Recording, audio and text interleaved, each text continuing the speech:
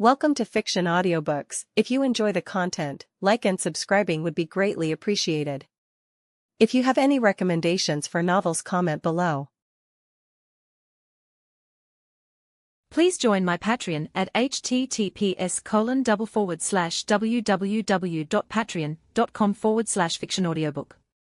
Chapter 578, C578 Crippled.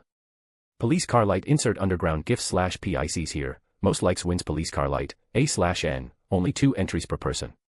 Trophy yesterday's GIF winners, Ben Bagman, trophy, A/N, crown.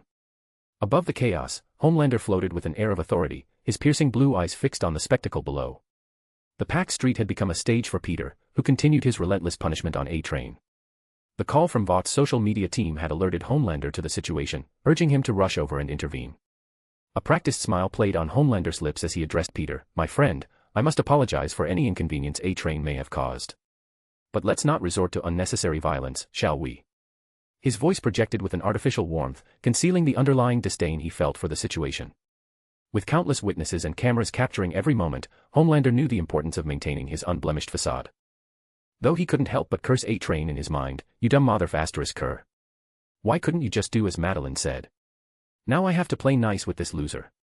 Peter, looking up at the hovering superhero, responded with a sly grin, which didn't go unnoticed. Homelander raised a brow, shocked and annoyed that someone would act so brazen in front of him. Without a word, Peter added more pressure to his foot, eliciting another agonized scream from A-Train. Aerogrig. The crowd, now fully engaged in the unfolding drama, became an unwitting audience to this gruesome performance. "As I already asked your friend here, why should I listen to you?" Peter's voice carried a defiant tone, challenging the leader of the Seven. "He attacked me. I'm just defending myself here," he said, clearly goading Homelander. Homelander's expression tightened, a flicker of irritation breaking through his composed demeanor. The weight of public scrutiny pushed him to keep up the charade. "I understand that, and I apologize. Now, please remove your foot from his head," he retorted, choosing his words carefully. "I'll make sure he's properly reprimanded for his actions." As the crowd's agitation grew, fueled by Homelander's presence, shouts of condemnation echoed through the street. "Yeah. Let A-Train go. This is self-defense. Are you crazy? Show him who's boss, Homelander. Homelander, I love you." Onlookers, now perceiving Peter as a threat, demanded his arrest. The situation escalated, turning the crowd against the men who dared challenge a member of the Seven. Peter, amused by the turn of events, reveled in the irony of being seen as a villain. The chorus of voices denouncing him as cameras continued to capture the unfolding drama only fueled his amusement. He maintained his grip on A-Train, uncaring of the public's judgment. Amidst the chaos, a car pulled up down the street. Billy Butcher and Huey stepped out, their eyes fixed on the tumultuous scene. Billy's perpetual scowl deepened as he observed the unfolding conflict, his eyes glued to Homelander, his arch-nemesis, the men who are *ped his wife, causing her to run off and disappear on him. Huey watched closely, ready to witness A-Train's downfall. "What do we do now? Should we help him?" he asked, uncertainty coloring his voice. Billy, his eyes fixed on Peter and Homelander, grunted in response. "Help? And how exactly do you think you can help?" he asked, his condescending eyes digging into Huey, who shrank away in fear. "Yeah, that's what I thought. Is there nothing we can do?" Huey asked dejectedly. "We wait," Billy muttered, the gravity of the situation sinking in. The duo stood at a distance, observing the confrontation that had attracted the attention of the Seven's formidable leader. The street pulsated with tension as Homelander descended from the sky, landing a few feet in front of Peter. The crowd hushed, the cameras capturing every nuance of the looming confrontation. Homelander's eyes locked onto Peter's, a predatory intensity in his gaze. In a low, menacing voice, Homelander addressed Peter, "You've had your fun, but it's time to release him. This ends now." His words, laced with thinly veiled threats, were intended for Peter's ears alone, a whispered coercion hidden from the prying lenses. Peter, however, remained unflustered.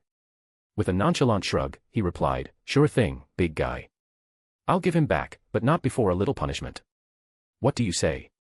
His sly smirk mocked the gravity of the situation, challenging Homelander's authority. Unfazed by the audacity, Homelander watched as Peter withdrew his foot from A-Train's head. A-Train, momentarily relieved, let out a sigh of gratitude. Yet, the reprieve was short-lived. With a sudden and deliberate motion, Peter's boot descended, targeting A-Train's vulnerable leg. The sickening crunch echoed through the street as A-Train's bone snapped in half, his anguished scream filling the air. The crowd gasped, a collective shudder of horror rippling through the onlookers. A-Train writhed in pain, clutching his mangled leg, the agony etched across his face. Homelander's hands clenched into fists, a surge of fury coursing through him. It wasn't the injury to A-Train that irked him, it was the audacious defiance displayed by Peter. The subtle facade of control began to crack as Homelander struggled to contain his mounting rage. Resolute, Peter continued his brutal display. Ignoring the shocked stares, he turned to Homelander with an amused glint in his eyes. "He's not off the hook yet," Peter declared, denying Homelander the opportunity to intervene. With a swift motion, he stomped on A-Train's other leg, duplicating the bone-snapping brutality. The second snap resonated through the street, a visceral symphony of suffering. A-Train's agonized cries filled the air as he crumpled to the ground, broken and defeated. Billy's couldn't help but smile as he witnessed Peter's ruthless assault on A-Train, as well as his blatant defiance of Homelander. Even they could hear the crunch of breaking bones from their position down the street. Billy exchanged a glance with Huey, whose eyes gleamed with excitement and eager anticipation for A-Train's downfall. "Huey, you're enjoying this a bit too much, aren't you?" he muttered, his voice dripping with amusement. Huey, unable to contain his enthusiasm, grinned widely. "Can you blame me? This is karma." Billy rolled his eyes at Huey's fervor but couldn't deny the satisfaction of seeing A-Train humbled and Homelander disrespected. The duo continued to observe from a distance, their emotions entwined with the unfolding chaos. As A-Train writhed in agony on the ground, Peter reveled in the aftermath of his calculated brutality. The once cocky and corrupt speedster now lay broken, a stark contrast to the arrogant hero who had interrupted his meal. The air was charged with tension, the crowd's initial shock evolving into a mix of horror and vindication. They never expected to see the end of a hero's career. After all, without his legs, it wasn't likely that A-Train would remain a member of the Seven. Peter, standing triumphantly over the broken A-Train, turned his attention to Homelander with a sly grin. "Well, it looks like our playdate is over. You can have your friend back now." Homelander's piercing blue eyes burned with a mix of fury and calculation. He was contemplating every gruesome retribution he could inflict on Peter for this audacious act. However, before he could unleash his wrath, his phone rang, shattering the tense silence. Reluctantly, Homelander answered the call, his eyes never leaving Peter. "What?" he barked into the phone, irritation evident in his voice. On the other end, Madeline Sitwell's commanding voice resonated through the line. "Homelander, stand down. Retrieve A-Train and hand the phone to our mysterious friend." Homelander clenched his jaw, torn between his desire for vengeance and Madeline's authority. In the end, the latter prevailed. Begrudgingly, he picked up A-Train, hoisting him over his shoulder, and walked over to Peter, reluctantly handing him the phone. Madeline's voice greeted Peter with a tone that exuded control. "I've been watching your performance. Quite the show you put on." Peter, unfazed, replied, "Yeah, I try my best to entertain. Now, what do you want?" Madeline chuckled, a calculated amusement in her voice. "I appreciate directness. I would like to extend an invitation. Come to Vought Tower. We have matters to discuss." Without giving Madeline the chance to elaborate, Peter responded, "Sure, I left my ride there anyway. I'll be there around noon," he said as he hung up the phone without giving her a chance to reply. As the call ended, Peter tossed the phone back to Homelander, who seethed with restrained rage. "This isn't over," he growled. Peter simply grinned, "Sure, but don't keep mommy waiting. She might give you a spanking if you're late." Even now he continued to taunt the strongest superhero on this planet without any fear. With A-Train slung over his shoulder, Homelander took off into the sky, a scowl marred into his face. But as he flew off, he noticed MJ walking over to Peter and taking his arm, his eyes clouding over with lust. Homelander suddenly smirked, an idea forming in his head. "I'll take everything from you and make you beg me to end your worthless life." As Peter stood amidst the debris of the street, MJ wrapped around his arm, he couldn't help but notice the odd way Homelander was looking at his wife. Is this mother-f***er seeking death?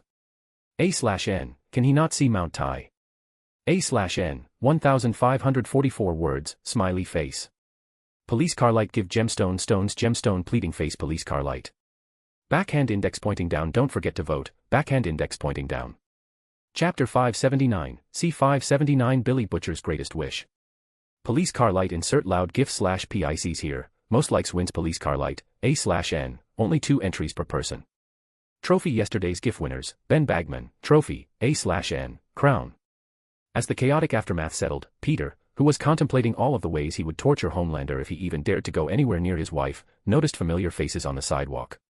Billy Butcher's scowl and Huey's nervous demeanor caught his attention.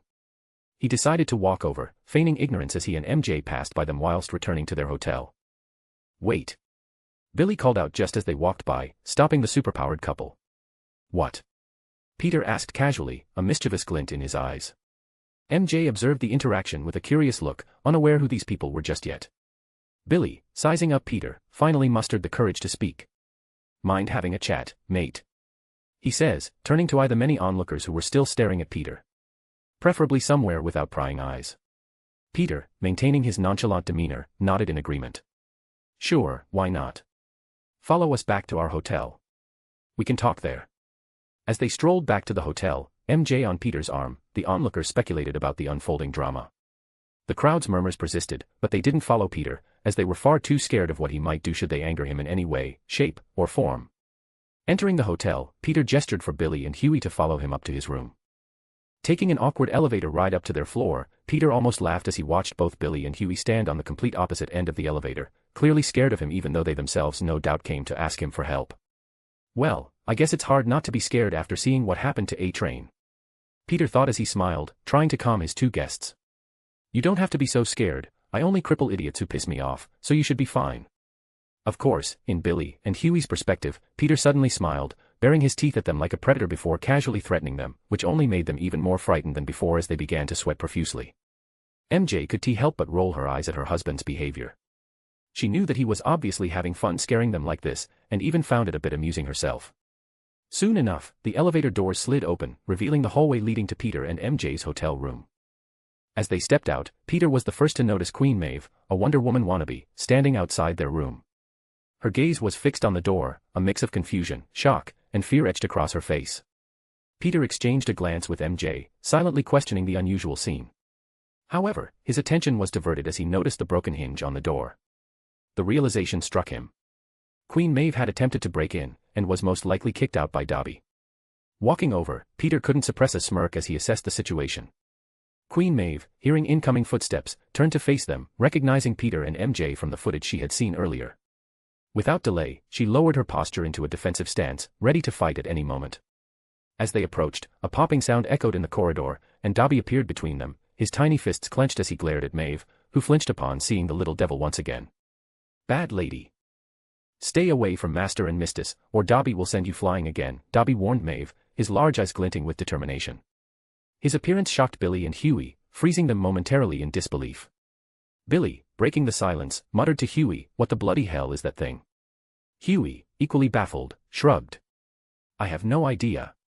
Queen Maeve, her confidence shattered, took a cautious step back.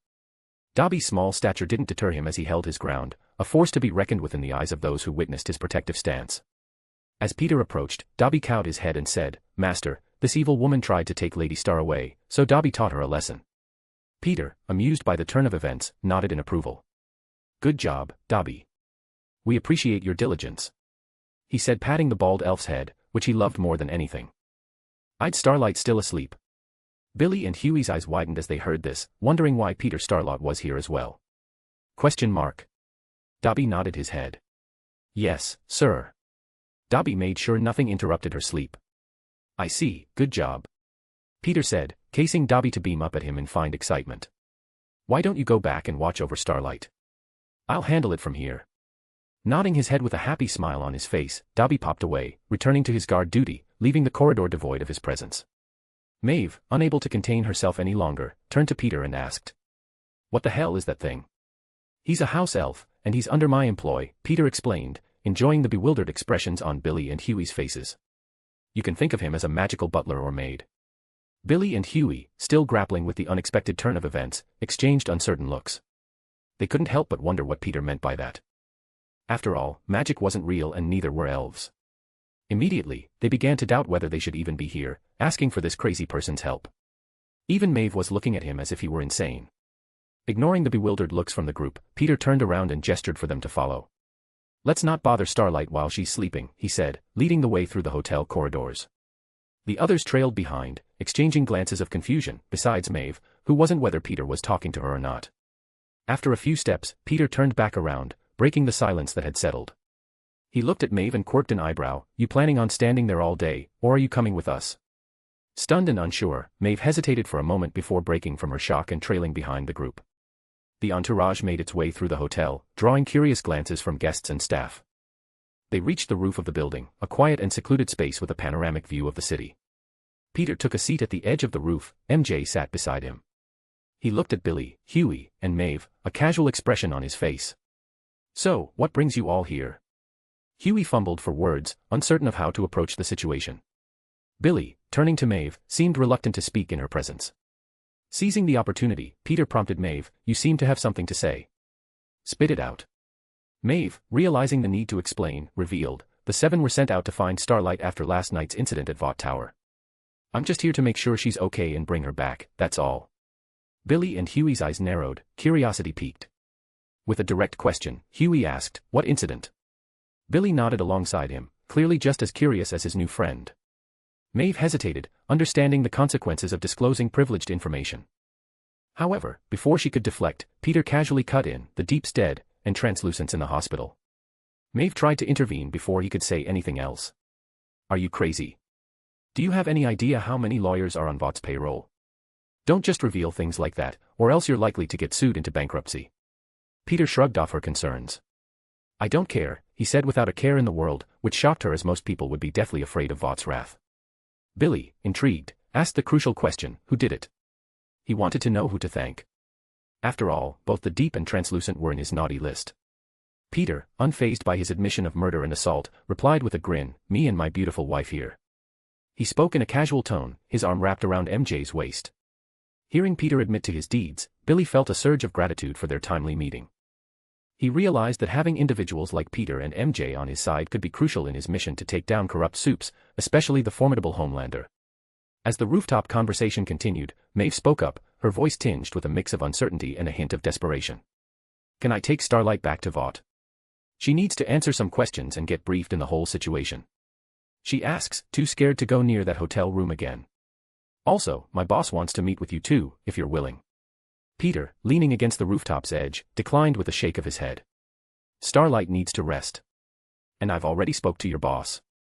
I'll meet her tomorrow." Maeve nodded, caught in the dilemma of wanting to leave and wanting to check on Starlight, feeling a sense of responsibility to her fellow female superhero. Peter, sensing her internal struggle, urged, "You can go. We'll handle things here." With that, Maeve excused herself, "I want to make sure Starlight is okay, so I'll get my own room here and stick around until she wakes up," she said and walked off back into the hotel, leaving no room for disagreement. With her gone for the time being, Peter turned to Billy and Huey, who've clearly been waiting for this moment.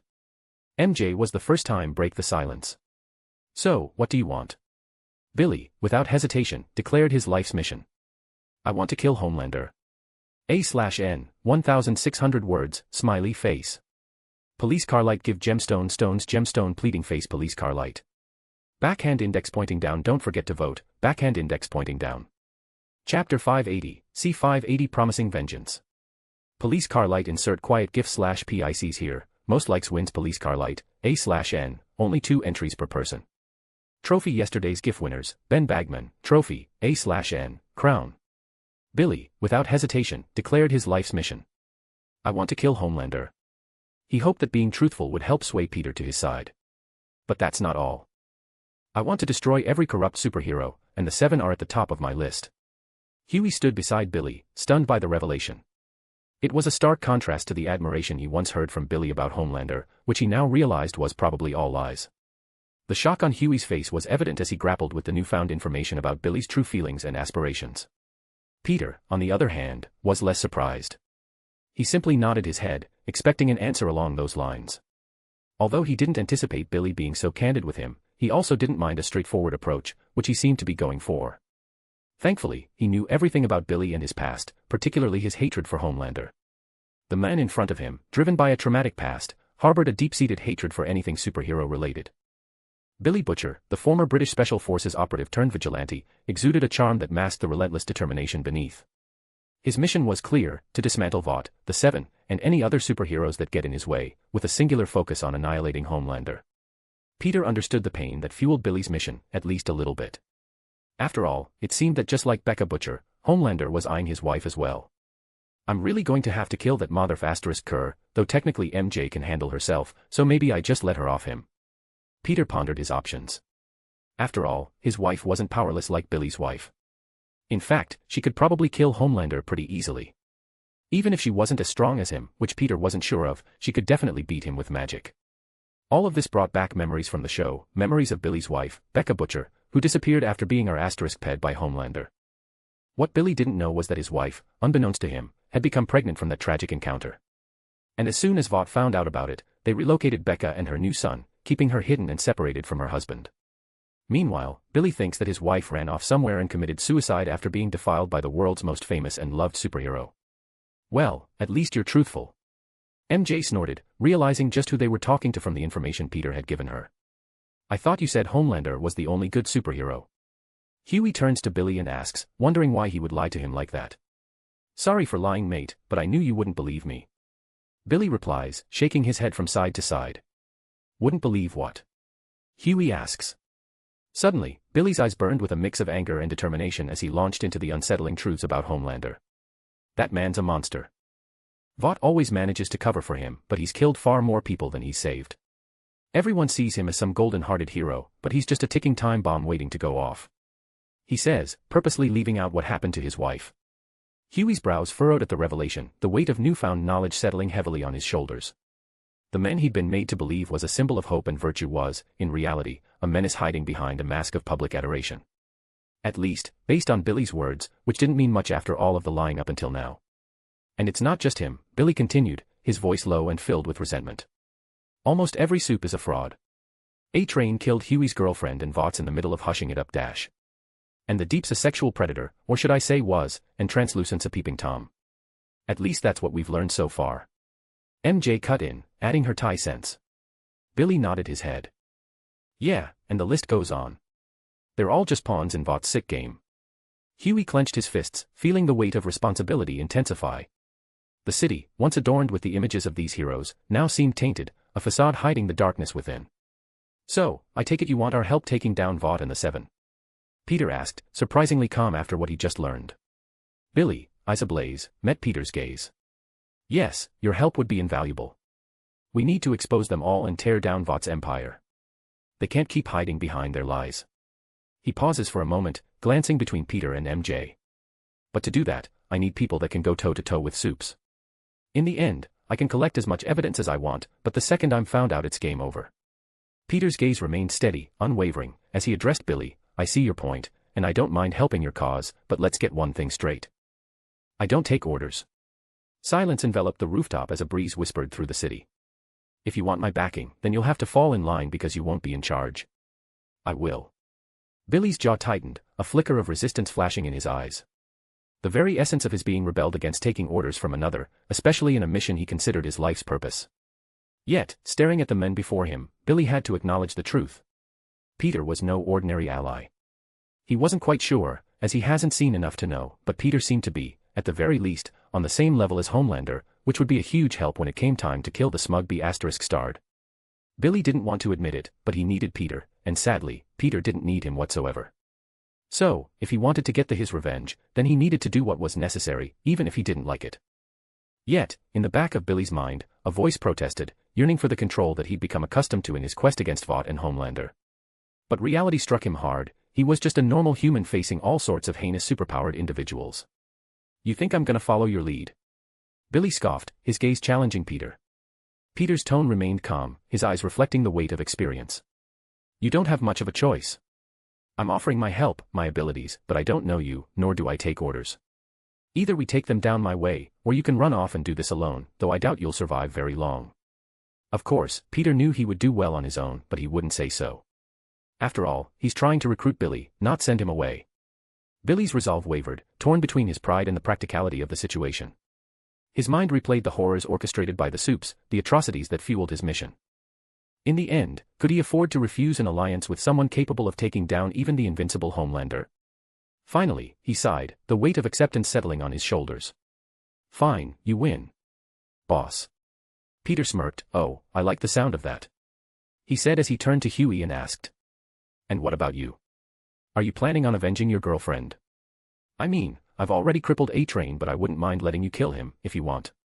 Huey's eyes widened, his heart racing as the prospect of killing A-Train was dangled right in front of him. Why you'd help me kill him? He stuttered. Peter shrugged. Sure, the guy seems like a piece of sh**t anyway. Then, yeah. I'm in. Huey agreed, his eyes burning with a fiery vengeance. Billy wanted to object. After all, he only planned to use Huey to bug Vought Tower before moving on. But sadly, he wasn't in charge anymore, so he held his tongue, reluctantly accepting his new role as just another member of the team. Suddenly, Billy spoke up, "So, what's the plan now? Because Huey here has a meeting at Vought later today, and I was hoping to use it to bug them." Peter shook his head. "Nah, don't bother. He'll just be risking his life for no reason. Like I told Maeve before she left, I have a meeting at Vought tomorrow, so I can dig up some dirt on my own."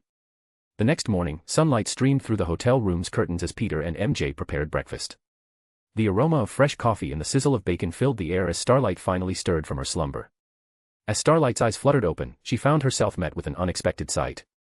A small, peculiar creature stood at the foot of her bed, staring at her with wide eyes. Startled, she let out a piercing scream, echoing through the room. Hearing Starlight scream, Peter and MJ rushed to her side. Their eyes widened as they saw Dobby, the house elf, standing innocently near the bed. Starlight, still trembling, pointed a shaky finger at the creature. "What the hell is that thing?" she exclaimed, her heart racing. Peter chuckled, "That's Dobby." Starlight, perplexed and slightly unnerved, eyed the elf cautiously. Dobby, sensing her discomfort, bowed and introduced himself. "Dobby is Master's loyal servant." Dobby made sure Evil Lady didn't disturb Miss Star's sleep. Starlight exchanged a bewildered glance with Peter and MJ, unsure if she was dreaming or caught in some bizarre reality. Peter reassured her, "Don't worry, he won't bite. And he did protect you. Maeve paid you a visit yesterday while we were away, but Dobby kept her away." Still shaken, Starlight hesitated before managing a weak and confused smile. "Okay, thanks for protecting me, I guess." Dobby beamed with pride at her acknowledgement. Dobby is honored to serve Miss Star. As the peculiar morning unfolded, Peter and MJ explained the events of the previous day to Starlight, which shocked her. Especially when she heard about how Peter crippled A-Train. "Anyway, you should get ready. We have a meeting at Vought in 2 hours. A/N, 1,700 words, smiley face.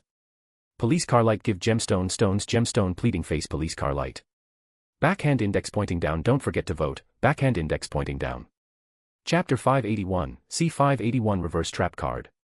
Police car light insert time GIF/PICs here, most likes wins police car light, A/N, only 2 entries per person. Trophy yesterday's GIF winners, Ben Bagman, trophy, A/N, crown. In the luxurious confines of Vought Tower, Madeline Stillwell, the poised and cunning vice president of Hero Management, found herself in a precarious situation. She stood before Homelander, the seemingly invincible superhero with a temperament as volatile as the sun, doing her best to quell his simmering rage. Yesterday's altercation with Peter, a man who had audaciously crippled A-Train, had riled Homelander to his very core. Madeline, however, was no stranger to handling the fragile ego of the world's most powerful hero. With a soft smile and soothing words, she approached Homelander, pulling him into her arms and treating him like a child. "My dear, you know how important this meeting is to me. Can't you please pull it together and be peaceful? I'll make it worth your while," she says, reaching down to rub the bulge in his pants. Homelander scowled, his icy gaze fixed on Madeline. "That guy disrespected me in front of everyone. He needs to be taught a lesson. I should just kill him and be done with it." Madeline sighed, a calculated expression of concern on her face. "Darling, violence won't solve everything. What better way to get revenge than to become his boss and work him like a horse for the rest of his life? Besides, we need to fill the open positions that the Deep and A-Train have opened up. Imagine the power he could bring to the Seven." Homelander's fists clenched, clearly torn between his desire for revenge and Madeline's persuasive ways. "He's a threat, Madeline. I don't want him anywhere near the Seven." Madeline, with a smile on her face, leaned upwards and placed a chaste kiss on Homelander's lips. "I understand, my dear. But what if we turn this situation to our advantage? Instead of making an enemy, let's make him an ally. He has abilities we can utilize, and we'll keep a close eye on him, ensuring he remains under our control." Homelander, ever the egoist, hesitated. The idea of having Peter as an underling intrigued him, but the notion of someone challenging his authority irked him to no end. Madeline seized the opportunity, her voice a honeyed whisper. "Homelander, you're the leader. That won't ever change. And if he ever steps out of line, you have my permission to teach him a lesson." After a moment of contemplation, Homelander reluctantly nodded. "Fine, I'll play along. But if he steps out of line, I won't hesitate to deal with him. Besides, he doesn't strike me as the sort that would accept your proposal anyway." Suddenly, Madeline smiled, showing her teeth like a predator. "And I have contingencies planned for that as well. Just to be safe, as Peter and MJ haven't exactly shown that they can be trusted, Madeline has a small army on standby." including many snipers, who have already taken positions across nearby buildings, waiting to kill their guests should they become a bit too unruly. Of course, this can be considered extreme overkill. After all, Madeline has the strongest superhero in the world at her side, but it's always best to be prepared. Just as their agreement settled, a secretary timidly entered the room, ignoring the compromising position she found her bosses in. "I apologize for the interruption, but your guests have arrived for the meeting." Homelander's eyes narrowed, his anger simmering beneath the surface. Madeline, however, maintained her composure. "Perfect timing. Let's welcome them with open arms, Homelander. Together, we'll shape a new future for the Seven." As they left the room, Madeline couldn't help but smile. She had successfully manipulated Homelander, just as she always has. The intricate game of power and manipulation continued, with Vought orchestrating the pieces on the chessboard of heroes. The grandeur of Vought Tower loomed before Peter, MJ, and Starlight as they stepped inside and were immediately escorted through its sleek corridors. Despite the awe-inspiring surroundings, Peter and MJ were anything but impressed. This place may have created a very impressive serum to create superheroes, which they would definitely be stealing, but other than that, the technology and even the architecture was far behind their world by at least 100 years, maybe more. As they made their way up the elevator, Starlight's discomfort was palpable. The memories of her traumatic encounter with the Deep lingered, casting a shadow over the once exciting prospect of working with Vought. The very first time she stepped into this building, Starlight could barely contain her excitement. This was the place that she was always dreaming of ever since she was a child. Yet, sadly, reality is usually a stark contrast to what we build up in our heads. Just as Starlight began to breath heavily, in the verge of hyperventilating, MJ rested a comforting hand on her shoulder and said, "It's okay, we're here and we won't let anything happen to you." Peter gave her a warm smile as well. "Yeah, just relax. No one can touch you with us around. Just do whatever you want, and we'll support you." With that said, Starlight began to calm down as her former confidence began to slowly return. "Thanks." Upon entering the meeting room, Peter's eyes locked onto Homelander, who sat with an air of restrained hostility. Madeline Stillwell, the orchestrator of Vought's intricate schemes, greeted them with a smile that barely concealed her calculated intentions. "Welcome, I'm Madeline Stillwell. Please, have a seat. We have much to discuss." The air was charged with tension as they took their places at the polished conference table. Starlight, normally vibrant and confident, seemed subdued, her gaze avoiding the imposing figure of Homelander, as she didn't know if he was corrupt as well. After all, 2 members of his team turned out to be sexual predators, which didn't bode well for his reputation, in her eyes at least. Madeline, ever the manipulator, seized the opportunity to address Starlight directly. "Starlight, I must apologize for the unfortunate incident with the Deep. He's no longer with us, and we've taken steps to ensure such behavior is eradicated from the Seven. We value your contributions and we're hoping you'd consider returning to your duties." "Well, he's only not with you because he's dead." Starlight suddenly spoke, her eyes flickering with defiance. "Don't make it sound like you fired him." "Yes, you're right, and I apologize," Madeline said, expertly hiding her annoyance with Starlight's attitude. Though her next words struck a nerve.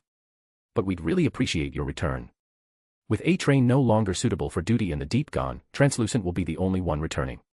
We need all the heroes we can get, especially with recent setbacks," she says as her eyes glance over at Peter and MJ. The mention of Translucent ignited a fire within Starlight. She remembered his presence during the Deep's despicable actions and refused to tolerate his return. As Madeline paused for Starlight's response, the room held its breath. "I won't work with Translucent," Starlight declared, her voice unwavering. "I refuse to be associated with someone like that. If you want me back, he has to go." Madeline's smile faltered for a moment, but she quickly regained her composure. "Starlight, we understand your concerns, but Translucent is a valuable asset to the Seven. We can't simply let him go." Starlight leaned forward, her eyes fixed on Madeline. "Then consider this my condition. If Translucent returns, I won't." A silence settled in the room, the tension thick enough to cut with a knife. Madeline, assessing the situation, realized she was facing a formidable opponent in Starlight's unwavering principles. Homelander, admiring the newest member of his team's backbone, maintained an impassive expression. Of course, if this was him who she was talking to with such disrespect, then things would be completely different. As for Translucent, Homelander couldn't care less. In fact, he never thought that Translucent should have been a member of the Seven in the first place. Although his invisibility and strong defense is useful, there's always been better applicants waiting for just the smallest chance to join the Seven. Madeline, after a calculated pause, nodded. "Very well, Starlight. We'll take your condition into consideration. Let's proceed with the matters at hand," she says as she turns back to Peter and MJ. "You've been causing me nothing but problems lately." Peter simply shrugged at Madeline's remark. Well, I always aim to please. MJ, beside him, smirked in agreement. I'm Peter, by the way. And this is my wife, MJ. I don't think we've introduced ourselves yet. Undeterred by the couple's nonchalant behavior, Madeline continued, her eyes gleaming with ambition. Peter, MJ, although you've committed many crimes, including murder, assault, and malicious castration, we as VOT can overlook your transgressions and even make them go away. After all, you've proven yourselves to be quite exceptional. We could use your talents in the 7. Which is why I'm prepared to offer you both lucrative contracts with substantial payments. She pauses for a moment before smirking confidently. How would you two like to join the 7? As Madeline laid out her enticing offer, Peter's amusement grew. His giggling bubbled up until it couldn't be controlled anymore, causing him to burst into a fit of laughter. It wasn't a mocking laughter, but rather genuine amusement at the audacity of the proposal. What's so funny? Madeline asked, a hint of irritation seeping into her composed demeanor. Peter, wiping away a tear of laughter, grinned at her. You really think we'd join the 7? Work under you and Homelander? Thanks, but no thanks. I think I'd rather maliciously castrate myself. That can be arranged. Homelander suddenly spoke, his eyes beginning to glow in a red light. Just as he was beginning to like the idea of Peter becoming his lackeys and his beautiful wife working under him, they had to go and ruin it. Madeline's facade cracked for a moment, revealing her frustration, but she quickly regained her composure. Why refuse? Think about the possibilities, the influence, the power dash. Peter interrupted her, still chuckling. We've got all the power we need, thanks. Plus, we don't tend to work with the bad guys. Madeline's attempts at persuasion faltered in the face of Peter's irreverent laughter. She couldn't fathom why anyone would reject such an opportunity. The allure of the 7 seemed to have lost its magic on this peculiar duo. Undeterred by their rejection, Madeline chose a different tactic. I see, well, if you refuse to solve things peacefully. She says as she reaches under the table and hits a small button. Instantly, the sound of gunfire filled the air, as every sniper she prepared fired in unison, half of the bullets aimed at Peter, while the other half went for MJ. Peter, his smirk unwavering, merely snapped his fingers as Madeline pressed the button. The room froze, everyone expecting Peter to dive out of the way or conjure some protective shield, but instead, he just sat there calmly alongside his wife. Moments later, the bullets arrived, but they didn't follow the expected trajectory. Instead, the bullets, originally aimed at him and MJ, changed course like tiny homing missiles, tearing through the air with deadly precision. To everyone's shock, the bullets completely missed their intended targets, and instead, they found their mark in Madeline Stillwell. The once cunning orchestrator of Vought's schemes was now at the receiving end of her own meticulously planned attack. In an instant, Madeline's composed expression twisted into one of agony as the bullets tore through her body, spraying blood across the room. The sound of the impacts echoed, punctuated by Madeline's gasp of pain. Her body slumped in the chair, lifeless eyes staring into the void. A/N, 1954 words, smiley face. Police car light give gemstone stones gemstone pleading face police car light. Backhand index pointing down don't forget to vote, backhand index pointing down. Chapter 582, C582 vs Homelander, 1/2. Police car light insert blush gif /PICs here, most likes wins police car light, A/N, only 2 entries per person. Trophy yesterday's GIF winners, Ben Bagman, trophy, A/N, a new king must rise. Step up and break the streak. Usurp Ben Bagman.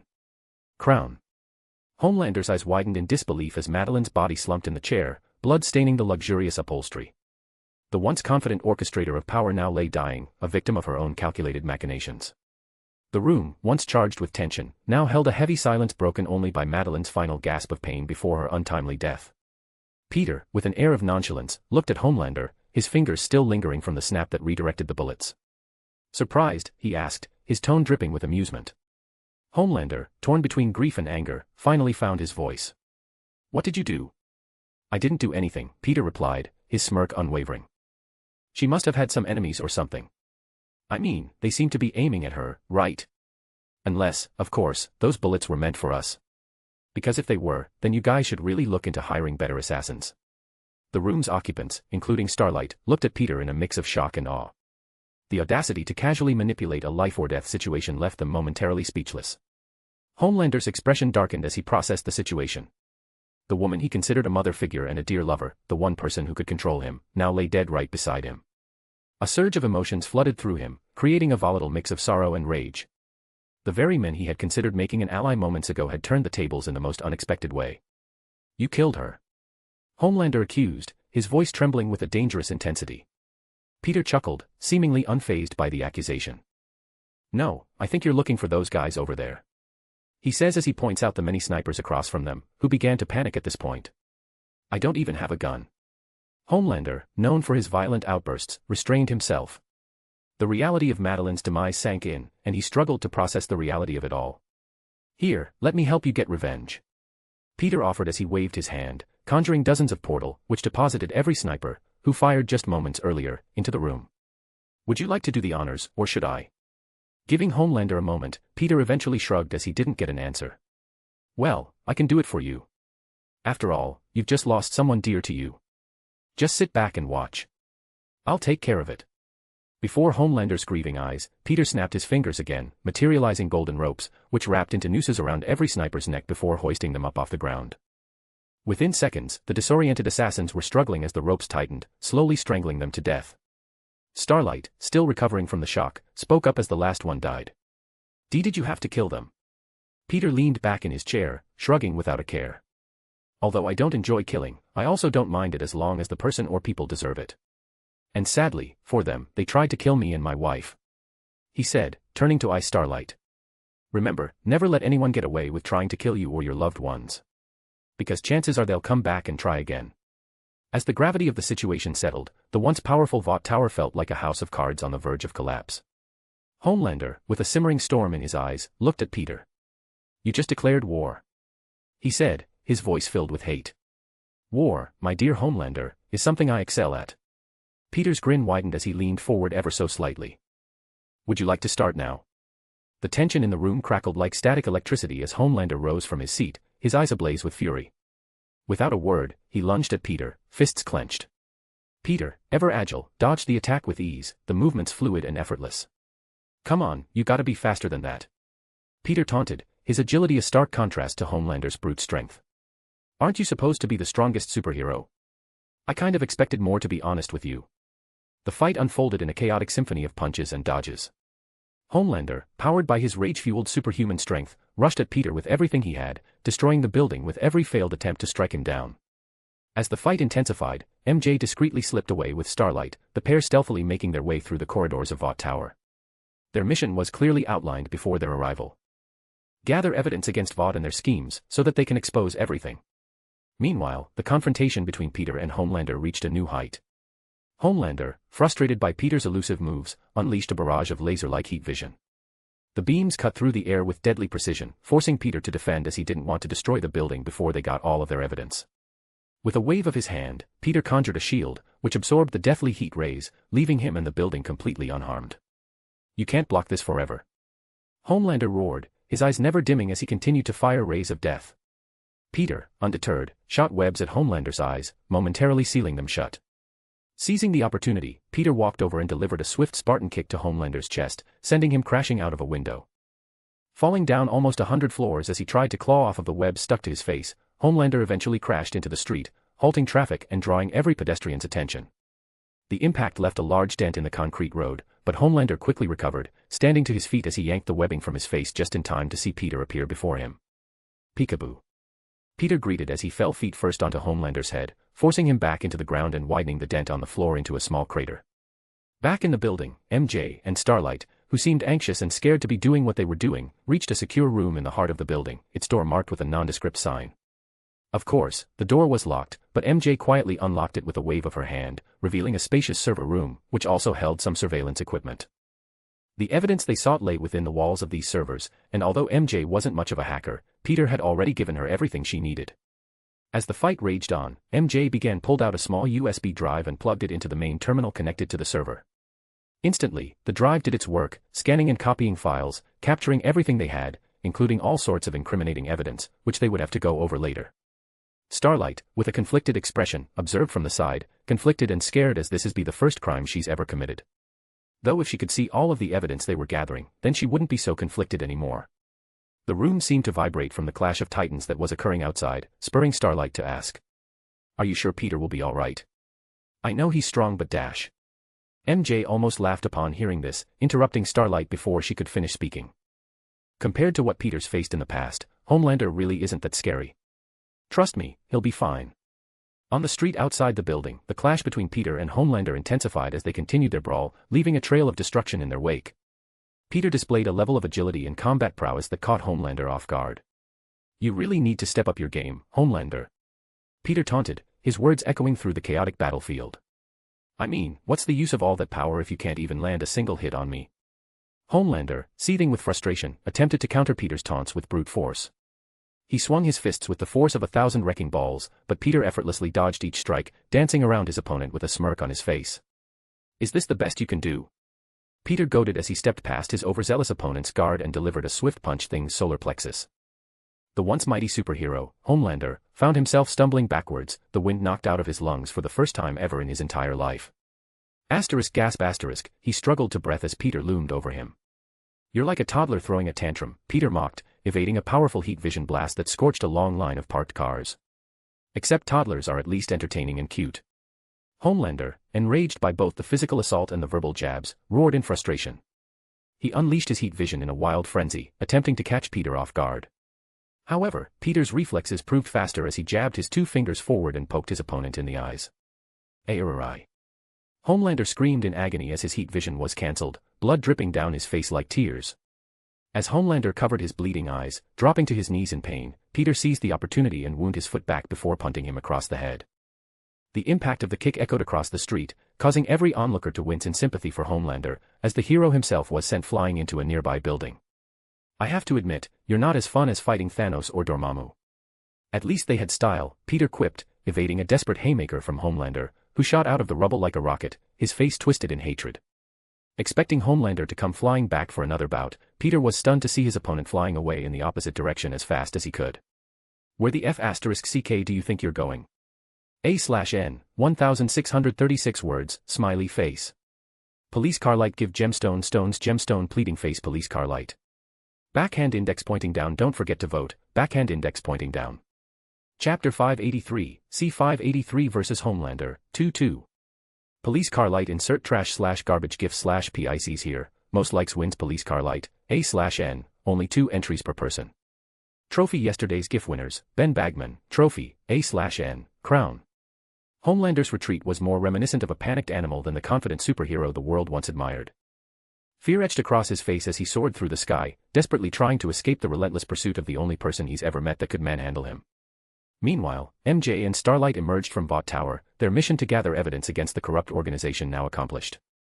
Spotting Homelander in full retreat, MJ wasted no time. With a graceful leap, she intercepted his path and delivered a powerful kick square in his face.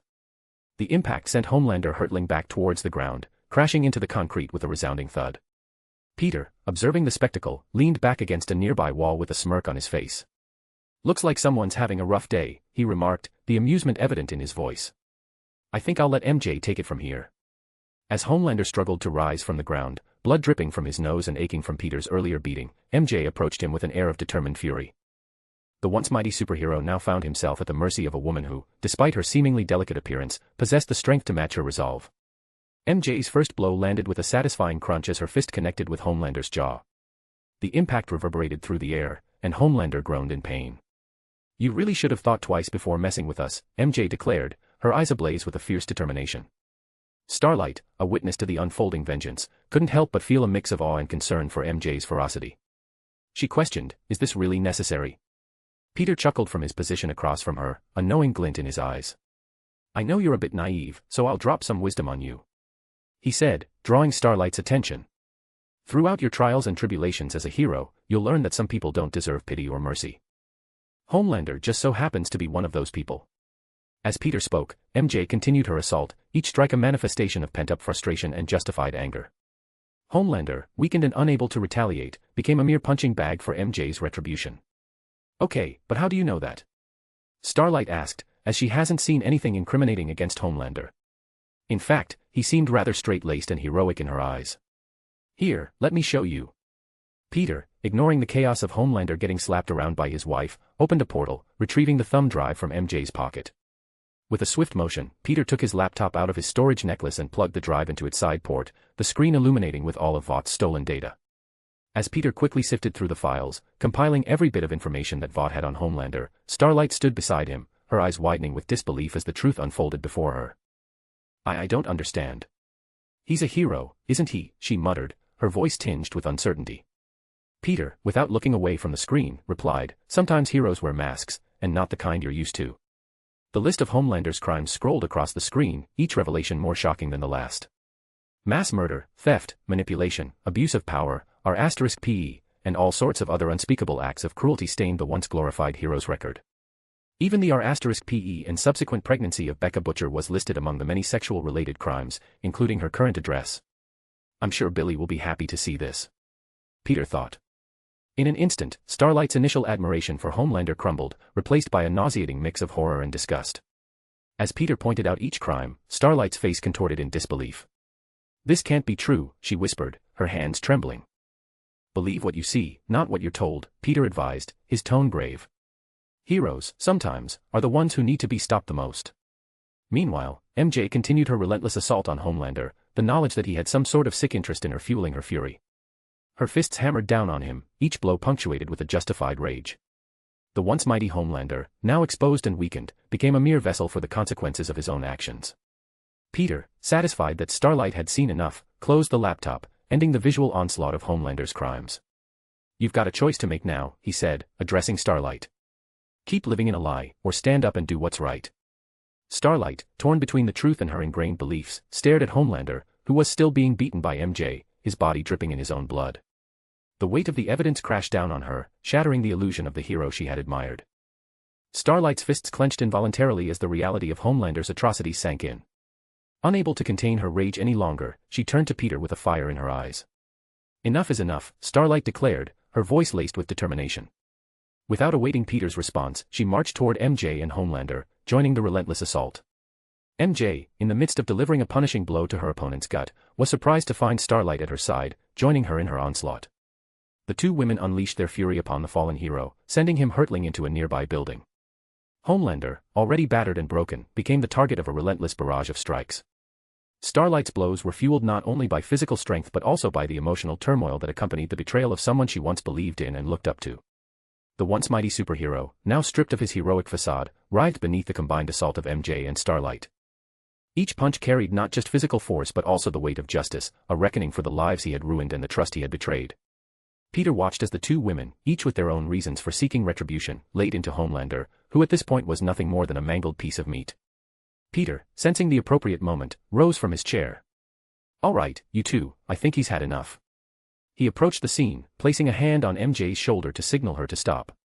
MJ, though still seething with anger, relented at her husband's touch. Starlight, on the other hand, wasn't so compliant. Peter had to physically pull her away from her target, leaving Homelander sprawled on the ground, gasped for breath, defeated and broken. Starlight, her fists still clenched, turned to Peter with a mixture of confusion and frustration evident in her eyes. Why did you stop me? She demanded, her voice edged with irritation. You said he doesn't deserve pity or mercy. You saw what he did. I was just about to end this, to rid the world of such a horrible person. Isn't that what you wanted me to do? Peter sighed and shook his head, placing a hand on Starlight's shoulder. He won't live past the next 24 hours, he explained calmly. It's just that there's someone else higher on the list, someone who deserves to be the one to kill him. Starlight, still processing Peter's words, furrowed her brow. Who? Is it one of his victims? She asked, her curiosity and impatience evident. You'll see soon enough, Peter replied cryptically. With that said, he walked over to the defeated Homelander, the once mighty hero now a bloodied and unconscious heap on the ground. With a wave of his hand, Peter opened a portal, the swirling golden energy appearing upon his command. Come on, let's go before more heroes show up. We have a couple to reunite. Dragging Homelander's battered body behind him, Peter stepped through the portal, followed closely by MJ and Starlight. The vortex closed behind them, leaving the area deathly silent. Even the onlookers, who watched the whole fight unfold, didn't utter a single word, far too shocked to think straight. In the executive's office on one of the top floors of Vought Tower, a high-ranking employee spoke on the phone with a sense of urgency. Mr. Edgar, we have a serious emergency. Madeline Stillwell is dead. Homelander's been kidnapped. It's all chaos, sir. Stan Edgar, the CEO of Vought, currently away from the city, listened intently as the executive detailed the events that unfolded in his absence. A frown creased his brow as he absorbed the gravity of the situation. I'll be returning immediately, Edgar declared, his tone cold and calculated. Handle the aftermath and ensure that there's little to no liability for us. As the call ended, across the world, Edgar stared out of the window, contemplating the unfolding chaos in his absence. The repercussions of Homelander's defeat and kidnapping would undoubtedly ripple through Vought's carefully constructed plans. Insert picture of Stan Edgar here. That boy is nothing but trouble. Edgar muttered as he walked off, informing his secretary to schedule his flight back. Meanwhile, in an abandoned factory, Peter stood with MJ, Starlight, and the unconscious Homelander. Starlight, still grappling with everything she's learned and done today, turned to Peter with a lingering question in her eyes. What's next? Why are we here? She asked, her voice a mixture of uncertainty and determination. Peter, his gaze fixed on the door ahead of them, simply said, "Just wait a second." And just as he said, seconds later, the door swung open and a confused Billy Butcher came rushing out, a loaded shotgun in hand. "Oh, it's just you," he said as he lowered his gun. "Wait, how did you know where Dash?" Suddenly, Billy froze as his gaze was drawn to the bloody figure lying on the floor beside Peter. Is that? A/N, 1616 words, smiley face. Police car light give gemstone stones gemstone pleading face police car light. Backhand index pointing down don't forget to vote, backhand index pointing down. Chapter 584, C584 Lovers Reunite. Police car light insert snitch gif/PICs here, most likes wins police car light, A/N, only 2 entries per person. Trophy yesterday's GIF winners, Wolfie, trophy, A/N, finally, the streak has been broken. A different king slays the old and sits upon the throne. All hail the king. Crown. Billy Butcher's eyes widened as he beheld the battered form of Homelander sprawled on the cold, concrete floor, his American flag-themed cape caked in blood and dirt. The man who had shattered his peaceful life and taken his beloved Becca away lay defeated before him. When Peter mentioned a meeting at Vought the other day, Billy never imagined it would result in this shocking confrontation. Is that? He froze, unable to form a coherent sentence. Denial gripped Billy's mind as he tried to comprehend the surreal scene before him. This just couldn't be real. It had to be some sick joke or illusion. However, Peter's firm voice shattered any lingering disbelief as he tossed Homelander at Billy's feet, forcing him to confront the harsh reality. Yeah, it's him. Have a closer look.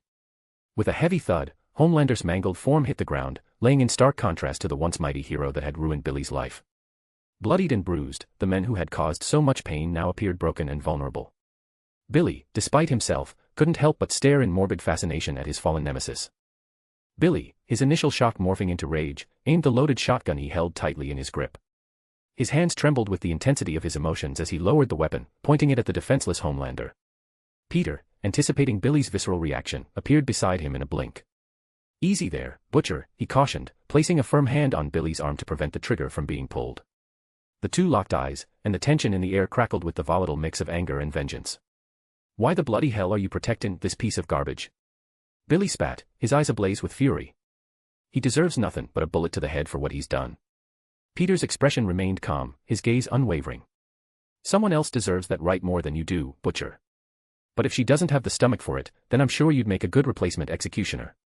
Billy's brows furrowed in confusion and frustration. Who could possibly want this wanker dead more than me, he demanded, his finger itching on the trigger. Though he suddenly froze, recalling what Peter just said. Wait. She who? In response, Peter pointed towards the unconscious Homelander, casting a quick spell to trap him in place. Let's go find out, shall we? He said cryptically, waving his hand to conjure another portal. Billy hesitated, his eyes fixed on the trapped and unconscious Homelander. We can't just leave. What if he escapes, he grumbled, a hint of concern in his voice. Peter, standing firm, reassured him, trust me, he's not going anywhere. Now, step through the portal, Butcher. With a swift motion, Peter shoved Billy through the golden vortex, and the man found himself stumbling onto a green lawn of a normal-sized house in a quiet suburban neighborhood. Following after him, the portal snapped shut behind them, leaving Homelander unconscious and trapped in his magical restraints. Billy picked himself up, ready to unleash a barrage of complaints and anger at Peter for the rough handling. However, he froze as he noticed a very familiar woman standing in front of him, grocery bags in hand. Be Becca. Billy shouted, his eyes nearly popping out of his head in shock. You're alive. It was his wife, Becca, a woman he thought dead. After all, no matter how much he searched, or how many favors he called in with his old military connections, she couldn't be found. It was like she just dropped off the face of the earth. Becca's eyes widened in disbelief as she dropped the bags, the groceries spilling onto the lawn. Billy. Is it really you? She whispered, her voice a mix of hope and astonishment. Billy, his heart pounding in his chest, could only manage a choked, "Becca." He stepped forward, uncertainty etched across his face, as if afraid that this reunion might be some cruel illusion. As the distance between them closed, Becca surged forward, throwing her arms around Billy in a tight embrace. Tears welled up in her eyes as she buried her face in his chest, overwhelmed by the unexpected return of her husband. Peter, MJ, and Starlight observed the emotional reunion from a respectful distance, allowing the couple their moment of joy. The quiet neighborhood provided an intimate backdrop to the long-awaited embrace of the husband and wife.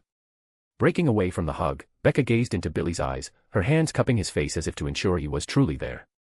"I never thought I'd see you again," she admitted, a mixture of relief and disbelief in her voice. Billy couldn't help but smile, his rough exterior softening in the presence of the woman he thought he had lost forever. "I'm back, love. I'm back." Just as the reunited couple began to catch up on the lost years, a small voice interrupted their moment. Becca's 8-year-old son, Ryan, emerged from the house, his curious eyes taking in the unfamiliar faces talking to his mother. "Mom, who are they?" Ryan asked, his gaze shifting from Becca to Billy and the others. Becca nearly jumped out of her skin, turning to her son with an unsure look on her face. Ryan, this is your father," she said, blurting out the first thing that came to mind, even if it wasn't truthful. Well, technically, they are married so Ryan can be considered Billy's son in name, but he certainly wasn't his biological son. "Father," Billy whispered, his eyes widening as confusion took hold of his entire being. Ryan's eyes widened, a mix of surprise and excitement crossing his young face. "Dad," he echoed, his voice tinged with disbelief. "Ah." Billy grunted in confusion as his wife prodded him in the ribs with her elbow. "Why yeah, hey, son," he answered, still immensely confused. As the realization dawned on Ryan that the man in front of him was his long-lost father, his eyes began to glow an ominous shade of red. The intensity of emotion that Ryan was feeling seemed to have awakened his powers, and beams of red energy shot forth from his eyes. The lasers streaked through the air, aimed directly at Billy, who barely had time to react. Panic flashed in Ryan's eyes as he grappled with the uncontrollable manifestation of his newfound superpowers. In the blink of an eye, Peter snapped his fingers and conjured a shimmering barrier in front of Billy. The deadly lasers collided with the magical shield, creating a dazzling display of lights and sparks. The energy absorbed into the barrier, leaving Billy unscathed but visibly shaken. Ryan, bewildered by the sudden outburst of power and its unintended consequences, began to panic. "What's happening? What was that? What did I do?" he exclaimed, his voice tinged with fear as his eyes began to glow once again. Peter, appearing beside Ryan in a flash, tapped the young boy on the forehead with a single finger. A soft glow emanated from the touch, and a calm swept over Ryan. The boy's eyes gradually dimmed from their intense red hue as Peter cast a simple sleeping spell, guiding Ryan into a peaceful slumber and catching him as he collapsed. Becca, being the overprotective mother that she was, ran over to Peter, clearly worried for her son. "What did you do to my son?" "Relax, he'll be all right," Peter assured Becca, as he handed over her son. "His powers just awakened, and it can be overwhelming at first, I would know. I broke a lot of stuff in my house when my powers awakened." "Why is he unconscious?" Becca asked, cradling her son protectively. "I put him to sleep to give him time to adjust. It won't help since he'll still have some troubles when he wakes up, but at least he'll have time to calm down," Peter answered, relieving her of some of her worries. Becca, still processing the reunion with Billy and now witnessing the extraordinary abilities of her son, nodded in gratitude. "Thank you," she whispered, her voice filled with emotion. Peter turned his attention to the sleeping Ryan and gestured towards the house. "Let's move him inside. He needs some rest and you have some explaining to do." "You're damn right she does," Billy exclaimed, receiving a glare from his wife. "Keep your voice down," she hissed at him. "Are you trying to wake him up?" "Ah, sorry." Billy apologized, his voice much lower than before. As they entered the house, the quiet suburban neighborhood seemed to regain its tranquility. Peter, MJ, Starlight, and Billy gathered in the living room. As Becca returned from tucking Ryan into bed, Billy's impatience bubbled over, unable to hold back his questions any longer. "What the bloody hell happened that night with Homelander? Why did you disappear on me, and whose child is that?" His voice was a controlled thunder, each word carrying the weight of years of uncertainty and anguish. Becca, her eyes glistening with unshed tears, took a deep breath before beginning her painful confession. "A few days after the party where I introduced you to Homelander, I was called in to help with Homelander with his Twitter account. As the senior director of digital marketing at Vought International, the job was a waste of time since my staff could have taken care of it, but when Homelander calls, you come running or else." She paused for a moment, as if reliving every horrifying moment. "When I entered the room, Homelander's intentions turned dark. He was barely wearing any clothes and was making clear attempts to seduce me, but when I rejected him, his anger boiled over, resulting in well. I'm sure you can guess by now. Billy's fists clenched at his sides, struggling to contain the rage building within him as Becca spoke. The woman he loved and believed lost had endured a nightmare he could scarcely fathom. She recounted how she went to Vought for help, confirming she was pregnant with Homelander's child. Forced to sign a confidentiality agreement, Becca underwent a grueling and messy procedure, delivering the baby. Vought placed her in a secret facility for tests, and after the ordeal, Becca was allowed to raise the child in this quiet neighborhood, all while maintaining the illusion of her disappearance or death. Billy, his emotions in turmoil, found himself wrestling with the conflicting forces of anger, sorrow, and relief. The reality of Becca's suffering at the hands of Homelander crashed over him like a relentless tide. Becca, her voice breaking, apologized, "I'm sorry for telling Ryan that you're his father. I just didn't know what else to say," she whispered. Billy, despite the turmoil within him, softened as he saw the pain etched on Becca's face. "Love, I never stopped loving you," he confessed, reaching out to hold her. "If that kid's your son, then F***ck it, he's mine too. If you'll have me." Becca seemed truly happy for a moment before reality struck, crushing her hopes and dreams. "No, you should go," she said, shaking her head. "Who knows what Vought will do if they find out that you're here? Or worse, if Homelander finds out about Ryan." As much as she loved Billy, and would gladly raise Ryan with him, she just couldn't risk her son's safety. Suddenly, Peter spoke. "What if I said Homelander would be dead by the end of the night?" A/N, 1924 words, smiley face. Long boy today. Police car light give gemstone stones gemstone pleading face police car light. Backhand index pointing down don't forget to vote, backhand index pointing down. Chapter 585, C585 The Death of a Tyrant. Police car light insert doctor, patient, hospital gif/PICs here, most likes wins police car light, A/N, only 2 entries per person. Trophy yesterday's GIF winners, Ben Bagman, trophy, A/N, the king rises again. Crown. Becca's eyes widened, a mix of confusion and disbelief etching across her face. "What do you mean, Homelander dead?"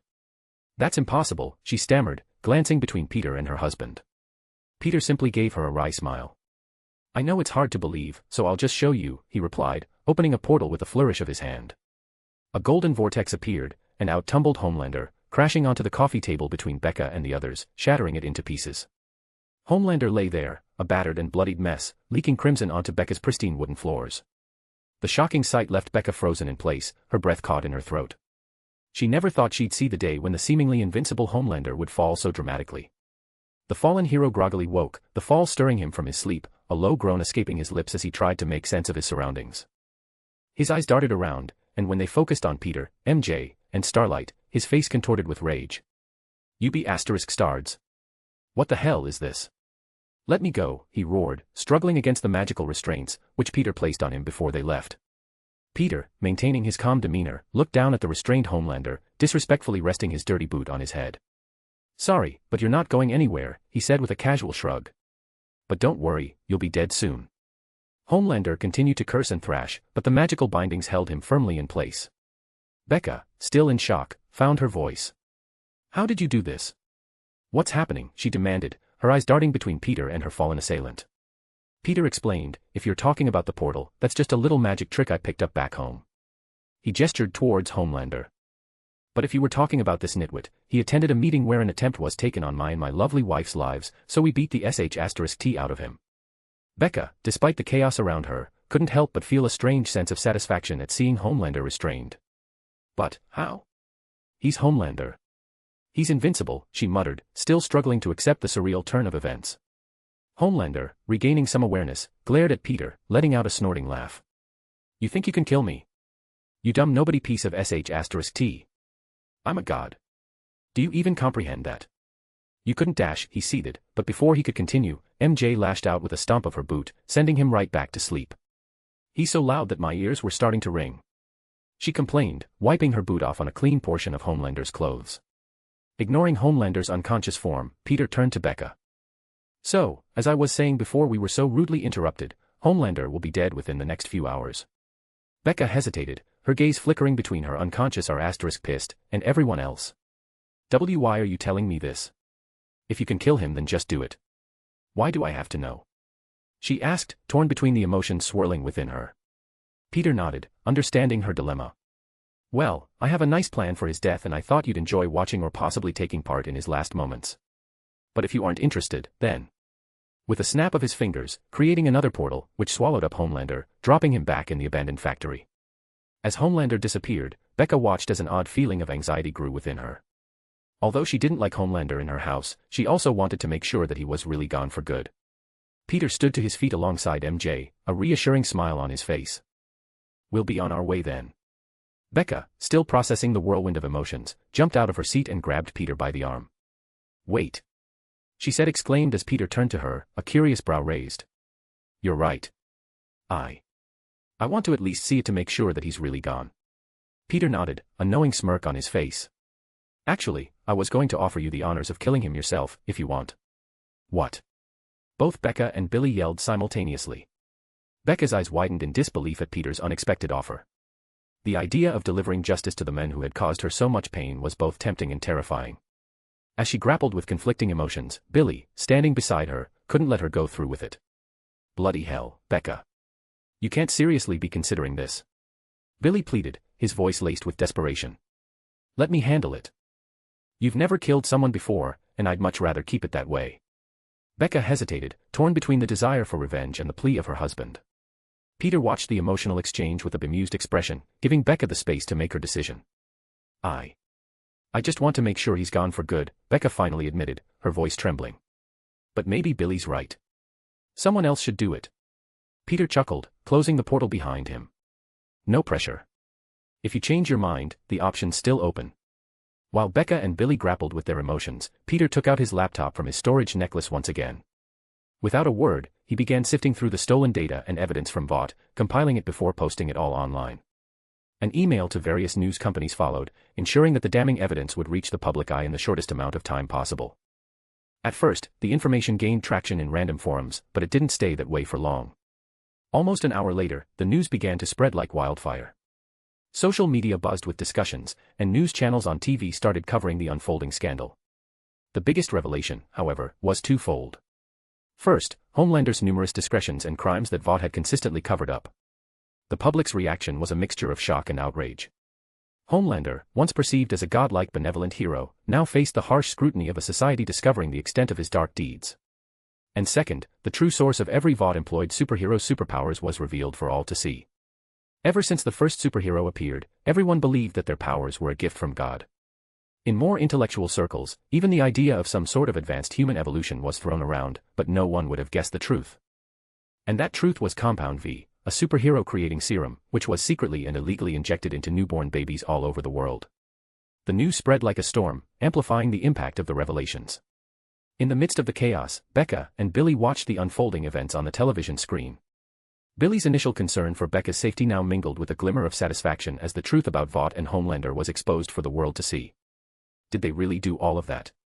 Becca asked. Yeah, and now that the cat's out of the bag, the stage is set for our little execution. Peter, with a mischievous grin, opened a portal and deposited Homelander back into the room before waking him with a swift kick to the face. Ah. Homelander groaned, struggling to rise, disoriented from all of the abuse he's endured. Peter raised the volume of the TV, ensuring Homelander could hear the news anchor detailing his numerous crimes. The news anchor's voice echoed through the room, recounting each atrocity Homelander had committed. Peter reveled in the moment, enjoying the sight of Homelander's perfect image crumbling before him. With a taunting smirk, Peter addressed the fallen hero, "Seems like your reputation is in shambles. Guess you're not so godly after all." Homelander's eyes burned with rage as he cursed and berated Peter, desperate to break free from the magical restraints. His attempts were futile, leaving him trapped and vulnerable. Peter, summoning a sword made of eldritch energy, held it out towards Becca, offering her the chance to end Homelander herself. "Here's your golden opportunity," Peter teased, his voice echoing through the tense room. "Are you sure you don't want to be the one to do it?" Becca stared at the glimmering blade, fear etched across her face. Her hand trembled as it hovered near the weapon, torn between the desire for justice and the horror of taking a life. "You can be the one that makes him pay for everything he's done to you." Peter sounded like the devil as he urged her to commit murder. A moment of hesitation lingered, and then Becca pulled her hand away, shaking her head. "No, I'm sorry. I can't." She couldn't bring herself to do it.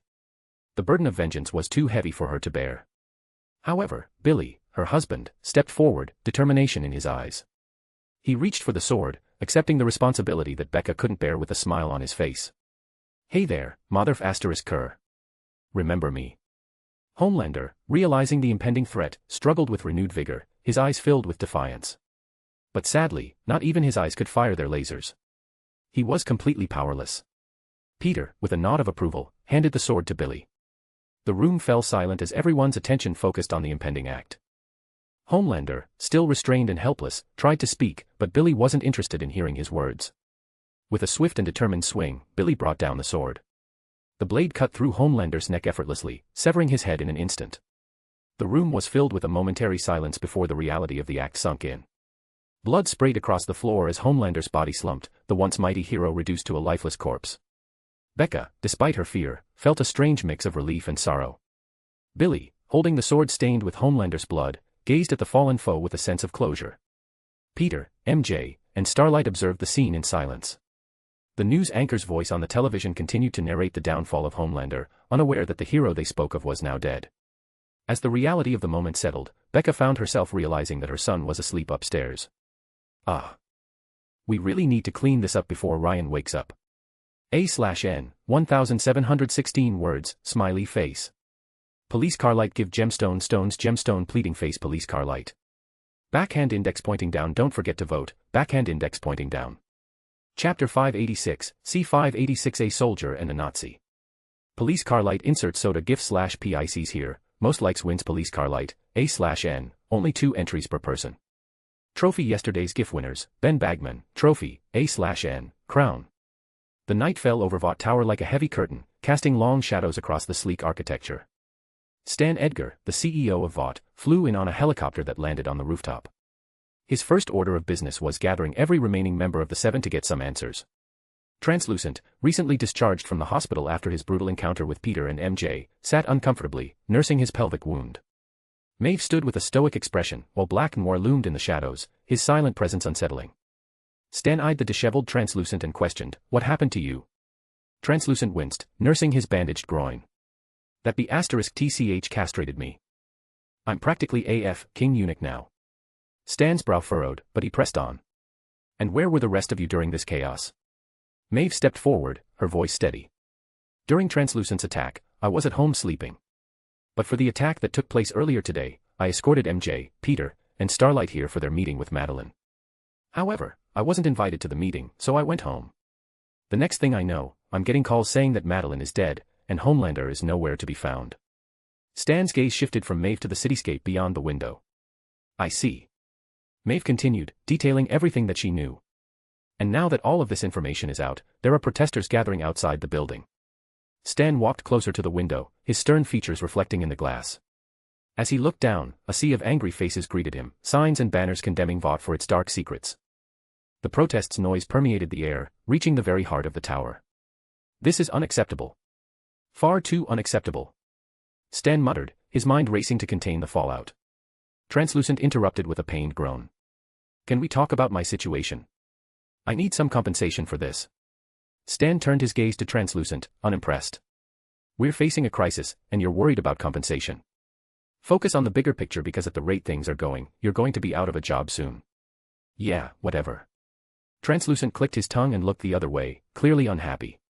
As Translucent sulked like a hormonal teenager, suddenly, the doors flung open catching everyone off guard. An unfamiliar brown-haired woman in a black and red superhero costume strode into the room, her electrified presence crackling in the air. Insert picture of Stormfront here. Stan Edgar, ignoring the confused heroes in the room, immediately questioned, "Did you bring him?" Stormfront nodded, her gaze unwavering. Following her, another figure emerged from the shadows, shocking everyone with his presence. Soldier Boy, the first American superhero, and the most powerful before Homelander came around, appeared before them, looking just as young as the history books portrayed. Though he did look a bit disheveled and unkempt as well. Insert picture of Soldier Boy here. He was exactly where you said he'd be. Stormfront said, which seemed to irk Soldier Boy. "Let's talk about that, shall we?" He says as he steps up, glaring directly at Stan. "If you knew exactly where I was this entire time, why the hell didn't you come get me sooner?" In 1984, Soldier Boy and his team were sent on a mission out of the country, but little did he know that his team would use a Soviet attack as an opportunity to betray him. After fighting through swarms of enemies, Soldier Boy soon found himself ambushed by his teammates who launched a brutal attack against him. Although he put up a good fight, even managing to burn off some of Noir's face with a burning car and cause him brain damage with his shield, the team were successful in knocking Soldier Boy out, and then handed him over to the Russians, where he's lived as a lab rat ever since. Of course, Vought covered up his death by claiming that Soldier Boy had died a hero, sacrificing himself to stop a nuclear meltdown in Ohio. Stan, recognizing the gravity of the situation, had called in these heavy hitters to salvage the chaos that had erupted within Vought, but calling them also seemed to bring him even more problems. Stan turned to acknowledge Soldier Boy, his face as unreadable as ever. "We found out about your captivity around 20 years ago, but at that point you were deemed unimportant." Soldier Boy scowled, his entire being vibrating with rage. "Unimportant? I'm the strongest soup to ever live, you sniveling little sh*t. Were." Stormfront suddenly spoke. "What the f***ck did you just say?" Soldier Boy asked gruffly. "You were the strongest superhero, but that's changed." She clarifies, a smug smirk on her face. Turning back to Stan, Soldier Boy asks, "What's she talking about?" Stan turned to Stormfront. "Do you want to be the one to tell him?" he asked, gesturing towards Soldier Boy. Stormfront's lips curled into a smug smile as she spoke, revealing the revelation that would rock the very foundations of Soldier Boy's understanding of his own life. "Homelander, who is basically your replacement but better, is our son. Have you heard of him? Or did the Russians keep you in the dark?" A stunned silence enveloped the room. Soldier Boy's eyes widened, his features contorting into a mixture of shock and disbelief. He was frozen, unable to comprehend the bombshell dropped on him by a woman that he didn't even recognize. "Homelander is our son." Soldier Boy finally managed to utter, the weight of the revelation settling heavily upon him. Stan nodded, maintaining his composed demeanor. "When you died, we used your sperm and one of her eggs to create the greatest superhero the world has ever seen. Homelander." The room crackled with tension as Soldier Boy, Translucent, Maeve, and even the usually stoic Black Noir grappled with the enormity of the revelation. The implications of Homelander's true parentage hung in the air like a storm waiting to unleash its fury. "Which is why we brought you here," Stan said, drawing Soldier Boy's attention. "Your son has been kidnapped. We need to find him before he gets himself in even more trouble." Soldier Boy, however, was the epicenter of the emotional whirlwind. His fists clenched, and his jaw tightened as he processed the betrayal and manipulation that had defined his life. Kidnapped? Who the f***ck cares? He's a grown ass man. Soldier Boy's voice trembled with anger. "I was betrayed by my own team, handed over to the Russians, and left to rot as a lab rat for decades. And you have the nerve to ask for my help with some science experiment kid that I don't even know. He's our son." Stormfront frowned at his word. "Wait a second." Soldier Boy suddenly realized who she was. "You're Liberty, aren't you? You look different." "Well, a girl's gotta switch things up every once in a while." Stormfront shrugged. Stormfront, just like Soldier Boy, has barely aged at all since World War II when they were both given their doses of Compound V. Though her new superhero name and style seemed to be working, as Soldier Boy barely recognized her. Pressed for time, Stan stepped forward, his tone measured. "Soldier Boy, we understand this revelation is a lot to take in, but we need your help to find your son. Whatever it takes, name your price." Soldier Boy, still seething with resentment, glared at them. "You think throwing money at me will make everything okay? After what you did to me?"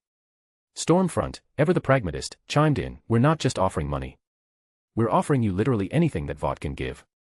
Sadly, unlike you, Homelander is too precious of a test subject to fall into enemy hands." Stan nodded alongside her. "Yes, he needs to be either brought back or incinerated upon his death." Soldier Boy hesitated, the conflicting emotions evident on his face. "You know what? F***ck it. I'll help, but you're paying an arm and leg for my services, and I want a favor from Vought, which I'll cash in whenever I need, saying that you'll do one thing for me, no matter what it is." Stan nodded, acknowledging the compromise. "Agreed. You help us retrieve Homelander, and we'll make sure you get whatever you desire. Money, resources, vengeance, consider it all on the table." Stormfront added with a sly smile, "Well, let's head out and find our son, Daddy. We have a lot of lost time to make up for." Soldier Boy's scowl softened, a hint of lust flickering in his eyes. "All right, but how are we supposed to find him?" Stan taps a button on the table, which lights up a screen on the wall, displaying a precise GPS location. "Homelander has a tracking chip." Maeve muttered in shock. "Does he know about this?" she asked, knowing he wouldn't take kindly to such a thing. "No." Stan shook his head as he shooed everyone out of the room. "Now, go and bring that useless boy back. Dead or alive, I don't care, just don't leave any samples behind. His DNA is too valuable." As the team prepared to head out, Maeve discreetly pulled out her phone and sent a warning text, typing as quickly as she could before following after her new team members. In an open field away from prying eyes, Peter's phone buzzed with Maeve's message, cautioning him about the approaching Vought team. He didn't expect her to try to side with him over Vought, but appreciated the information nonetheless.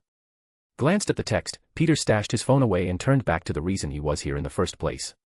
Homelander's lifeless body lay at his feet, ready to be disposed of. Originally planning to incinerate the remains, Peter now decided to wait for the impending arrival of Soldier Boy and Stormfront. Soldier Boy's not too bad, so I might keep him alive depending on how he acts. But Stormfront has to go. After all, I can't spare Nazis. Steve would be P** said if he found out.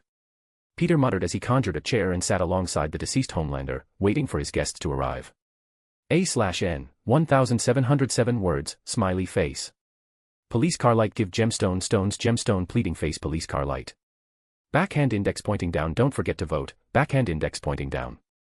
Chapter 587, C587 punching a Nazi.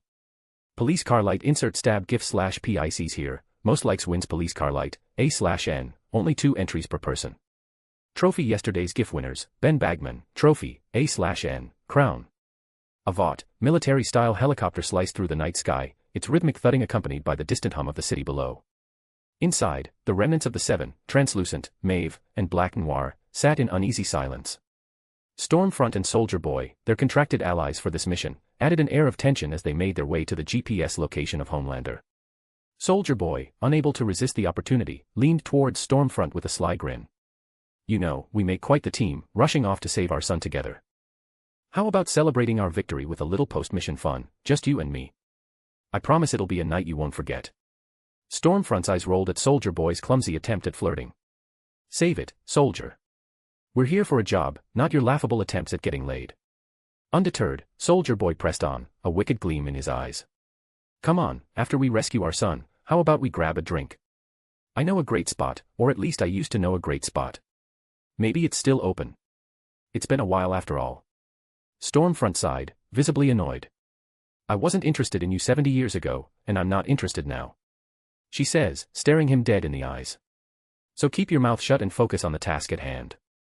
And if you don't stop, I might just throw you out of this helicopter.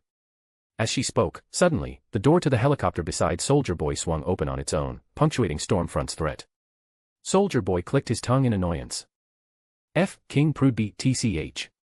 He muttered as he turned away, eliciting an eye roll from Stormfront as she closed the door. The remaining members of the 7 exchanged incredulous glances, still processing the bombshell revelation that these 2 people were Homelander's parents. It was a freaky situation, which would no doubt get ever worse when Homelander finds out. As the helicopter continued its journey, Stormfront couldn't help but express her frustration with the situation. Why in the world am I stuck in this flying tin can with all of you? I can fly myself, for Christ's sake. Maeve, breaking her silence, responded, if you fly ahead of us, it might tip off the people who took Homelander. We need the element of surprise. Not to mention the fact that they were able to defeat Homelander in the first place, which means we'll have to work together if we want to stay alive and complete the mission. Of course, Maeve was just talking out of her ass at this point. She knew they wouldn't have the element of surprise since she warned Peter of their arrival. And she also knew that they wouldn't be able to complete this mission, as their opponents were just too strong, which is why she sent that message in the first place. Vought is a sinking ship, and she was ready to jump off onto the nearest lifeboat. Stormfront grumbled, reluctantly acknowledging the logic behind Maeve's words. Fine, you're right. She muttered as her and the rest of the passengers descended into an awkward silence. Though that silence was soon broken by Soldier Boy, who turned to Translucent, a curious look on his face. So, you lost your DCK and balls, huh? Translucent, unable to hold himself back, replied. F***CKU. The Vought helicopter descended within a few miles of Homelander's supposed location. The team disembarked, the soft thud of their boots hitting the ground signaling the transition from air to earth. The decision to cover the remaining distance on foot was unanimous.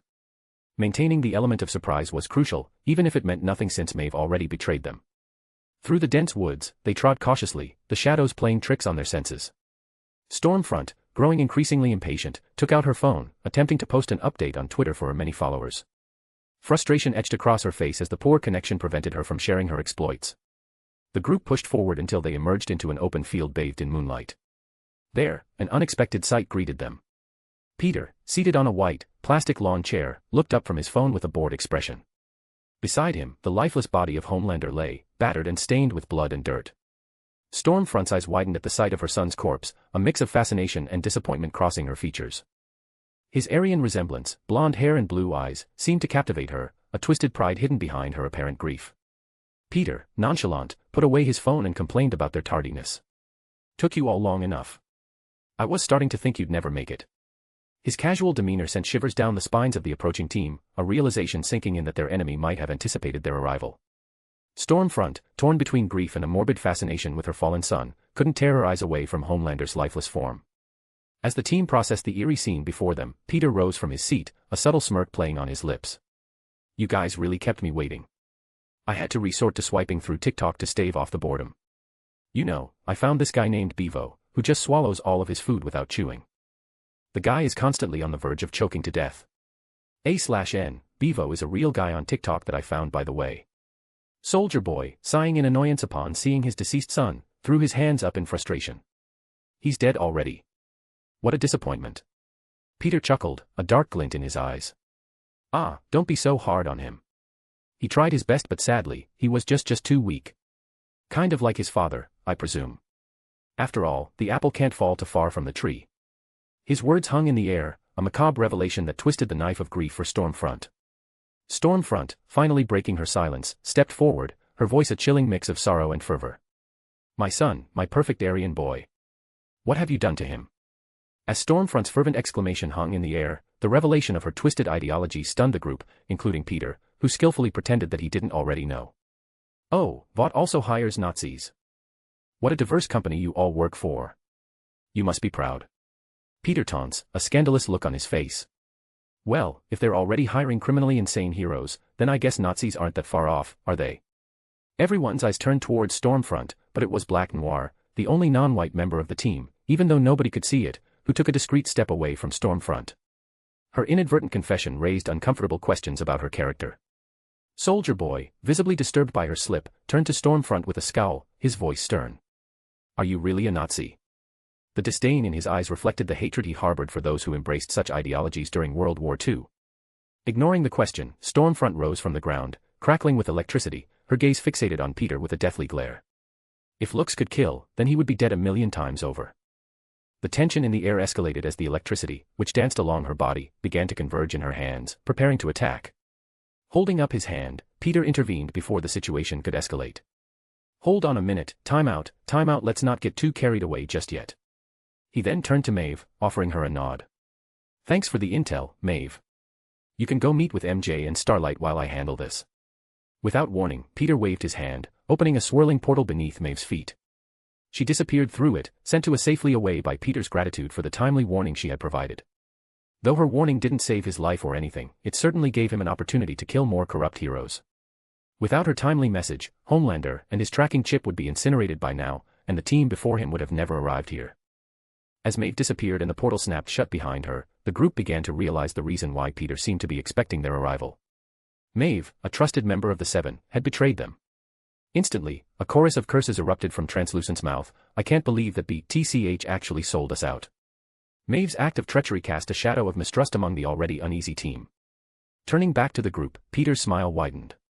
"Now, let's get down to business, shall we?" With that, he vanished in a blur of speed, reappearing beside Stormfront in midair. Stormfront's eyes widened in shock as his fist collided with her stomach, sending her hurtling into the tree line. Trees splintered and crashed as she disappeared from view. The remaining members of the Seven, Soldier Boy, Translucent, and Black Noir, watched in awe, disbelief, anxiety, fear.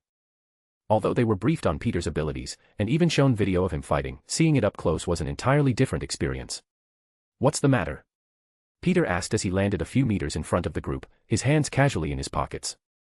"I thought you guys came here to fight. What are you waiting for?" A/N, 1563 words, smiley face. Police car light give gemstone stones gemstone pleading face police car light. Backhand index pointing down don't forget to vote, backhand index pointing down. Chapter 588, see 588 spare 2 and kill the rest. Police car light insert strong gif/PICs here, most likes wins police car light, A/N, only 2 entries per person. Trophy yesterday's GIF winners, Ben Bagman, trophy, A/N, crown. Stormfront burst out of the tree line, blood dripping from her mouth, a manifestation of her injuries. Lightning danced around her body, a chaotic display of her electric power. With a feral growl, she charged towards Peter, fueled by a mix of grief and rage. Two massive trees rose behind her, manipulated by her telekinesis. With a flick of her wrist, she hurled them forward, aiming to crush Peter beneath their colossal weight. The trees soared through the air, guided by Stormfront's sinister intent. Yet, Peter, with a calm confidence, observed the incoming threat. Time seemed to slow as he effortlessly caught the first tree, muscles tensing with the minimal effort required. Swinging the captured tree, he expertly batted the second one away, redirecting the danger with a graceful motion. Stormfront, undeterred, continued her airborne assault. As she soared toward him, Peter swung the tree once more, connecting with a satisfying impact. The electrified Stormfront was sent spinning through the air like a disoriented comet, a painful expression etched across her face. As Stormfront flew away like a home run, Peter nonchalantly tossed the tree aside. His attention shifted to the remaining members of the Seven, Translucent, Black Noir, and Soldier Boy. The battlefield now brimmed with a tense atmosphere, each hero sizing up the other. Peter, unscathed and eerily composed, faced the trio before him. "You know, there's actually two of you that I wouldn't mind sparing, but the rest of you are definitely going to die tonight," he remarked with a smirk, his hands casually returning to his pockets. Soldier Boy seethed at Peter's words, seeing them as a clear disrespect to his strength. "Spare me? Are you out of your goddamn mind?" Meanwhile, Translucent and Black Noir exchanged uncertain glances, wondering which of them he was talking about. Of course, Peter was talking about Black Noir and Soldier Boy. First, Black Noir is perhaps the most feared member of the Seven, other than Homelander. He's often dispatched for his lethal combat skills, ruthlessness, near indestructibility, and extraordinary strength. While being completely ruthless towards his opponents, he appears to have a soft spot for innocent life, which was shown in the show. His compassion also extends to animals, which was always good to see. But despite showing the capacity for compassion towards others, Noir has shown that he has no hesitation when it comes to using deadly force to take out targets or killing any witnesses that could pose as potential problems. Of course, Peter didn't mind the ruthlessness toward his enemies, but innocent bystanders are a completely different story. And of course, the Captain America knockoff himself, Soldier Boy. The Soldier Boy that the world knows as a patriotic hero who represents the values of bravery, diligence, sacrifice and American exceptionalism, showing humility when congratulated for his feats in WW2. In truth, however, he is an arrogant, pompous and macho individual, but he still had some level of humility in his early days. Actually, he began as a man with noble intentions to protect and serve his country but later descended into villainy because of power. In his childhood and youth, Soldier Boy was a troubled child. Disorganized, undisciplined and irresponsible. These were traits that severely disgusted his abusive father, who viewed him as nothing more or less than a simple disappointment and deemed him unworthy to carry the family name. His father's treatment of him etched a profound mark on Soldier Boy's personality, haunting him throughout his life. The harshness and rejection from his own father, even after he became a world-famous hero, left him bitter, shaping the man he is today. He grew into an individual characterized by arrogance, callousness, and recklessness, projecting an air of masculine superiority. Unluckily, things weren't looking so good for the rest of the squad. Stormfront and Translucent would die tonight since one of them is a Nazi who takes pleasure in murdering races of people that are not her own, just like how she killed an entire apartment building full of people in the show. Meanwhile, the other is a pervert whom Peter's wife hates. "Sorry, buddy, but you have to go too." He was given the chance to run off and avoid Peter's attention, but sadly, he chose not to take it and came here. Noir and Soldier Boy technically deserve to die, but I wouldn't mind giving them another chance if they're really willing to change. Peter thought as his spider senses suddenly started tingling. Soldier Boy, affronted by Peter's declaration of sparing him, charged forward with his shield in hand. The rhythmic thud of his boots echoed in the tense atmosphere. With a roar, he swung his shield at Peter, aiming to strike him down with a display of brute force. However, Peter, seemingly unfazed, extended his hand, effortlessly stopping the attack in its tracks. The sudden halt of the shield caught Soldier Boy off guard, disbelief etched across his face. Before he could process what happened, Peter swiftly disarmed him, pulling the shield from his grasp. "Go take a seat, old man," Peter calmly suggested, his voice carrying a hint of mockery. With a swift motion, he delivered a resounding slap to Soldier Boy's face, sending him tumbling away, a mix of shock and humiliation on his features. Turning to Black Noir, Peter raised an eyebrow. "You, too. Take a seat if you want to live," he advised, a tone of warning in his voice. However, Black Noir, unwavering in his loyalty to Vought and his mission, ignored the command. With determination burning in his eyes, he unsheathed a sword from his back, ready to engage Peter in battle. Peter, though respecting Noir's loyalty, found the situation more irritating than anything else. As Noir closed in, brandishing the sword, Peter couldn't help but frown. Loyalty can be a real pain, you know, he muttered to himself, preparing for Noir's attack. Noir swung the sword with precision, but Peter, with a casual snap of his fingers, invoked a hint of magic. The steel of the sword transformed into a whimsical balloon animal sword, an absurd creation that any budget clown could fashion in seconds. The balloon sword, devoid of any threat, collided harmlessly with Peter, who stood there unscathed. Peter looked at the bewildered Black Noir inside. "You're making this harder than it needs to be." He gestured for Noir to wait with Soldier Boy, who was slowly picking himself up from the ground after the earlier attack. Reluctantly, Black Noir walked off, joining Soldier Boy on the sidelines. Though Soldier Boy didn't look like he would be standing still for long, his entire being seething in rage as his chest began to glow in a bright yellow light. "Oh, that's not good," Peter muttered, though his demeanor didn't change much, seemingly unworried. During his captivity, Russian scientists performed an experiment on Soldier Boy that included inserting radioactive material into his body. This caused him to emit high levels of radiation from that point on. Now, whenever he's overwhelmed, this new radioactive power goes haywire, releasing a deadly explosion of radiation. Seeing that an explosion was imminent, Peter calmly prepared to contain the potential catastrophe. However, before he could act, Translucent, realizing he wasn't among those Peter planned to spare, seized the opportunity. Turning invisible and discarding his clothes, Translucent circled around to Peter's back, attempting to gain the upper hand. With a swift, nearly silent movement, he reached out to twist Peter's neck. However, just before his unseen fingers could make contact, a groan of annoyance echoed in the air. Peter, without even turning around, reached back, piercing his hand through Translucent's chest. The invisible hero's eyes widened in surprise, his attempt thwarted by Peter's acute senses and reflexes. "I'm a bit busy right now," Peter remarked casually, his tone dismissive.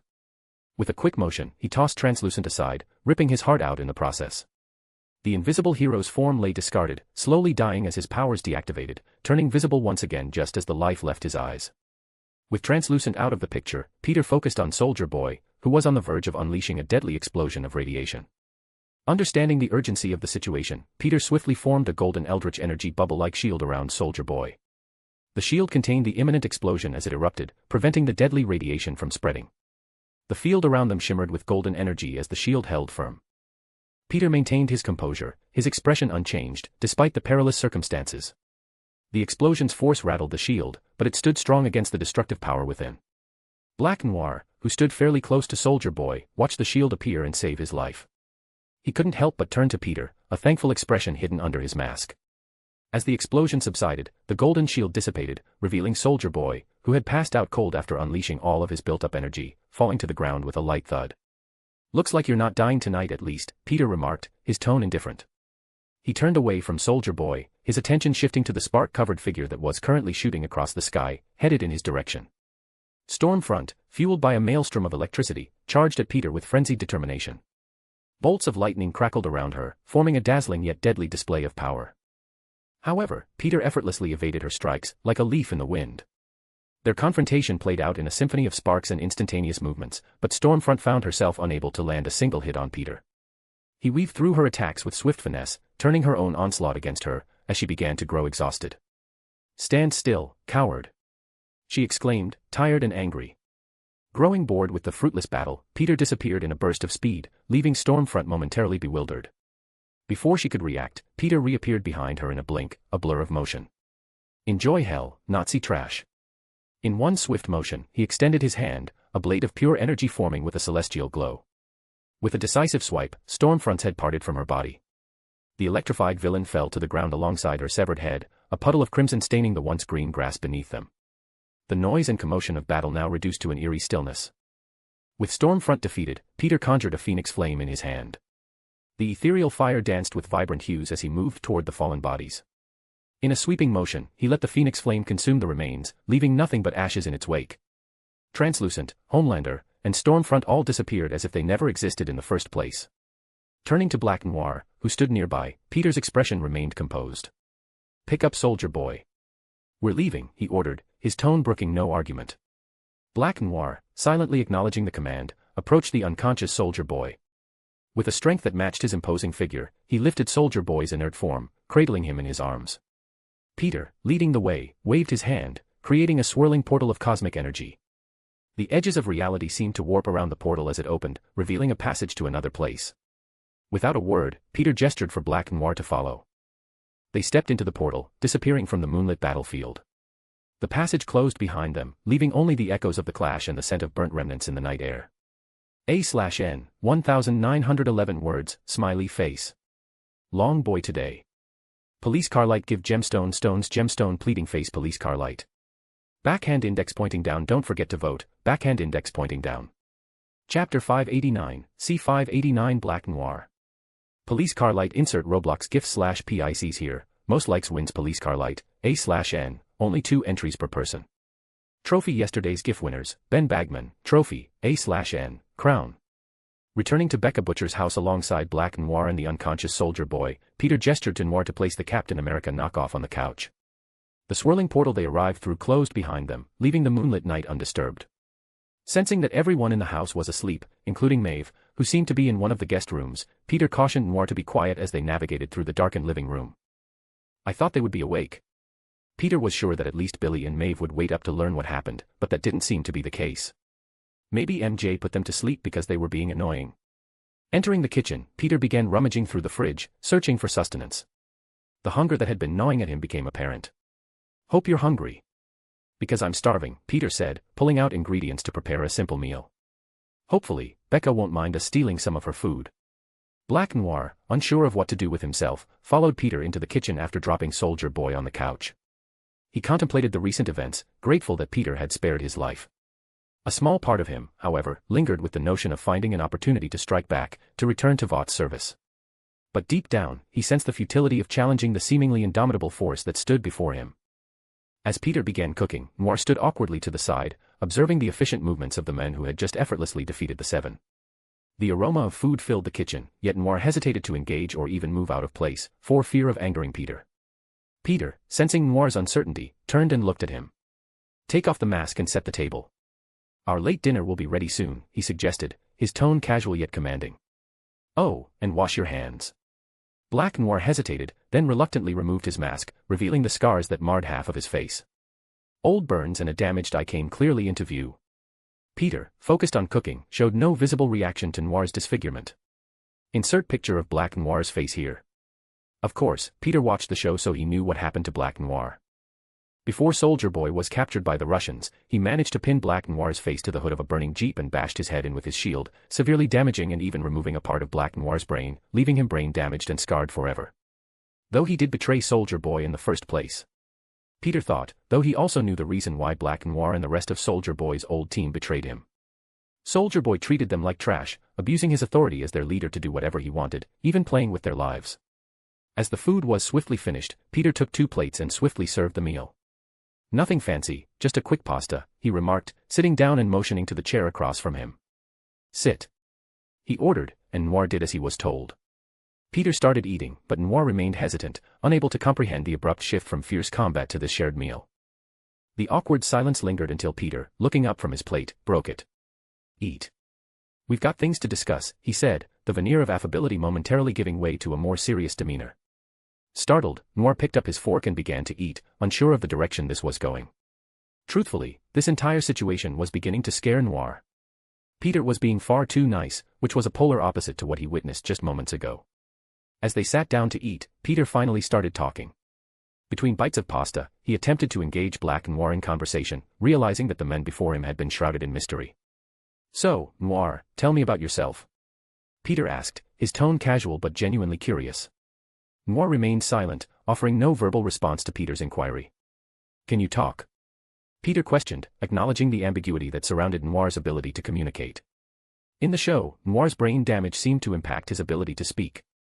Although some fans believed that he could speak but just chose not to, his current silence seemed to disprove that. A subtle shake of the head from Noir was all the response Peter needed. It was a revelation that he expected. As Peter continued his meal, he contemplated whether he should heal him or not. Can I even heal a brain injury? The scars and the eye would be easy, but the brain was a much more complicated organ. Finishing his food, Peter set down his fork and looked directly at Noir. The question that followed caught the battle-hardened hero off guard. Would you like to talk again? Peter asked, his gaze steady. Noir sat still for a moment, the unexpected question sinking in. Confusion clouded his scarred features, but as Peter repeated himself, Noir jolted from his shocked stupor and hesitantly nodded. The prospect of regaining his voice seemed both improbable and surreal. Stay still, Peter instructed, a serious undertone in his voice. As he waved his hand, intricate golden spell circles materialized in front of him. Noir watched with a mix of fascination and apprehension as the spell circles completed their formation and shot towards him. Before Noir could react, the spell held him in place, rooting him to the chair. Panic flickered in his eyes, a silent plea for reassurance. Peter, undeterred, snapped his fingers, conjuring a mirror on the table before Noir. The reflective surface showcased the spell's transformative work, a golden light enveloping Noir's scarred visage. As minutes passed, Noir witnessed a miraculous change. The scars that adorned his face vanished, leaving smooth, unblemished skin in their wake. Even the cloudy, damaged eye underwent a transformation, gradually reverting to its original state. The spell's healing touch extended beyond the visible, mending the unseen wounds within Noir's brain, regrow the part of his lost brain. Insert picture of Noir's original face here. As the golden glow faded, Peter released the spell's hold on Noir. The mute hero sat there, speechless, as the reality of the transformation settled in. This is me. Noir thought, shocked by his own reflection. Staring at his reflection in the mirror, Black Noir couldn't believe what he was seeing. His once scarred and damaged face had transformed into perfection. The smooth skin felt unfamiliar under his fingertips as he cautiously explored the features that had haunted him for years.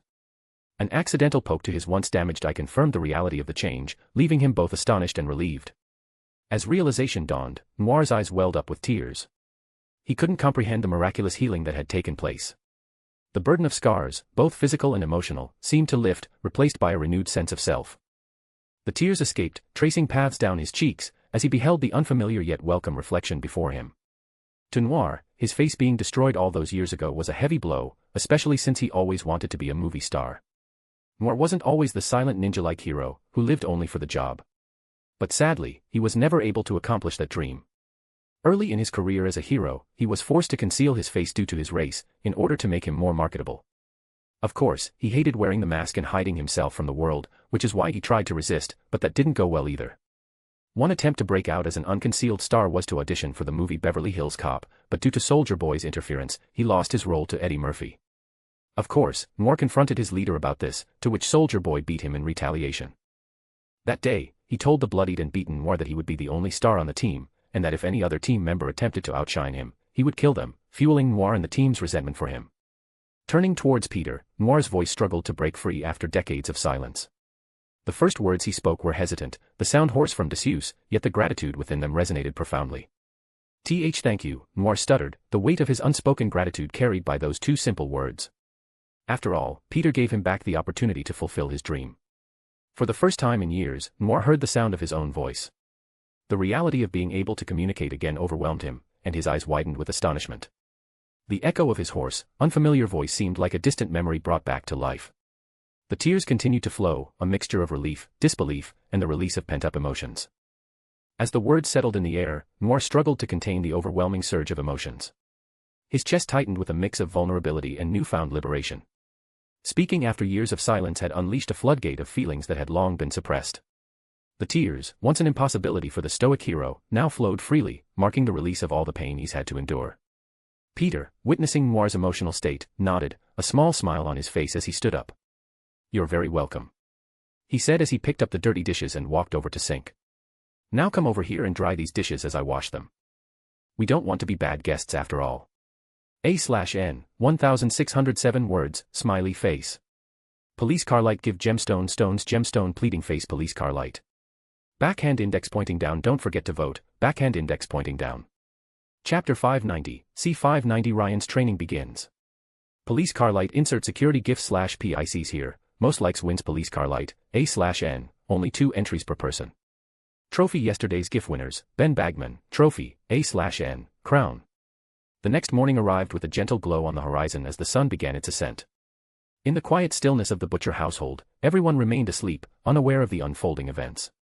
Ryan Butcher, however, stirred awake in his bed, a sense of disorientation lingering from his meeting with his father and subsequent awakening of his powers. Eager to make sense of the situation, as he hadn't fully realized that he awakened superpowers, Ryan leaped out of bed, his enthusiasm skyrocketing as he thought of his new father. He didn't leave, did he? Rushing to the door, Ryan gripped the doorknob with what he believed was ordinary strength. However, as his hand squeezed the metal knob, a loud clanking sound was heard as he inadvertently shattered it. Shocked by what happened, Ryan accidentally pulled backwards, breaking the entire door off of its hinges. What? Ryan muttered as he released the door, sending it crashing to the floor. Panicking at the sudden display of power, Ryan's heightened senses began to play tricks on him. Sounds from the surrounding neighborhood bombarded his ears, an overwhelming symphony of sprinklers, car engines, alarm clocks, and just about anything else created a disorienting whirlwind that overwhelmed his senses. Downstairs, Peter, who just finished the dishes with Black Noir, patiently waited for Soldier Boy to wake up. He knew that sleeping was pointless at this point. By the time he went to sleep, everyone would be waking up, not to mention Soldier Boy, who would no doubt cause trouble upon his awakening. However, as Peter was hanging around with Noir, his enhanced senses suddenly picked up the growing chaos emanating from Ryan's room. Recognizing the urgency, he swiftly rose from his seat, leaving Noir behind. Bounding up the stairs with agility, Peter reached Ryan's room just in time to witness the bewildered young man grappling with his uncontrollable abilities, his eyes beginning to glow with the telltale signs of heat vision once again. Recognizing the signs of a potential disaster, Peter wasted no time. He raised his hands, conjuring a calming spell to pacify the tumultuous storm within Ryan's mind. As the spell took effect, Ryan felt a soothing wave wash over him, alleviating the panic and confusion that had gripped his senses. Simultaneously, his unbridled powers subsided, allowing him to regain control for the time being. The room, once filled with the remnants of an unintentional rampage, began to settle. Breathing heavily, Ryan looked at Peter with a mix of gratitude and bewilderment. Who are you? What's happening to me?" he stammered, still trying to comprehend the sudden emergence of powers beyond his understanding. "I'm Peter, and you?" Peter, wearing a reassuring smile, spoke, his voicing taking an English tilt to it. "You're a wizard, Harry." "I'm a what?" Ryan asked back before he realized what Peter was quoting. "Hey. This isn't Harry Potter and my name is Ryan." "Oh, my bad. Wrong universe." Helping Ryan steady himself, Peter guided him to a chair. "First things first, take a deep breath. Your powers might be a bit overwhelming at first, but we'll get them under control." Ryan took a breath before looking up at Peter. "What do you mean powers?" he asked before realization struck once again. "Wait. Do I have superpowers? Am I a superhero?" Sitting beside Ryan, who was practically bouncing in his seat right now, Peter nodded his head. "Yup, congratulations, Ryan. You get to live every kid's dream." As the realization of his newfound powers settled in, Ryan's eyes widened with a mix of excitement and confusion. Sitting across from him, Peter adopted a serious demeanor, understanding the importance of addressing the situation at hand. "All right, Ryan," Peter began, leaning forward. "I know this might feel like a dream come true, but having superpowers is no joke. It comes with an inherent responsibility, a responsibility to keep your powers under control. I'm not going to sit here and tell you that you have to use your powers for good, because truthfully, that's your choice. But what you have to do is keep yourself under control so you don't hurt yourself or anyone around you." Ryan, still processing the magnitude of his abilities, looked at Peter with a mix of curiosity and apprehension. "What do you mean?" he asked, his voice tinged with a hint of nervousness. Peter took a deep breath, choosing his words carefully. "These powers of yours can be incredibly dangerous if you can't control them. You could accidentally hurt people, even those you care about, including your mom. After all, this is the boys' universe, so anything could happen. Accidental deaths due to unchecked superpowered individuals was a regular occurrence in this world. Ryan had to be careful or else he might just do something that he'd regret for the rest of his life." Concern flickered in Ryan's eyes as he absorbed Peter's words. The gravity of the situation began to sink in, and Peter could see the weight of responsibility settling on the young man's shoulders. "I don't want to scare you," Peter continued, softening his tone. "But it's crucial to understand that these powers aren't just toys for you to play around with, nor do they make you better than anyone else. You're not invincible, and your actions can have serious consequences." Ryan nodded, a mix of determination and uncertainty in his expression. "I get it. But how do I control them? How do I make sure I don't accidentally hurt anyone?" Peter offered a reassuring smile. "Training yourself to understand and harness your powers will take time and practice. But I can help you get started. The same thing that you're currently going through happened to be when I awakened my powers." Ryan's eyes widened as his mind registered what Oder just said. You have powers too?" Peter smirked as he nodded his head. "Yeah, want to see something cool?" he asked, receiving an excited nod in return. "All right, watch this." Turning to the destroyed doorway, Peter snapped his fingers. Before Ryan's shocked and awed eyes, time seemed to reverse as the door on the floor levitated before puzzling itself back into place. But that wasn't all. Ryan watched as the door mended back together, fixing itself in a matter of seconds. "Cool, huh?" Peter smirked. "Was that magic?" Ryan exclaimed, rushing up to the door and rubbing his little hands all over it, inspecting it with a smile plasterer on his face. "Yes, but even magic can be dangerous, just like your powers. But once you learn how to control them, you don't have to worry anymore," Peter said, turning serious once again. Are you ready to start learning control? As Peter spoke, he could see the wheels turning in Ryan's mind. The weight of responsibility mingled with the excitement of being a superhero. I don't want anyone to get hurt because of me, Ryan admitted, a sincerity in his voice that touched Peter. I'm ready. That's the right attitude, Peter affirmed. Now, go get ready. I'll meet you downstairs for your first day of training, he said as he made his way to the door. Don't keep me waiting for too long, or else I'll have to running extra laps. As Peter left, Ryan couldn't help but shiver in fear at Peter's threat. Although running laps didn't sound too bad, especially since he has superpowers, it seemed like it would be more than just normal laps. A couple of hours later, Soldier Boy groggily stirred from his slumber, the recollection of his recent encounter with Peter echoing in his mind. As the fog of sleep slowly lifted, he couldn't shake the memory of Peter effortlessly defeating him as well as his sudden explosion. Before he could delve deeper into his thoughts, the sounds of a commotion reached his ears. Navigating the unfamiliar household, Soldier Boy followed the clamor until he stepped into the backyard. There, he found a young boy, Ryan, maneuvering through what appeared to be a military-style obstacle course. Peter, standing on the sidelines, barked orders like a drill sergeant, urging Ryan through each challenge. Pick up the pace. We don't have all day. Do you want to do another 10 laps or what? Soldier Boy observed in surprise as the boy exhibited superhuman speed, effortlessly leaping over obstacles that would pose a challenge even to seasoned soldiers. The agility and strength displayed hinted at powers beyond the ordinary. Confusion settled in as Soldier Boy noticed peculiar markings covering Ryan's skin. Unbeknownst to him, these markings were a gravity-altering spell, enhancing Ryan's training to a level beyond the capabilities of a normal obstacle course. Peter, with his deep understanding of powers, had woven this magical element into the training regimen. Soon enough, his attention shifted to Black Noir, standing beside Peter with his mask removed. Soldier Boy's eyes widened in disbelief as he saw Noir's face miraculously healed. The scars and burns that Soldier Boy distinctly remembered inflicting on Noir seemed to have vanished, leaving behind unblemished skin. Before Soldier Boy could unravel the mystery further, Peter blew a whistle, signaling the end of Ryan's training session. That's it for today. Good job, kid. You did far better than I thought you would. Your mom and dad will be proud. With a snap of his fingers, Peter lifted the gravity-altering spell from Ryan's body, allowing the boy to return to a normal state. Turning around, Peter waved at Soldier Boy with a casual greeting, as if he knew he was there the entire time. Yo, good morning, my little suicide bomber. Did you sleep well? A/N, 1613 words, smiley face. Police car light give gemstone stones gemstone pleading face police car light. Backhand index pointing down don't forget to vote, backhand index pointing down. Chapter 591, C591 Grandpa Soldier Boy. Police car light insert corporate GIF/PICs here, most likes wins police car light, A/N, only 2 entries per person. Trophy yesterday's GIF winners, Ben Bagman, trophy, A/N, crown. Soldier Boy, still seething with anger from last night's lose, and annoyed by Peter's taunting greeting, was on the verge of charging towards him when, in a blink, Peter appeared right in front of him. A hand casually landed on Soldier Boy's shoulder, and a sudden, overwhelming force pressed down on him, threatening to buckle his knees. His muscles strained against the invisible burden as Soldier Boy found himself frozen in place, powerless to resist the weight that bore down on him. The intense pressure radiated from Peter's touch, leaving Soldier Boy gritting his teeth against the pain. As Peter's face loomed in front of him, Soldier Boy could see that demonic grin etched across his features. It was a sinister smile that hinted at the agony promised if he dared to challenge the mysterious man before him. Peter leaned in, his voice dripping with a deceptive sweetness. Best behavior, Soldier Boy, or you might find yourself in the company of Homelander, Translucent, and Stormfront in the afterlife. Soldier Boy, unable to speak, shot a glare at Peter, his eyes conveying a mixture of defiance and understanding. Peter, satisfied that his point was made, withdrew his hand, relieving Soldier Boy of the crushing force.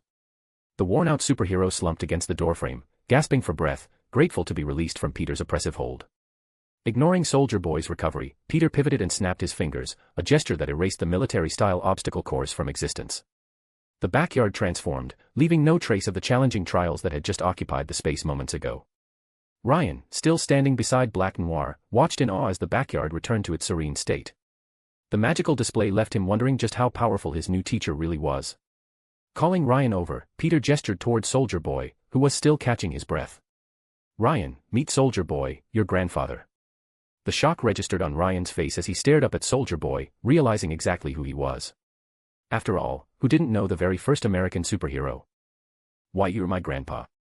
Soldier Boy, just as shocked as his grandson, wanted to deny it and push the annoying kid away, but one look from Peter set him straight.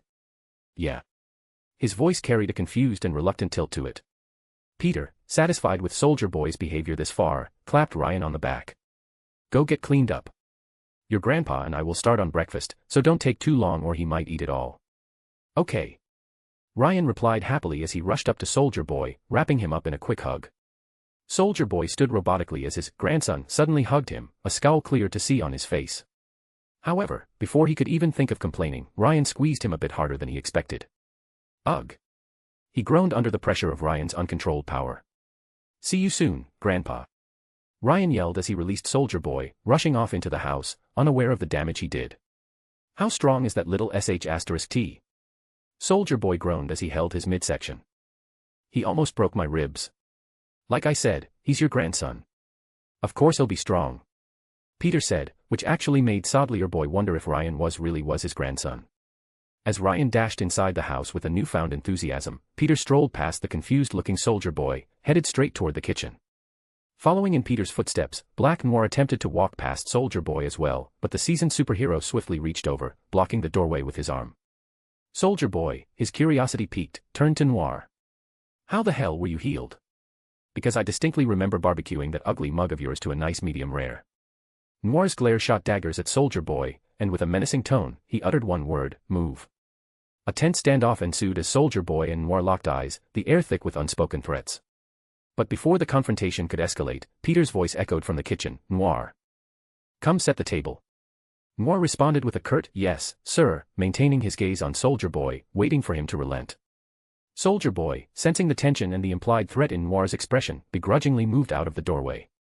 After all, Peter told him to be on his best behavior, or else. Seeing Soldier Boy's compliance, Noir smirked, realizing the extent of Soldier Boy's unease in the presence of Peter. Annoyed by the smug look Noir was giving him, Soldier Boy couldn't resist a parting jab. Get going, Noir. Your new master's calling you. Suddenly, Peter's voice cut through the tension once more. Soldier Boy. Help Noir set the table, and wash those dirty hands before touching anything. I don't want you getting anyone sick. Who knows what strange Russian diseases you've brought back with you. Soldier Boy seethed with rage at being ordered around, but before he could react, Noir walked past him, chuckling as he remarked, come on, your new master's calling you. As Noir headed inside, Soldier Boy reluctantly followed, contemplating whether or not he should just run away. Though something told him that wouldn't be possible. In the kitchen, Soldier Boy begrudgingly followed Noir's lead as they set the table under Peter's watchful eye.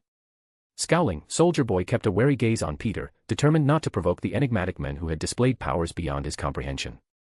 Meanwhile, Peter skillfully worked at the stove, cooking up eggs, bacon, waffles, and much more as the enticing aroma wafted through the kitchen. As the table was set, Soldier Boy took a seat while Noir stood attentively by Peter's side, ready to assist in any way possible. Ever since Peter healed him the previous night, Noir had become Peter's devoted aide, carrying out tasks without a hint of hesitation. Gratitude emanated from Noir towards Peter. Loyalty, once dedicated to Vought, had seamlessly shifted to the mysterious men who held power beyond any he had witnessed. Originally, Noir had contemplated contacting Vought with information about Peter, but after the miraculous healing, his allegiance had shifted, and now he was like a servant, loyal to Peter even in the face of the unknown. Soldier Boy observed Noir's odd behavior, realizing that Peter must have played a role in Noir's healed face and ability to speak. Seated at the table, Soldier Boy found himself with a lot more questions than answers. But sadly, he could exactly demand answers with Peter around. Glancing back at Soldier Boy, who was stewing in his seat, Peter took a moment to break the silence. He turned to Soldier Boy, his expression more serious than the usual mischievous grin. Look, Soldier Boy, I suppose it's time for a little talk. Soldier Boy eyed Peter cautiously, still wary of what he might do. Peter continued, let's start with your new explosive disability. Do you know why you suddenly exploded last night? No. He answered, his hand gripping into fists. Not only was exploding like that not one of his powers, he also couldn't seem to control it. Peter nodded, expecting that answer. Well, when you exploded like a very dangerous firework, I analyzed the energy that you were using. You've got a surplus of radioactive energy inside you, and it seems like your body has changed somehow to keep producing this energy. As Peter detailed the potential dangers of his newfound ability, Soldier Boy listened, absorbing the information. A realization dawned on him, and he muttered under his breath, those damn Russian, they turned me into a walking nuke. Peter nodded, acknowledging Soldier Boy's understanding. Exactly. So, keep your emotions in check. Your little meltdown last night triggered the energy overload. As long as you can keep calm, you won't have to worry about exploding. After all, we don't want you going off like a suicide bomber, do we? Soldier Boy processed the gravity of the situation, realizing the extent of the experimentation that had been inflicted upon him. The weight of his own existence now felt more burdensome, a ticking time bomb of radioactive energy. Can it be fixed? He suddenly asks. What? You don't want the power to blow up anyone who annoys you? Peter asks back. No, I'd rather not risk blowing up in a crowded city. Soldier Boy replied, frowning at Peter's idiotic question. Smiling, Peter liked the answer he got. I guess he isn't a complete lost cause. At least not yet.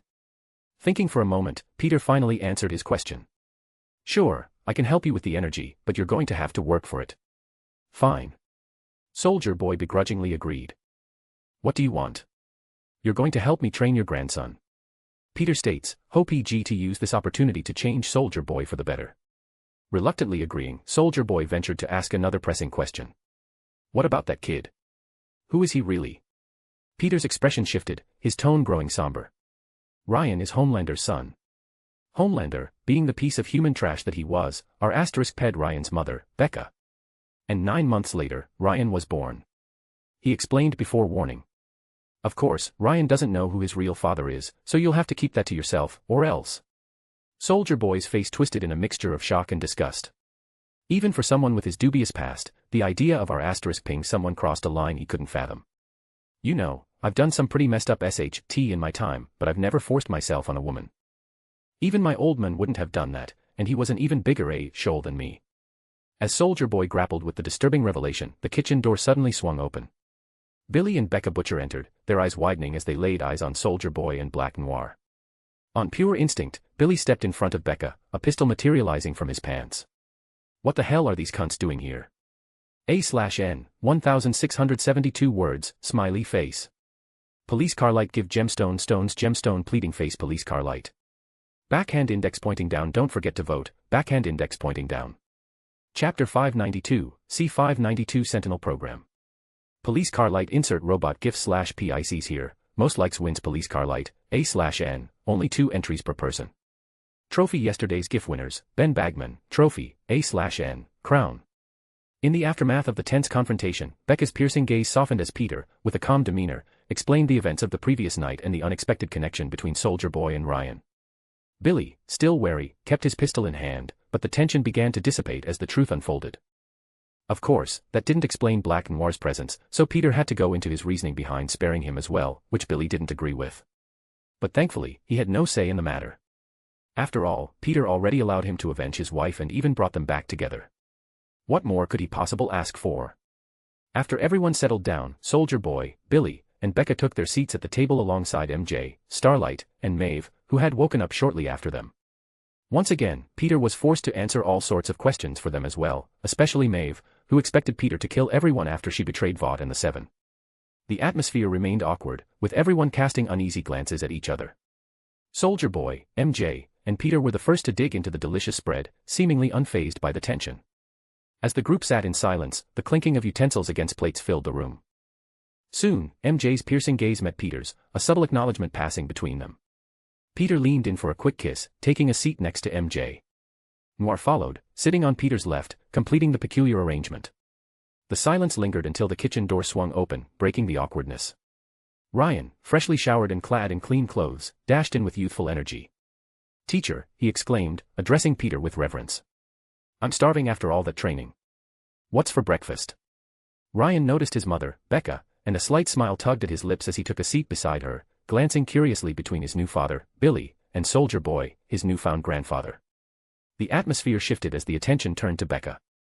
She fixed Peter with a piercing stare, her concern evident. "What training is he talking about?" she demanded, her tone edged with disapproval. "You didn't ask for my permission to train my son." Contrary to the way she was acting, Becca didn't mind Ryan training and learning how to control his powers. The problem for her was that she didn't want her son to turn out like Homelander. He needed to be treated with care and support. Peter, maintaining his composure, nodding his head, "You're right, I probably should have asked before training him. Though he needs to be trained," he said before explaining. "While you were all asleep, Ryan had another outburst from his powers.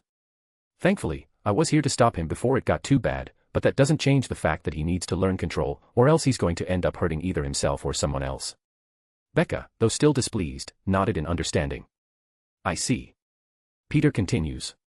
Feel free to ask Ryan about my training. If you or him don't like it, then you can try to find another person to teach him, but I can tell you now that someone else might not be as experienced as I am. And let's not forget that most other people or organizations will probably try to use him for his abilities. I'm merely here to help. Both Becca and Billy couldn't help but agree with Peter's words. Turning to her son, Becca asked, "Do you like training with Peter?" "Yeah. It's hard, but it's really fun too. Did you know that he can do magic?" "He made." Ryan ranted and raved about Peter's abilities as he explained the training he went through. Becca let out a relieved sigh as she realized that Peter didn't put her son through any crazy training. "All right, then you can keep training, but I'd like to watch if that's all right with you too." "Sure, that's fine." Peter shrugged as he gestured to Soldier Boy. "He'll be assisting me in Ryan's training as well." Soldier Boy, nonchalant and busy stuffing bacon into his mouth, grunted in agreement.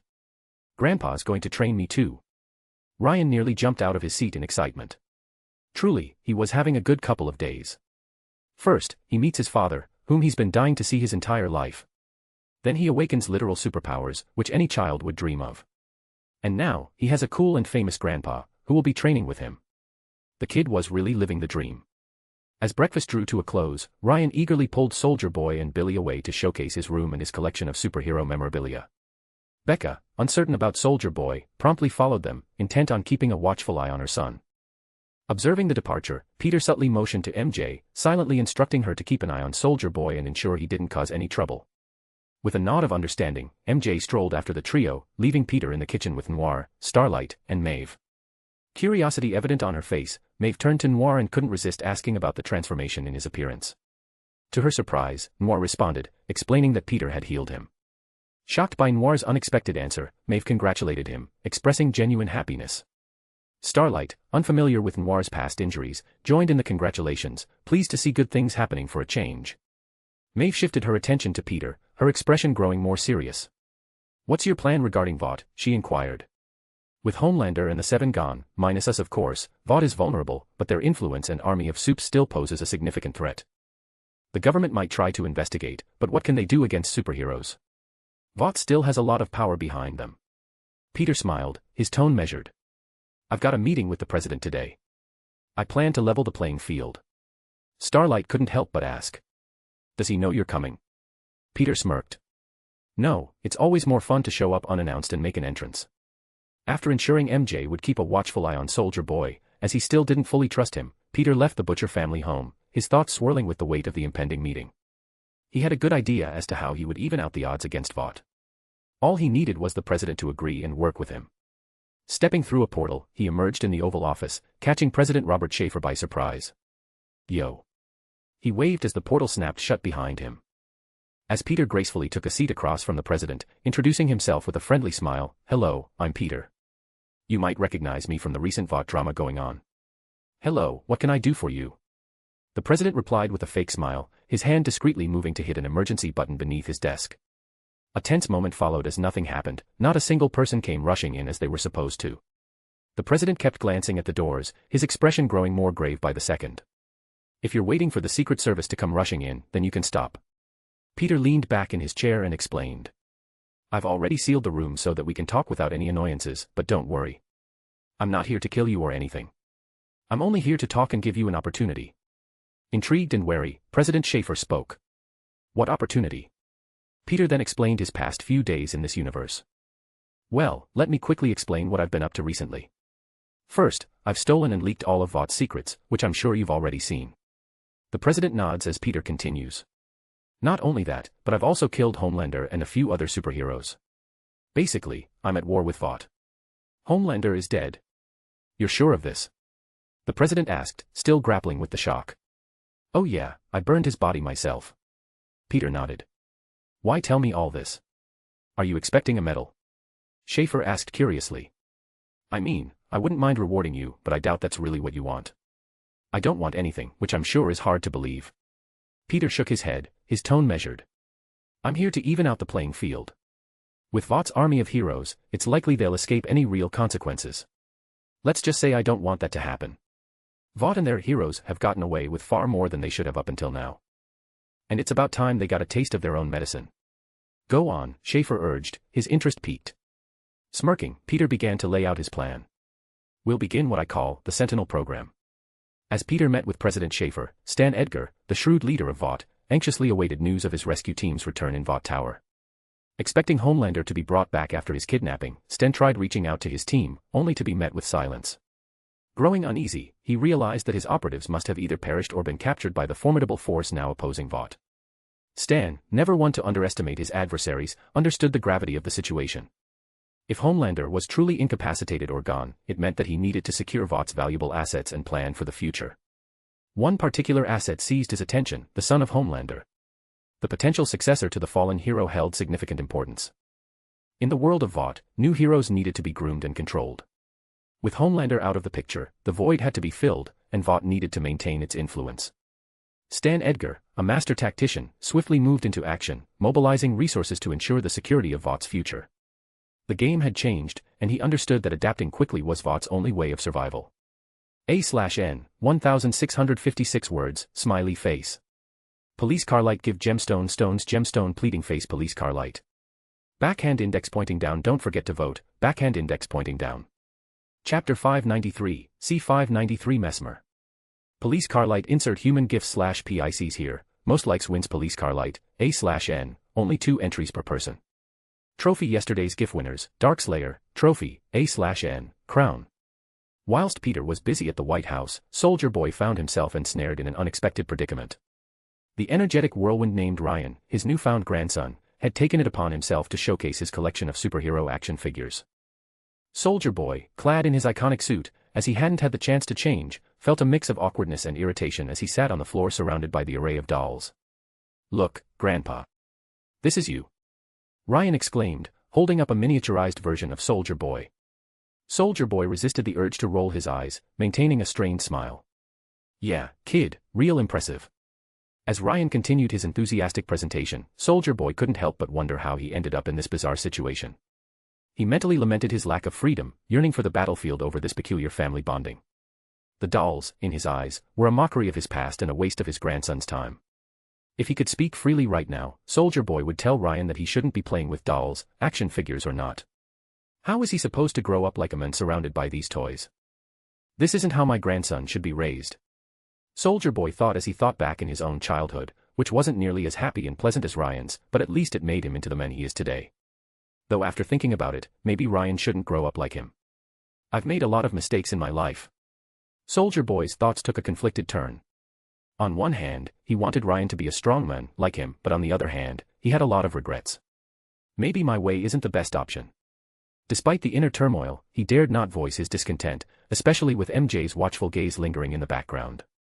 Peter may have left, but even now Soldier Boy refused to make any moves. Something told him that he wouldn't survive if he did. After all, Peter has already spared him once.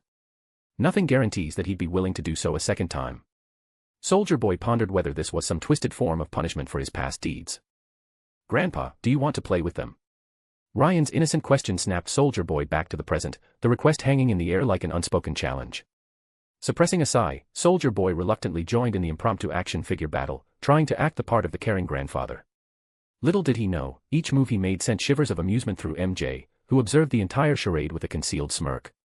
Becca and Billy, still uneasy about Soldier Boy's presence, observed their playtime with cautious curiosity. She couldn't deny the surreal nature of it all but found a strange reassurance in the fact that Peter had left MJ behind to keep an eye on them. Soldier Boy, begrudgingly caught up in the world of superheroes and dolls, felt a strange sense of vulnerability. The battlefield might have been his comfort zone, but navigating the intricate threads of familial interaction proved to be a challenge beyond his accustomed skill set. As the day unfolded, Soldier Boy's interactions with Ryan became a bit less robotic and forced. He even smiled a few times during their interactions, but he would never admit it. Nor would he ever admit to the small piece of his cold icy heart that seemed to warmed up to his grandson's presence. As Soldier Boy engaged in the makeshift superhero battle with Ryan, the echo of childlike laughter filled the room. Amidst the joyous chaos, a sudden shift occurred. Ryan's innocent question hung in the air. "Grandpa, do you want to watch a movie together? I have a bunch of them about you." As Soldier Boy was about to reluctantly agree, seeing as he really had no choice in the matter, suddenly, the distant hum of approaching car engines caught his attention.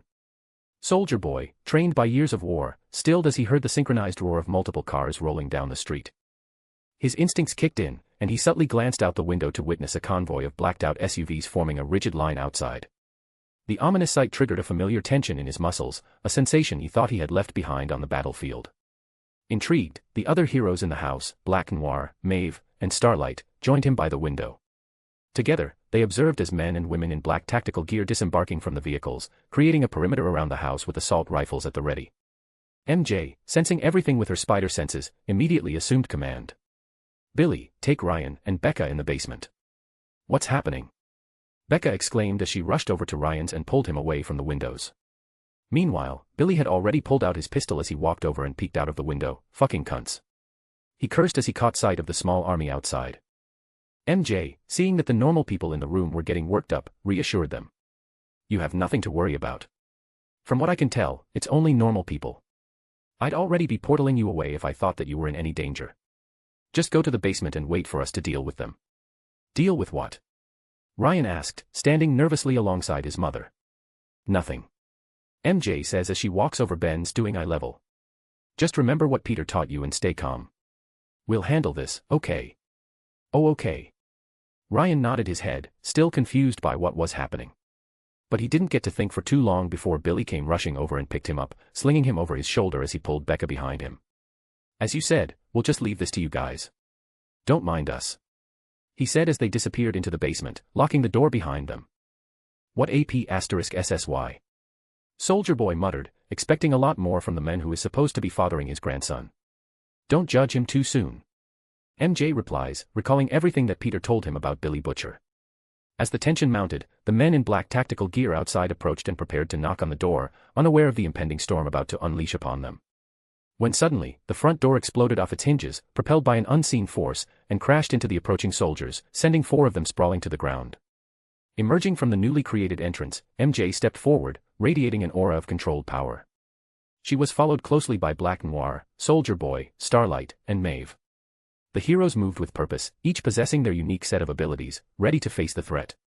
The air crackled with energy as the clash began.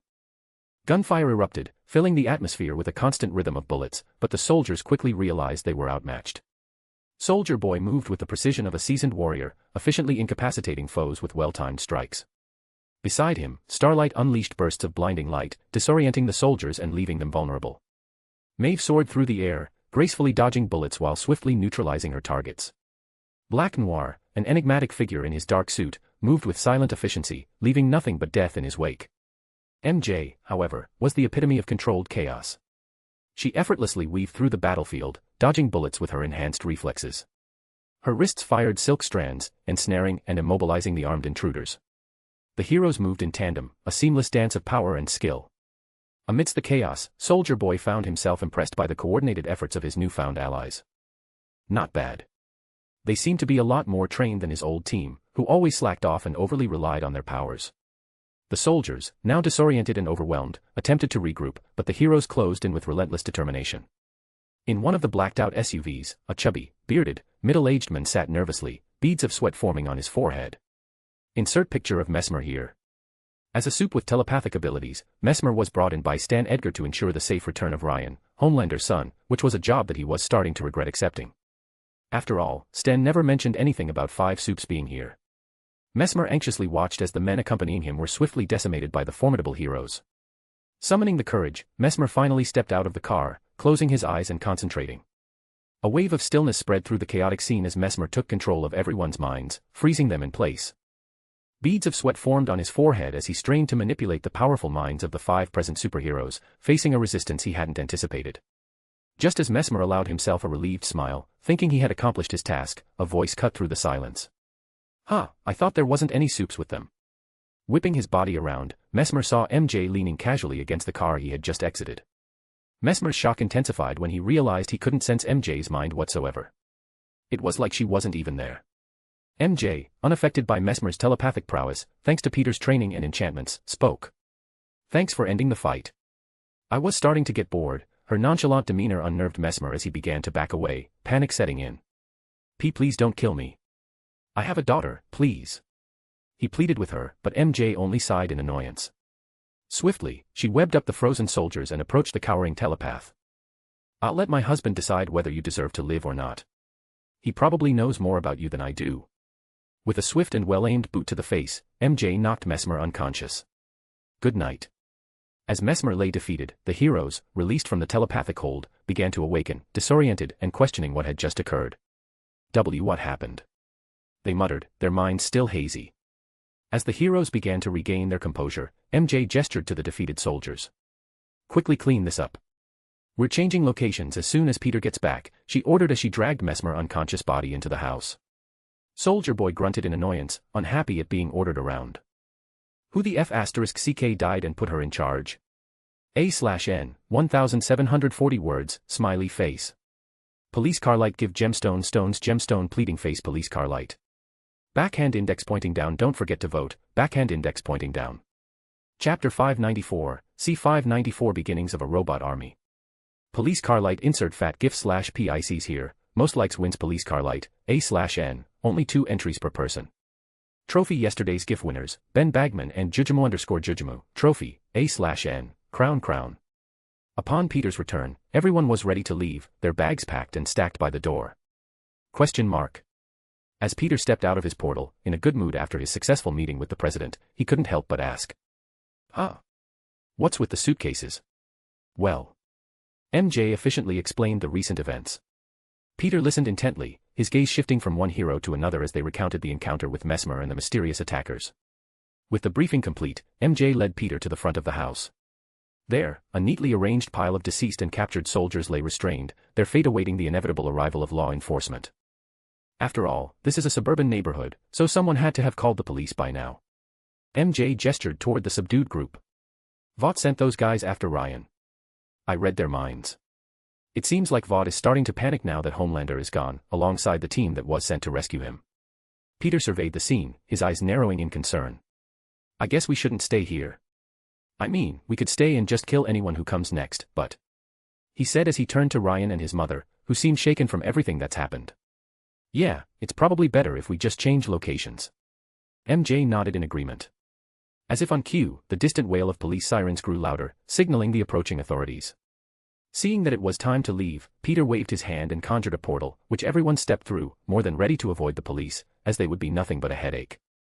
Before leaving, MJ gestured to Mesmer, who was passed out in the floor. What about him?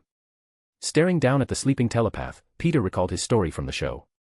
In The Boys, Mesmer's telepathic superpowers launched him to stardom at a young age, allowing him to become a celebrity for Vought. In the 1990s, Mesmer starred in the hit television series The Mesmerizer, where he portrayed a psychic detective. But unfortunately, just like all child stars, Mesmer's career didn't last long as he succumbed to the temptations of his powers. Engaging in illegal activities, he misused his telepathic abilities for insider trading, resulting in his termination from Vought and subsequent conviction. Throughout his troubled past, Mesmer had a daughter named Cleo, however, his criminal record and drug abuse led to him losing custody of her. While part of him yearned for a reunion with Cleo, his primary focus shifted towards reclaiming his former fame. Consequently, Mesmer resorted to sustaining himself by attending conventions, where he would sign DVD copies of his old show, a stark reminder of his fated stardom. Feeling a small bit of pity for the child star, Peter shook his head. Let's just leave him here. It's not like he did anything worth killing him over. He says as he walks over and kneels down beside Mesmer. But first let's seal his power. After all, he's a little too useful to Vought right now. After all, Mesmer's mind control could easily be used to help Vought regain some of their lost influence. All he would have to do is mind control the right people to say the right things and boom, problem solved. MJ shrugged uncaringly as she stepped through the portal. Peter stayed behind long enough to cast a quick enchantment on him, completely sealing his powers before following after her, closing the portal behind them. As the house emptied, leaving only Mesmer sleeping on the floor, suddenly, a stream of police cars arrived outside, lights and sirens blaring. Stepping out of the portal, the group found themselves in a vast, windowless room filled with an assortment of machinery, resembling a secret underground workshop or factory. Where the hell are we? Starlight questioned, her gaze sweeping across the unfamiliar setting. Peter, wearing a confident grin, stepped forward, the portal closing behind him. This is our new base. A secret underground bunker, known only to the president's closest allies. We'll be safe here. Billy, ever the skeptic, raised an eyebrow. And how the bloody hell did you manage that? Peter chuckled, his eyes gleaming with mischief. I made a little deal with the president. Now, let me show you around. As Peter guided them through the underground facility, Starlight couldn't help but voice her curiosity. What kind of deal did you make? Peter's smirk widened. I'm going to create an army. An army that will police the soups. keeping them in check, arresting them, and killing them if need be. The room fell silent as the weight of Peter's words sank in. Billy spoke up, "How do you plan on doing that?" Peter's eyes sparkled with excitement. "You'll see soon enough." Perplexed, the group exchanged puzzled glances. Without revealing any specifics, Peter's vague assurance left them extremely skeptical. Maybe he plans to reproduce Compound V. They thought, thinking his army would be made up of more superpowered individuals. Eager for answers, they prodded Peter for details, only to be met with his persistent smirk. "Why don't you guys go find rooms for yourselves and settle in," he said. "I'll start working in the meantime." As the group reluctantly walked off, leaving Peter and MJ alone in the workshop, Peter couldn't help but smirk as he turned to his beautiful wife. "You down to help make my first robot army?" MJ couldn't help but laugh, amused by how excited Peter seemed to be. "Sure, just tell me what to do." In the dimly lit workshop, Peter stood amidst a sea of holographic blueprints and schematics, his mind consumed by the intricate details of his ambitious plan. MJ approached him with an excited smile. "So, where do we start?" Peter pointed to the meticulously drawn designs. "Okay, first off, these babies are going to be specifically engineered to hunt down supes. Of course, we'll make it so they don't just indiscriminately kill all of them since there are still many good heroes out there, however little they may be." MJ raised an eyebrow. "How are they supposed to tell the difference between a normal human and a person with superpowers?" "Our sentinels will be outfitted with a Compound V detection device which will allow them to target supes by detecting the lingering traces of Compound V in their systems," Peter explained as he pulled out his laptop and showed the ingredients for the serum, which they stole from Vought, but never released. "But I still have to figure out how that's going to work, but it shouldn't take me long. I already know how to make the device, I just don't know how it will detect Compound V yet." Putting that idea to the side for now, Peter gestured towards the blueprints displaying the colossal Sentinel Mark I model that he designed. "These bad boys will stand 18 feet tall, weigh around 4,800 pounds, and boast energy thrusters on their hands and feet. Imagine Iron Man, just bigger and badder." MJ looked at Peter curiously. "Are they all getting an arc reactor as well?" "No, that's a bit too much power, I think." Peter shook his head side to side. "We'll have to make them chargeable, since I'd rather not give this world infinite energy." As he spoke, Peter's fingers danced across holographic displays, adjusting specifications and fine-tuning the Sentinel's design. And of course, turrets for added firepower. No hero will stand a chance, especially now that Homelander is dead. MJ leaned against a work table, watching Peter with a mix of admiration and amusement. "So, you're basically building an army of superhero-killing robots," she said, finding their situation quite odd. "You know, if we were still back home, we'd be considered pretty evil for doing something like this." Peter grinned, his excitement infectious. "Well, here, we get to be the villains. Isn't it fun?" MJ's eyes sparkled with mischief. "Maybe a little bit." With that, Peter and MJ dove into the nitty-gritty of converting the secret underground bunker into a state-of-the-art Sentinel production facility. They tinkered with machines, programmed assembly lines, and utilized Peter's ingenuity and magic to streamline and quicken the process. Meanwhile, at Vought Tower, Stan Edgar's normally composed demeanor turned stormy as he received the unsettling news about the failed retrieval of Homelander's son. His eyes narrowed, and he clenched his jaw, displeasure etched across his face. "What do you mean, he's gone?" Stan barked at his subordinate, who nervously relayed the unfortunate information. The subordinate stammered, I apologize, sir. But we didn't stand a chance.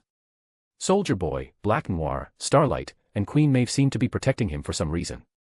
Stan Edgar sighed deeply, his frustration evident. "Find him. Now. We can't afford any more setbacks, especially with Homelander out of the picture." As the subordinate hastily left the room to execute Stan's orders, the ominous air in the room thickened. However, Stan's attention was quickly diverted to another troubling matter. Mesmer's sudden loss of his telepathic abilities. Annoyance and curiosity mingled in Stan's expression. Mesmer, once a valuable asset for Vought, stood nervously in front of Stan's imposing desk, clearly scared and upset. "I don't understand. My powers just vanished. How could they disappear like this?" Stan studied Mesmer with a calculating gaze. "Useless," he muttered under his breath. "Take him to Facility 5722, Stan ordered his subordinates, his tone cold and unforgiving. Mesmer's eyes widened in fear as realization struck him. "No, please. You can't do this. I've been loyal to Vought." Ignoring Mesmer's pleas, Stan motioned to his subordinates. "Thoroughly test him. Find out why his powers are gone, and if there's any way to restore them." As the subordinates closed in on Mesmer, his attempts at bargaining and pleading fell on deaf ears. "Please. Don't send me there. I'm loyal, I swear. You can't just do this to me." But the subordinates, unmoved by Mesmer's desperate words, surrounded him and forcefully dragged him out of Stan's office, his protests echoing through the hallways. Stan Edgar, left alone in his office, watched the scene unfold with a calculating gaze. Mesmer's unexpected loss of power was both worrying and intriguing. Though he wouldn't know much until they're done dissecting him. Police car light give gemstone stones gemstone pleading face police car light. Backhand index pointing down don't forget to vote, backhand index pointing down. Chapter 595, C595 Sentinel Test, successful. Police car light insert gym gif slash PICs here, most likes wins police car light, A/N, only 2 entries per person. Trophy yesterday's GIF winners, Wolfie, Trophy, A/N, Crown. Days passed within the secret government bunker, and the atmosphere settled into a routine. Ryan and his mother, still adjusting to their new surroundings, eventually found solace in the secure environment. The transition from a normal loving home to a dark and dusty bunker hit Ryan's mother the hardest, her worries etched on her face, but the safety of the bunker eased her anxieties. Peter and MJ, amidst building the Sentinel production factory, encountered setbacks. Tuning the sensors for the Sentinels required a deep dive into the study of Compound V. But despite a few challenges here and there, the project ultimately progressed smoothly, and the automated factory neared completion. In the midst of constructing the Sentinels, Peter dedicated significant time to training Ryan. Each day, before breakfast, Peter put Ryan through intense training, honing the young boy's powers little by little. Ryan's mother, ever watchful, supervised the training sessions, ensuring her son's well-being. As days passed, Ryan's progress became evident. His strength no longer led to accidental destruction, and he gained greater control over his blossoming abilities. The transformation from potential danger to controlled power marked a significant achievement for the young man. During these training sessions, Soldier Boy, acting as Peter's assistant, played the role of demonstrator and test dummy for Ryan's exercises. Through this position, he became much closer to his grandson, seeing him as his true family. Peter even caught him smiling proudly every time Ryan achieved something in his training, whether that be a new lap record in the obstacle course, or landing a hit in their sparring matches. However, challenges emerged when Soldier Boy attempted to impart life lessons, inadvertently conveying outdated and sound beliefs on things like manhood. A conversation with Ryan's mother ensued, urging Soldier Boy to refrain from imposing antiquated notions of masculinity on her son. Soldier Boy, grappling with the clash of eras, reluctantly decided to keep his mouth shut. He began to realize that he was an old fossil from a distant time, and maybe his and his father's way of parenting weren't the way of this era. Though he retained some traditional values, he recognized the fact that he wasn't Ryan's parent, so his upbringing wasn't his responsibility. Ryan's mother, wary of Soldier Boy's influence, had a heart-to-heart with her son. She revealed the history of his grandfather, which Peter found in the data stolen from Vought, explaining that he should take Soldier Boy's words with a grain of salt. Although the lessons of the past clashed with the present, eventually, everything smoothed over as everyone came to an understanding. Finally, the anticipated day arrived, the completion of the Sentinel production factory. The vast underground bunker echoed with the hum of machinery, signaling the realization of Peter's ambitious plan. Gathering everyone together, Peter and MJ unveiled the completed Sentinel production factory. The group, including Becca, Billy, Ryan, Soldier Boy, Black Noir, Starlight, and Maeve, stood in anticipation before the impressive machinery. "Do we finally get to know what you guys are working on?" Billy asked, annoyed that they were being so tight-lipped about their little project. Smirking, Peter nodded his head. "Oh, yeah, today is the day," he says as his hand hovered over a lever. "I would like to introduce all of you to the Sentinels." With a dramatic flourish, Peter initiated the assembly line, and before their eyes, the first Sentinel emerged. The automated process began crafting a metal army, each Sentinel taking form with precision and efficiency. The rhythmic hum of machinery filled the cavernous space. Ryan, wide-eyed with amazement, watched the Sentinels come to life. To him, they were like something out of a cartoon, and the awe on his face mirrored the sentiment of the others. The transformation from an idea to tangible, towering robots unfolded before them. As the assembly line continued its work, more than 10 Sentinels stood in clean rows, a formidable display of technological prowess. They saluted Peter as if acknowledging him as their creator, their metallic bodies gleaming in the artificial light. It was a sight that left everyone, especially Ryan, in a state of shock and awe. Insert picture of Sentinels here. Peter couldn't contain his satisfaction, and a smirk played on his lips. Hee hee ha ha ha ha. A maniacal laugh bubbled up, echoing through the underground chamber. He reveled in the realization of his ambitious plan, basking in the success of creating a robot army. However, the reaction from the group was not what he expected. Wide-eyed stares and exchanged glances met Peter's triumphant laughter. His attempt at a villainous persona left the group bewildered, and it was Ryan who voiced the collective sentiment. Is teacher okay? Did he hit his head or something?" Before the awkwardness could linger, MJ, with a roll of her eyes, intervened. She delivered a swift smack to the back of Peter's head, her no-nonsense demeanor shining through. Quit it, Peter. You're scaring Ryan, and everyone else, for that matter. Why do you always have to laugh like a villain at times like this? Can't you be normal for once? The laughter subsided as Peter rubbed the back of his head, realizing the unintended effect of his theatrics. Normal is boring. He couldn't help but smirk. Besides, if I'm not supposed to laugh like a maniacal villain after creating a robot army, then when am I supposed to? MJ just sighed as she asked. Why do it in the first place? Though she ultimately gave up, defeated by her husband's idiotic mindset. The Sentinels, who were constantly growing in number, all stood at attention, adding an eerie ambience to the bunker.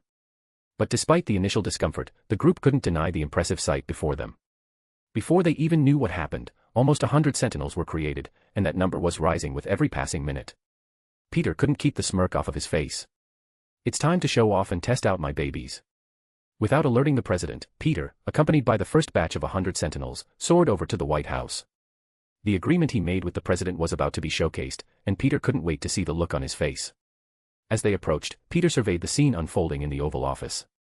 With his enhanced senses he felt and heard everything that was happening inside the Oval Office. President Schaefer sat surrounded by a few Vought superheroes, who seemed to be trying to intimidate him. The situation looked dire, with the president facing pressure to support Vought during its tumultuous period. Why are you making this so hard? A man whose hands were covered in fire exclaimed, menacingly staring down at the president. We're the good guys for F***'s sake. Just help us out already. No. The president responded resolutely, his suit charred in a few places and his face bruised. All over the floor around them, men in black suits lay either dead or unconscious, showing that this wasn't just some ordinary meeting. Beside the Vought heroes stood Victor K. Newman, the vice president and a staunch Vought supporter. His alignment against the president hinted at the internal turmoil within the government. You have to give up sometime, Robert. The vice president spoke, a smug look on his face. After all, you have a family at home to worry about. Don't let this put them in danger. Just agree to the deal, and this can all be over. F***CKU, traitor. The president responded by spitting in his second-in-command's face. Ugh, disgusting. The vice president muttered as he wiped his face. Turning back to the soups, he yells, what are you waiting for? Kick the sh**t out of him. Seeing an opportunity to make a grand entrance, Peter grinned. He issued a swift command, and the Sentinels sprang into action. The metallic army descended upon the White House, their imposing figures casting shadows across the grounds. In the Oval Office, tensions peaked as the Vought superheroes loomed over the vulnerable head of state. The president, unwilling to succumb to Vought's demands, waited for the beating that was to come. Crash. Suddenly, the Sentinels burst into the Oval Office, destroying the walls and windows with their metal frames. Without wasting a moment, they swiftly assessed the situation and engaged the Vought superheroes.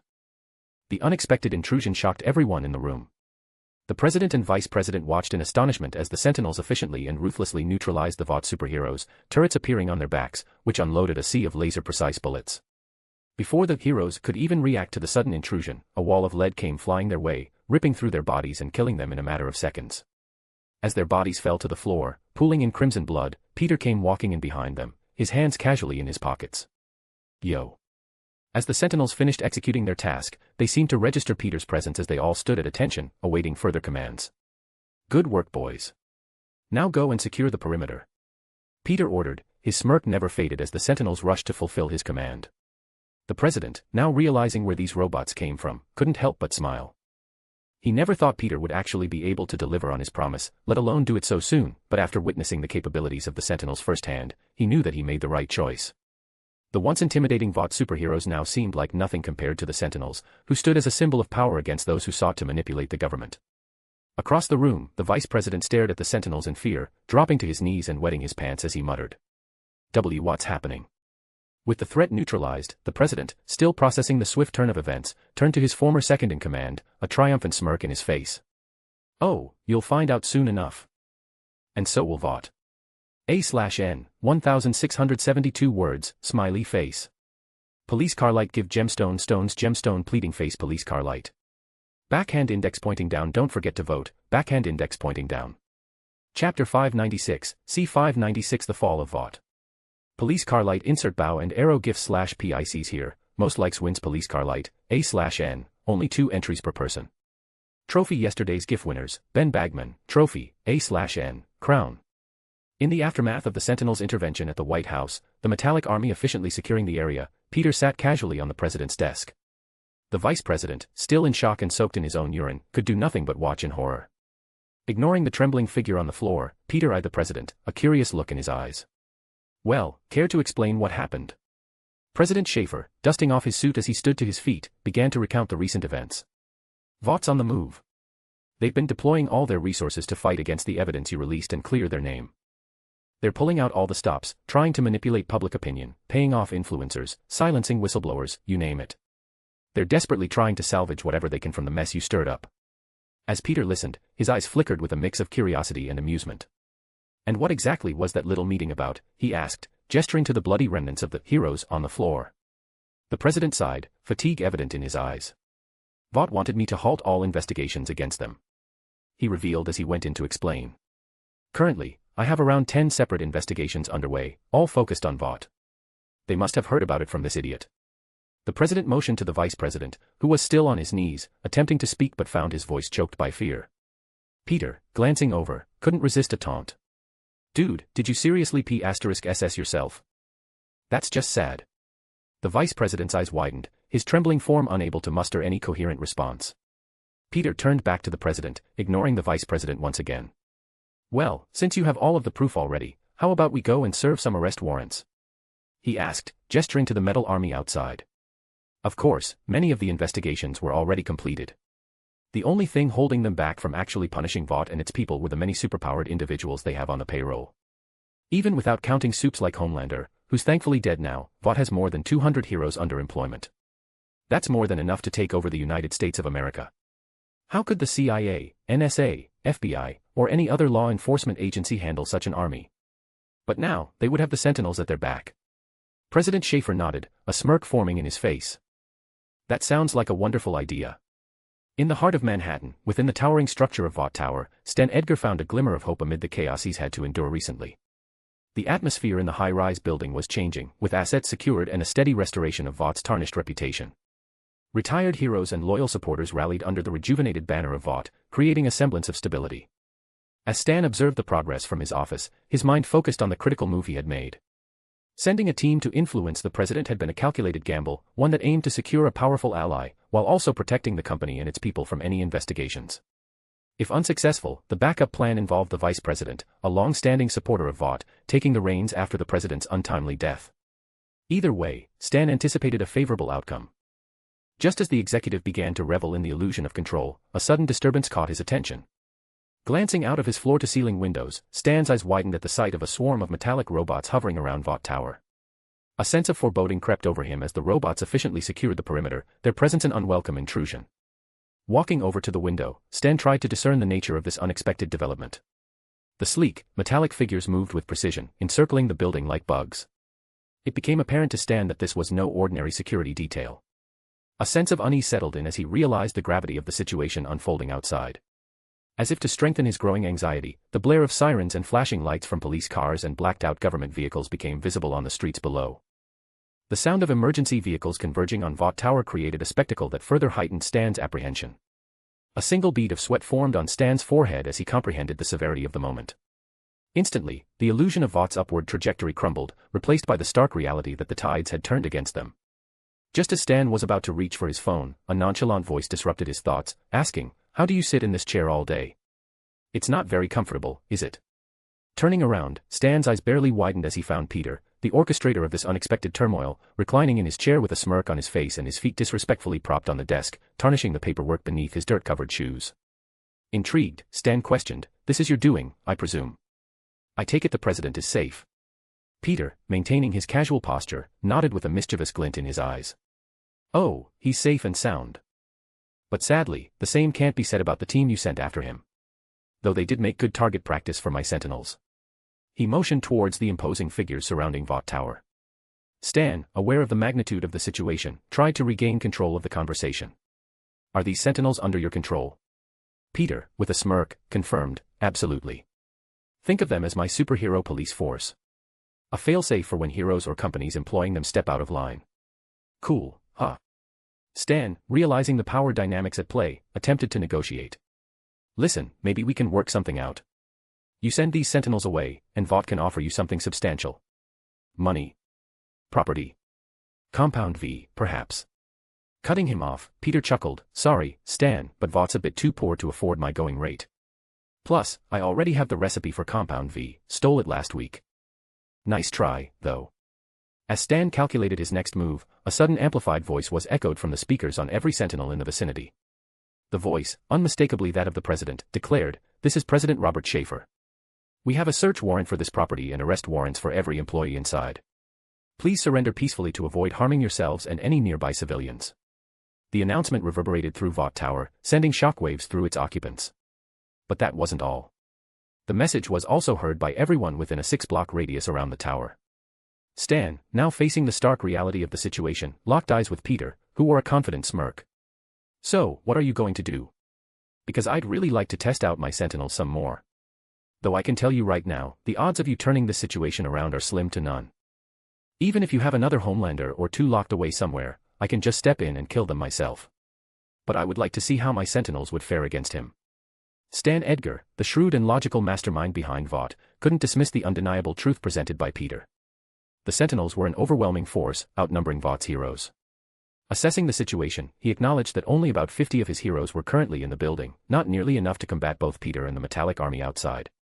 Pulling his phone from his pocket, Stan pondered his next move, contemplating the consequences of a futile battle. After a moment's consideration, he dialed a number. As someone on the other end picked up, Stan's authoritative voice issued a directive: "Order everyone to surrender peacefully. There's no use fighting a battle we can't win." Hanging up the phone, Stan took a seat across from Peter, accepting the inevitability of the situation. The impending arrival of the government and police signaled the end of Vought's unchecked dominance. The atmosphere in the room shifted as both men waited in silence for the inevitable reckoning. Peter, though seemingly disappointed by the lack of confrontation, shrugged nonchalantly.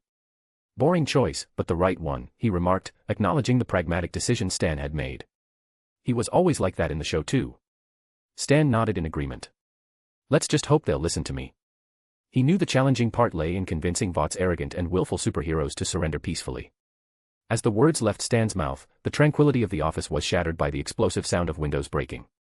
All across the building, heroes leaped out, unwilling to yield to the approaching authorities.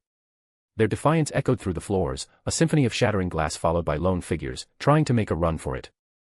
Vought's superpowered individuals, aware of their guilt and the insurmountable evidence against them, chose not to face the consequences of their actions. With powers ranging from super strength to telekinesis, they believed they could escape justice. Stan, watching the chaotic exodus, couldn't help but feel a mix of frustration and resignation. Peter smirked as he glanced down at the fleeing heroes. "Well, at least they're making it interesting," he commented as he watched the swarm of sentinels begin to move. The sentinels, their metallic frames moving with precision, swiftly descended upon the fleeing superheroes. Panic gripped the heroes as they attempted to escape, but the mechanical guardians were relentless, chasing them with a clear speed and numerical advantage. In the midst of the chaotic scene, some heroes resorted to desperate measures, taking hostages in a futile attempt to shield themselves from capture. "Stay back!" a woman with super strength exclaimed as she held a man by the throat, threatening to squeeze the life out of him.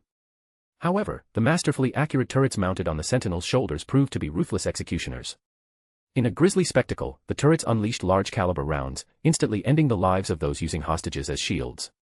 The air echoed with the terrified screams of the hostages as they witnessed their captors' heads explode in a gruesome display.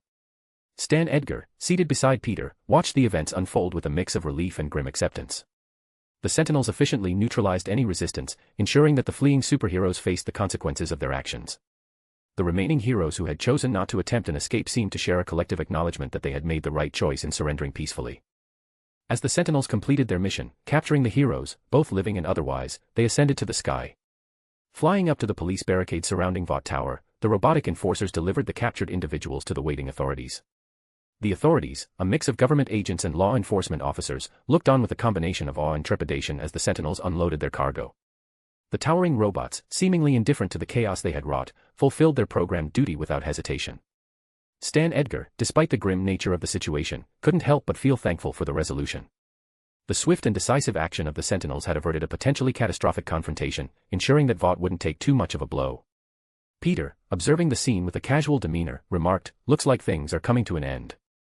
At least for this branch of Vought," Peter said, hinting at the fact that, soon enough, situations like this would repeat all across the world. Stan nodded, acknowledging the gravity of the situation. It's over, he said with a sense of finality. A/N, 1932 words, smiley face long boy. Police car light give gemstone stones gemstone pleading face police car light. Backhand index pointing down don't forget to vote, backhand index pointing down. Chapter 597, C597 clone. Police car light insert sport gif /PICs here, most likes wins police car light, A/N, only 2 entries per person. Trophy yesterday's gif winners, Dark Slayer, trophy, A/N, crown. In the aftermath of the Sentinels' raid on VOD-owned properties worldwide, a meticulously executed plan unfolded. Across the globe, the Metallic Army descended upon VOD installations, systematically dismantling the company's reign. The Sentinels, under Peter's control, became an unstoppable force, ensuring that justice was served. At each location, a portion of VOD soups attempted desperate escapes or futile resistances, but in the end, the Sentinel Army proved too strong for them. The Sentinels, with their numerical advantage, overwhelming strength, and precision, swiftly neutralized those who posed a threat to others. The casualties among VOD's superpowered individuals was a grim sight for the executives watching. After all, each one of them was worth millions or even billions of dollars. Though they didn't have much time to think, as these executives soon found themselves in handcuffs. Among the notable properties that the Sentinels visited was the Sage Grove Center, a psychiatric hospital in Pennsylvania, exposed as a sinister VOD subsidiary, which experimented on the civilian patients. The Sentinels, accompanied by Peter, who did nothing but sit back and watch his army at work, faced a group of supes who refused to surrender. And why would they? These people were involved in torturing and experimenting on civilians, so why give up when you know a heavy punishment is on the horizon? Lamplighter, a former member of the Seven, attempted to use his flames to cover his escape by burning down the hospital, but sadly for him, the Sentinel's Compound V detection system picked up his fluctuating powers before busting in, ending his life with a hail of large-caliber bullets. As the Sentinels continued their operation, uncovering corruption and illegal practices committed by VOD, the number of captured heroes reached 146 out of the 237 employed by the company. The rest met their demise during the operation, a harsh consequence of their unwillingness to give themselves up peacefully. Throughout the operation, the world witnessed a noticeable dip in the number of superheroes. VOD's influence, once pervasive, crumbled under the weight of a robot army and the exposed truth behind their facade. The Sentinels, acting as a symbol of justice, had reshaped the landscape of the superhero community. With VOD in a downward spiral, which would most likely end in the company's demise, and the Sentinels to punish those who step out of line, the world would never be the same again, nor would its heroes. As Peter traversed through the last VOD facility on the list, his Sentinels doing all of the work as he strolls around, he suddenly stopped and looked at a blank wall. Hearing the sound of air flowing on the other side, he wasted no time in punching open a concealed metal door, discovering a dark staircase leading downward. Ordering his Sentinel army to complete their tasks above, Peter descended alone. In the dimly lit depths, he stumbled upon a reinforced prison-like door. This isn't a good sign, he thought as he ripped it off its hinges. Tossing the door aside, Peter entered a gloomy chamber where a child, no older than 3 or 4, sat in the corner, staring up at him with piercing blue eyes. The boy, rocking back and forth in the fetal position, as if hugging and soothing himself, regarded Peter with a mix of fear and appraisal. His gaze shifted toward the open door, hinting at a fleeting thought of escape. Called it. Why does it always have to be kids? Can't evil organizations just limit their experiments to murderers or something? Peter thought, feeling bad for the poor kid. Maintaining a safe distance to avoid frightening the child, Peter knelt down and gently introduced himself. Hello, I'm Peter. What's your name? The boy, however, remained silent, his eyes betraying a mix of curiosity and wariness. Can you talk? Without responding in any way, the child's eyes turned to the door once again before he shot off the ground with superhuman speed, attempting to attack Peter and break free. With ease, Peter extended his arms, catching the child midair by grasping him under his armpits, holding him up in front of him.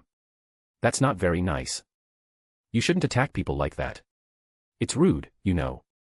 The boy's eyes widened in realization of Peter's strength as he struggled in vain. Even with his own super strength, he couldn't wrench himself out of Peter's hold, which only fueled the fear that was already radiating through his entire body. Closer now, Peter could scrutinize the child's appearance. Dressed in tiny white hospital-type scrubs, his unkempt blonde hair flowed long. Even his fingernails bore the signs of neglect. Although not visibly malnourished, the child seemed abandoned and uncared for. Insert picture of child Homelander here. A particular detail, however, drew Peter's attention, and that was the striking resemblance to Homelander. The blonde hair, the piercing blue eyes. This is definitely a Homelander clone.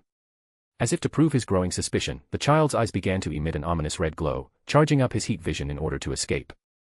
Immediately, it became evident that this was a clone, a creation of Vought, echoing the powerful superhero it sought to replicate. Sigh. Seeing the attack charging up, Peter let out an exasperated breath before setting the kid back on his feet and flicking him on the forehead. Ouch! The kid exclaimed as he rubbed his reddening forehead, his eyes dimming back to their normal blue. Kneeling down again, Peter spoke with a calming tone, trying to reach the frightened child. Hey there, I've already introduced myself. It's your turn now. Don't worry, I'm not here to hurt you. The child, still displaying a mix of fear and defiance, remained silent. Do you have a name? Instantly, the child averted his eyes to the side, almost ashamed to answer. So, they didn't even give him a name. Peter thought sadly. Would you like one? A name, I mean. Exclamation point. Whipping his head back to Peter, the boy seemed both eager and hesitant, though he still didn't speak, which worried Peter. Should I take that as a yes? Peter smiled as the kid reluctantly nodded his head. How about I take you out of here and we can think of a good name for you? After all, it's not every day that you get to pick your own name. You're pretty lucky, you know that. Refuting Peter's words, the kid looked around the room, as if to say, does this look lucky to you? That's not what I meant. Peter shook his head. I mean, you have the chance to pick your own name. If I could do that, I'd name myself something cool, like Dante King. He said, his eyes suddenly widening. Oh. That's a good name. Do you want it? Unimpressed, the kid shook his head side to side. Okay, picky kid, I guess. Peter muttered as he stood up and picked the kid up with him. How about Axel Blaze? That one's pretty cool. At first, the kid's eyes widened as he froze, and used to being carried like this. He wonders whether he should struggle out of Peter's hold, but before he could, Peter started walking out of the room and up the stairs. What about Kane Hendricks? As Peter carried the child out of the VOT facility, he continued suggesting names, trying to lighten the somber atmosphere that clung to the kid. Stepping into the sunlight, Axel's eyes adjusted, tears welling up as he stared at the world beyond his prison cell. Peter gently stopped him from looking directly at the sun as he cried, finally free. Frowning at the kid's silent anguish, Peter realized he needed to uncover the child's story. I also need to check if he's a psycho, like Homelander. Unable to communicate verbally, Peter decided to use his telepathy to delve into the child's mind without his awareness. Images flashed before him as Peter witnessed the kid's entire life unfold. Surprisingly, he was born to a mother in a normal hospital, and even lived in an apartment with her afterward, but Vought intervened after a year, killing his mother and taking him away. Scientists casually discussed this around the unaware toddler, revealing that his mother was merely an incubator paid to birth a Homelander clone. But she had grown attached and tried to escape with him. Of course, Vought eventually found them and reclaimed their asset, ending her life in the process. Since then, the kid lived alone and neglected in the lab, clinging to fading memories of the days spent with his loving mother. Exiting the child's mind, a few tears rolled down Peter's cheeks. Although he was happy that the kid wasn't a psychopath like Homelander, he felt a profound sadness for the life the child could have had if he hadn't been separated from his mother. As they walked away from the facility, Peter spoke gently, "Kid, I know it's tough, but you're free now. We'll find a better life for you." The child, still teary-eyed, looked up at Peter, a small glimmer of trust in his eyes. Suddenly, Peter smirked as he thought of another name. How about Alexander Storm, he proposed, but the kid shook his head. All right, you're way too picky, you know that. The silent kid just shrugged his shoulder as if to say, it's not my fault your names suck. Rolling his eyes, Peter yelled some orders to his sentinels, which the kid in his arms seemed to finally notice, before waving his hand and opening a shimmering golden portal. Fine, let's just ask MJ. Hopefully, she'll have a name that you'll like. As Peter left, the sentinels continued their word. And before the day was over, every Vought property was raided, and every employee, including superheroes, were in custody. With Vought's systematic takedown complete, the extent of their illicit activities came to light. The investigations revealed a web of deception, from manipulating public opinion to conducting unethical experiments. The company, once a formidable force, now faced insurmountable challenges in rebuilding its tarnished reputation. No, it was better to say that they would never be able to come back from this. It wasn't just insurmountable, it was impossible for Vought to rebuild. If Peter's leaked evidence was the coffin, then these raids were the nails in that coffin. Vought was officially dead, and there was no coming back. A/N, 1738 words, smiley face. Police car light give gemstone stones gemstone pleading face police car light. Backhand index pointing down don't forget to vote, backhand index pointing down. Chapter 598, C598 Leo. Police car light insert furry gif/PICs here, most likes wins police car light, A/N, only 2 entries per person. Trophy yesterday's GIF winners, Ben Bagman, trophy, A/N, crown. Returning to the Butcher residence, sentinels standing guard outside, Peter stepped out of a portal, which quickly snapped shut behind him. Carrying the nameless kid, he strolled past the sentinel guards, who saluted him as he passed by before stepping into the house. The neighbors, peering out from the safety of their homes, witnessed Peter's arrival, accompanied by the unusual sight of saluting robots. Confused and concerned, they had already called the police multiple times, but with the president backing Peter, any interference was deterred. Before the whole Sentinel operation started, Peter moved everyone out of the government bunker and back here. After all, Vought has a lot more to worry about right now than capturing the son of Homelander. Inside the house, Peter closed the door behind him, ignoring the curious glances from the neighbors. "Honey, I'm home." He called out as a shotgun appeared, aimed at his face. Billy Butcher, gripping the shotgun, guarding the door, skeptical of the robotic protectors. The kid in Peter's arms flinched at the sight of the gun, prompting Peter to disarm Billy with a swift motion. A glare from Peter conveyed the gravity of the situation, and Billy, realizing his mistake, sorry about that." He apologized. The noise drew the attention of everyone in the house. MJ, Becca, and Ryan gathered, their faces reflecting a mix of confusion and concern, especially when they saw the unkempt, filthy child in Peter's arms. Before they could ask any questions, Peter spoke up, "I'll explain in a minute. First, can one of you go and start the bath? This kid smells like a wet dog." He scrunched his nose as the kid turned to him, glaring silently as if to say, "I don't smell." Of course, Peter completely ignored him. His nose wasn't lying after all. It was obvious that the kid just didn't want to take a bath. Peter, sensing his reluctance, chose to ignore it, which seemed to only annoy the child even more.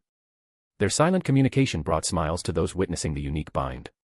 Peter and the kid seemed to have some sort of unspoken understanding between them. Becca hurried off to prepare the bath, and Peter directed Ryan to find some of his old clothes for the kid. As Ryan rushed away, Peter turned to eye the kid's long fingernails and unkempt hair, potentially hindering the bath. With a snap of his fingers, a golden energy surrounded the child, trimming his hair and nails to perfection. The sudden transformation surprised everyone, and the kid, now with a groomed appearance, began to struggle in Peter's arms. In response, Peter conjured a mirror, revealing the child's new look, short, well-trimmed hair and neatly manicured nails. Although the kid wasn't thrilled with the change, he didn't voice any complaints. Soon enough, the bath was ready, and Peter handed the kid over to Becca, who volunteered to bathe him. As Peter left the bathroom, intending to speak with MJ, the kid floated out of Becca's arms, shooting towards him. Wrapping his tiny arms tightly around Peter's neck, fear evident in his eyes, the child clung to Peter, terrified that he might be left alone again. Witnessing this, everyone in the room realized exactly where Peter found this kid, Vought. After all, where else would he find a kid that could fly? Their minds instantly wandered to thoughts of cruel experimentation. Sad and pitying looks exchanged among them as they eyed the boy, only guessing at the pain he carried. "Hey, little buddy," Peter said gently, feeling the level of fear that the kid was radiating as he stuck to him like a glue. "I'll just be outside talking to my wife, okay? I'm not going anywhere. I'm not even leaving the house, okay?" The kid pulled back, searching Peter's eyes for any signs of lying. Satisfied, yet reluctantly, he floated back into Becca's arms, unhappy with the entire situation. As Peter left with promises of returning soon, the bathroom door closed behind him. In the kitchen, Peter and MJ took refuge. A quick spell ensured privacy, considering the kid's Homelander origins and potential super hearing ability. As Peter started cooking, knowing the kid will be hungry after his bath, MJ's questions flowed, probing into the mysterious child's backstory. "He's a clone of Homelander. I found him during the whole Vought mess," Peter explained, pouring a small amount of olive oil into a pan. "The kid's got issues, though. Neglect and abandon being the top two, as you saw in the bathroom just now." Initially wary, MJ voiced her concern, "But didn't you say he's a clone of Homelander? Is it safe for him to be here?" Of course, she was hinting at Homelander's psychotic tendencies. Peter reassured her, "He's not like that. I read his mind to make sure of it. He's just a scared kid with a sad and messed up past." As the aroma of the cooked food filled the air, MJ broached the inevitable question, "What are we gonna do with him? He seems pretty attached to you." She didn't mention it, but that attachment seemed to be a two-way street. "Are we?" After observing the clear attachment between Peter and the child, she hinted at the possibility of adoption, which Peter was reluctant to do again. After all, they already have 2 children. America was still newly adopted, so it might not be the best idea to bring back another child. But MJ didn't seem to mind. The idea of having another superpowered child running around the house seemed like a splendid idea to her. Seeing the look on his wife's face, Peter couldn't help but wonder if she's become addicted to adopting wayward children. Peter sighed, glancing toward the direction of the bathroom with a conflicted expression. "I don't know, MJ. I'd have to think about it." The weight of responsibility and the complexity of the situation lingered in the air as they pondered the uncertain future for the nameless, traumatized child. As the bathroom door flung open, a transformed golden-haired child sped down the steps, clad in Ryan's old clothes. His once unkempt appearance had given way to a cleaner, more presentable version. Frantically searching for Peter, he soon spotted him in the kitchen. The mere sight of Peter seemed to calm him immensely, and he approached, sticking close as Peter finished cooking. "Look at you," Peter remarked with a grin, glancing at the child's now groomed appearance. "You don't smell like a dumpster anymore." Leo didn't voice his thoughts, but a subtle shift in his expression indicated his annoyance at Peter's comment. Of course, he didn't let it stop him from hovering over Peter, constantly following his every move like a lost duckling. MJ watched the scene unfold with a small, adoring smile on her face. Cute. Once the food was ready, Peter sat Leo down, filling his plate with care. "Eat," he said, watching as the kid eyed his food warily. "I didn't put anything in it. It's just normal food." Of course, he knew why the kid was wary. After all, he saw his memories. One of which was when the scientists at the facility would put things into his food, like poison or other chemicals to test his body's reaction. Obviously, these were painful memories, which is why he's always wary of any food that he eats. Hesitantly nodding, he started eating, happy to find no odd tastes in the food. MJ and Peter joined him at the table. As they ate, Peter began suggesting names again: Dean Atlas, Jeremiah Ambrose, James Bond, Bart Simpson. But no matter what he suggested, the kid would always shake his head, clearly dissatisfied with anything Peter said. Frustrated, Peter turned to MJ for help. After a moment of contemplation, she proposed, "Why don't we stick to a first name for now?" She said, receiving zero disagreement. "How about Leo? It means Lionheart, and you certainly looked like a lion when you arrived with your hair and claws."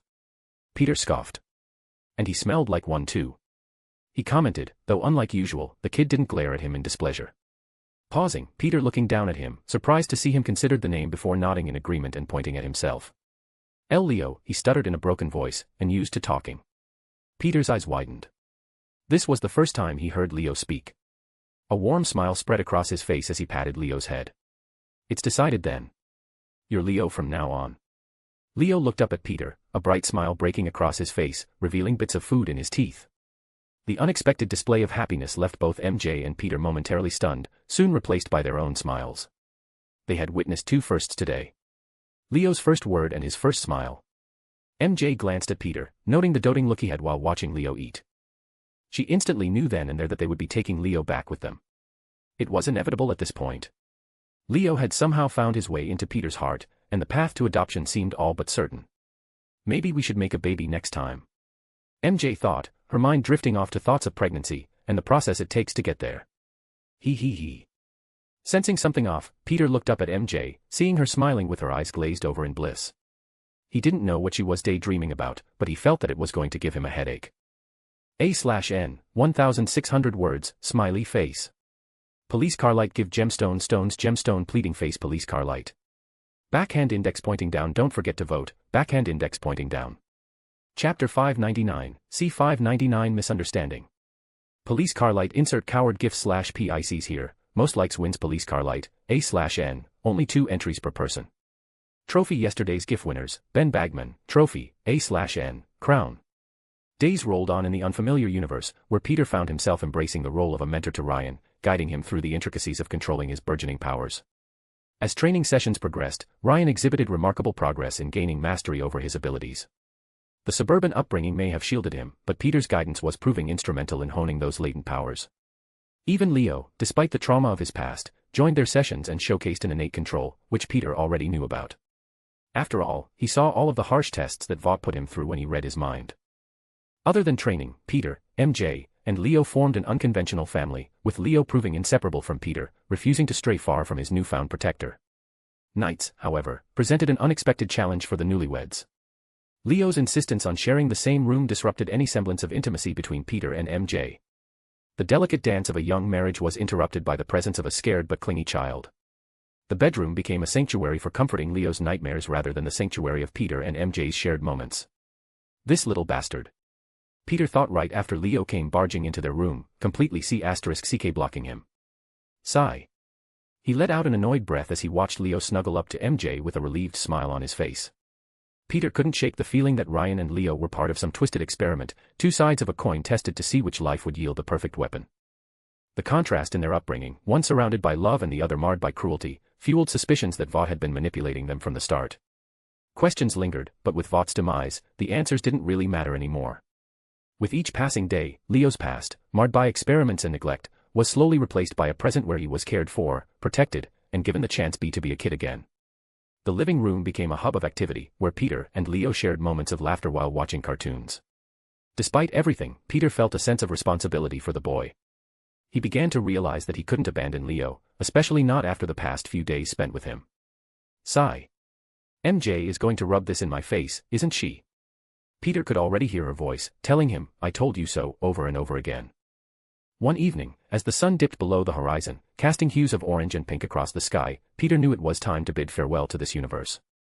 But before doing so, he had two crucial tasks to complete. But before that, Peter took Ryan aside for a final session of guidance, ensuring the young man was equipped to handle his powers responsibly. With Leo observing, a sense of camaraderie developed among the trio, an unspoken acknowledgement that they had become a family of sorts. As the training session concluded, Peter watched with pride as Ryan exhibited mastery over his powers, passing the test he set up with flying colors. It was a moment of accomplishment, a testament to the guidance and effort put into honing the young man's abilities. "Great job, Ryan," Peter commended, a genuine smile on his face. "Your control is impressive now. Your training is officially over. You've come a long way and I'm very proud of you."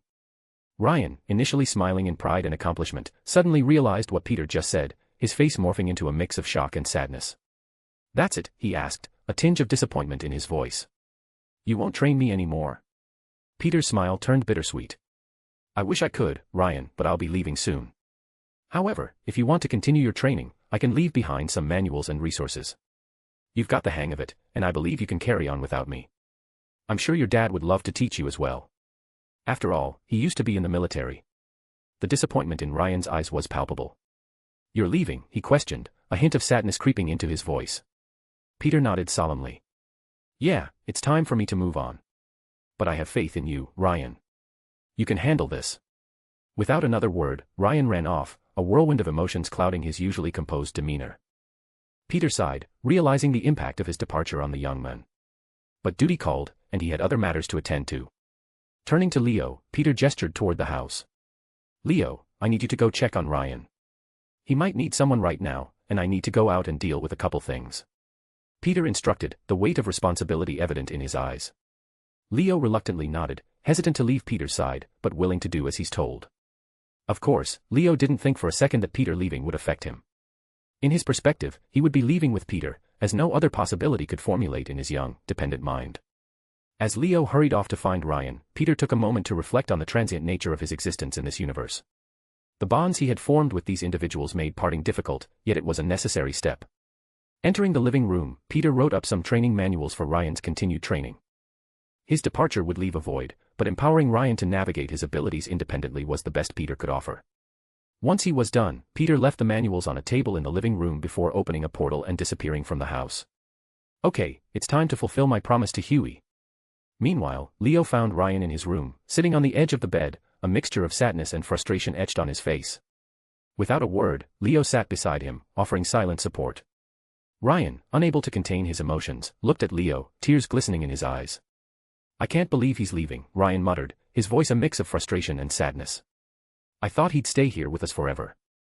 Leo, usually reserved, glanced at Ryan, a questioning expression in his eyes. Ryan, caught in the swirl of emotions, continued, "I mean, he taught us so much. And now he's just going to disappear." Leo, still processing the situation, felt a wave of panic washing over him. "Elle leaving us?" Leo stuttered, Ryan's words unintentionally planting a seed of fear in his mind. "Well, yeah, I guess," Ryan nodded sadly, not realizing how impactful his words are right now. "Maybe he'll come back and visit though." Leo, however, wasn't easily reassured. The fear of abandonment triggered a deep-rooted anxiety within him. His eyes widened, and he clutched onto Ryan's arm, his silent demeanor disrupted by an unspoken panic. Hey, it's okay," Ryan said, realizing what was happening as he attempted to soothe Leo's concerns. "Peter will come back. I'm sure we'll see him again." Leo, still not entirely convinced, looked at Ryan with a mix of worry and uncertainty. In his limited vocabulary, he managed to utter a few words, "Peter, come back." Ryan nodded. "Yes, he'll come back. I think." But he wasn't too sure, which Leo seemed to pick up on. Ryan's attempt to reassure Leo instantly fell short as the young child, overwhelmed by the fear of abandonment, abruptly stood up and darted through the house. His small footsteps echoed all over the place as he desperately searched for Peter, his panicked cries filling the air. "Leo, wait!" Ryan called out, chasing after him. But Leo's distress fueled his determination to find Peter, and he seemed oblivious to Ryan's pleas. In the absence of their mentor, Leo's silent world unraveled. Tears streamed down his face as he frantically checked every room, calling out for Peter's name. His small hands gripped doorknobs, his eyes darting around, seeking a familiar face that had temporarily left his world. The living room, once a place of joy, became a maze of uncertainty for the distressed child. As Leo rounded a corner, MJ, sensing the distress, emerged from another room. She saw Leo's tear-stained face and the evident panic in his eyes. Without hesitation, she rushed to his side, kneeling down to his level. "Leo, what's wrong? What happened?" MJ asked, concern etched on her face. Leo, unable to articulate his feelings, could only sob in response.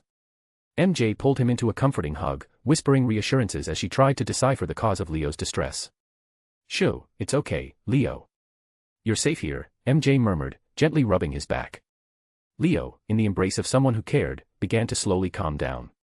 His cries softened to sniffles as MJ held him close. As Leo gradually composed himself, MJ continued to offer comfort. "Now, tell me, what happened? Why are you so upset?" she inquired, hoping to unravel the mystery behind Leo's sudden outburst. Leo, still processing the overwhelming emotions, spoke, "Peter. Leaving." His limited vocabulary couldn't convey the complexity of his feelings. MJ, piecing together the situation, understood that Leo was looking for Peter, but nothing more than that. "Did Peter go out?" "You don't have to worry, he'll be back soon, I'm sure of it," she said, though her words didn't seem to help. Suddenly, Ryan stepped forward. I think, I can explain." Meanwhile, Peter, unaware of the turmoil and chaos unfolding upon his departure from the Butcher residence, stepped out of a portal into a dark hospital room. On the bed before him lay the familiar hero, A-Train, sleeping like a baby thanks to the painkillers and muscle relaxers they've given him. Both of his legs are broken in multiple places and bound in hard casts, leaving him trapped in this hospital bed ever since his encounter with Peter. "Wakey wakey," Peter called out as he walked over to his bedside. A-Train stirred from his sleep and the first thing he saw was Peter standing over him, staring down at him with a demonic smile on his face. A/N, 1,700 words, smiley face. Police car light give gemstone stones gemstone pleading face police car light. Backhand index pointing down don't forget to vote, backhand index pointing down. Chapter 600, C600 gruesome death. Police car light insert brave gif /PICs here, most likes wins police car light, A/N, only 2 entries per person. Trophy yesterday's GIF winners, Ben Bagman, trophy, A/N, crown. In a small, dimly lit living room, Huey slouched on the couch, his thoughts consumed by a mix of frustration and yearning. The days had drifted by, and the news of Peter's heroic exploits echoed throughout the world. Yet, Huey felt a lingering sense of exclusion, a bitter taste in his mouth. His attempts to reach out to Billy went unanswered, leaving him in the shadows of Peter's grand actions. His father, sitting across from him, sighed, trying to console his despondent son. "Huey, VOD is falling, justice is being served. You should be grateful for that." But Huey couldn't find solace in the broader victory. His focus remained fixed on one target, A-Train. The man who had stolen the love of his life.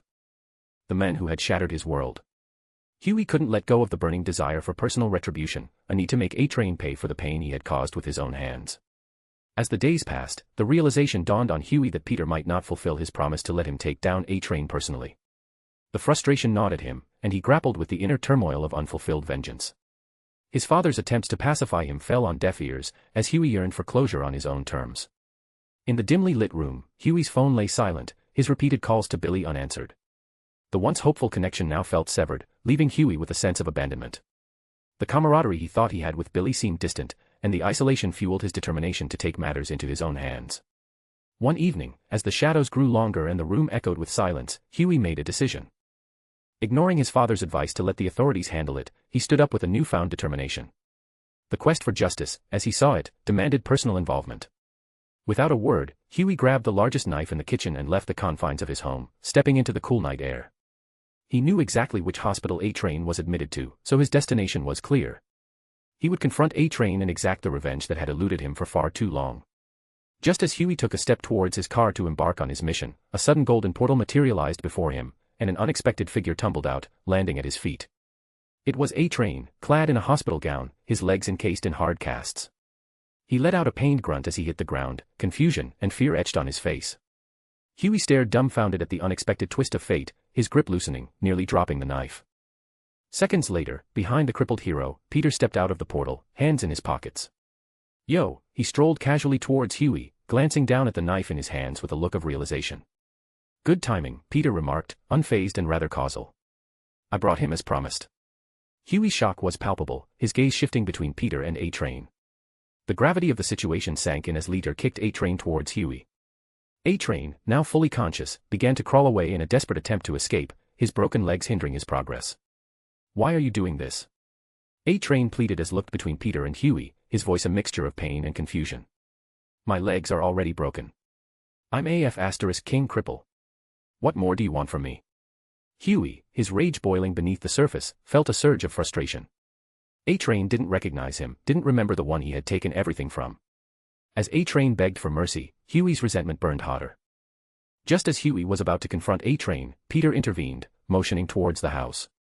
Maybe we should do this inside, he suggested calmly. Drawing attention out here won't help anyone. A-Train, seizing an opportunity, screamed, help! Someone! They're trying to kill me.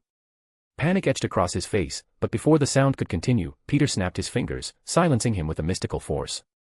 A-Train's eyes widened in realization, his voice completely muted no matter how much he screamed, a terrifying predicament. Dragging the thrashing and terrified A-Train inside, Peter led the way, followed closely by Huey, who clutched the knife with a determined grip. Tossing A-Train onto the floor of the dimly lit living room, Peter casually stepped back, creating space for Huey, who approached with a determined stride, the knife glinting in his hand. A-Train, terrified and unable to escape, looked up at Huey, attempting to beg for his life, but his voice remained stifled by the mystical force that bound him.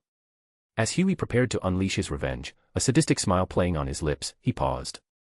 Something in him demanded more than a silent demise for A-Train. Turning to Peter, he requested, unmute him, please. Why? Peter asked curiously. Thankfully, she got a fast and quiet death, but he won't get that sort of luxury. Huey wanted the man who had stolen his love to suffer loudly and painfully. And thankfully, his father was at work at the moment, which meant he didn't have to hold back or worry about anyone walking in. Peter, feeling a bit of respect for Huey's intensity, shrugged indifferently and snapped his fingers once more, unmuting A-Train. Please, don't kill me. I'll do anything. The room echoed with the desperate pleas of the broken hero, his attempts to beg for mercy falling on unwilling ears. Ignoring A-Train's cries, Huey leaned in, asking, do you remember Robin Ward? A-Train, confused and seemingly ignorant, shook his head, no, see, you have the wrong person. I don't even know who that is. The denial only fueled Huey's rage. A-Train's lack of recognition added another layer of torment to an already tortured soul. Without hesitation, Huey inched closer to A-Train, looming over him menacingly. He unleashed a torrent of anger, jumping on the fallen hero and stabbing relentlessly. Blood spattered across the room, creating a gruesome painting of vengeance. A-Train's screams of pain and agony filled the air, mingling with the sickening sound of steel slicing against flesh and bone. As the minutes passed, Huey showed no signs of relenting. Each stab was a manifestation of his pent-up grief and fury. A-Train's desperate cries transformed into choking on his own blood, the life slowly draining from him. Yet, Huey persisted, a man possessed by a relentless need for retribution. Asterisk stab. Stab. Stab. Stab, asterisk. Finally, exhausted and panting, Huey fell backward, the knife slipping from his grasp. He stared up at the ceiling, a mixture of satisfaction and emptiness etched on his face. I avenged you, Robin. Huey thought over and over again, the weight of her death ascending off his shoulders. After cleaning up any traces of the gruesome encounter and incinerating A-Train's body, Peter stood in the dimly lit living room, the air thick with the residue of violence. Huey, a conflicted mix of emotions etched on his face, looked at the now clean room with both horror and a strange sense of closure. Thanks, Peter, Huey mumbled, his voice tinged with a weary gratitude. I don't know how to feel about this, but it had to be done. Peter nodded solemnly, understanding the weight of the moment. You did what you needed to do. That's all that matters. As Peter prepared to leave, Huey extended a hesitant hand, gripping Peter's shoulder. I don't think I'll ever forget this, he said, looking up at Peter, a weak smile on his face. Thank you. No problem. Take care, Huey, Peter offered a small, reassuring smile before stepping into a swirling golden portal, leaving Huey to grapple with the aftermath of his choices. Stepping out of his portal and into the Oval Office, Peter faced the president, who nearly jumped out of his seat as Peter appeared out of nowhere. Even now, he wasn't used to how Peter just appearing whenever he wanted. Handing over the controls for the Sentinels, as he won't be here to command them as he is now, Peter explained, the Sentinels are powerful tools, but they're not meant for personal agendas. I've implemented failsafes to ensure they stay within their intended purpose, which is the policing of superheroes, nothing more. The president, uneasy at the implications, stammered, what if we need them for national security? Peter's gaze hardened. Any attempt to misuse them or alter their protocols will have severe consequences. They're not here to enable wars or power plays. He threatened before giving a quick explanation. The Sentinels will not respond to any orders that stray outside of their programming. And before you try, please know that any attempts to tamper with the Sentinels or their factory will result in the swift deaths of anyone involved. Peter pauses for a moment before staring straight into the president's eyes. Simply put, be good and you'll be fine. The president swallowed hard, realizing the gravity of Peter's warning. With a stern nod, Peter stood up and opened one last portal, returning to the Butcher residence. His involvement in this universe's affairs officially closed. As the portal sealed behind him, a sudden gust of wind tore through the house. A child-sized figure with golden hair and bright blue eyes shot around the corner, tackling Peter to the floor. Leo. Peter chuckled, embracing the 3-year-old. You sure know how to make an entrance. Expecting a reply, Peter looked down and noticed that Leo was shaking and gripped Peter as if his life depended on it. What's going on? What happened? A/N, 1629 words, smiley face. They will finally return to their home universe in the next chapter, where the Galactus, Spider-Verse, and Council of Kangs arcs can begin. Police car light give gemstone stones gemstone pleading face police car light. Backhand index pointing down don't forget to vote, backhand index pointing down. Chapter 601, C601 Home, Sweet Home. Police car light insert weird/odd gif/PICs here, most likes wins police car light, A/N, only 2 entries per person. Trophy yesterday's GIF winners, Ben Bagman, trophy, A/N, crown. Holding the 3-year-old Leo in his arms, Peter couldn't help but notice the distress in the child's bright blue eyes. Confused, he asked, hey, buddy, what's wrong? Why are you so upset? Leo, in his high emotional state and limited vocabulary, managed only 2 words, his tiny voice trembling, don't leave. Peter furrowed his brows in confusion, trying to decipher the meaning behind Leo's plea. Before he could inquire further, MJ walked into the room, a look on her face that said, I told you this would happen. Leo clung to Peter a bit tighter, repeating his plea, don't leave me. Peter sighed, looking up at MJ, who wore a know-it-all expression, which made Peter want to knock her upside the head. I tried to calm him down, but it seems he'll only listen to you. Ignoring MJ for the time being, Peter focused on Leo, asking gently, Leo, why do you think we're leaving you? Leo's eyes welled up with tears as he looked at Peter, his voice shaky. Ryan said. Realization dawned on Peter. Leo thought they were leaving him behind when they returned home. Peter exchanged a knowing glance with MJ, who leaned against the wall, enjoying the heartfelt moment as if she was watching a movie. Sighing to himself, Peter decided to address the situation head-on. Leo, would you like to come with us when we leave? He avoided the word adoption for now, as he knew it was a conversation they needed to have privately beforehand. Leo's eyes lit up, tears transforming into a glimmer of hope as he nodded vigorously. This was exactly what he wanted, to stay with Peter, where he felt safe. Peter couldn't help but smirk as he patted Leo on the head. Good, because I was planning to take you with us from the beginning. Remember, I only told Ryan that I was leaving, not you. He glanced up at MJ, who watched with an approving smile on her face. Huh. Leo seemed to realize that he was never going to be left behind in the first place, which brought a small smile to his tiny face. As Leo clung to Peter, the 3-year-old's distress began to dissipate, replaced by a newfound sense of security. Peter couldn't deny the warmth that spread through him, realizing that he was about to embark on a journey of unexpected parenthood, again. With Leo now part of their makeshift family, Peter couldn't help but ponder the dynamics that would unfold. MJ, undoubtedly, had seen this coming, and Peter braced himself for the inevitable, I told you so, that would come his way. Looking up at MJ, Peter could see her itching to say those exact words. Just say it already so I don't have to hear it later. He sighed in annoyance as she smirked. I told you so, MJ smirked, savoring the moment like a fine wine. Ugh. Peter grunted as if he were physically wounded by her words. With Leo set to join them, MJ and Peter began to pack up their belongings in preparation to head home. Originally planning to explore one more universe during their honeymoon, the addition of Leo altered their plans, leading them to decide to end their interdimensional adventure a bit earlier than expected. Meh, it's fine. Peter wasn't too disappointed. I've been missing everyone at home anyway. As they gathered their things, Peter and MJ took the time to bid farewell to everyone who had become a part of their unique journey, Billy, Becca, Ryan, Black Noir, Maeve, Starlight, and Soldier Boy. Hugs were exchanged, promises of keeping in touch made, and memories of their time together lingered in the air.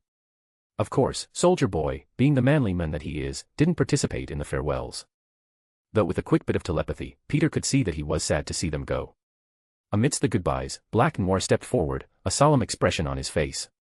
He turned to Peter, his gratitude evident in his eyes. I owe you more than you realize, which is why I'd like to come with you. Not only did you heal my face, but I can even think straight and talk again. So, if you'll have me, I'd like to go with you and repay my debt. Peter, reluctant to take another person with them, shook his head. No need, Noir. I helped you because it was the right thing to do. You don't need to repay me. But Black Noir remained persistent, bowing his head toward Peter. I insist. Please allow me to accompany you. I want to repay you in any way I can. It seems like Peter's kind refusal only fueled Noir's passion to join him. Knowing Noir's intentions were sincere, Peter sighed in reluctant agreement. Fine, you can join us. Just pick your head up already. You're making me feel weird.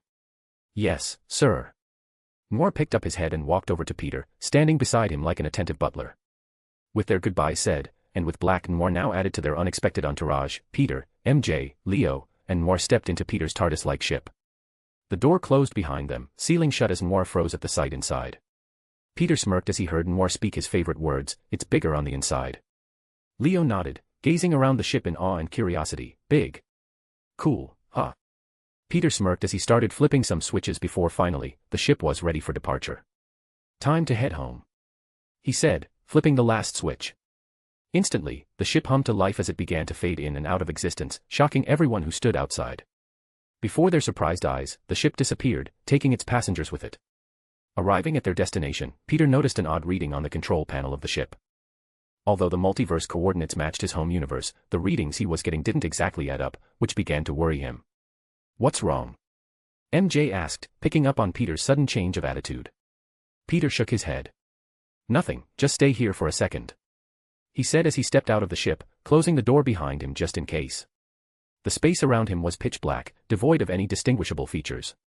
Okay, this definitely isn't my universe, he thought curiously. Walking a few steps forward, Peter suddenly stopped as he caught sight of a hooded figure standing ahead. The figure resembled a Grim Reaper, minus the scythe. Its presence alone seemed to overwhelm Peter, rooting him in place, unable to move. Before he could utter a word, the hooded figure, with an otherworldly voice, spoke, "Congratulations on gathering my hallows. I would have shown myself earlier, but I didn't want to interrupt your honeymoon." The otherworldly being seemed to stare into Peter's soul, a hint of amusement radiating from it. "I see you've adopted another child. How noble of you." As the being spoke, the wand, cloak, and stone from the Harry Potter universe came flying out of Peter's storage necklace.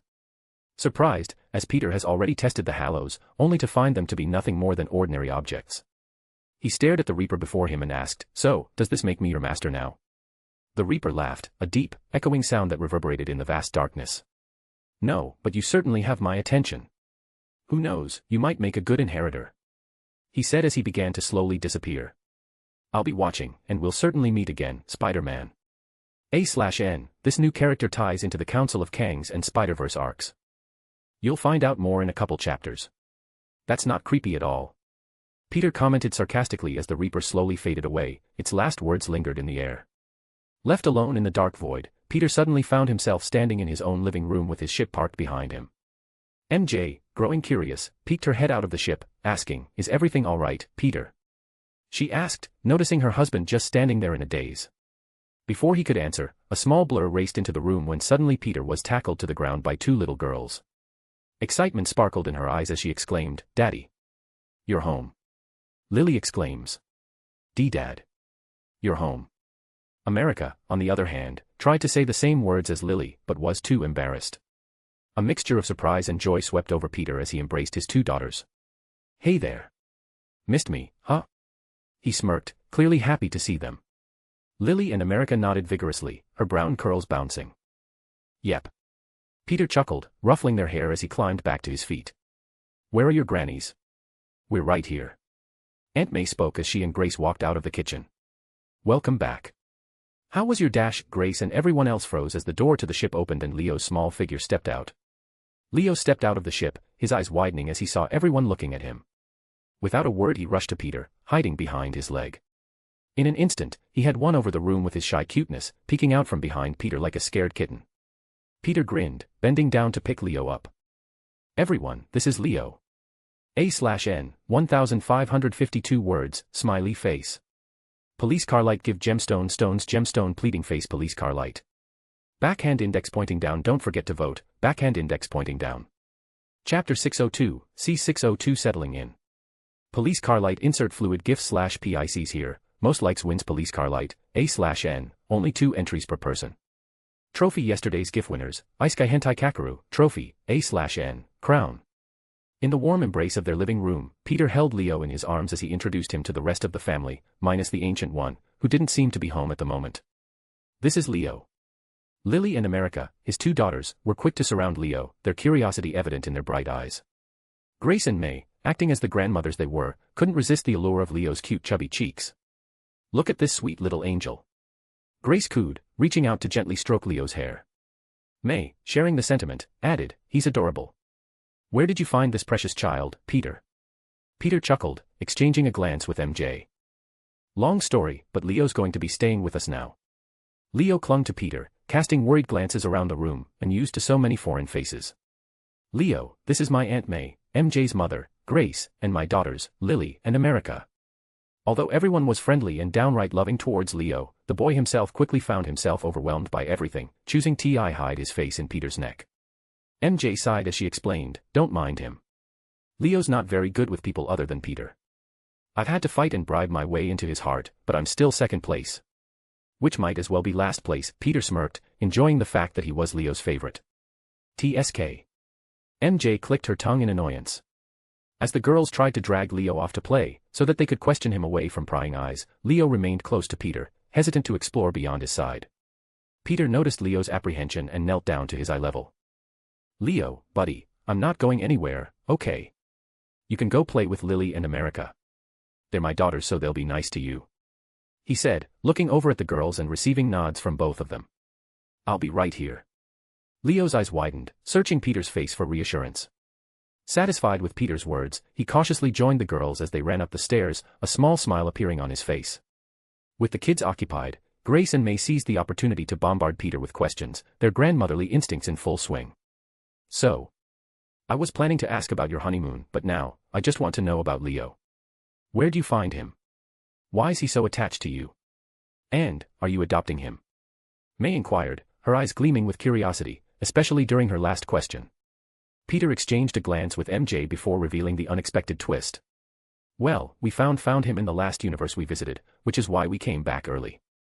He's attached to me because I'm better than MJ, Lily, and America just haven't realized it yet. MJ scoffs and rolls her eyes. And yes, we plan to adopt him. We just need to talk to the girls about it. Which is why we came back a bit early. Which universe? Do we know it? Grace asked, knowing that they were hoping to travel to fictional worlds. The boys. Peter reveals, surprising both Grace and May. The TV show, to be specific. Silence hung in the air as both Grace and May processed this revelation. Grace finally broke the quietude with a gasp. He's Homelander, isn't he? She asked, recalling his childlike appearance from the show. May, equally stunned, added, you've got to be kidding me. MJ couldn't help but ask, am I the only one in here who hasn't seen this show? As everyone nodded, she made a mental note to binge the boys later tonight. Grace, fear written all over her face, turned back to Peter. How could you bring him here? What if he hurts the girls? She said, growing more antsy by the second. Peter held up his hand, trying to calm the 2 grannies. He needed a family. We're giving him a chance at a normal life. Peter explained. And he's not Homelander, per se. Both May and Grace stared at Peter in confusion. What the hell does that mean? May asks. Peter explains, he's a clone that Vought was keeping as a sort of backup just in case Homelander died or went rogue. He explained, but that didn't seem to calm them very much. You have nothing to worry about. Leo is nothing like Homelander, I'm sure of it. How can you be sure though? Grace asks, clearly scared. This is how. Peter transmitted his voice into all of their minds, surprising the 2 grannies. I used telepathy to see his entire life. He's a good kid, though he does have problems, his abandonment issues being the most serious of the bunch. And just as Peter told them this, as if to prove his point, the pitter-patter of small feet could be heard. Turning their heads, everyone watched as Leo walked halfway down the stairs, peeking his head around the railing to check if Peter was still there before rushing back upstairs. So cute.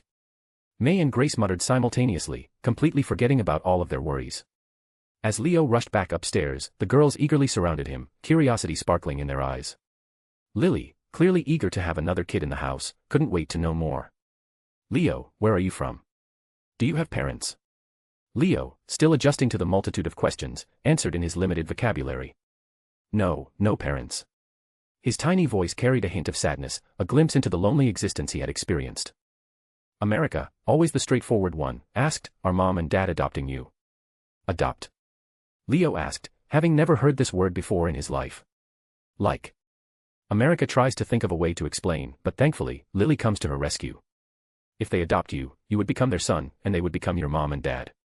Leo's eyes widened, a glimmer of hope appearing. He had no answer, as he didn't know about this until now, but if Peter were to adopt him, he would certainly accept. In fact, it would be the best thing that ever happened to him. Maybe even better than the day he met Peter. Lily chimed in, America was adopted too. Our parents are the best, Leo. You should ask them to adopt you, I'm sure they would agree. She beamed, hoping to reassure Leo that being adopted was a wonderful thing. Leo's eyes lit up, a small smile forming on his face. The idea of having a family, especially one with Peter in it, filled him with joy. The anticipation of being adopted by Peter made his heart race. However, before Leo could revel in the joy of potential adoption, America, with good intentions but unintentional bluntness, added, but if they don't adopt you, Leo, don't worry. Maybe they'll find someone else to adopt you. Leo's hopeful expression quickly shifted to one of dismay. The innocent words struck a chord within Leo, triggering his deep-seated fear of abandonment. The idea of being adopted by anyone other than Peter suddenly felt unbearable. America, oblivious to Leo's internal turmoil, continued with a warm smile, there are lots of nice families out there. We want you to have a family, Leo. Lily nodded in agreement, echoing her sister's sentiments. Leo, however, couldn't shake off the fear that if he wasn't adopted by Peter, he'd rather remain alone. The thought of being passed on to someone else felt like a fate worse than hell. Meanwhile, as Peter, MJ, and Leo stepped out of the ship, Black Noir remained inside, waiting patiently for Peter to signal that it was okay to leave. The commitment to serve Peter, a debt he felt deeply, bound Noir to follow Peter's orders without question. Time passed slowly for Noir as minutes turned into hours. The ship's interior became a quiet space, making him wonder if Peter had forgotten about him. The uncertainty grew, and Noir, with a hint of hesitation, decided to approach the door. As he reached out to open it, a sudden popping sound echoed through the ship, and a hand appeared, slapping his own away. Surprised, Noir looked down to see an angry-looking elf standing before him. It was Dobby, who didn't look nearly as happy or carefree as he usually was. Dobby scolded Noir sternly, his high-pitched voice filled with disapproval. Master says to wait. You wants to be a good elf like Dobby? Then yous must follow Master's orders.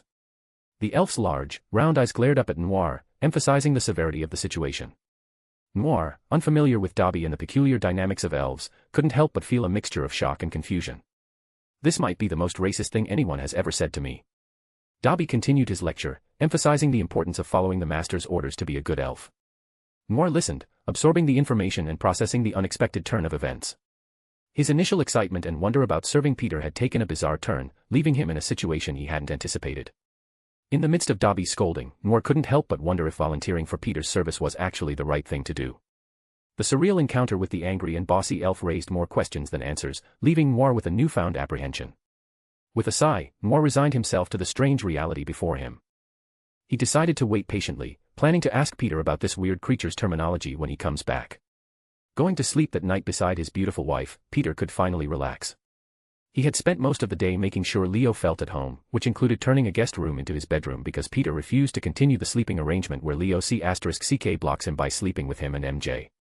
Peter also had to have an awkward conversation with Noir, who was confused by Dobby's terminology. Of course, he understood after some explaining, which made him quite sad for Dobby and his race, who are pretty much natural-born slaves. In the end, Peter simply told him not to worry about it, as he would be treating Dobby very well. As for Noir, he was given a guest room for the time being until Peter could find a place for him. As Peter falls asleep, MJ already sleeping peacefully in his arms, suddenly, time seems to blur as his consciousness drifts away.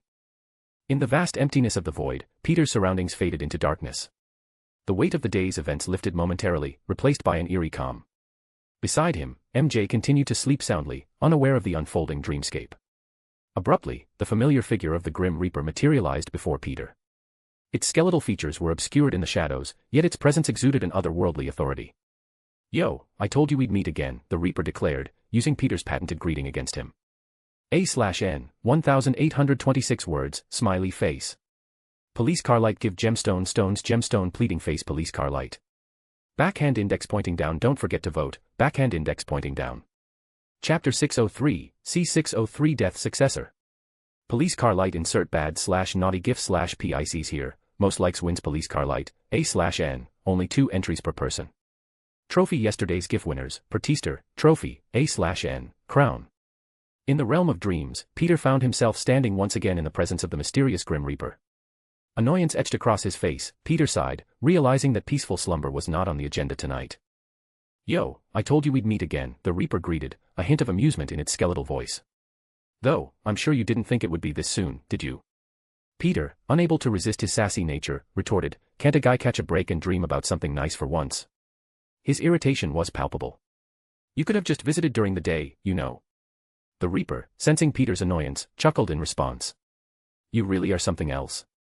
Most beings fear me on instinct alone, but here you are, annoyed like I'm an unwelcome guest at your pity party." "Yeah, well, you're not exactly bringing the party vibes," Peter grumbled, crossing his arms. The Reaper's laughter echoed, filling the void around them. However, beneath Peter's nonchalant exterior, a sense of unease lingered. He remembered the Reaper's overwhelming power from their earlier encounter in the living world, and he couldn't shake the feeling that this being was not to be taken lightly. Glancing at the necklace around his neck, Peter reached for it instinctively. The familiar feeling of his rings embedded with each infinity stone reassured him. It was a source of power that even the Reaper might find formidable. The Reaper, observing Peter's actions, scoffed as it extended its bony hand. In an instant, 6 rings emerged from the necklace, each housing an infinity stone. Peter's eyes widened as he attempted to grab them, but an unseen force rooted him in place as the runs floated toward the skeletal figure, hovering above its hand. The Reaper eyed the rings with an almost casual interest, commenting, "Nice rocks you got here. Could use a bit more color and clarity, though. The Soul Stone, in particular, seems a tad cloudy." Peter, frozen under the Reaper's gaze, could only watch as the powerful being assessed the infinity stones as if they were mere trinkets. The critique hit him like a revelation. The Reaper didn't see the stones as a threat. Soon enough, the Reaper's amusement faded as it grew bored with the infinity rings.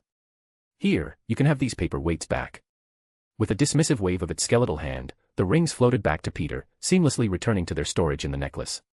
The pressure that had frozen Peter in place dissipated, allowing him to move and breathe freely once again. Staring at the Reaper before him, Peter contemplated the power dynamics at play. The infinity stones, once symbols of unparalleled might, seemed inconsequential in the face of this enigmatic being. His mind buzzed with the urge to test their strength against the Reaper's, but a dismissive wave of the Reaper's hand urged him to move on. "Hurry up. I don't have all day," the Reaper remarked, its voice carrying an air of impatience. Surprisingly, it didn't seem offended by Peter's thoughts. Deciding to bite the bullet and just do it, Peter pulled out the rings once more, slipping them onto his fingers. Eager to see if the Reaper truly surpassed the stones in power, Peter snapped his fingers but silence echoed through the dreamscape as nothing happened. Caught off guard, Peter's dumbfounded expression prompted a chuckle from the Reaper. The skeletal figure found amusement in Peter's futile attempts to use the stones against him. Peter, realizing the futility of his actions, sighed and stowed the rings away. The Reaper's immunity to the infinity stones left an unsettling feeling in the pit of his stomach, a reminder that this encounter held far more complexity than he initially perceived. Although fear lingered in Peter's mind, he also sensed that the Reaper harbored no malicious intent towards him. The fact that the Reaper was not here to kill him brought a strange comfort, albeit mixed with an unsettling uncertainty. As the Reaper's laughter subsided, Peter decided to cut to the chase. "All right, what do you want?" he asked, his tone a mix of curiosity and wariness. The Reaper's hollow eyes regarded him with an intensity that seemed to pierce through the very fabric of his being. In response, its form shifted, shadows dancing around its skeletal frame as it spoke. "I've come to offer you a chance to become my successor." "What do you mean by successor?" Peter asked, curiosity shining in his eyes. "And who are you exactly? Are you like the death of my universe? Because if I recall correctly, my death is supposed to be a sexy woman." Realizing he hadn't properly introduced himself, the Reaper decided to clarify. "I am Death, but not bound to a single universe. I preside over the entirety of the multiverse. Just call me John. Death isn't much of a name, you know." The absurdity of being addressed by a cosmic being as John, the most overused name in existence, was both amusing and curious. Sure thing, John, he replied, still wrapping his head around the idea that the being in front of him could be just as strong or even more powerful than the one above all.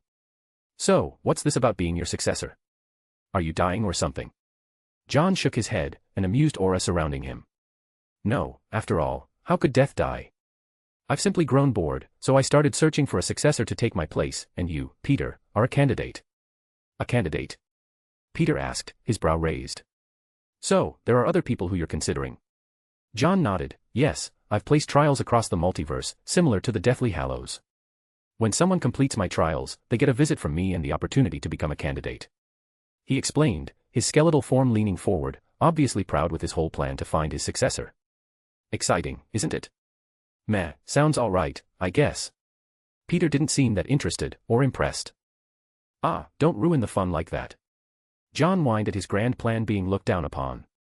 Maybe you'll find it more interesting when you see the missions. Peter, with a raised eyebrow, asked, missions? What kind of missions are we talking about here? John nodded, acknowledging Peter's question before asking, would you like to see them? With curiosity getting the better of him, Peter agreed. In an instant, John snapped his bony fingers, conjuring a holographic-like screen before Peter, listing 3 main missions. Mission 1, destroy the Council of Kangs. The Council of Kangs' unwillingness to regulate themselves is leading the multiverse towards an inevitable death. Eradicate them to restore order. Submission, Kang Genocide. Kill all Kangs to eliminate future threats. Seeing the first mission, Peter didn't really have a problem with it. He was already planning to take down the council anyway, so having a mission for it wouldn't really change anything. The only portion that worried him was the Kang Genocide submission. After all, not all versions of Kang are going to be evil pieces of trash who deserve to die. Mission 2, destroy the Spider Society.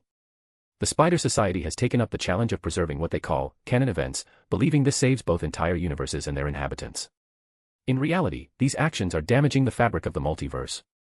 Eradicate them to restore order. Submission, Spider Genocide. Kill all Spider Society members. What the F***CK? Peter stared at the writing before him in shock. I knew I'd have to deal with across the Spider-Verse soon enough, but why do I have to kill them all? Although Peter was a bit shocked by yet another genocidal order, he was not surprised by the fact that canon events weren't actually a real thing. After all, he's traveled the multiverse and changed all sorts of events, which should have been canon, yet there was never any blowback from his action. If canon events aren't real, then why is the Spider Society still a thing? Peter wondered as he moved on to the last mission. Mission 3, destroy the competition. Kill, defeat, or win over other successors to be the last one standing. Submission, competitive genocide. Kill them all. Peter stared at the holographic screen, absorbing the weight of the tasks before him. The gravity of the mission struck him, especially the genocidal submissions. Why genocide for all of them? That's a bit extreme, isn't it? Peter questioned, reluctantly eyeing the submissions.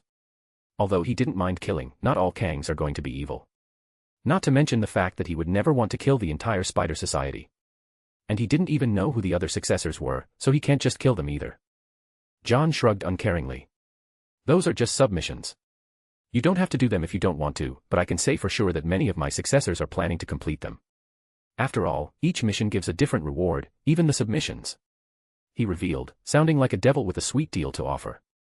Alarmed, as he was just told that an unknown number of people were planning to slaughter his fellow spider people, Peter began to realize that John wasn't exactly a good person. Though he didn't seem bad either. It was more like he just didn't care. His mind racing, Peter came to the reluctant decision that he may have to actually accept to become John's successor. I just got home, why can't I just be lazy for a few weeks? But sadly, Peter can't just let the other candidates kill countless spider people. And what happens if I don't become your successor and decide to stop these candidates from killing everyone? He asked, already guessing what the answer will be. Then you die, right here, right now. Death spoke, a chill to his voice that Peter hasn't heard up until now.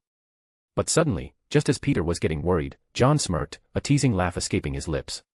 Ha ha ha. Just kidding. I won't kill you.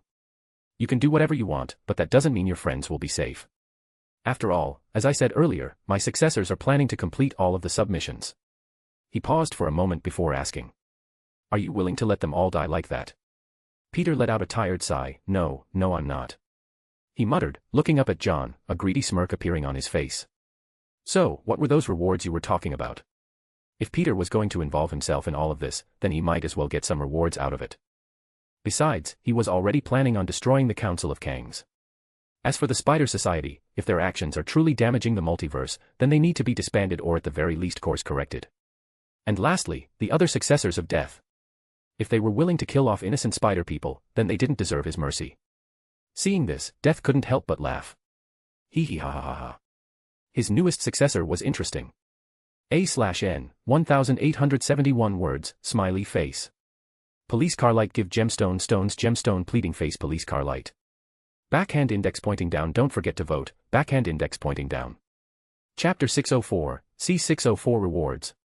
Police car light insert illiterate gif/PICs here, most likes wins police car light, A/N, only 2 entries per person. Trophy yesterday's GIF winners, Ben Bagman, trophy, A/N, crown. Once John, the enigmatic personification of Death, stopped laughing like a madman, he held up his bony hand and snapped his fingers for a second time. Immediately, the holographic-like screens in front of Peter were updated. Mission 1, destroy the Council of Kangs. The Council of Kangs' unwillingness to regulate themselves is leading the multiverse towards an inevitable death. Eradicate them to restore order. Reward, Death's Harvester. Death's Harvester?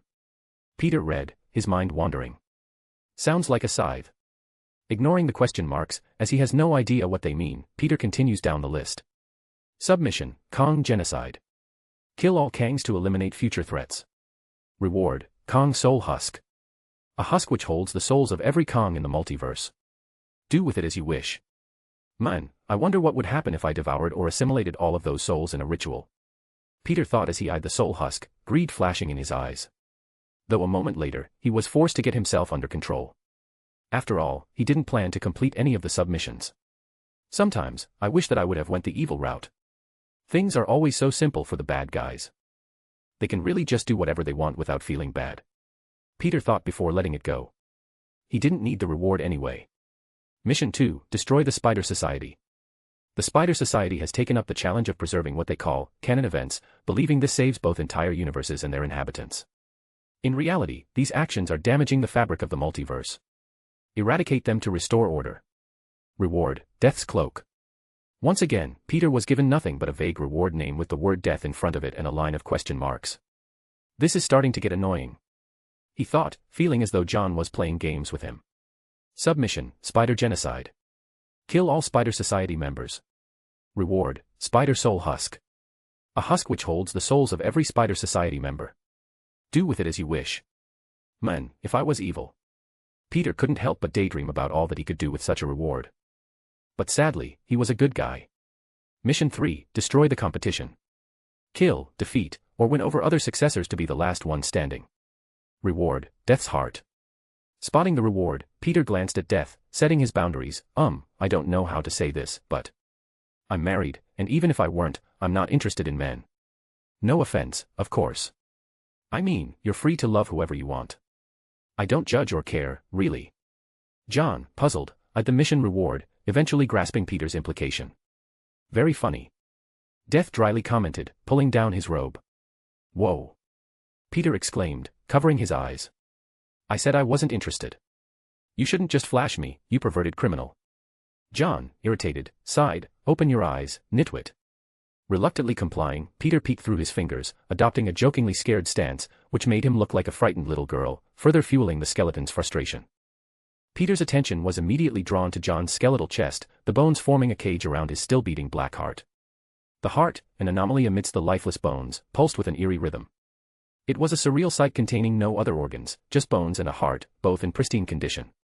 So, if I win the fight for succession, you'll give me your actual heart. What the F***ck am I supposed to do with that? Peter questioned, his eyes narrowing at the bizarre revelation. Are you planning to kill yourself? John, the enigmatic embodiment of death, simply shrugged in response. Maybe. I don't really know what happens when I take this heart out. All I know is, if I want to pass on my powers and the responsibilities that come with them, I have to give it away. If you succeed, this heart will beat in your chest next. Yay. Peter said sarcastically, finding the idea rather repulsive, to be honest. Submission, competitive genocide. Kill them all. Reward, +3 inches. Peter's gaze shifted to the holographic screens, where the final mission's reward humorously read, +3 inches. His mind immediately went to an inappropriate conclusion, but he refused to believe a death god would stoop so low. The implications were clear, but Peter shook off the notion, hoping for a more reasonable explanation. With an amused tilt to his voice, John clarified, it's added penis length for anyone who completes the mission. Humans seem to care a lot about that, so I thought it'd make a good reward. Sighing in disbelief, Peter found himself torn between the absurdity of the situation and the temptation of such an enhancement. He admitted, even to himself, that the prospect of added length enticed him. But luckily, he was already well endowed and didn't need the reward. In fact, the idea of adding 3 inches seemed more uncomfortable than appealing. John commented, revealing, a lot of my male candidates really appreciate this reward. It really motivates them in the right direction, you know. Inwardly shaking his head, Peter couldn't deny the allure it might have for some. Though the thought of his fellow successors eagerly slaughtering one another just to gain a few extra inches was both funny and sad. Unable to resist the curiosity, Peter dared to ask, what about the female candidates? John responded casually, they have their own enhancing reward, an increase in breast and butt size, along with a thinner waist. Some even asked for thicker thighs, which seems to be a new trend these days. Peter sighed, realizing that both men and women would kill for the last reward. It seemed to be a twisted incentive designed to pit successors against each other, playing into their insecurities and desires. I take back what I said earlier. John is definitely evil. Peter realized without a shadow of a doubt. So, what now? He questioned, uncertainty etched across his face. John, turning serious for a moment, asked, do you agree to become a successor candidate? Peter nodded, a heavy sigh escaping him. I don't really have a choice, do I? Either I say no and let a lot of spider people get killed, or I join the fight and try to save them. Obviously, I choose to join the fight. Nodding in acknowledgement, John suddenly appeared before Peter, mere inches away. His skeletal hand reached down and tapped Peter on the forehead. A surge of black, deathly energy coursed through Peter's body, leaving behind a chilling sensation. Within seconds, a tattoo of a laughing skull materialized on the back of Peter's hand, a mark of his entry into this cosmic game. Welcome to the game, Peter. I'll be watching, and I expect good results from you, John declared with an air of expectation. As John's words echoed in the space, he vanished, leaving Peter alone in the darkness. However, solitude didn't linger for long as a voice calling his name resonated in the void. Peter. Wake up. Peter. Peter. The voice repeated, growing louder with urgency. Abruptly, Peter found himself jolting awake from what seemed like a dream within a dream. Leo sat beside him, wearing his dinosaur pajamas as he shook Peter into consciousness. Do I have to be awake? Peter asked, receiving a disapproving look from Leo. Okay, fine, I'll wake up. Breakfast. Leo pointed to the door, his innocent eyes gleaming with anticipation. Okay, why don't you go and wait downstairs? I'll be down in a minute. Peter shooed Leo ways before sitting up. Rubbing the sleep from his eyes, Peter couldn't forget the odd yet surreal experience he had just endured. Glancing down at the back of his right hand, he wasn't surprised to see the skull tattoo still there, staring back at him, proving that he wasn't just dreaming. As Peter joined his family for breakfast, ignoring his new missions for the time being, across the vastness of the universe, Galactus stirred from his cosmic slumber. The hunger that gnawed at him was more than a mere appetite, it was a relentless force driving him to consume worlds. Hoping to finally quell this insatiable hunger, he sought a solution, a deal with Thanos for the coveted Infinity Stones. But unbeknownst to Galactus, the very being he sought had already met his end at the hands of the newest Death successor candidate. Frustration and hunger gnawed at Galactus, pushing him to take matters into his own hands. The hunger was not merely a physical need, it was a force that threatened to consume him entirely. Summoning his herald, the Silver Surfer, Galactus issued a command. Find Thanos and the Infinity Stones. My hunger cannot wait any longer. He said, eyeing the metallic man before him. If we don't get the stones soon, you'll have to find a few planets this time. I'm feeling particularly peckish this time around. Insert picture of Silver Surfer here. The Silver Surfer, a gleaming figure of cosmic energy, nodded in understanding. Without a word, he shot into the cosmic expanse, streaking through the stars in pursuit of the elusive Mad Titan. The fate of many worlds hung in the balance. A/N, 1589 words, smiley face. Police car light give gemstone stones gemstone pleading face police car light. Backhand index pointing down don't forget to vote, backhand index pointing down. Chapter 605, C605 Susi Spider Society. Police car light insert wedding gifts /PICs here, most likes wins police car light, A/N, only 2 entries per person.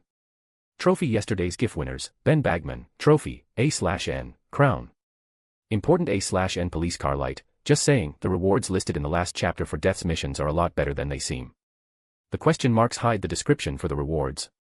If you go back and check the chapter comments in the last chapter, I replied to Anani_Anonymous about this, and even gave him a spoiler about the cloak, so go check if you're interested. I don't want to spoil it for anyone here. Anyway, enjoy the chapter, smiley face. As Peter sat at his bedside, rubbing the sleep out of his eyes, his mind churned with the weight of everything he's learned from John. He was a successor candidate to death, even if he was kind of forced into it, and he had an unknown number of competitors to look out for. Not to mention the fact that these competitors are all going to be rather bloodthirsty, thanks to John's genocidal submissions. My peaceful life always finds a way to get derailed. Peter thought, exasperated. Thankfully, multiverse travel wasn't a walk in the park, and he doubted that the other candidates could travel to other universes. After all, John didn't give him any ability to travel, so it's not very likely that he did for the others either. But I can't just guess, I need to find out for sure. Peter decided to gather intel, and pulled out his phone, opening the Spider-Verse chat group app. Typing away, Peter asked a simple yet crucial question, "Yo, anyone joined the Spider Society yet?" Seconds later, Gwen's response popped up. "Gwen, how do you know about the society?" "Peter, that doesn't really matter, does it? But I take from your reply that you're a member." "Gwen." Gwen didn't seem to want to answer, which only strengthened Peter's belief that she was a member. "Peter, this is important, Gwen. Now, answer the question. Have there been any attacks on the society or its people lately?" "Gwen, no." "Peter, have there been any odd or suspicious people coming around? People that maybe don't have spider powers, like us. They might have a tattoo of a laughing skull somewhere on their body. Most likely on their right hand." "Gwen, no, not that I've seen. But I'm only a new member, so they don't exactly tell me much." "Peter, I see, thanks for the info. If any attacks start happening, or someone matching the description that I've given you appears, let me know immediately." "Gwen, Peter. What is this about? You're starting to worry me." "Peter, I'll explain another time. For now, just keep your guard up and don't tell anyone about this. Wait, actually, feel free to tell whoever you want, I don't really care. Just make sure the society doesn't bother me. Anyway, I have to go, we'll talk again later. See ya." Waving hand. "Gwen, wait a minute. You can't just." Gwen obviously wanted answers, but Peter wasn't going to be giving her any. And just as he was about to close the app, the other spider people in the chat bombarded it with questions, unfamiliar with the Spider Society and curious as to what Peter was talking about. "Spider-Pig, hey, what's all this about?" "Miles, yeah, someone explain already." "I'll just leave Gwen to answer them."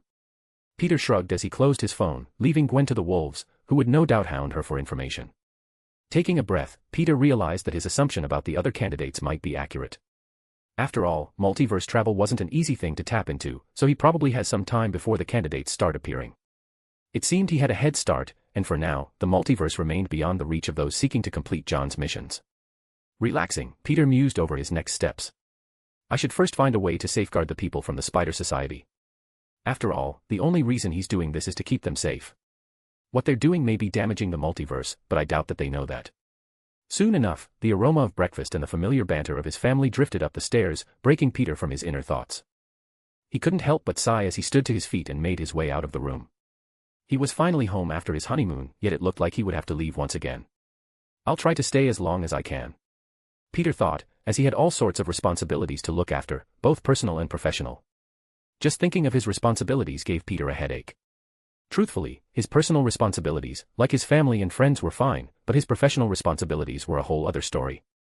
"I've been gone for months," Peter thought, knowing that he had to have a few mountains of paperwork back at the Avengers Tower. "Tony said he would cover for me, but if I know him as well as I think I do, then he most likely got bored a week in and gave up." Leo, oblivious to Peter's thoughts, rushed up the stairs and tugged at Peter's sleeve, urging him to hurry up. "So slow," he said, clearly annoyed and hungry. Smiling at Leo's behavior, Peter reached down and picked him up before rushing down the stairs. "All right, let's go." As Peter joined his family at the table, momentarily forgetting all of the craziness that he'd have to deal with sooner or later, he noticed the Ancient One sitting across from him, munching on some bacon. "Welcome home, Peter," she said, smiling as she sipped some tea. Peter smiled back. "It's good to be back." As Gwen navigated the sea of questions from the Spider-Verse chat group, a nagging worry gnawed at her conscience. She spent over an hour deliberating whether she should divulge the information to the Spider Society. After all, the safety of her fellow spider people might be at stake. Eventually, her concern for their well-being outweighed her hesitation. Gwen decided to take the matter directly to the Spider-Man in charge of the society, Miguel O'Hara. After a swift web swing across the city, she arrived at Miguel's futuristic domain. Entering Miguel's lair, she hesitated before approaching him. "Yes, sir. We need to talk. I've got some information that might be crucial for the Spider Society. Miguel, immersed in holographic displays, initially dismissed her with a wave. Not now, Gwen. I'm in the middle of handling an important matter. Insert picture of Miguel/Spider-Man 2099 here. Gwen pressed on, this is about potential threats to the society. Trust me, you'll want to hear this. As she recounted Peter's cryptic messages and the warnings of possible attacks, Miguel's dismissive demeanor shifted. However, skepticism lingered on his face. So, someone is targeting us. Who? How? When? Miguel asked, glancing at Gwen with raised eyebrows. Gwen interjected, I don't know, but Peter said. Miguel sighed in annoyance. Which Peter is putting this nonsense into your head? I've told them countless times already to stop messing with the new recruits. Gwen shook her head. It's not anyone in the society. It's the Peter that I know. Miguel froze as he realized which Peter she was talking about. The air in the room seemed to thicken with an unspoken tension. While Miguel rarely feared other spider people, Peter was an exception, a force that defied conventional understanding. Actually, Miguel once planned to recruit Peter into the society, but after peeking into his universe to gather some information, a small fear began to bud inside him. Because when he peeked into Peter's universe, he witnessed the battle between Peter and Dormammu, a colossal exchange which showcased just how monstrous Peter's strength and abilities really were. And from that day on, like a tree that fear only grew and grew. Miguel started to see Peter as more of an insurmountable threat than an ally, causing him to adopt the policy of staying out of Peter's way. Look, I know Peter might seem like an odd choice to deliver this information, but he's not one to play games when it comes to things like this, Gwen insisted, recognizing the gravity of the situation. Miguel's expression shifted from skepticism to concern. Are you sure about this? What did he say exactly? Gwen nodded solemnly. Dead sure. And you know as well as I do that if Peter is involved, we can't afford to ignore this.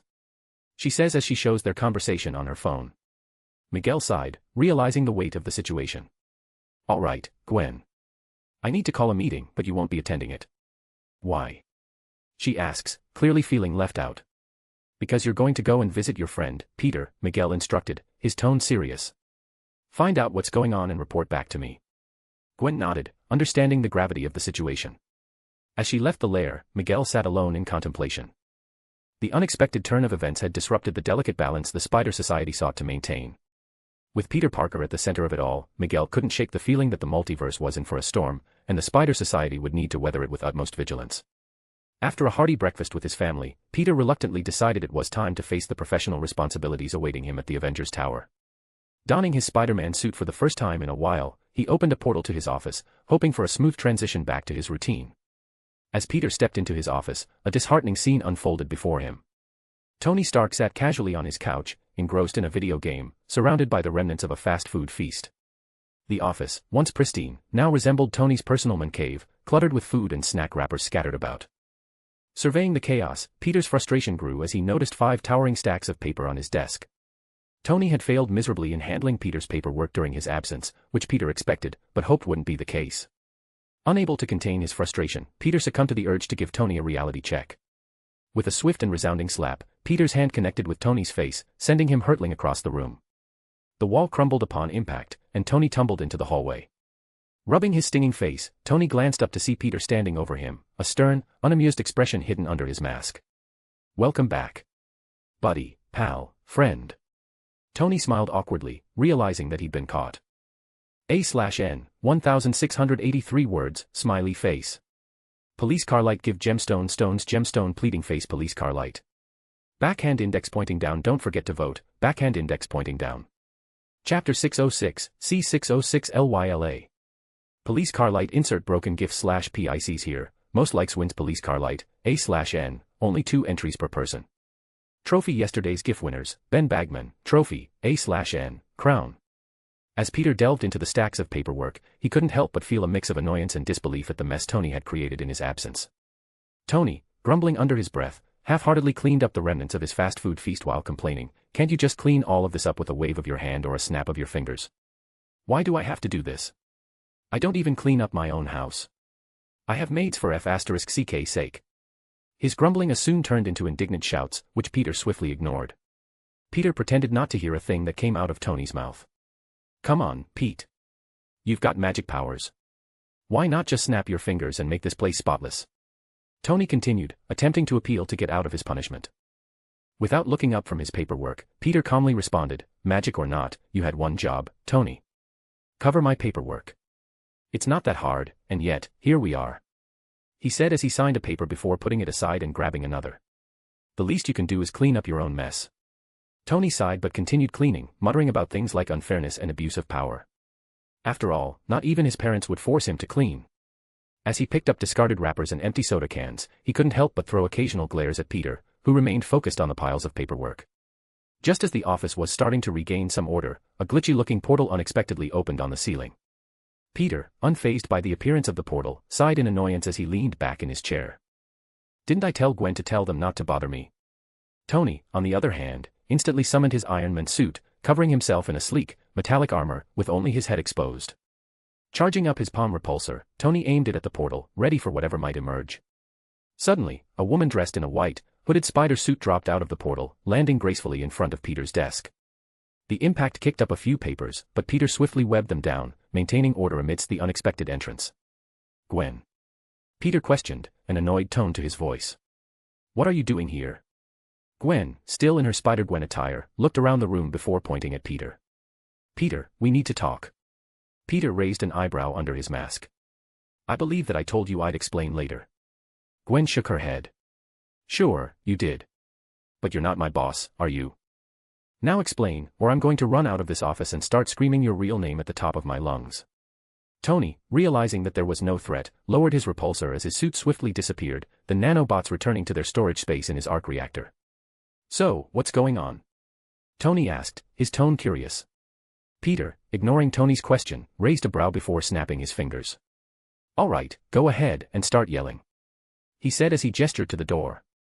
Seeing that Peter was calling her bluff, Gwen decided to go all in and actually do it.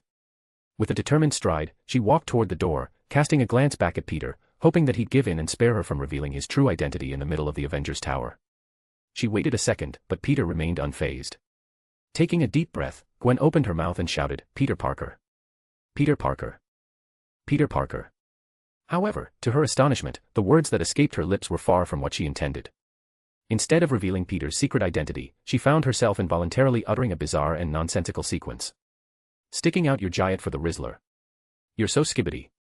You're so Phantom Tax. I just want to be your Sigma. Gwen's eyes widened in sheer embarrassment and confusion as she realized the absurdity of the words she had unintentionally vocalized. Slamming the door shut, she turned to Peter, her expression a mix of frustration and disbelief.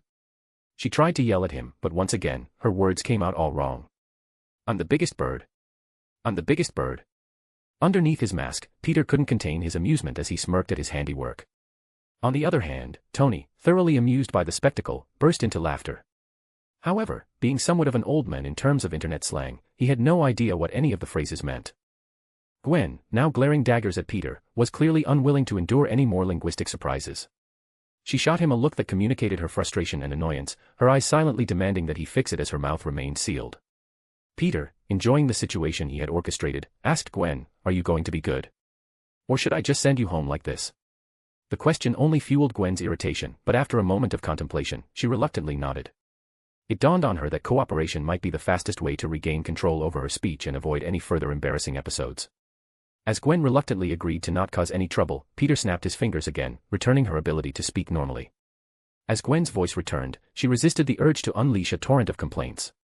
One look from Peter, a silent warning in the narrowing of his eyes, told her that there would be consequences if she decided to voice her grievances. Why are you here? Peter questioned, annoyance evident in his tone. I specifically told you to tell the society not to bother me. Gwen corrected him with a sly grin, yeah, but you never said that I couldn't bother you, right? Besides, I'm not here on Spider Society business. I'm here to see a friend. Peter raised an eyebrow beneath his mask, his gaze penetrating. You're not here on society business, huh? So, when you arrived, why didn't you just say hello instead of interrogating me? Playing dumb, Gwen shrugged, I don't know what you're taking about. You must be mistaken. I'm just here to visit a friend. She smiled innocently as she spoke. Tony, who had been eavesdropping on the peculiar conversation, suddenly interjected, what's this Spider Society, and why haven't I heard of it? You hiding things from me, Peter. Peter sighed, realizing that explaining the Spider Society to Tony was inevitable. The Spider Society is an elite force founded and led by a man named Miguel O'Hara, a Spider-Man from an alternate future universe. It's an organization of spider people from different universes with the mission to preserve the multiverse from any possible threat. Tony, processing the information, nodded his head. So, it's like a multiverse version of the Avengers, but only spider types are allowed to join. Peter nodded in agreement. Yeah, but truthfully, they do more harm than good. They try to fix universes by maintaining what they call canon events, but their work only damages the fabric of the multiverse. Before Peter could continue, Gwen's eyes widened, and she interrupted. No, we do not. Who told you that? A mischievous smile spread across Peter's face as he casually replied, Death. In the hidden depths of the Spider Society's lair, Miguel O'Hara, the futuristic Spider-Man, convened a meeting with his most trusted associates. The room was dimly lit, and holographic displays flickered with information as Miguel addressed the gathering. The atmosphere was a blend of determination and camaraderie as the Spider People discussed recent missions and potential threats. Gwen's warning about a looming danger was also brought up, but lacking concrete details, the information failed to garner serious consideration among the Spider Society members. Of course, Miguel could have divulged the source of this warning, Peter Parker, but that was a risk he wasn't willing to take. Keeping Peter's existence a secret was paramount. The less the society knew about him, the better. As the meeting concluded, and his fellow Spider People dispersed, Miguel remained alone in his dark lair. However, he was not truly alone. The holographic entity LYLA, an intricate part of Miguel's life, appeared behind him. Lyrate Lifeform Approximation, or LYLA, projected an air of trustworthiness as she conversed with Miguel like a friend and confidant. Insert picture of LYLA here. Peter Parker, LYLA spoke, her holographic form pacing behind Miguel. Do you not find it curious that the warning about the impending threat came from him? Could it be that he harbors motives behind our current understanding? Miguel, absorbed in his thoughts, considered LYLA's words. Peter. He's a possible threat, but I doubt he'd target us. I mean, why would he? LYLA's holographic appearance subtly shifted, a malicious expression flashing across her face, though Miguel did see it. Consider this. What if Peter is planning to take over the society? After all, he's been traveling the multiverse a lot lately. It would make sense that he wants to spread his influence. Miguel hesitated, his mind grappling with conflicting thoughts. The notion of Peter, a fellow Spider-Man, betraying them seemed far-fetched. Yet, LYLA's insidious whispers planted seeds of doubt. As she continued to sow mistrust, her holographic form subtly twisted, revealing a darker undertone that escaped Miguel's notice. Be vigilant, Miguel. Trust is a delicate thread easily broken, LYLA warned, her voice echoing with a hint of malevolence. Perhaps it's time to consider the possibility that Peter isn't just a possible threat, but a real threat that needs addressing before it's too late. Unaware of the subtle transformation in LYLA's appearance and tone, Miguel nodded, a cloud of uncertainty settling over his mind. If that's truly the case, then we'll have to prepare. As the holographic entity lingered behind him for another moment, its twisted appearance disappeared, returning back to normal. I'll create some battle plans immediately, she said as she disappeared, leaving Miguel to stew in his newfound suspicions. In the clandestine depths of an unknown location, LYLA manifested before a familiar figure adorned in a distinctive glowing purple power armor. It was a Kong, but not just any Kong. This was Centurion, one of the 3 leaders of the council. He exuded an air of authority as he looked down upon the holographic entity. My lord, I bring news, LYLA spoke with a worshipping tone, her holographic form kneeling before her master. Centurion regarded her with an inscrutable gaze. Report. Peter Parker, the man responsible for killing the Exiled One, has sent a warning to the Spider Society, LYLA informed, her holographic projection displaying a sense of accomplishment. And what of this warning? Kong inquired, his voice resonating with a sense of curiosity. LYLA recounted the events in the Spider Society, emphasizing her manipulation of Miguel O'Hara's suspicions against Peter Parker. She detailed how she sowed seeds of doubt, casting shadows in order to pit them against one another. LYLA's holographic form displayed a subtle but confident smile. I live to serve, my lord. Centurion nodded approvingly. Continue to monitor the unfolding events. The chaos you've initiated will provide the perfect backdrop for what is to come. As Centurion contemplated the ramifications of LYLA's machinations, the holographic entity bowed once more before fading away, leaving him to ponder the future drama, which he would most certainly enjoy. A/N, 1934 words, smiley face long boy. Be sure to give me stones. Police car light give gemstone stones gemstone pleading face police car light. Backhand index pointing down don't forget to vote, backhand index pointing down. Chapter 607, C607A Father's Betrayal. Police car light insert biohazard gif/PICs here, most likes wins police car light, A/N, only 2 entries per person. Trophy yesterday's GIF winners, Alien Warlord, Trophy, A/N, it's a me. Mario, the author, crown. In the midst of the peculiar conversation, Gwen vehemently denied Peter's claims about the Spider Society's negative impact on the multiverse. She crossed her arms, masked eyes narrowing as she retorted, "You're just making things up, Peter. The Society ensures that everything goes according to plan in each universe. We maintain order. How could that possibly hurt the multiverse?" Peter, feeling a hint of frustration, leaned back in his chair and sighed. "Gwen, my source on this is fairly credible. Trust me, the Spider Society might not be what you think it is." Gwen shook her head, her determination unwavering. "No way. You're just trying to paint them in a bad light because you don't understand their mission. They protect the multiverse from anomalies and ensure that each universe follows its designated path." Peter, realizing that convincing Gwen was futile at the moment, simply shrugged. "All right, Gwen. Believe what you want. I've said my piece. Let's move on." Turning away from Gwen, Peter refocused on Tony, who was just stood there, listening in on their conversation instead of cleaning. The bags of garbage piled up, and Peter gestured toward them. "Tony, you gonna leave those bags here to stink up the place or what?" Grumbling, Tony shot Peter an annoyed look. "Can't you just portal them to the dumpster or something? Why do I have to do this?"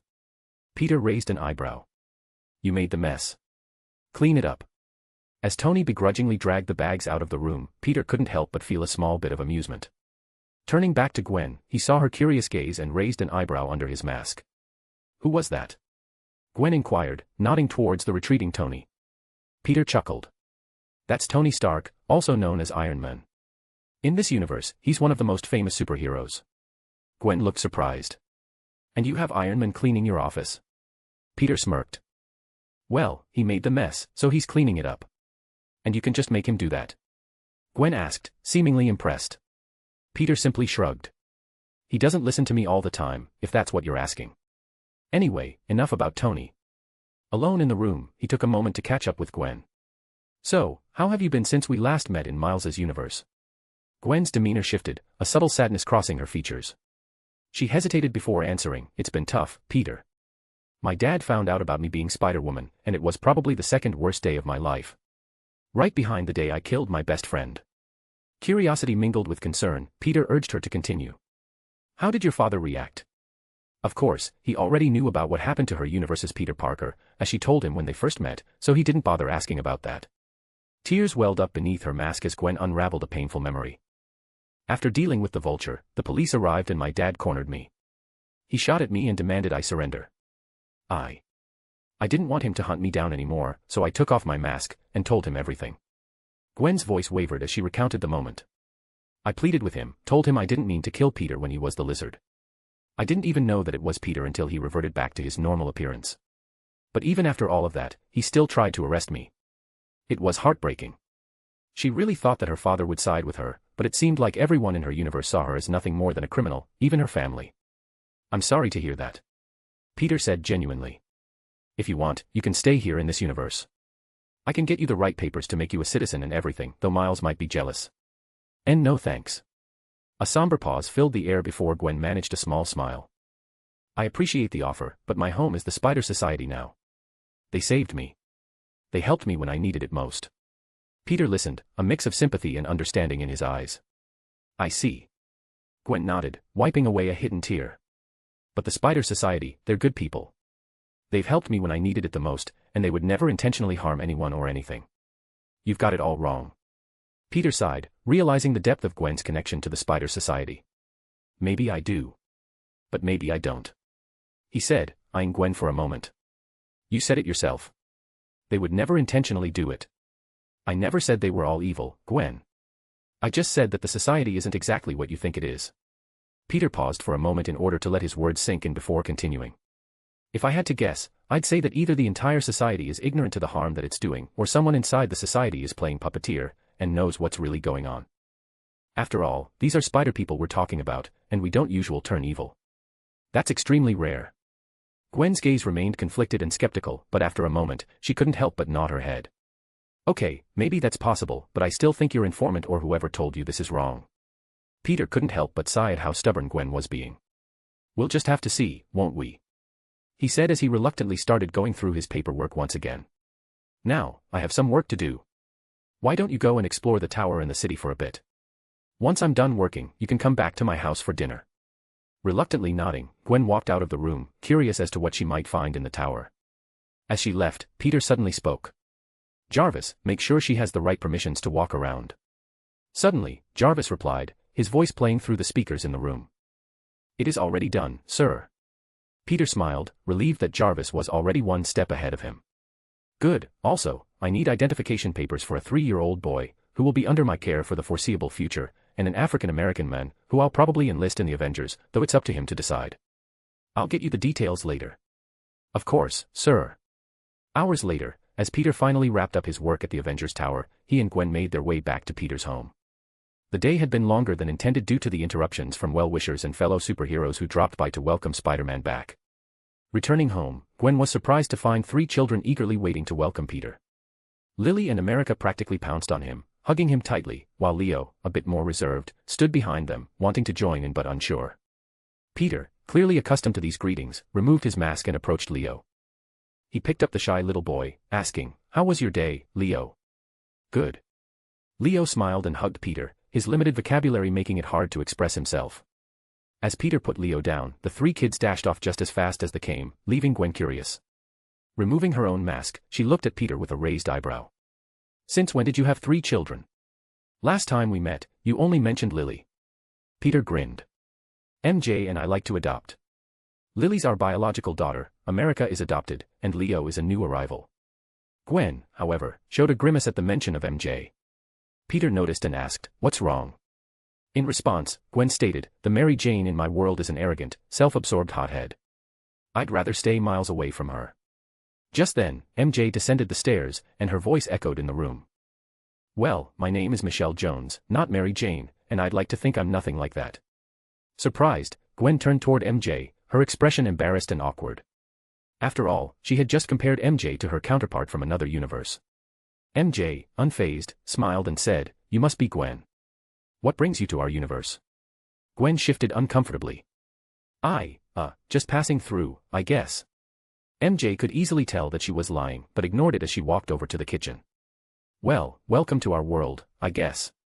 Dinner will be ready soon, and if you'll be staying with us, then you should go and claim an empty guest room." Gwen's cheeks flushed slightly as she replied, Thanks, I will." She said, feeling embarrassed for her earlier comments now that she's seen how nice this MJ appeared to be. "While you're doing that, I need to have a talk with Noir," Peter said as he used his senses to locate their other guest. As Peter walked off, leaving MJ and Gwen behind, Gwen asked, "Who's Noir?" In the quiet solitude of the guest room, Peter located Noir, who seemed absorbed in his thoughts. As Peter entered, he found the enigmatic figure brooding in the dimly lit space. "Hey, Noir," Peter greeted, holding out a set of identification papers. "Here are your new papers. Social security number, birth certificate, and everything else that you'll need to start a new life." Noir accepted the papers, his eyes flickering over the details. "I appreciate it. You've given me a second chance that I could never have dreamed of." Peter nodded, taking a moment to sit across from him. "Noir, you've got a clean slate now. What do you plan to do?" Noir's gaze remained serious. "I wish to serve you. I owe you a debt, and I must repay it." Peter shook his head, a wry smile forming. "I don't need a servant, Noir. I already have Dobby, and he's more than enough." Noir, however, insisted, "I must repay my debt before I can move on. It's a matter of honor." Peter sighed, realizing Noir's determination. "Fine, if you're that adamant about it. But I don't want you as a servant. Let's find another way for you to repay me." Noir listened as Peter proposed 2 paths. "You can either join the Avengers, a group of heroes similar to the Seven but on steroids, and much less evil, or you can become part of the Hand, a league of assassins I lead. We operate as vigilantes, eliminating the scum of the world to make it a better place." Peter continued, explaining the nature of the Hand and the Avengers. "The Hand might suit you if you prefer a less mainstream approach. You won't be in the limelight, and you can set up your life before focusing on your dream of becoming a movie star. Though if you want to jump straight to it, then the Avengers is where you want to be. Having the Avengers on your application will open a lot of doors for you." Noir considered the options, pondering the paths laid out before him. After a thoughtful moment, he made his decision. "I'll join the Hand. It aligns more with my skills and inclination," he said, surprising Peter. "Although I still want to make my dream come true, first I have to set up my new life and repay you." "Sure, and you can always join the Avengers later too, I don't mind." Nodding, Peter reached for his phone, making a call to Scythe, his second-in-command in the hand. After brief instructions, he turned to Noir. Here's an address. Go there, and Scythe will guide you through the process. Welcome to the Hand, Noir. As Noir left to embark on his new journey, Peter couldn't help but hope that this fresh start would bring redemption and fulfillment to him. He's lived a rather harsh and sad life up until now, so hopefully he would make good use of this opportunity. In the vast expanse of the Milky Way galaxy, the cosmic silence was disrupted by the arrival of the Silver Surfer. His gleaming form traversed the inky black space like a shooting star. In the distance, a blue and green planet came into view. This planet was Thanos' last known destination before he disappeared, which piqued the surfer's interest and curiosity. Shooting off toward the planet, his surfboard cut through the interstellar void, leaving ethereal trails of silver light in his wake. A/N, 2076 words, smiley face. Long boy again. Gimme stones. Police car light give gemstone stones gemstone pleading face police car light. Backhand index pointing down don't forget to vote, backhand index pointing down. Chapter 608, C608 The Surfer arrives. Police car light insert surfing gif/PICs here, most likes wins police car light, A/N, only 2 entries per person. Trophy yesterday's GIF winners, Wolfie, trophy, A/N, crown. An hour after Noir left, dinner was ready and everyone came running to the kitchen. Aunt May, Grace, MJ, Lily, America, Leo, Peter, and Gwen all sat around the table. The Ancient One hasn't returned from Camartage, so they would have to save her some leftovers. As the dinner table filled with the sound of laughter and the clinking of utensils, the lively atmosphere shifted when Lily's innocent curiosity took center stage. Gwen, how did you get your powers? Lily asked curiously, her eyes wide with excitement. Dad got bit by a spider, so did you get bit too? Gwen smiled, yeah, I think most of us get our powers that way. She said, going into detail about her early days as a superhero, though she omitted the darker aspects, ensuring the stories were suitable for the ears of the children at the table. Do you have powers too? She asked Lily, knowing that Peter was her biological father. Instantly, Lily's enthusiasm peaked, and she abruptly stood up, triggering her Spider-Girl suit to materialize. I'm Spider-Girl. Mom and I go patrolling in the weekends, she proudly declared. But I wasn't bit by a spider. Dad made me so that I would have his powers. Beside her, MJ smoothly transitioned into her silk suit. I'm Silk. And I wasn't bitten either. Peter found a way to give me his powers too, she explained, her suit disappearing just as fast as it appeared. Leo and America watched, their eyes filled with a mix of awe and envy. However, Leo, too young to comprehend the superhero craze, seemed more interested in his plate of food, engaging in a silent battle with a piece of broccoli. Amused by the kids' reactions, Peter intervened, Lily, you can impress Gwen later. Finish your dinner first. He chuckled, noting Leo's fierce focus on the less tasty portions of his plate. Meanwhile, MJ, noticing America's sudden change in demeanor, spoke. Your time will come, America. But for now, focus on your training at Camartage. Defense and attack skills first, then we can talk about your superhero debut. Disappointed but determined, America nodded, understanding the importance of honing her skills before donning a superhero suit. Leo, oblivious to the entire conversation, continued his broccoli duel, seemingly indifferent to everything around him. After the lively dinner, Peter found solace in the living room, sinking into the comfort of his favorite spot on the couch. Gwen joined him, her eyes subtly reflecting the urgency that lingered within her. So, what's this threat that's coming for the Spider Society? Peter absent-mindedly flipped through TV channels, searching for something entertaining. Ignoring Gwen's attempts to engage in conversation, he seemed more focused on enjoying a good show or movie. As channels changed, Peter stumbled upon a news broadcast that abruptly caught his attention. The screen displayed a silver streak, reminiscent of a shooting star, captured by observatories around the world. Astronomers, visibly shaken, appeared on the news, expressing concerns about the unusual celestial event. One, in particular, stood out, a man who looked haunted as he shared his observations with the world. The color is all wrong, and it's heading straight for Earth, the astronomer explained nervously, the fear evident in his voice. The news anchor, puzzled, questioned the severity of the situation, assuming it was just another celestial object. That's fine though, right? Won't it just burn up in the atmosphere? Yes, asteroids like this tend to burn out in the atmosphere, but it's the color that's unsettling. And when I looked through my telescope, I saw something else. It didn't look like a rock, it looked oddly human-shaped, the astronomer revealed, sending a shiver down the news anchor's spine. Turning to Peter, Gwen spoke. Seems like you might have some trouble on the way. Peter, sighing in annoyance as he was just getting comfortable, begrudgingly rose to his feet. Let's go find out, shall we? As they headed towards the door, Gwen couldn't help but express her concern. Peter, if it's a threat, we might need backup. Shouldn't we contact the Avengers or someone else? Peter, clearly not worried in the slightest, shook his head. Nah, we'll be fine. Gathering more people would be a waste of time.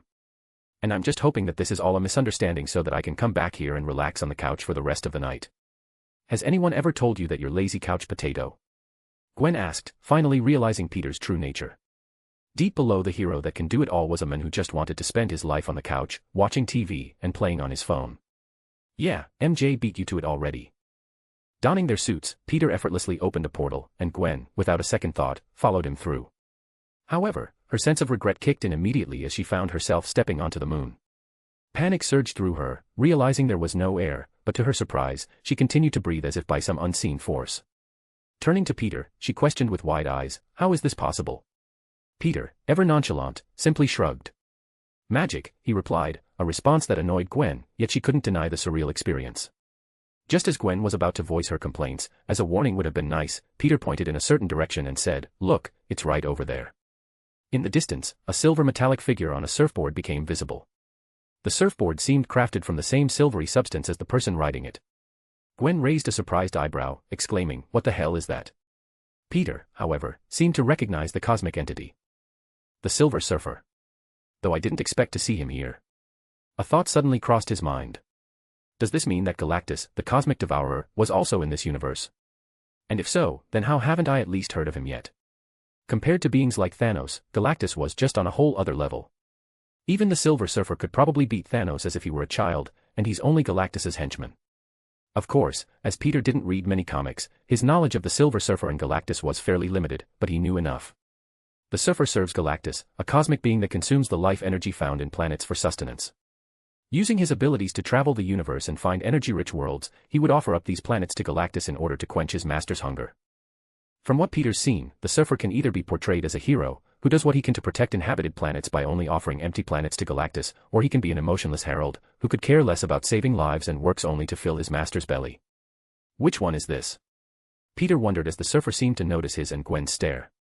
Yo. He waved the cosmic herald over, seemingly unafraid. What are you doing? Gwen shouted as she quickly grabbed his and picked it down to his side. Don't just call that thing over here. We don't even know what it is yet. So we should just let it fly over to Earth. Peter asked sarcastically as he patted Gwen on the shoulder. Relax, you'll be fine. And if things get too dangerous, I'll portal you back to my house, okay? He said, trying placating her worries. What do you mean relax? Gwen grumbled as she noticed the Surfer jerk its head in their direction, staring right at them. As the cosmic entity stared back at them, a subtle shift occurred within him, a faint recognition of a familiar energy signature. It was a tiny sliver reminiscent of Infinity Stone's power, which seemed to be coming from Peter, a discovery that piqued the Surfer's interest. After all, wherever the Infinity Stones are, Thanos won't be too far behind. Not to mention the fact that his master needs the stones. Diverting his course, the Silver Surfer streaked towards Peter and Gwen, effortlessly landing before them. His silver surfboard melted back into his metallic form, leaving an enigmatic presence in its wake. The Surfer's expression remained emotionless, an unreadable mask that caused a slight frown to form on Peter's face. Hey there. What brings you to my small planet? Peter greeted, attempting to break the silence that lingered between them. The Silver Surfer, devoid of any verbal preamble, gazed at Peter with an intensity that seemed to pierce through the fabric of reality. Gwen instinctively took a step backward, her senses tingling with the overwhelming power radiating from the Silver Surfer. Maybe he doesn't speak English. She stuttered, taking cover behind Peter's back. The weight of the Surfer's presence pressed upon her, and she couldn't shake the feeling of vulnerability. However, Peter stood his ground without a care in the world, seemingly unaffected by the cosmic entity's aura. Seeing how nonchalant Peter seemed to be while in such a powerful being's presence, Gwen began to realize just how much she didn't know about Peter. I knew he was powerful, but just how strong is he? She couldn't help but wonder if Peter was actually holding back or hiding his strength when they first met. Instead of answering, the Surfer posed a direct question, his distorted voice cutting through the lunar silence. Where is the Mad Titan? He asked, his expression remained stoic, his gaze unwavering. The cosmic silence lingered for a moment before he continued, his gaze piercing into Peter. I sense the energy of the Infinity Stones from you. Where are they and where is Thanos? A/N, 1618 words, smiley face. Police car light give gemstone stones gemstone pleading face police car light. Backhand index pointing down don't forget to vote, backhand index pointing down. Chapter 609, C609 finally, a worthy opponent. 1/2. Police car light insert anime battle/showdown gif/PICs here, most likes wins police car light, A/N, only 2 entries per person. Trophy yesterday's GIF winners, Ben Bagman, trophy, A/N, crown. Peter squared his shoulders, facing the stoic Silver Surfer with a confident grin. Hey there. What brings you to my small planet, he asked, attempting to break the cosmic silence that surrounded them. The surfer's gaze remained unwavering, devoid of any emotion. Where is the Mad Titan, he questioned, his metallic voice resonating in the lunar atmosphere. I sense the energy of the Infinity Stones from you. Where are they, and where is Thanos? Peter, maintaining his casual demeanor, decided to try diplomacy. Look, Surfer, right? We're not enemies here. I'm just a guy trying to enjoy a quiet night on my couch. Thanos is long dead, and as for the stones, well, they're none of your business. After Peter finished speaking, the surfer looked at him with a dumbfounded expression on his silver face. After all, it's very rare for a person to speak to him, a herald of galactic, like that. So, why don't you turn around and head back home before you end up like Thanos? Peter made a shooing motion with his hand. Gwen silently stood behind him, clearly fearful of the whole situation. She didn't know why Peter was purposefully demeaning the being in front of them, but she hoped he wasn't biting off more than he could chew. The Silver Surfer, unyielding in his mission, responded, I won't be going anywhere. My purpose is clear, locate the Mad Titan, dead or alive, and retrieve the Infinity Stones. You will cooperate willingly or face the consequences. Undeterred, Peter continued, well, I'm afraid that Thanos has been disintegrated into nothing, so you won't be able to find him anywhere. As for the stones, like I said before, that's none of your business. The surfer's metallic exterior betrayed no sign of acknowledgement. Without warning, his silver surfboard materialized beneath his feet, and he shot forward towards Peter with incredible speed. Peter, anticipating the attack, swiftly sidestepped the oncoming cosmic entity. As the Silver Surfer zoomed past him, Peter executed a powerful roundhouse kick to his shining, platinum-like stomach. The force behind the blow was substantial, sending the surfer hurtling backward through the lunar expanse. The surfer, recovering midair, adjusted his trajectory with an almost supernatural ease. His expression remained impassive, devoid of any reaction to Peter's counterattack. It became evident to Peter that this version of the Silver Surfer was not the noble, conflicted herald he knew from certain comic storylines. This surfer was merely an instrument of his cosmic master's will, devoid of empathy or personal motives. Peter smirked up at his opponent. You really need to learn the art of negotiation. How are you going to get anything from me when you're this robotic? Come on, try again, but this time offer me something like most evildoers. Maybe wealth or power. He said, seemingly uninterested in both. Or we can just go back to fighting. I don't mind either way. Gwen, peeking from behind Peter, couldn't help but gasp at the display of power. She realized that the situation was escalating rapidly, and Peter's horrible attempt at a peaceful resolution had fallen on deaf ears. The Silver Surfer, undeterred by Peter's initial counter, continued to hover in the dark vacuum of space, readying himself for another assault. Peter, assessing the situation lazily, motioned for the surfer to come at him. Are you coming or not? I don't have all night, you know. I'm a busy man with a lot of TV to watch. He complained as he prepared for the next round. The Silver Surfer, devoid of emotion, didn't see Peter as a threat. He looked down in his opponent and the woman cowering behind him with an air of superiority. Without a word, the surfer scoffed before disappearing in a burst of speed, appearing beside Peter with his fist drawn back, swinging towards his opponent's face. The Silver Surfer's fist rocketed towards Peter's face with incredible speed, but Peter, quick to react, ducked just in time. Whoa, you're pretty quick, huh? He commented, actually impressed by his opponent's speed. He might actually be the faster guy I've ever fought. The cosmic entity's movements were almost too fluid and swift, a shocking display of agility and power that caught Peter off guard. As the surfer continued his assault, Peter found himself on the defensive for the first time in a long while, dodging each strike with a combination of acrobatics and spider sense. Holy sh*T. Has this guy always been this strong? Peter wondered between dodges, attempting to buy himself a moment to analyze the situation. Hey, mind slowing down? I'm starting to get dash. Before Peter could finish speaking, his opponent's hand suddenly started glowing in a white light before a ray of energy shot out. The energy pierced through the air before impacting Peter's chest, sending him hurtling backwards. Boom, slamming into the surface of the moon, Peter's body created a large crater, which kicked up some moon dust, clouding the area. Gwen, her anxiety escalating, watched the scene unfold. Peter, she called out, her voice trembling with concern. She wished nothing more than to rush forward and check on Peter, but the mere presence of the Silver Surfer kept her at bay. The surfer, unmoved by the entire situation, remained stoic as he waited for the dust to clear. Before the dust could clear, a golden-rimmed portal opened behind the Silver Surfer. And before the cosmic entity could react, Peter lunged forward, attempting to strike with the element of surprise on his side. However, the surfer, unfazed, turned with unnatural speed, catching Peter's attack with a single hand. A surge of energy rippled through the surfer's metallic frame as he effortlessly held Peter's fist in place. With a casual yet powerful kick to Peter's stomach, the cosmic entity sent him hurtling across the lunar surface once more. The impact created another crater, marking the extent of the Silver Surfer's dominance. Gwen, witnessing Peter's defeat, felt a pang of worry. The realization that this encounter might be beyond Peter's usual league settled in. The Silver Surfer, undeterred and seemingly invincible, hovered above the battered Spider-Man. As Peter rose from the moon's surface, dust clinging to his suit, he couldn't help but grin. The pain in his ribs and the taste of moon dust in his mouth didn't dampen his spirits. In fact, he was smiling from ear to ear right now. Hee hee ha ha ha ha. It had been so long since Peter faced someone who could genuinely challenge him. You know, it's been ages since someone could kick my ass like this. Peter exclaimed, his laughter echoing throughout the open space between them. I'd almost forgotten what this feels like. Did he go crazy? Gwen wondered if the surfer might have hit Peter a little too hard on the head. The surfer, still silent, observed Peter with an unyielding gaze. Kicking off the ground, Peter launched himself straight at his opponent, not an ounce of fear in his body. Come on. Kick my ass some more. This is the most fun I've had in a battle in a really long time. Staring at Peter in annoyance, the surfer wound back his hand and slapped him away, but this time Peter didn't dawdle for long. Changing his trajectory mid-air, he whipped his body around and shot back towards his opponent. Ha ha ha. Come on. Is that all you've got? My wife hits harder than you. Did he become a masochist or something? Gwen thought, staring at Peter oddly. The battle continued, but now it was clear that the Silver Surfer held the upper hand. Peter, driven by an odd mix of excitement and determination, dodged and weaved, attempting to find an opening against his formidable opponent. Yet, the surfer's movements were a ballet of precision and power, each strike calculated to exploit Peter's vulnerabilities. But despite the dire situation, Peter's laughter persisted. The thrill of facing an opponent who could match his strength was a rare and exhilarating experience. His mind raced, strategizing for the next move, even as the Silver Surfer maintained relentless pressure.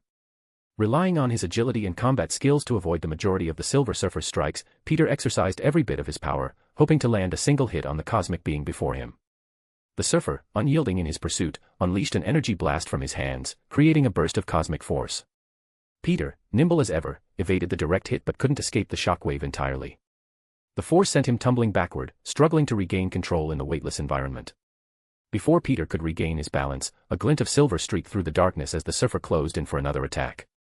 Peter, realizing the need to change tactics, called upon the mystical powers he had acquired during his time at Camartage. Conjuring a protective shield of energy, he managed to block the surfer's next onslaught. The surfer, momentarily surprised by Peter's newfound abilities, pressed on, relentless in his assault. He unleashed a barrage of energy beams, forcing Peter to weave and dodge with unparalleled precision. Despite his defensive efforts, Peter found himself pushed further into a defensive stance. As the battle raged on, Peter tapped into the Phoenix Force within him, allowing the fiery energies to surround him like a protective aura. The flames danced and flickered, providing an additional layer of defense against the surfer's cosmic onslaught. Yet, even with these newfound powers, Peter struggled to gain the upper hand. The surfer, displaying an unyielding determination, maintained his offensive onslaught. His attacks were precise and calculated, leaving Peter with little to no room for counterattacks. Gwen, watching from the sidelines, felt a wave of helplessness, unable to do anything but watch and hope for Peter's well-being. Peter, usually the agile and witty Spider-Man, was now locked in a defensive struggle against a cosmic force beyond her comprehension. Though that didn't mean he wasn't enjoying it. In fact, he's been laughing this entire time. Hee hee hee. The surfer, undeterred, continued his relentless assault. But as Peter reveled in the exhilaration of the battle, he decided it was time to take it up a notch. Before the eyes of both Gwen and the Silver Surfer, Peter's form began to undergo a drastic transformation. Muscles bulged and skin changed to a vibrant red hue. His entire being morphed into the formidable and imposing figure of the Red Hulk, with blazing orange eyes that glowed with intense power. Gwen, witnessing this transformation, couldn't conceal her shock. She had never seen Peter's Red Hulk form before, and the sudden change left her in awe and fear. The once agile Spider-Man now stood as a hulking, powerful force of nature. The Silver Surfer, though unscathed, displayed a flicker of surprise in his eyes. And that surprise only grew as Peter disappeared, his speed increasing to an insane degree despite his significant size increase. In the blink of an eye, before the surfer could react, he reappeared before the cosmic entity, his massive fist connecting with the surfer's silver body. A resounding impact echoed through the vacuum of space, and the Silver Surfer grunted in pain as he was sent hurtling backward, blood spitting out of his mouth. Gwen, still processing the transformation and the incredible display of power, watched as Peter, now the Red Hulk, hovered in the open black space before her, shrouded in phoenix flames. She couldn't help but compare his appearance to that of a demonic war god. Peter grinned maliciously as he watched the surfer bleed, his opponent looking a lot more serious than before. There we go. That's the look I was waiting for. Now the real fight can begin. A/N, 1958 words, smiley face. Police car light give gemstone stones gemstone pleading face police car light. Backhand index pointing down don't forget to vote, backhand index pointing down. Chapter 610, C610 finally, a worthy opponent. 2 halves. Police car light insert weak/frail gif/PICs here, most likes wins police car light, A/N, only 2 entries per person. Trophy yesterday's GIF winners, Ben Bagman, trophy, A/N, crown. The Silver Surfer, now taking Peter seriously after the unexpected transformation, surrounded himself in white energy, his metallic form pulsating with enhanced power. He launched himself at Peter with blinding speed, shooting beams of intense light from his hands, aimed with deadly precision. Peter, standing confidently, awaited the oncoming assault. As the beams of energy struck him, something remarkable occurred. Instead of piercing his skin or sending him flying, the energy flowed into Peter, a surge of power coursing through his veins. The Silver Surfer's eyes widened in surprise, but he pressed on, increasing his speed and intensity. With the newfound power from the Surfer's attacks, Peter could now perceive the cosmic entity's movements with ease. As the Surfer closed in for a punch, Peter reached out, his giant hand grasping his opponent around the midsection. "Is it just me, or did you get slower?" Peter asked tauntingly, his smirk clear for all to see. The Surfer tried to reply, but Peter wouldn't let him. Squeezing with incredible force, blood spurted from the Surfer's open mouth, his entire body caving in on itself, crushing his internal organs. Laughing happily, Peter swung his arm back, hurling the Silver Surfer into the moon's surface. The impact created a colossal crater, the moon shaking beneath Gwen's feet as she watched in fear. Quickly, she scrambled out of the way, narrowly avoiding the plummeting Surfer. "Watch where you throw him, you oversized idiot." She yelled up to Peter, infuriated but also happy that he seemed to be winning now. "Ah. Sorry, Gwen. My bad." Peter apologized, scratching the back of his head awkwardly. Despite the devastating blow, the Silver Surfer rose once more, his resilience unwavering. The cosmic entity, now fueled by determination, confronted Peter with renewed intensity. Shooting off the surface of the moon, he took advantage of Gwen's interference and kicked Peter in the chest, sending him flying backward. Using his phoenix flames, Peter was able to better navigate the weightlessness of space, redirecting his flight and turning just in time to avoid yet another attack from his opponent, who flew past him. The cosmic entity, undeterred by the minor setback, surrounded himself in white energy once again, facing off against Peter. The battle paused for a moment as both sides stared at one another, sizing each other up. After a moment of stillness, the two clashed in a series of powerful blows, each strike echoing through the silent void of space. Gwen watched from the moon's surface as they disappeared and reappeared, unable to follow their movements for more than a few seconds at a time. "Come on, Peter." Although she was scared, Gwen couldn't help but grow excited after seeing such a display of power. "Is that all you got?" Peter taunted, his voice carrying across the desolate expanse. His powerful fists clashed with the Surfer's silver limbs, creating shockwaves that rippled through the cosmic landscape. The Silver Surfer, determined to prove his might and complete his master's mission, retaliated with swift, calculated strikes. He wanted to use his energy to fight as well, but after seeing Peter's ability to absorb it and empower himself, the Surfer found himself stuck in a battle of brute force. "You really need to up your game. This is getting too easy." Peter goaded, his taunts punctuating each powerful strike, pummeling his opponent in a burst of speed and accuracy. The Surfer, frustrated by the unexpected turn of events, pushed forward, determined to overcome the cocky Spider-Man. In a sudden burst of speed, the Silver Surfer closed the distance between them, launching a flurry of strikes in retaliation. Peter, relying on his enhanced perception and newfound abilities, dodged as many hits as he possibly could. Gwen, watching from a safe distance, couldn't help but be amazed and terrified by the spectacle unfolding before her. The sheer force of their clashes made her feel the vibrations through space itself. In the midst of the chaos, Peter's thoughts raced. "This is insane. I'm actually starting to get tired." But he wasn't the only one. Across from him, the Silver Surfer breathed heavily, just as exhausted as Peter seemed to be. The empty space between them hung in a momentary silence as both Peter and the Silver Surfer, exhausted from their intense clash, caught their breath. The weightlessness of space seemed to amplify the tension, with both sides acknowledging the weariness in each other's eyes. Noticing the opportunity, both combatants rushed forward with determination, ready to bring an end to their cosmic duel. Peter, his giant red Hulk form shrouded in phoenix flames, faced the Silver Surfer, his silver body covered in pulsating white energy. A bright light flashed as the two forces collided, creating a dazzling spectacle that temporarily blinded Gwen, watching from the moon's surface.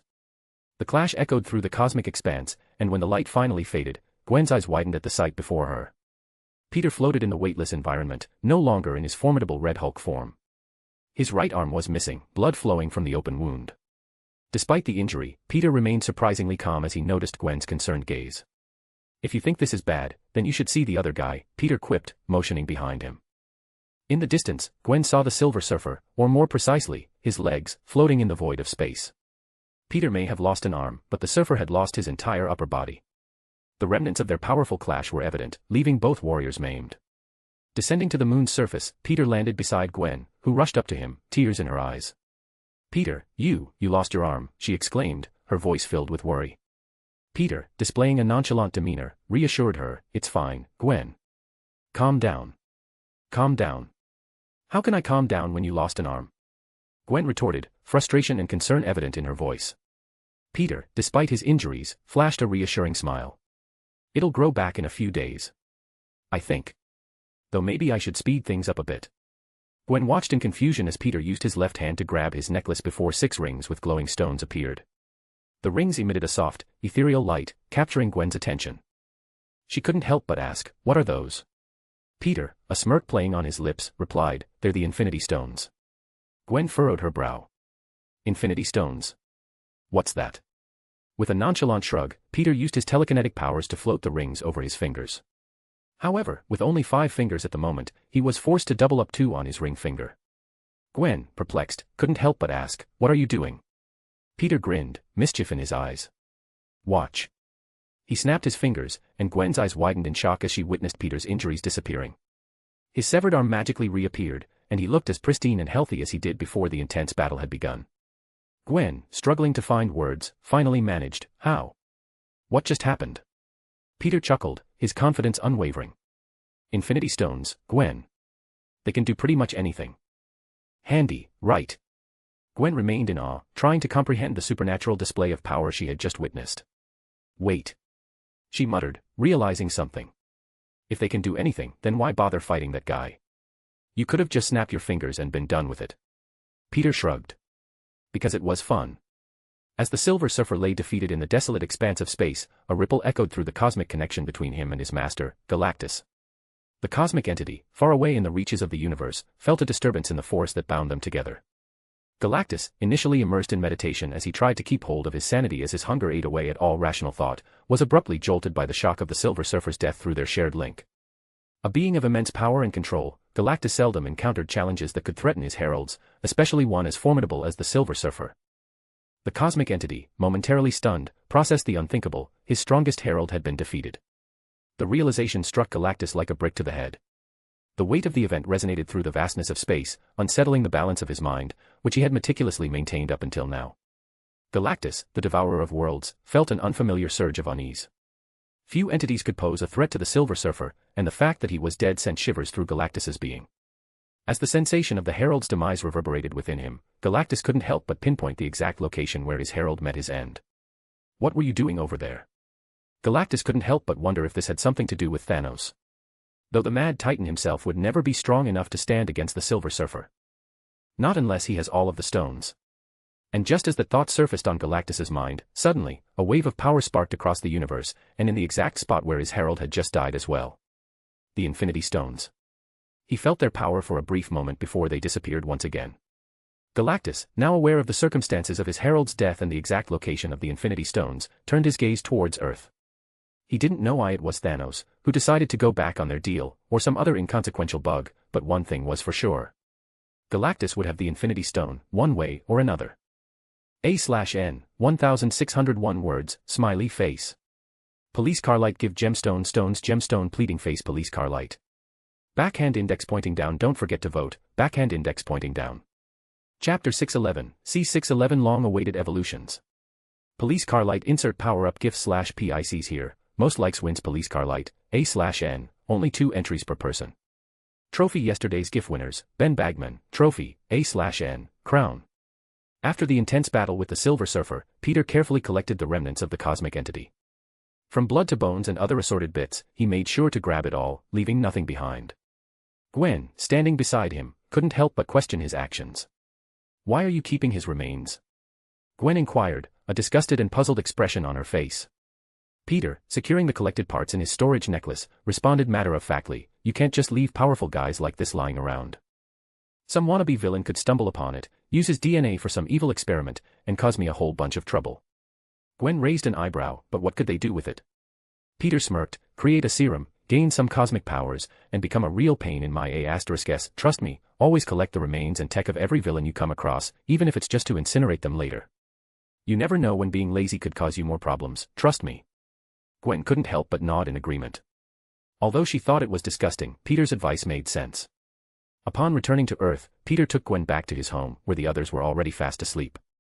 They hadn't noticed until now, but the fight against Silver Surfer took longer than expected. How the hell is it already 2 a.m.?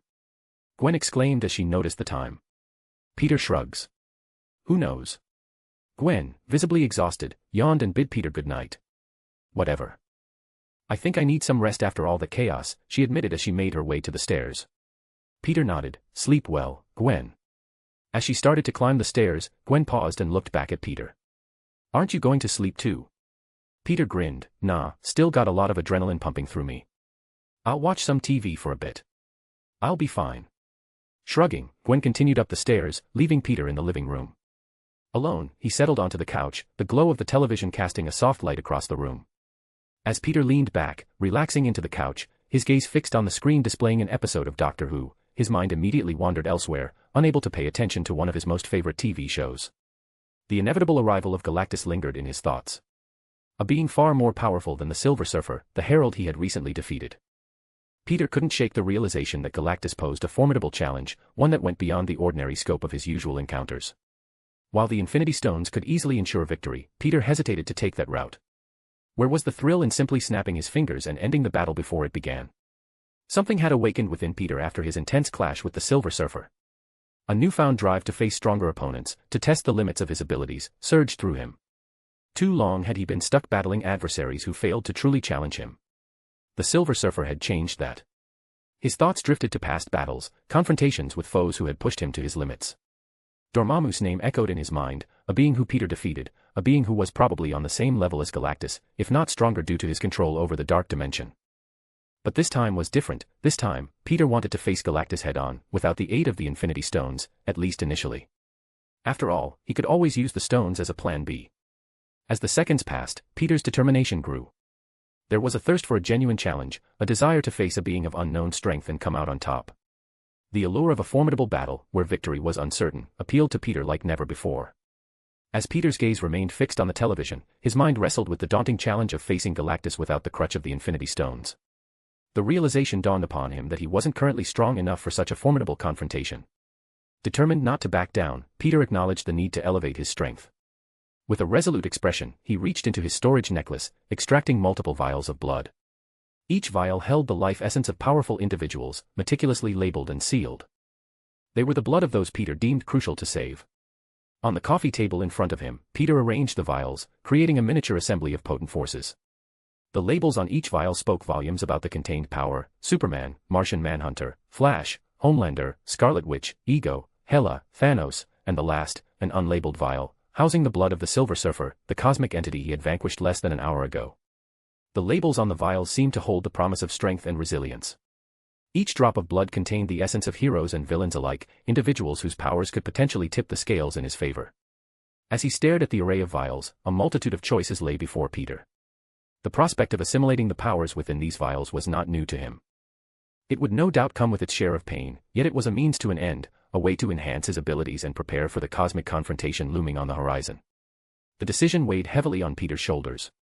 Should he utilize the powers of all these extraordinary beings, or would it be wiser to select a few, focusing on the more potent ones? The pain and strain of assimilation were not to be taken lightly, and the thought of undergoing the process with each vial in such a short amount of time sent a shiver down his spine. The room fell silent as Peter pondered his choices. He contemplated, realizing that a selective approach might be the key, but... Taking a deep breath, Peter said, F***ck it, and decided to just start with the most powerful samples and work his way down until he couldn't take the pain anymore. Staring intently at the vials, Peter wasted no time and swiftly picked up the unlabeled one containing the Silver Surfer's blood. There was no doubt, it was the most powerful sample he possessed, so it would be the best one to start with. Uncorking the vial, Peter muttered, bottoms up, before downing the contents like a shot, consuming the cosmic essence in a matter of seconds. As the silver-infused blood reached his stomach, Peter's powers immediately kicked in. Evolution commenced, and a wave of excruciating pain overwhelmed his entire being. His skin reddened, and beneath the surface, muscles, bones, and tendons seemed to writhe and shift, undergoing a constant upgrade. Before the pain reached unbearable levels, Peter, with a quick and practiced motion, cast a silencing spell on the room. Ugh. Afk. Breaking into screams of agony, he collapsed to the floor, ensuring that his loved ones remained undisturbed by his transformation. Time seemed to stretch as the pain slowly began to subside, leaving Peter sprawled on the hardwood floor. Drenched in sweat, his chest heaved with each labored breath, his entire body aching from the intense process of assimilation. As his breathing slowed and the echoes of agony faded away, Peter felt the residual effects of his transformation. He instinctively tested his newfound abilities.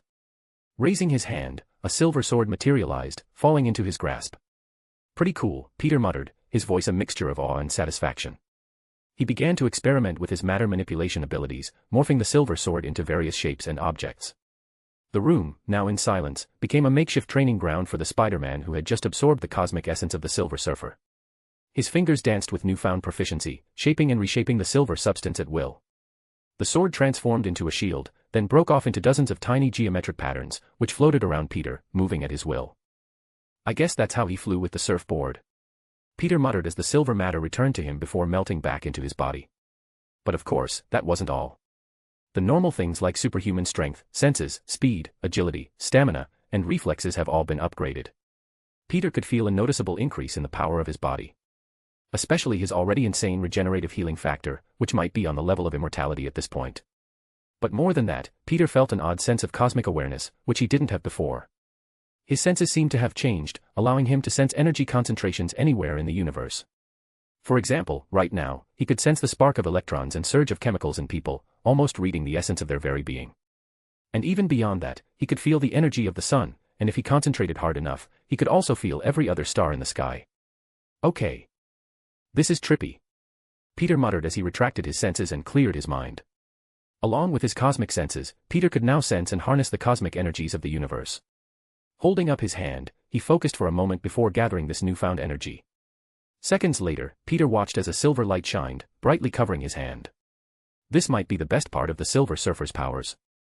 Peter muttered as he felt that using this cosmic energy could both enhance his powers and his mystic arts, though he would have to run some experiments first. Molding the silver cosmic energy between his fingers, Peter felt like he could do almost anything with it. The energy was like a raw power, which only needed to be used correctly. I need to practice using this and see if it can spawn any new abilities. Although the pain had been intense, the rewards were evident. Peter lay on the floor, a changed man. The essence of the Silver Surfer was without a doubt his most painful evolution yet, but it was certainly worth every bit of agony he went through. As he lay there, surrounded by the silence of the enchanted room, Peter couldn't help but turn his head to the table, where all of the other vials lay, waiting to be used. This is going to be a long night. A/N, 1728 words, smiley face. Police car light give gemstone stones gemstone pleading face police car light. Backhand index pointing down don't forget to vote, backhand index pointing down. Chapter 612, C612 Conniving Recruitment. Police car light insert knowledge/wisdom gift/PICs here, most likes wins police car light, A/N, only 2 entries per person. Trophy yesterday's gift winners, Ben Bagman, trophy, A/N, crown. The next morning, MJ awoke, her hand stretching across the bed, searching for Peter's presence. However, she was met with nothing but emptiness, the space beside her unoccupied. Frowning, she pondered her husband's whereabouts, considering that she had gone to bed earlier than him, she expected him to still be asleep. Shrugging off her concerns, accustomed to Peter's erratic sleeping patterns, MJ rose from the bed. After a quick visit to the bathroom, she made her way downstairs, the wooden steps creaking beneath her footsteps. As she descended, MJ couldn't shake the feeling that something was amiss, an unusual atmosphere enveloping the living room. Stepping off the last stair, MJ hesitated, sensing a strange quietness that hung in the air. Confused, she scanned the room, finding it seemingly vacant. The silence was almost palpable, a subtle but distinct presence that piqued her curiosity. Suddenly, a low groan caught her attention, prompting her to follow the sound. She walked around the couch, and there, on the other side, lay Peter on the floor, drenched in sweat, looking like he just walked out of the ocean. 9 empty vials were scattered beside him, each one labeled with the name of a powerful individual. Concern etched across her face. MJ rushed to Peter's side, her hands shaking him gently. "Peter, are you all right?" she inquired, worry evident in her voice. However, Peter remained unresponsive, lost in a deep slumber that seemed to resist any attempt to wake him. MJ's concern deepened as she observed the aftermath of what she guessed was his evolutionary ability. Did he use all of these? She wondered, clearly worried for her husband's well-being. Despite her efforts, Peter showed no signs of stirring from his deep sleep. As she sat there, trying to wake him, MJ's mind raced with questions. Did he overuse his powers? Will he wake up? Was he in danger? A surge of anxiety swept over her, the weight of uncertainty pressing down on her shoulders. Unable to rouse him, MJ decided to call in reinforcements. Retrieving her phone from her pocket, she dialed the Ancient One's number. Within moments, the bald Sorcerer Supreme, who was not home at the time, stepped out of a portal and arrived at the scene, concern mirrored in her eyes as she surveyed her unconscious pupil. What happened? She questioned, her gaze flickering between MJ and Peter. I have no idea. I found him like this. I think he might have evolved one too many times, MJ replied, her voice tinged with worry as she gestured to the empty vials. He's not waking up. What an idiot. The Ancient One muttered, clearly upset at her student's rash behavior. MJ couldn't help but agree, but she was far too scared for her husband's well-being to voice her complaints. That time would come when he's awake and healthy again. Turning to MJ, who refused to leave Peter's side, the Sorcerer Supreme smiled comfortingly. You can relax. He'll be fine. From what I can tell, he's just extremely exhausted. He might sleep for a while though. MJ sighed in relief, her shoulders dropping as she let out a soft sigh. Good, I'll get him to bed before the kids wake up then. Meanwhile, as Peter continued to rest, unconscious and immersed in his post-evolution exhaustion, a gathering of spider people unfolded at the Spider Society headquarters. Each member of the spider group chat, including Ben, Spider-Pig, Penny, Miles, Noir, Toby, and Andrew, arrived at the society for the first time ever, invited under the guise of a recommendation from Gwen Stacy. The elusive organization had been shrouded in mystery, with Gwen and Peter offering little insight into its workings. Miguel O'Hara, the leader of the Spider Society, welcomed the newcomers with a charismatic demeanor. Welcome to the Spider Society. Here we try our best to. As he led the group through the intricate corridors of their headquarters, he explained the mission and purpose of the organization. So you're saying us spider guys? Moore spoke but Penny cleared her throat, making her presence known. And Gauls have our own canon events. Which are usually horrible life-ruining situations. Ben adds, clearly not liking this place. And you enforce them. Why would you do that? Miguel sighed.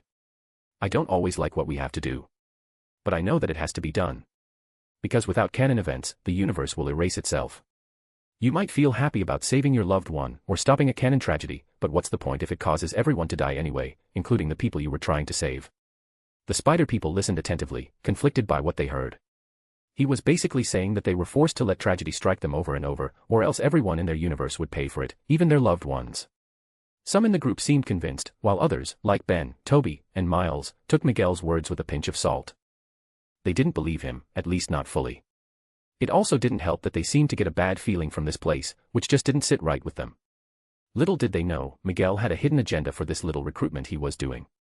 While he appeared to recruit them based on the fact that they were fellow spider people, his motives were far from altruistic. Miguel saw Peter as a potential threat and aimed to gather information on him through his friends, considering them as pawns in a larger game. And if the need called for it, he would gladly use them in his fight against Peter. I've come too far to let anyone get in my way. He thought, not the least bit sorry for using his fellow spider people like this. As the tour continued, Miguel strategically shared only what he deemed necessary, emphasizing the importance of unity among spider people. The group chat members, captivated by the society's grandeur, remained blissfully unaware of Miguel's ulterior motives. They marveled at the advanced technology, the many unique members of the society, the training simulations, and the vast knowledge, which seemed so foreign to them.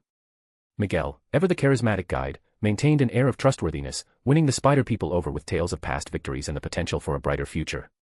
The spider people, eager to contribute to a cause that felt larger than themselves, shared stories of their encounters, even mentioning Peter here and there.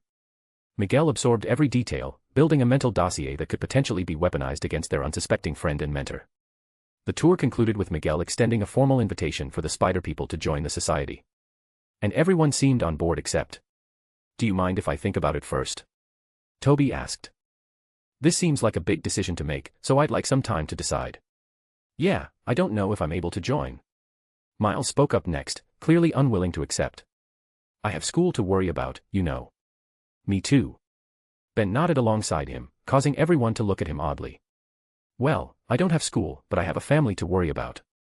MJ and I just got back together, and I really don't want to mess things up this time, so. Of course, these were all just excuses. The real reason they declined was simple: they didn't believe or trust a word that came out of Miguel's mouth. Miguel himself frowned under his mask, clearly unhappy with their decision, but in the end, he couldn't allow the few undecided in the group to ruin his plans. Of course, please take all the time you need. A full day had passed since MJ discovered Peter unconscious on the living room floor. The room, once filled with the palpable tension of concern and worry, was now bathed in the soft glow of daylight filtering through the curtains. In his bed, Peter gradually stirred, awakening from the deep slumber that followed his intense evolution. Every bone, muscle, nerve, and tendon ached in pain, a testament to the relentless series of transformations he had subjected himself to throughout the night. As he opened his eyes, Peter felt the weight of exhaustion press upon him. The journey through evolving with each vial had been arduous, and the memories of constant agony lingered in his mind. Yet, beneath the pain, he sensed a pulsating hum of newfound power coursing through his veins. He had pushed through the torment, evolving with every vial he consumed. At first, the idea was to limit himself to a few samples, but determination and resolve fueled his decision to continue, pushing his limits until the pain became a symphony of evolution. With a groan, Peter sat up in his bed, his senses gradually registering the room around him. His body felt heavy, yet strangely invigorated. He flexed his fingers, marveling at the strength that he felt. The evolution had taken its toll, but the rewards were evident. Tightening his hand into a fist, Peter couldn't help but smirk. The blood and power of all 9 heroes and villains alike had transformed him into a powerhouse. He felt like he could defy gravity itself, slap the sun across the universe, and reshape reality with a mere thought. It was an addicting feeling, this surge of power that pulsed within him. The very essence of his being had undergone a radical change, and the possibilities seemed limitless. I need to test my powers, Peter muttered to himself, the smirk on his face growing. The prospect of exploring the extent of his newfound abilities ignited a spark of excitement within him. The pain, the evolution, it had all led to this moment, where he stood on the brink of realizing the true extent of his potential. As Peter was just about to climb out of bed and test his newfound powers, a sudden interruption echoed through the room. His phone buzzed with a notification. Question mark. Grabbing his phone from the nightstand, he saw a few notifications from the Spider-Verse chat app, though it wasn't from the main chat, where everyone spoke freely, but direct messages from a few notable members. Curiosity sparked, Peter tried to unlock his phone, but just as he squeezed it in his hand, the phone shattered, pieces crumbling to the floor. Staring down at the remains of his phone, Peter couldn't help but curse, F***CK. A/N, 1750 words, smiley face. Police car light give gemstone stones gemstone pleading face police car light. Backhand index pointing down don't forget to vote, backhand index pointing down. Chapter 613, C613 Testing Powers. Police car light insert kidnap gif/PICs here, most likes wins police car light, A/N, only 2 entries per person. Trophy yesterday's GIF winners, Ben Bagman, trophy, A/N, crown. Staring down at the shattered remains of his phone, Peter couldn't help but let out a frustrated sigh. His phone was enchanted with all sorts of strengthening and protection magic, which should have protected it from even his power, but it seems like his new strength was more than the device could handle. However, Peter's sharp eyes quickly caught sight of the intact memory card. With a sense of relief, he carefully removed it from the pile and decided to keep it safe in his bedside drawer until he could use it again. I still have that new model that Tony gave me, so I'll just transfer my memory card over to that later. Realizing that his touch could be destructive in his current state, Peter opted to employ telekinesis. Gently, he levitated the broken pieces and delicately placed them in the drawer, a temporary solution until he gained better control over his newfound abilities. As Peter pondered his next move, a surge of curiosity compelled him to explore his newfound powers. He knew that he needed to check his messages, but at the moment, his lack of control needed to be addressed. I'll just take a minute to test. A/N, what could possibly go wrong? Opening a portal, Peter found himself standing on the moon for the second time in 2 days. Unlike before, he didn't need magic to survive the vacuum of space, it seemed his body had adapted to the harsh conditions. Contemplating this development, Peter suspected that the infusion of Superman or Silver Surfer's blood during his evolution might be the reason for these extraordinary changes. But that wasn't all, because as soon as he stepped out into the unfiltered rays of the sun, Peter felt both rejuvenated and relaxed, the sun feeding his tired body, washing away the fatigue he felt from the constant evolutions. Peter couldn't help but wonder, is this what Superman feels like every day? He marveled at the idea of absorbing sunlight without Earth's atmosphere hindering its effects and realized he had gained Kryptonian-like abilities. Eager to test his newfound powers, Peter decided to push the boundaries. Taking flight from the moon's surface, he shot towards the sun, feeling an increasing surge of power with each passing moment. As he neared the sun, he marveled at the fact that he could withstand the intense heat without discomfort. Arriving at the sun's surface, Peter basked in its immense radiance. He stretched his hand out, twiddling his fingers through the molten flames as if testing the temperature of a warm bath. The sensation of standing next to the sun without harm left him awestruck. Meanwhile, Peter's clothes have long succumbed to the extreme conditions, disintegrating in the intense heat, though he didn't seem to notice, his mind too preoccupied by both the blissful feeling of the sun and the awe he felt from the whole situation. After basking in the sun's radiance for what felt like an eternity, Peter finally snapped out of his reverie. Realizing the need to test his newly acquired powers, he dismissed the daring idea of flying directly into the sun to take a solar bath, at least for now, opting to explore his abilities first. Time was of the essence, and Peter didn't want to delay. My family is probably worried about me, and I still have to check the messages on my phone after this too. Mentally listing the powers inherited from individuals like Superman, Martian Manhunter, Flash, Homelander, Scarlet Witch, Ego, Hela, Thanos, and the Silver Surfer, Peter floated to empty space, so that he would have enough room. Starting with Superman's abilities, Peter delved into experimentation. Already familiar with superhuman strength, speed, stamina, agility, reflexes, longevity, senses, and durability, he sought to unveil the depths of his newfound powers.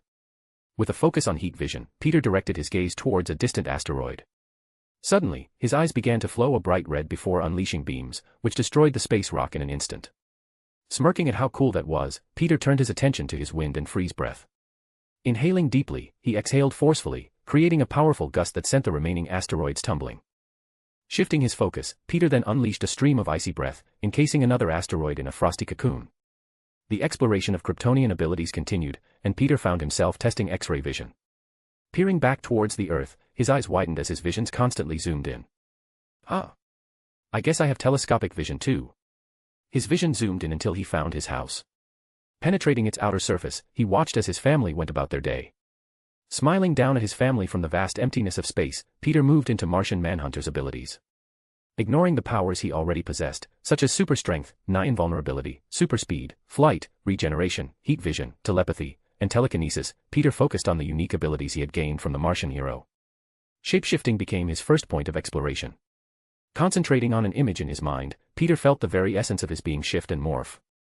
Before long, he transformed into an exact replica of Martian Manhunter.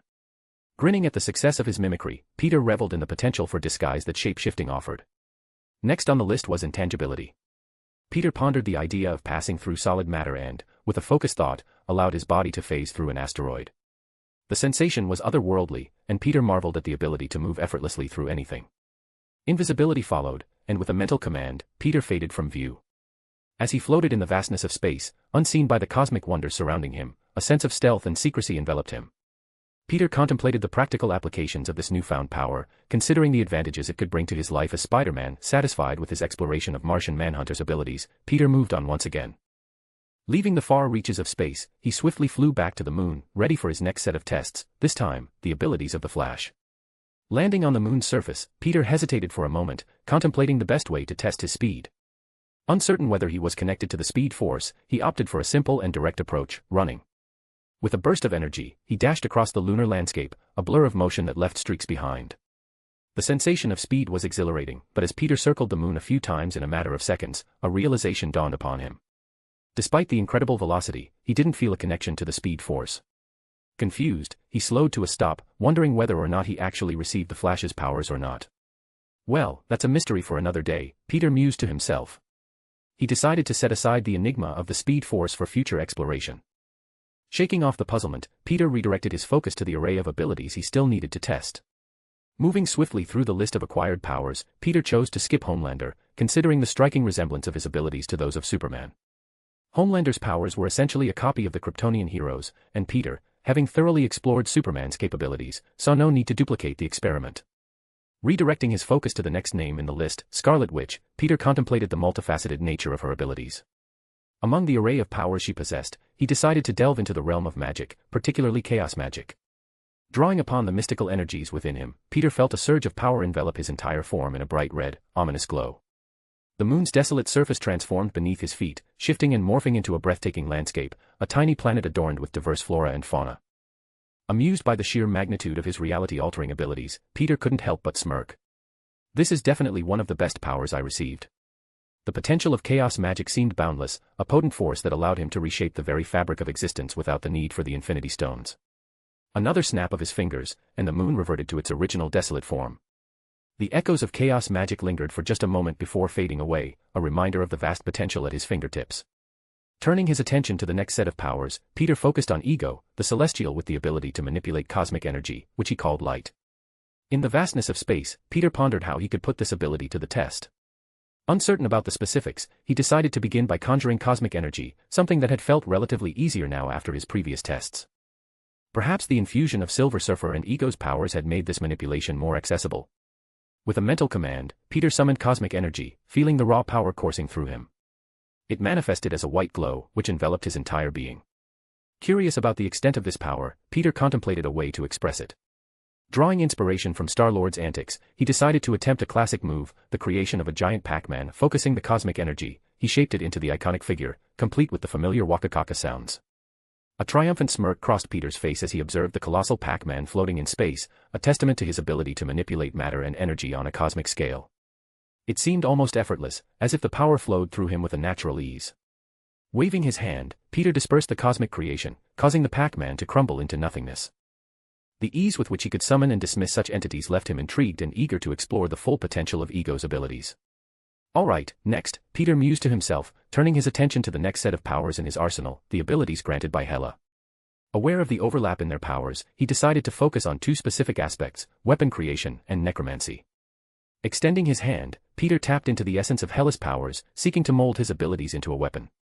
A pitch-black energy began to coalesce in his palm, taking shape as he concentrated.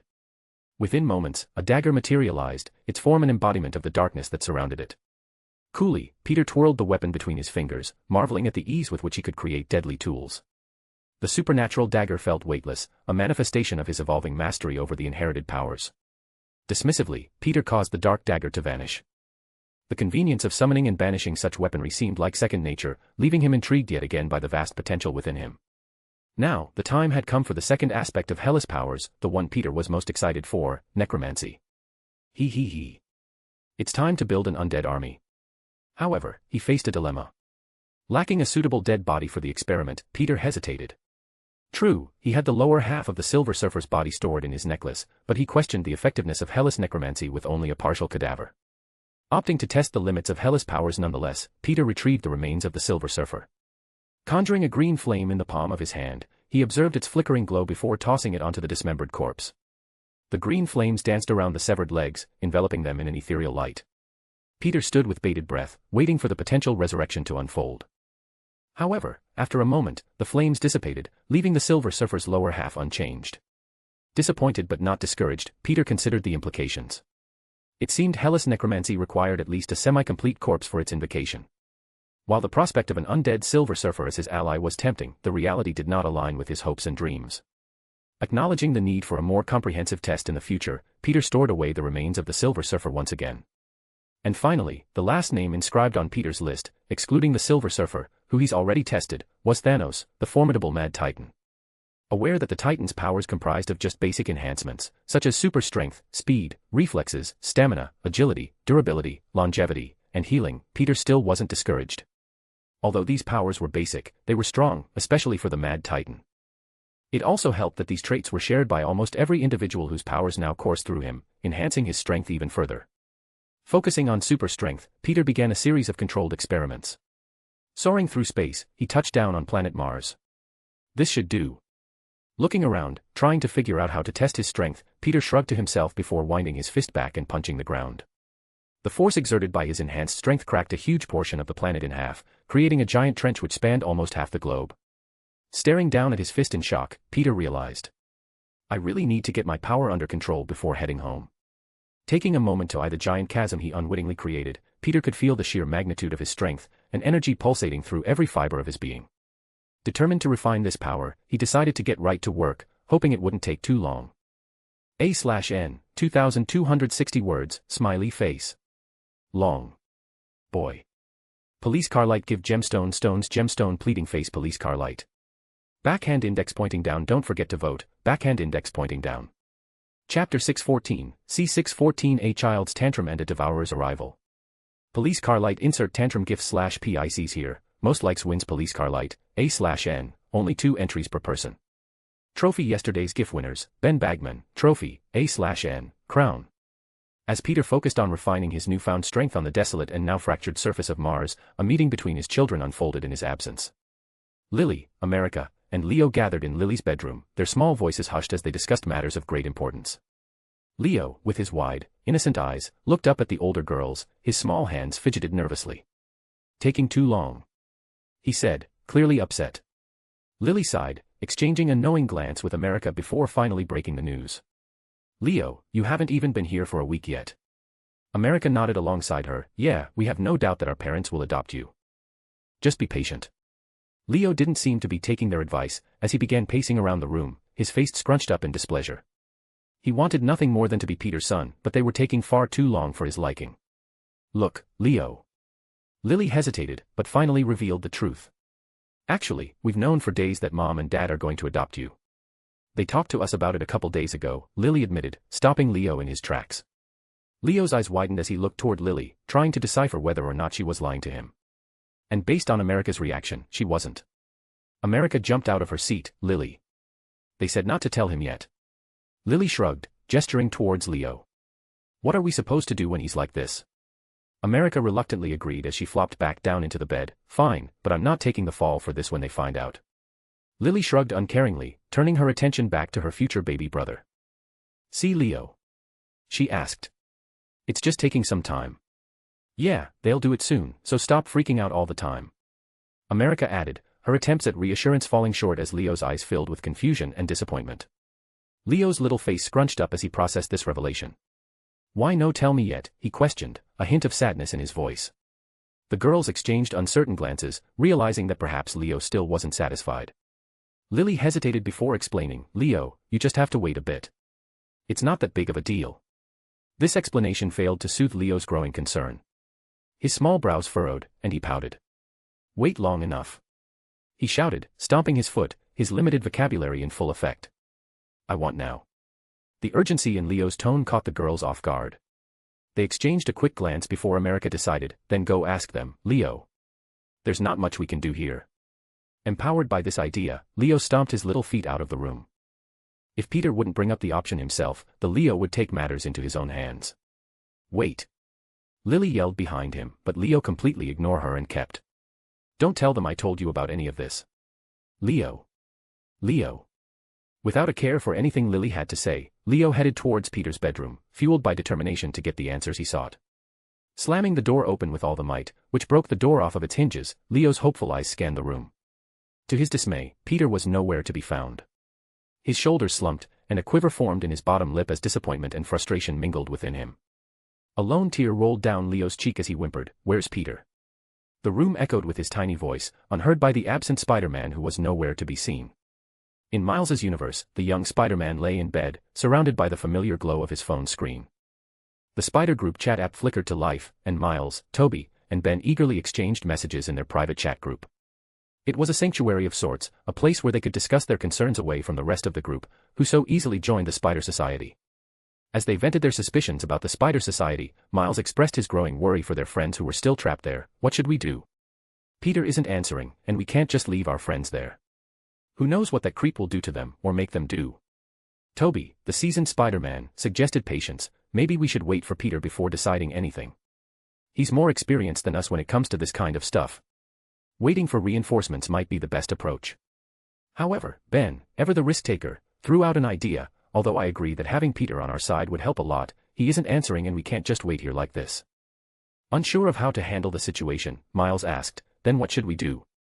Ben smirked as he replied, "We need to sneak back into the society and investigate. Once we find the evidence we need, we can post it in the general group chat and get everyone on our side. That will be our reinforcements." The notion was met with immediate resistance, especially from Toby. "What evidence though? We don't even know what we're looking for. Let's just wait for." Before the debate could escalate, Ben sent a picture through the chat. In the image, he proudly displayed a watch on his wrist, the same watch that Miguel O'Hara used to traverse the multiverse. Miles, filled with both amazement and dread, couldn't help but ask, "Where did you get that?" Ben, nonchalant and smirking through text, replied, "Swiped it during the tour. So, are you guys in or not?" The The chat room fell silent for a moment before Miles hesitantly agreed, "I'm in." His concern for their friends outweighing the risks, and although he wanted to wait, Peter just wasn't answering. Toby couldn't help but ask, "Can't we just use the watch to get Peter? It'll be a lot safer with him." Ben replied, "I've been tinkering with this thing for a while now, and the only way to use it is by choosing the designated number of each universe. Unless you know his universe's number, that's not happening." Miles frowned as he asked, "Then how are we supposed to find the society again?" "We don't know the number." Ben smirked as he fiddled with the watch before taking and sending another picture, showing the display on the watch showing the word Spider Society. The society is labeled differently. Seeing a glaring issue with this plan, Toby couldn't help but point out the obvious. "How are you supposed to pick us up with that if we don't know our universe's number?" Realization dawning on him, Ben replied, "OSH*T. Seeing the flaw in his plan, Ben hesitated for a moment before making a bold decision. In the Spider Group chat, he declared, "I'll go alone to investigate. I'll find the evidence and maybe even figure out our universe numbers. Don't worry, I got this smiling face with sunglasses." Toby and Miles immediately chimed in, trying to dissuade him from his reckless solo mission. Miles pleaded through the text, "Ben, it's too dangerous. We should come up with a safer plan together. Let's just message Peter again." Toby joined him in trying to persuade Ben in another direction. "Going alone is risky. We need to stick together and think this through." However, Ben, confident and seemingly dismissive of their concerns, stopped replying in the chat. The virtual silence left Miles and Toby uneasy, as they pondered the consequences of Ben's impulsive decision. No matter how much they type, begging him to be patient, the chat remained empty, the absence of Ben's messages hanging heavily in the digital space. On the desolate and fractured surface of Mars, Peter engaged in an otherworldly workout. An enchanted bar, heavily bent under the strain of 2 mountain-sized plates, was part of his routine as he bench-pressed, a light sheen of sweat dripping down his body. 30,678, 30,679. 30,680, 30,681. Counting every lift, Peter appears to have been at this for a while, the sheer weight serving as a testament to his enhanced strength. With newfound powers from a combination of Ego's manipulation of cosmic energy and Wanda's chaos magic, Peter was able to effortlessly conjure training tools. Cosmic energy and magic blended seamlessly, allowing him to summon objects of any size, shape, weight, density, or power. It was a boon to his training, aiding him in regaining control over his immense strength at a much faster pace. "I can probably even make living beings at this point," Peter thought. After all, Wanda was able to make some powerful creatures with her magic, and Ego was able to create life as well. If I were to combine their powers to make something, then it would probably be really strong. Putting that idea to the back of his mind for the time being, Peter continued his workout, but suddenly, an unusual disturbance caught his attention. A powerful energy signature entered his galaxy, and thanks to the cosmic senses inherited from the Silver Surfer, he could discern its presence without even trying. Something or someone was approaching, and the vibes weren't benevolent. Peter paused, dismissing the conjured workout tools that vanished instantly. Standing up, he turned his gaze toward the source of the energy signature. Utilizing Superman's telescopic sight, he zoomed in until he spotted the cosmic giant, Galactus. The devourer of worlds moved through the vastness of space, his purple-armored colossal form unmistakable. Galactus, attuned to the cosmos, sensed Peter's scrutiny. Turning his immense head in Spider-Man's direction, a silent exchange occurred between the two beings of cosmic significance. "Interesting, so you're the one who killed my herald," muttered Galactus, acknowledging the unexpected presence of another formidable force in the cosmos. Without hesitation, he altered his trajectory, heading straight for Peter. A/N, 1637 words, smiley face. Police car light give gemstone stones gemstone pleading face police car light. Backhand index pointing down don't forget to vote, backhand index pointing down. Chapter 615, C615 bet and failed infiltration. Police car light insert wild gif/PICs here, most likes wins police car light, A/N, only 2 entries per person. Trophy yesterday's GIF winners, Darkslayer, Trophy, A/N, Crown. Galactus materialized in front of Peter, his colossal form casting a daunting shadow on the fractured surface of Mars. The cosmic giant's eyes glowed with cosmic awareness as he scrutinized Spider-Man, his curiosity evident. Just as Galactus was about to speak, Peter raised his hand. "Ah, hey, do you mind shrinking down to my size? I feel like I'm in Attack on Titan right now," he commented, feeling like an ant in front of someone who could easily dwarf entire planets. The cosmic energy surrounding Galactus pulsed, and in a matter of moments, the behemoth began to shrink at a rapid pace. Seconds later, a 10-foot-tall purple armor-clad man landed before Peter. Insert picture of Galactus here, A/N, I know we've done it before, but might as well give another visual of him. Boom, and although it looked like a slow and controlled landing, the second that Galactus touched the rocky ground of Mars, a humongous crater was formed, spanning miles in diameter. Is this form more comfortable for you? Galactus inquired. Usually, he wouldn't bother changing his size for anyone, but with the amount of power he could feel radiating off of Peter, he couldn't help but give him just a modicum of respect. Peter nodded, a wry smile on his face. You're still a bit tall, but it's fine. Galactus, now resembling a giant next to Peter rather than an overwhelming cosmic entity, gazed at him with an odd expression. Is your race a nudist one? I thought I devoured all of the nudist worlds ages ago. He asked, noticing Peter's current lack of clothing. Realizing his state of undress, which he seemed to completely forget about ever since his clothes were incinerated by the sun, Peter chuckled in embarrassment. Oh, sorry about that. In an instant, his iconic spider suit materialized, covering his entire body, except his face.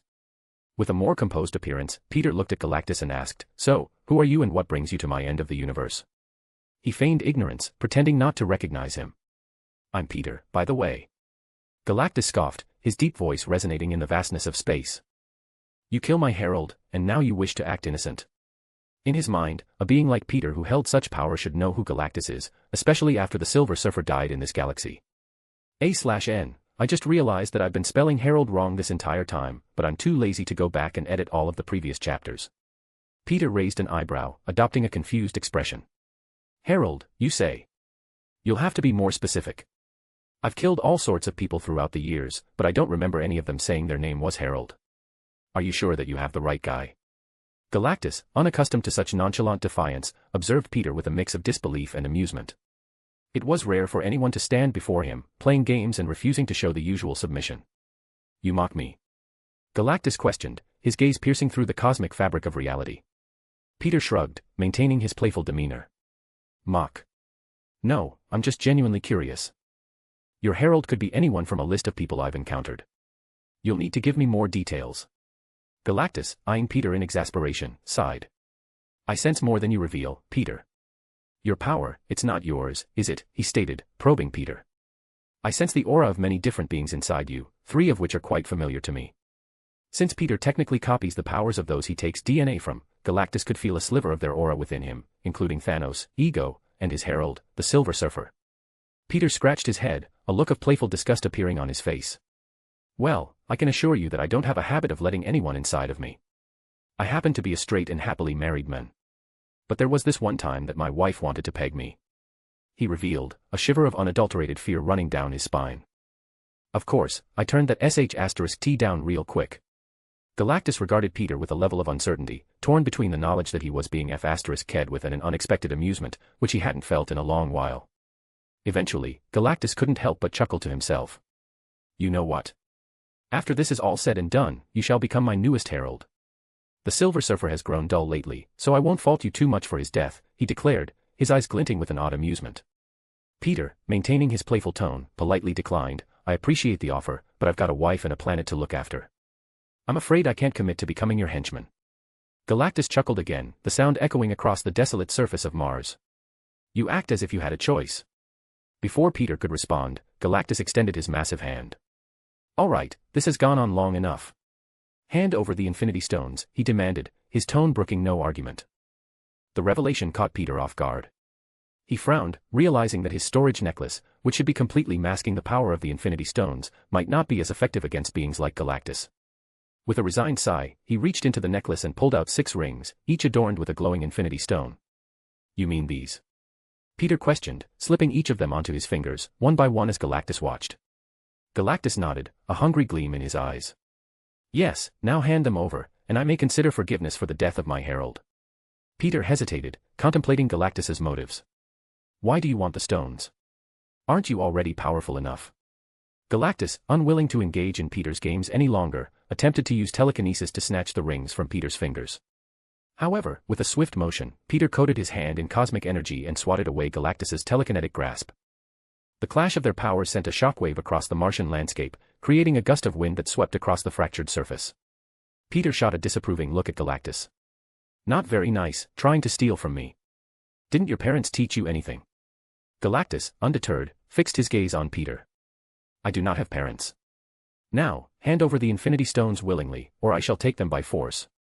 Peter, a smirk playing on his lips, twirled the rings on his fingers. I think I'll keep them for now. But hey, how about we make a deal? Galactus raised a curious brow. What kind of deal? He asked. We'll get into that in a moment. First, tell me why you want the Infinity Stone so badly. Peter asked, genuinely curious about Galactus's relentless pursuit. Galactus, normally reserved about his inner struggles, sighed deeply. I tire of this unending hunger that gnaws at my very essence. While I've long come to terms with my status as a universal force of destruction, the constant hunger, which gnaws at my very being, has grown wearisome. The stones, I believe, hold the key to a permanent solution. A way to satiate the emptiness within me. I see. Nodding thoughtfully, deciding then and there what he would do. You know, I was actually planning to killing you, but now I've changed my mind. Originally, Peter was dead set on killing Galactus, as he knew how much of a threat he could be. But after some thought, he decided against it. Rather than killing him, Peter planned to use him instead. After all, Peter gained a lot of unknown enemies after meeting death, so having someone to protect his family while he's away is imperative. Maybe I should call in my favors with Dormammu as well. Peter proposed a deal. Let's settle this with a fight, away from populated areas of course. I'd rather not destroy any galaxies, after all. Galactus, amused by the audacity of the offer, couldn't help but chuckle. You would willingly challenge me? Not many beings would be so bold. Peter shrugged as if it weren't that big of a deal. Yup, and I won't even use the Infinity Stones, which should give you a fair chance. It's also a good opportunity for me to test my new powers. Galactus, surprised by Peter's willingness to limit himself, questioned, are you sure? With the stones, you'd actually have a fighting chance at victory. He stated, not seeing Peter as a threat whatsoever. Peter, ignoring the fact that he was being looked down upon, continued, and to make it interesting, the loser will owe the winner 3 promises, bound by an unbreakable contract. Galactus, not one to back down from a challenge, agreed, very well. I agree to your terms. Knowing the potential for betrayal, Peter conjured a magical contract, drawing upon the knowledge he gained during his time in the Harry Potter universe. With a mere thought, he inscribed the terms of their deal onto the parchment before signing it himself, the runes on the pen activating, using Peter's blood in order to sign the contract, instead of ink.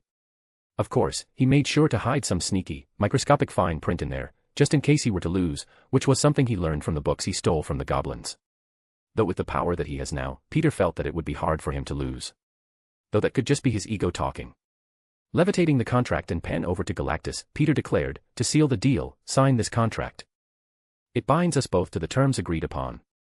Galactus, intrigued by the magical formality, took the pen and signed the contract after giving it a quick once-over, his bloody signature appearing next to Peter's. Seeing that Galactus didn't notice his fine print, Peter couldn't stop himself from smirked. Technically, I've already won. Who knew it would be this easy? He really had to thank the goblins for their conniving and ingenious ways. Stashing the contract away, Peter waved his hand and conjured a golden portal before stepping inside. Come on, let's find a safe place to let loose. While Peter was tricking Galactus into signing malicious contracts, the Spider Society buzzed with activity. Peter B. Parker, commonly known as Ben, having just arrived via the universe-hopping watch, prowled the spider-filled realm. His pudgy stomach stretched the limits of his spider suit as he tried to sneak around, thinking himself clever. However, in a society brimming with spider people, stealth wasn't as easy as he assumed. As Ben exited an underground tunnel and arrived in a dark, empty space, he suddenly felt his spider senses tingling like crazy. Dashing to the side, he very nearly dodged a barrage of web-like nets, which descended down upon him. Oh, **T. He cursed, finding himself surrounded by roughly 15 different spider individuals, the white eyes of their masks shining through the dark room. Some perched above, others emerging from the dark corners of the room, forming a formidable blockade. In the midst of the spider people's convergence, a holographic figure materialized. It was Lyla. Oh. You found him. Good work everyone. I'll prepare the prison for a new arrival, so try not to hurt our newest inmate too badly, okay? She said before quickly vanishing, causing the room to darken once again. Regret washed over Ben, wishing he had heeded the warnings from Miles and Toby about venturing into the Spider Society alone. Hey, we can talk about this, right?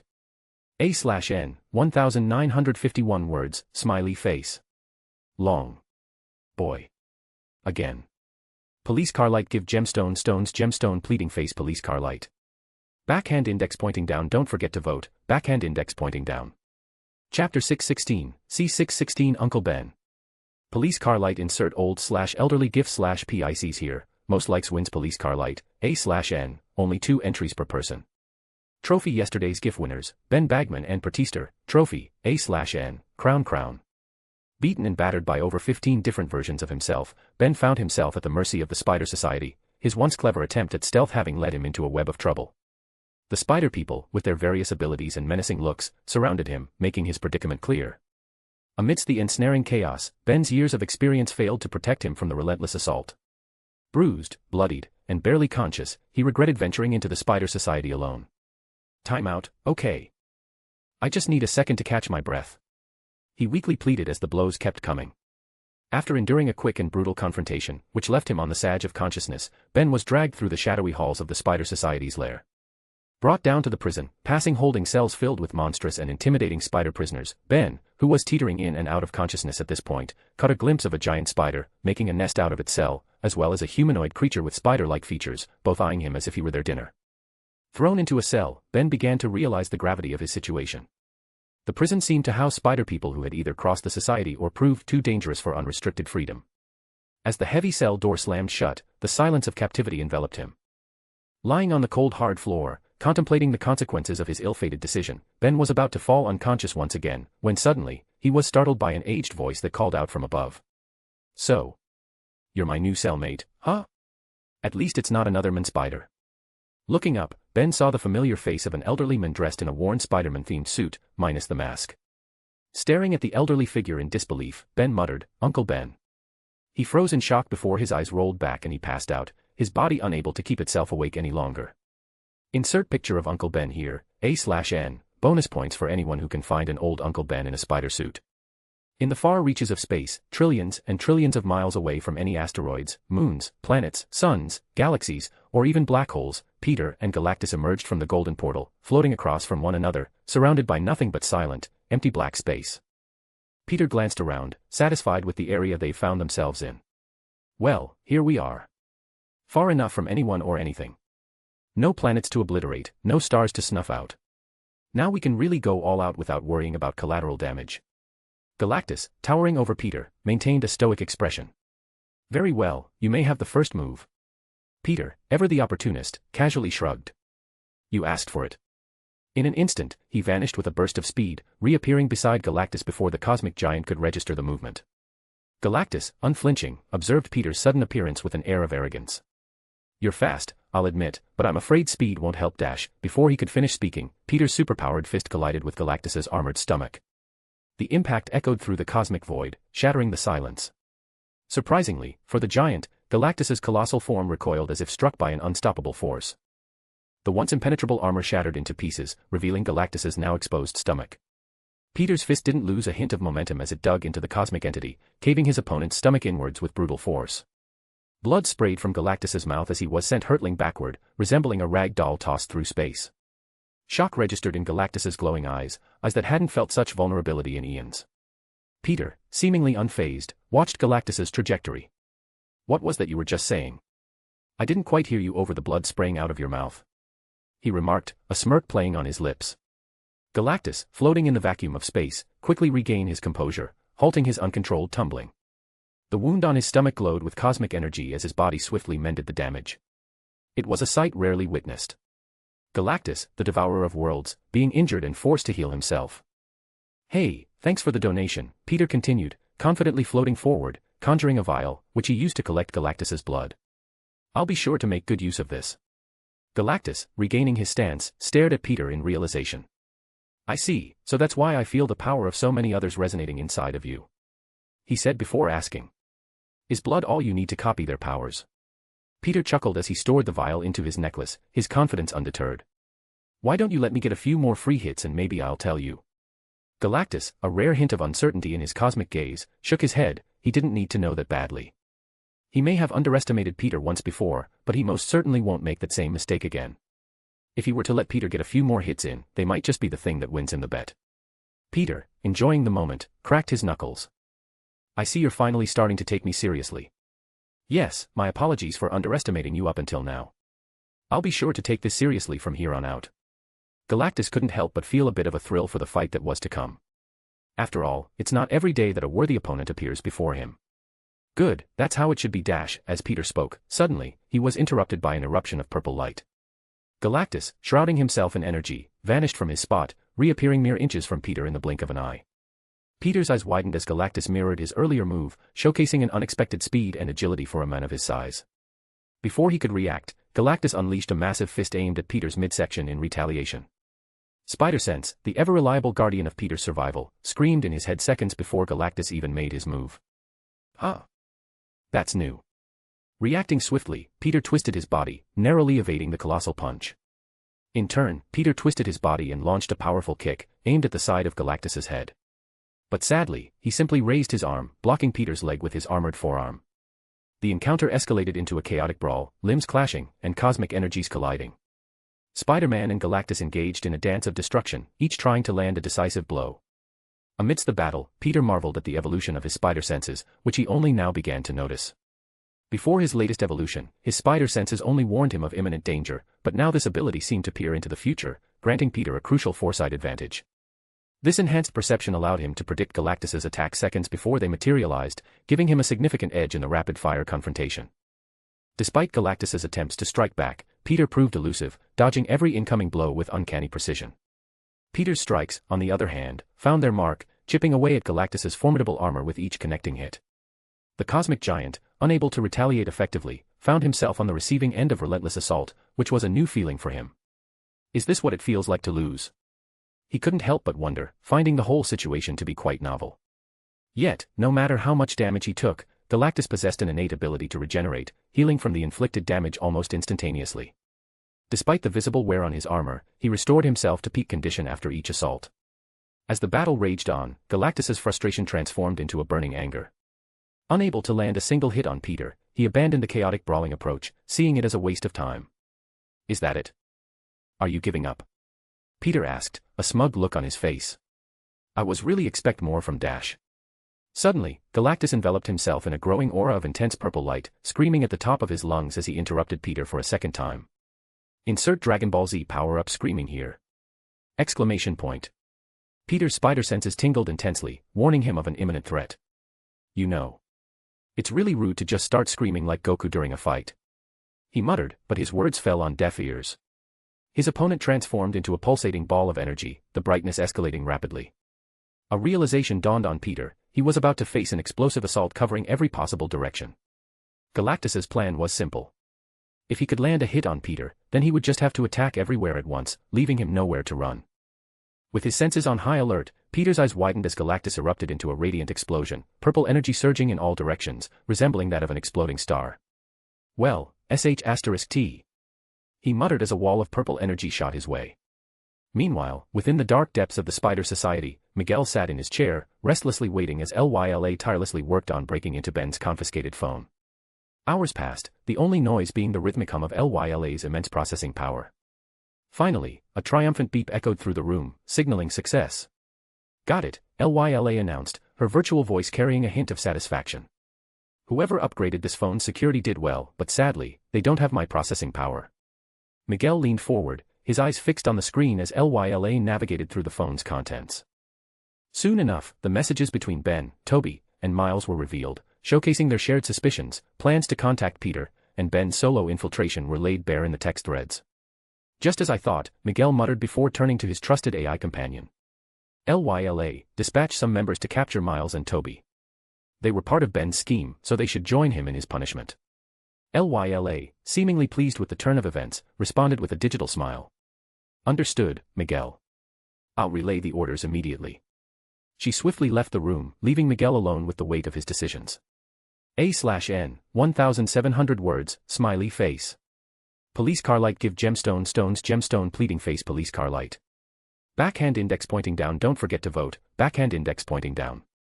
Chapter 617, C617 Super Mega Giga Epic Battle of the Ages. Police car light insert giant gif/PICs here, most likes wins police car light, A/N, only 2 entries per person. Trophy yesterday's GIF winners, Ben Bagman, trophy, A/N, crown. Amidst the pulsating explosion of Galactus's purple energy, Peter's instincts kicked in. With swift precision, he conjured a golden-rimmed portal in front of himself, using it as a shield against the all-encompassing attack. The portal absorbed the portion of the onslaught aimed at him, redirecting the attack to the connected portal, which opened up behind him, shooting the energy off into the vast emptiness of space. Peering to the side, Peter marveled at the relentless energy wave continuing its destructive journey.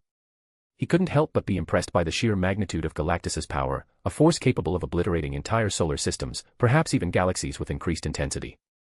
A wave of relief washed over Peter, grateful that he had chosen the far reaches of the universe for their battle, sparing countless lives and planets from annihilation. As the distant energy dissipated into nothingness, Galactus, appearing where he floated moments before, breathed heavily, his glowing eyes searching for any sign of Peter's demise. Expectation hung in the air, but as his gaze landed on a golden-rimmed portal, he knew Peter was at the very least alive. And as the portal closed, revealing Peter standing unscathed, he couldn't help but click his tongue. What a tantrum that was. You'd think someone as old and decrepit as you would have better self-control.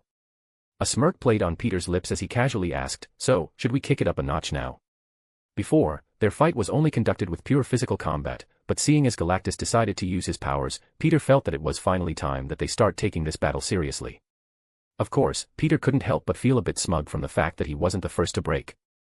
It was Galactus who broke their silent agreement to not use their abilities, not him. Galactus, his arrogance not completely shattered, scoffed, "Enough talk. Come and fight." Despite the broken armor marring his colossal form, Galactus had quickly recovered from the aftermath of his explosive attack. The cosmic energy coursing through him repaired the damage, leaving only battle-worn armor as evidence of the prior onslaught.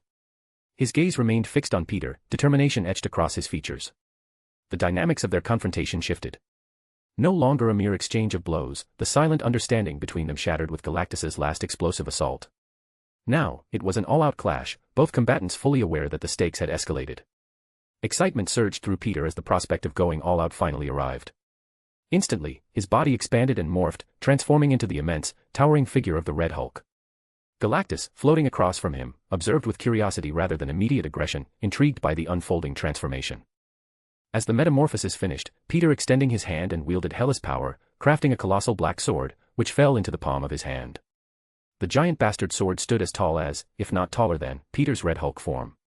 Galactus, still withholding his assault, watched the transformation unfold, his eyes reflecting anticipation, which he rarely has the chance to experience. With the transformation complete, Peter's eyes met Galactus's at an equal level.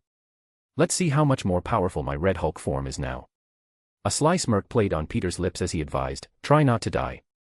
As the words left Peter's mouth, white cosmic energy enveloped him and the colossal sword, enhancing his already formidable presence. Galactus, feeling the surging power from Peter, responded in kind, coating his colossal form in a shimmering purple energy. Before Peter could initiate the first attack, Galactus seized the opportunity, vanishing in a burst of speed.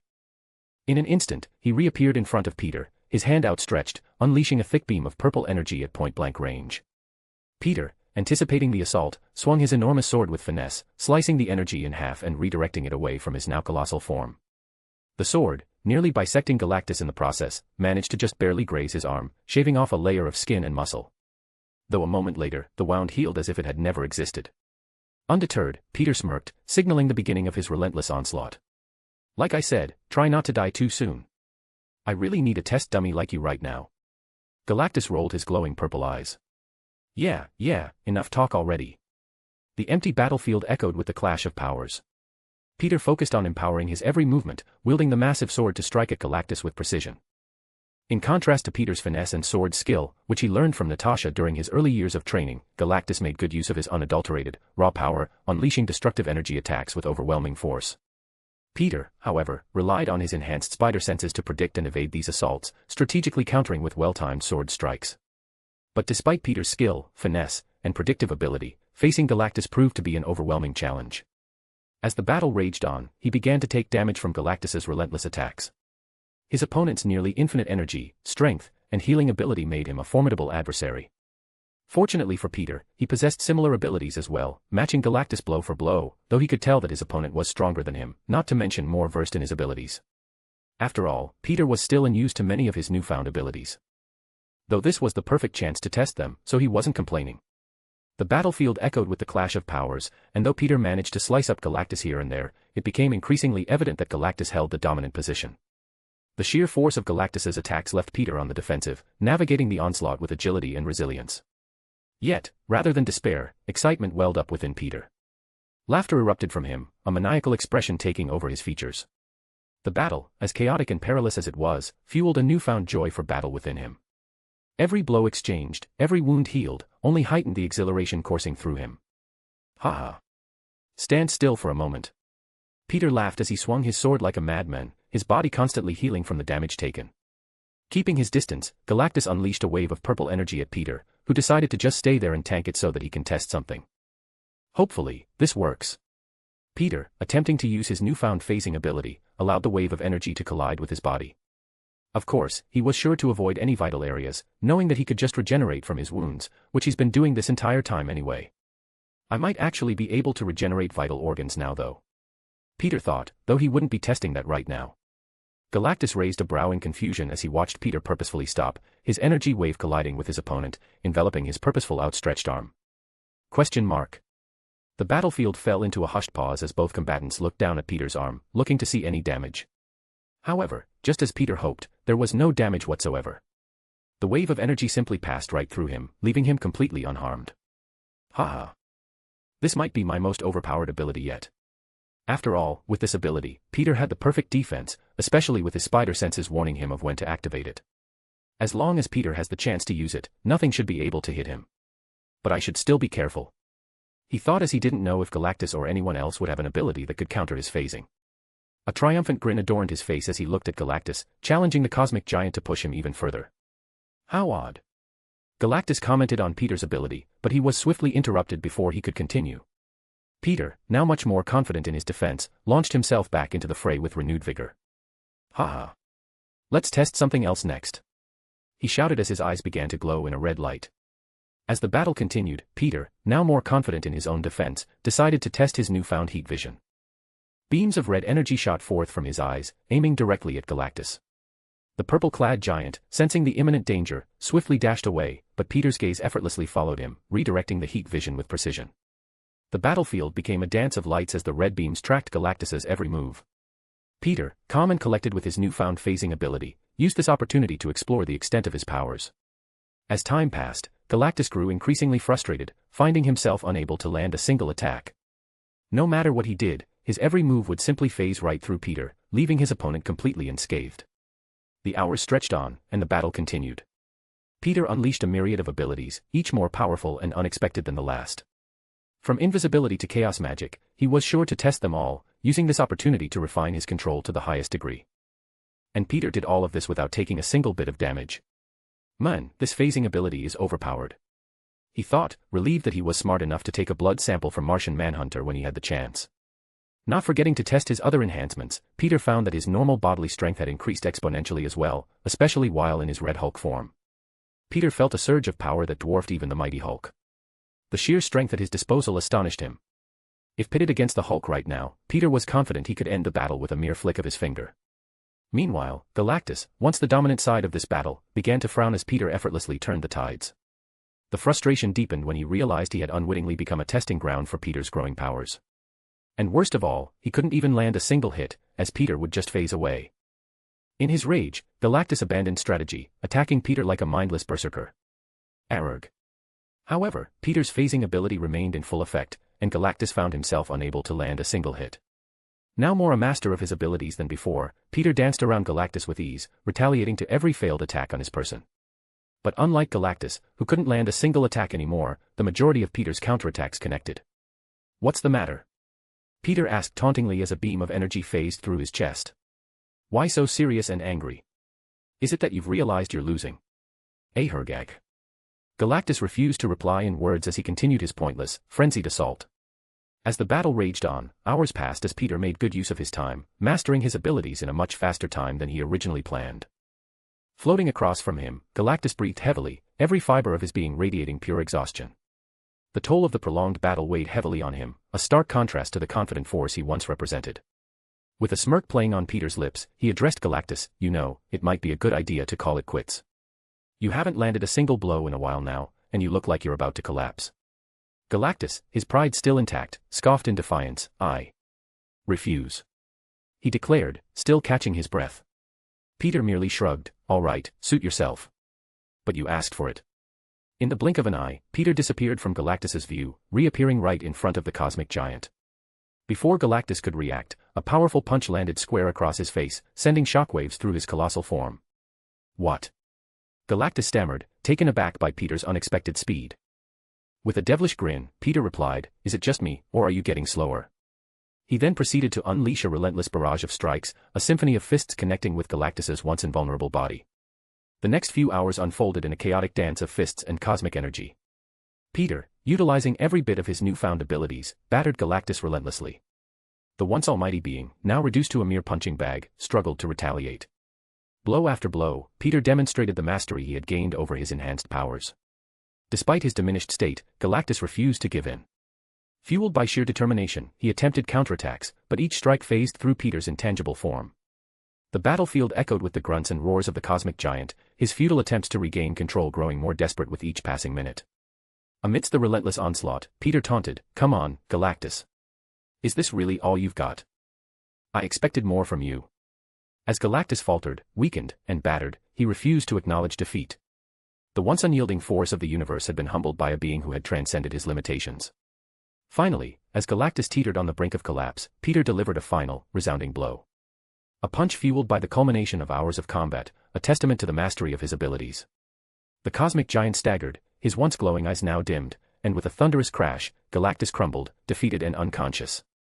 Silence settled on the battlefield as Peter stood victoriously over his opponent's beaten body. "Huh. This fight felt easier than the last," he commented, though it did last longer, so maybe his stamina and healing are just a lot more monstrous than before. After all, he did go through a total of 9 excruciating evolutions to prepare for this, so it made sense why he didn't feel as tired or beaten compared to his battle with the Silver Surfer. As Galactus lay defeated, knocked out cold, Peter couldn't help but revel in the triumph of his newfound power. But best of all, the bet was won, and he could feel the magical contract taking effect. A/N, 2,319 words, smiley face. Longest boy. Gimme stones. Police car light give gemstone stones gemstone pleading face police car light. Backhand index pointing down don't forget to vote, backhand index pointing down. Chapter 618, C618 squashing a spider. Police car light insert boomer gif/PICs here, most likes wins police car light, A/N, only 2 entries per person. Trophy yesterday's GIF winners, Ben Bagman, trophy, A/N, crown. Whilst Peter was beating the sh*T out of Galactus, Ben awoke in the dim confines of the Spider Society's prison. Confusion clouded his senses until the memories of his ill-fated infiltration flooded back, a futile attempt to outwit the spider people that led him to this chilling cell. Wait. Wasn't he here? Ben recalled seeing someone in particular before passing out. Turning his head, Ben's eyes widened as he saw a familiar elderly man in a tattered spider suit. He sat on the floor, his back against the wall as he flipped through an old book. Recognition dawned on Ben's face, and he muttered, "Uncle Ben. Is that really you?" Hope and disbelief mingled in his voice. After all, he vividly remembers the death of his Uncle Ben, so seeing him again is both a heartbreaking and warming experience. The old man, seemingly irritated by the address, retorted sharply, "Stop calling me that. I'm not your uncle. We are not related," he emphasized, making it very clear. Ben frowned, realizing that this Uncle Ben wasn't as kind and welcoming as the one he remembers. As Ben contemplated the strange circumstances, a sudden beeping noise echoed through the prison. Every cell door swung open, and a robotic voice announced a 1-hour cafeteria break. Silently, Uncle Ben rose to his feet, walking out of the cell, though he paused for a moment and reluctantly gave Ben a quick warning. "Keep quiet and avoid provoking anyone, especially the more spidery-looking inmates. Unless, of course, you're okay with becoming monster food," he said before walking off. Rising out of bed, Ben rushed to follow his roommate, though he froze as soon as he stepped out, observing the peculiar procession of spider people and creatures. Although many of the spider people seemed normal, the creatures, like the giant spider and the humanoid Spider-Man, sent shivers down his spine. Insert picture of a giant hairy Spider-Man here, A/N, man spider might work, but I'm thinking something more spider-like than him. Less humanoid, I mean. Especially the giant spider, which evoked a mixture of fear and disgust within him. What the hell is this place? He muttered, but before he could think too much, he noticed Uncle Ben getting further and further away from him. "Hey! Wait up!" Following Uncle Ben's brisk pace, the two of them arrived at the cafeteria. Ben's eyes widened at the surreal sight of various spider people enjoying their meals. Even the more monstrous-looking inmates had their own area and food to eat, which was hard to look at to say the least. Ben hesitated, unsure of how to navigate this bizarre gathering. Uncle Ben, on the other hand, already grabbed his food and sat alone at a corner table, completely ignoring everyone around him, including his new roommate. With nowhere else to go, Ben didn't even bother grabbing any food and followed after his cellmate, causing Uncle Ben to grumble, "If you're going to sit here, I expect you to keep quiet and leave me alone. Don't attract any unnecessary attention either." Ben didn't reply immediately, as he was too busy looking around the cafeteria, feeling completely out of place. In the midst of his unease, Ben couldn't resist questioning his mysterious companion. "Why are you so different from the Uncle Ben I know?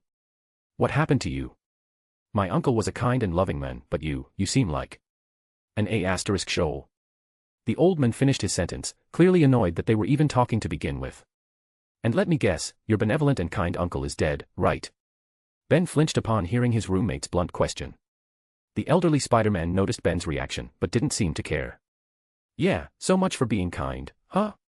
Look where that got him." Ben sputtered, his words failing him. His attempt to comprehend the profound the Uncle Ben had failed spectacularly. "You." And just as his shock left him and he was able to speak again, he was interrupted by the robotic announcement signaling the end of the cafeteria break. Completely ignoring Ben once again, the elderly Spider-Man got up and left, headed right back to his cell. Sighing to himself, Ben had no choice but to follow after him, his stomach grumbling in hunger. "I should have grabbed some food." As Ben trailed behind Uncle Ben's stern stride, the chatter of spider people's conversations and the clattering of footsteps echoed through the narrow corridors. His thoughts swirled with the unsettling words exchanged in the cafeteria.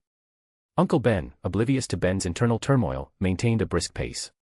As the gap widened between them and the rest of the spider convoy, Ben's steps gradually slowed, the weight of the entire situation weighing heavily on his mind. Lost in contemplation, Ben barely noticed the ominous hairy figure looming overhead, the same monstrous creature he had seen upon his arrival. The giant spider, having finished its meal at the cafeteria, eyed Ben with hunger burning in its eyes. A primal instinct tingled in Ben's senses, and he quickened his pace, realizing the imminent danger. However, the creature above him, perceptive to the vulnerability of a lone straggler, descended swiftly from the shadows, 8 legs gracefully carrying it toward its prey. The giant spider lunged at Ben, its massive hairy legs propelling it forward with deadly intent. Ben dodged its initial attack, narrowly avoiding the venomous fangs that snapped where he stood. However, the agile creature swiftly adjusted, launching forward and tackling Ben to the ground. Desperation fueled Ben's struggle as he grappled with the monstrous spider. He managed to push it off momentarily, gaining a momentary respite. Yet, the creature's hunger burned in its 8 eyes, and it lunged again, its powerful legs sending Ben sprawling. Meanwhile, Uncle Ben returned to the confines of his cell, flipped through the aged pages of his book. However, as the seconds turned into minutes, a subtle unease crept over him. He glanced towards the open cell door, a conflicted expression etching his face. Concern mingled with a hint of guilt, as he began to wonder where his missing cellmate was. Back in the chaotic skirmish, Ben struggled to stand, his body battered and bruised. The man spider relentlessly attacked, its venomous fangs threatening with every strike. Ben's realization of the creature's strength sank in, and he fought with newfound urgency. Despite Ben's valiant efforts, the tide turned against him. Wounds covered his body, and the man spider showed no signs of wear. A powerful kick from one of the spider's legs sent Ben tumbling to the floor. The spider creatures closed in, mounting over him, their multitude of legs pinning him down. The giant spider, hungry and relentless, loomed over Ben, its menacing presence casting a dark shadow. The struggle intensified as Ben fought against the overwhelming force of the monstrous arachnid. Each attempt to break free met with resistance, the creatures closing in with a predatory hunger. As the giant spider lunged towards Ben, its fangs aimed at his head, a surge of terror gripped him. In a split-second reaction, Ben twisted his body just in time to see a familiar figure's arrival. "Uncle Ben." "Help," he shouted, desperation lacing his voice. Uncle Ben, hearing Ben's cries, froze momentarily. The urgency of the situation clashed with memories long buried, the haunting echoes of his wife and nephew calling for him to save them right before their tragic end. The weight of those memories lingered in his eyes, a momentary hesitation clouding his resolve. "Help." Ben's voice snapped the elder Spider-Man out of his haunting recollections. Acting swiftly, Uncle Ben rushed forward, his aged muscles fueled by a surge of determination. With impeccable timing, he delivered a powerful kick, sending the giant spider reeling away from Ben, narrowly preventing a gruesome fate. Without a moment's hesitation, Uncle Ben pressed on, closing the gap between him and the monstrous arachnid. In a display of remarkable agility and strength, he executed an uppercut, sending the creature up into the air. Seizing the opportunity, he kicked off the ground, following after the spider before grabbing his head mid-air, and twisting it with a swift, forceful motion. A sickening crunch echoed through the narrow corridor as the spider's head was maliciously spun. The spider's body screeched and flailed, its limbs thrashing in a chaotic dance. Yet, Uncle Ben's relentless assault continued, undeterred by the creature's futile resistance. With a quick tug, the spider's head was torn from its body, landing on the floor with a visceral thud. The lifeless body convulsed for a few moments, its death throes dissipating as the hallway fell silent. Uncle Ben peered down at the defeated creature, a stoic expression masking the complexity of emotions buried beneath. Landing beside Ben, the older Spider-Man clapped his hands together, cleaning off any blood or hair. Ugh. Disgusting. Ah. Thanks for saving me. Ben reluctantly thanked his uncle's look-alike, slightly shocked by what he just witnessed. He may be an A*Shoal, but he's still got some Uncle Ben left in him. As the older Spider-Man turned his gaze toward Ben, a noticeable frown lingered on his weathered face. He really does look just like him. Unable to contain his impatience, Peter retrieved his 6 rings, each housing a glimmering infinity stone. With deliberate precision, he slid them onto his fingers, one by one, the power of the universe converging at his fingertips. As he snapped his fingers, an instantaneous surge of energy enveloped both him and the fallen Galactus, mending their battered bodies to pristine condition. If anyone were to witness them now, they would never guess the intensity of the battle that had just unfolded. Seconds later, Galactus stirred, groggily regaining consciousness, his once shattered armor now seamlessly restored. Confusion clouded his eyes as he surveyed the area. However, his gaze soon landed on Peter, whose victorious smirk held a smug air to it. I lost. Galactus muttered, disbelief coloring his words. Peter's smirk widened, a victorious glint in his eyes. Yup, and now it's time to pay up. Galactus felt a chill down his spine, a realization settling in. It was as if he had made a deal with the devil himself, and now the time has come to pay his dues. A/N, 1734 words, smiley face. Police car light give gemstone stones gemstone pleading face police car light. Backhand index pointing down don't forget to vote, backhand index pointing down. Chapter 619, C619 High Profile Recruitment. Police car light insert nature gif/PICs here, most likes wins police car light, A/N, only 2 entries per person. Trophy yesterday's GIF winners, Alien Warlord, Trophy, A/N, me. Crown. Galactus's admission of defeat reverberated through the aftermath of their battle. The cosmic entity, once towering and imposing, now knelt before Peter with a palpable resignation. The reason behind this easy surrender lay in the contract, which both of them signed prior to this, a binding force that echoed within Galactus's very soul, telling him that he simply had no choice in the matter. Even if he used every fiber of his being to go against the contract, it wouldn't work. Floating in the emptiness of space, Peter gazed at the subdued Galactus with a triumphant smirk. Oh, relax and stand up. It's just 3 promises. It's not like I'm going to make you sell me your souls or anything. He says jokingly, a devilish smile flashing across his face. Galactus, aware of the gravity of his situation, didn't believe that Peter wouldn't take advantage of him.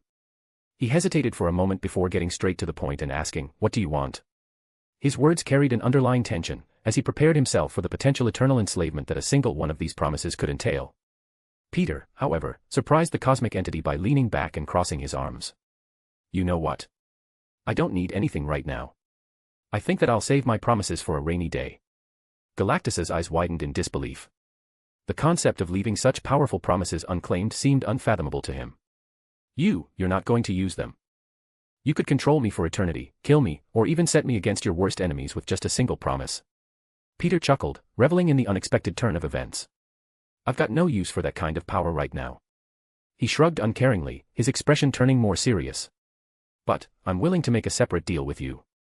Galactus raised an inquisitive brow, curiosity mingling with caution. A separate deal. Peter held up his hand, displaying the 6 rings adorned with the shimmering infinity stones. These bad boys can do wonders. Didn't you want to use them? Galactus, taken aback, voiced his astonishment. You'd give me the infinity stones? Peter couldn't help but burst into laughter at the sheer audacity of Galactus's question. Give you the infinity stones? Hell no. These beautiful babies belong to me. But, I'd be willing to use them to help you with that little hunger problem of yours, he replied, his eyes gleaming with a hint of mischievousness. For a fee, of course. Galactus stared at Peter in a mix of shock and uncertainty. The cosmic entity struggled to discern whether Peter was an unexpectedly kind soul, genuinely offering assistance, or a cunning devil, hiding his true intentions while exploiting Galactus's hunger issues for further gain. After a prolonged moment of silence, Galactus, in his booming voice, finally asked, "What do you want in return?" Peter, a devilish grin still lingering on his face, casually moved his hand up to his chin, cupping it as he pondered. Simple, big guy. I want a couple of promises from you. First, no more hurting or killing innocent people. That means no more snacking on inhabited planets. Galactus, surprisingly amenable, found himself nodding. If Peter could provide a solution to his unending hunger, then the need to consume planets would become obsolete. He had no reason to refuse such an easy and simple ultimatum. Secondly, Peter continued, I want you to take Earth as your new home and join the Avengers. Galactus, raising a confused brow, admitted his ignorance about Earth and the Avengers. Is Earth a galaxy? And what is an Avenger? Seeing Galactus's obvious confusion, Peter decided that it would be better to just show him. With a nonchalant wave of his hand, he conjured a golden portal.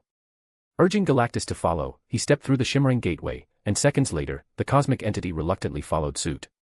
The two emerged on the desolate surface of the moon, overlooking Earth and all of its inhabitants. The portal snapped shut behind them, and Peter gestured towards the captivating blue and green planet below. This, Peter declared, his voice carrying a sense of pride and nostalgia, is my home planet, Earth. Galactus, towering over Peter, observed the distant planet with a hint of curiosity. He couldn't help but wonder how powerful the other people of Earth were. Because if a Peter was the standard, then the planet before him must be very strong. Little did he know that Peter was just a freak of nature. The Earth may be strong compared to most planets, thanks to the Avengers, but technologically and militarily, the many countries of Earth were extremely far behind. Galactus, peering down at the planet below, couldn't help but express his curiosity. Why would you want me to live here? His deep voice resonated with genuine interest. Peter, standing confidently on the moon's surface, responded with a casual yet thoughtful demeanor. Well, if you couldn't already tell, I'm the strongest person on this planet, but I can't always be here to protect it. Sometimes, I have to leave to take care of business, and I'd feel a lot safer with someone of your caliber around, protecting the place and its people while I'm gone. Galactus considered Peter's words, acknowledging the practicality of having a powerful guardian in his absence. Don't get me wrong, Peter continued, I don't need you to patrol the planet at all times and work tirelessly for its security. You can relax and live your life however you please, as long as it doesn't hurt or negatively affect others. I only ask that if the need arises, you stand up and help defend the place, and my family if need be. Though they all live here, so as long as you protect the planet, they'll be safe. Galactus, appreciating the nobility of Peter's request, found himself nodding in agreement. The notion of protecting a planet in exchange for having his hunger problem solved seemed like a reasonable and admirable trade. Peering down at the blue and green orb below, Galactus turned back to Peter and simply stated, I don't mind joining your planet. Peter smirked, satisfied with the agreement. Good. Now, as for the Avengers. He proceeded to explain the nature of the Avengers, their role in protecting Earth, and his own position as a founding member and council member. If you were to join, you'd be the second strongest member, second only to me. Peter continued, and like I said before, you won't have to actually do anything. We'd probably just give you some form of contact, like a cell phone, which we'd use to call you should your assistance be required. Other than that, 99% of your time will be spent doing whatever you want. He explained, making sure Galactus understood. You'd be kind of like our secret weapon. While Galactus didn't seem overly excited by the idea of joining the Avengers, he didn't mind the prospect either. The idea of being a secret weapon, called in only during emergencies, appealed to the cosmic entity. The responsibilities were minimal, and it seemed like an easy way to fulfill his end of the bargain. Galactus gazed at Peter, his eyes narrowing in contemplation. Is this really all you want? The deal Peter was offering seemed almost too good to be true.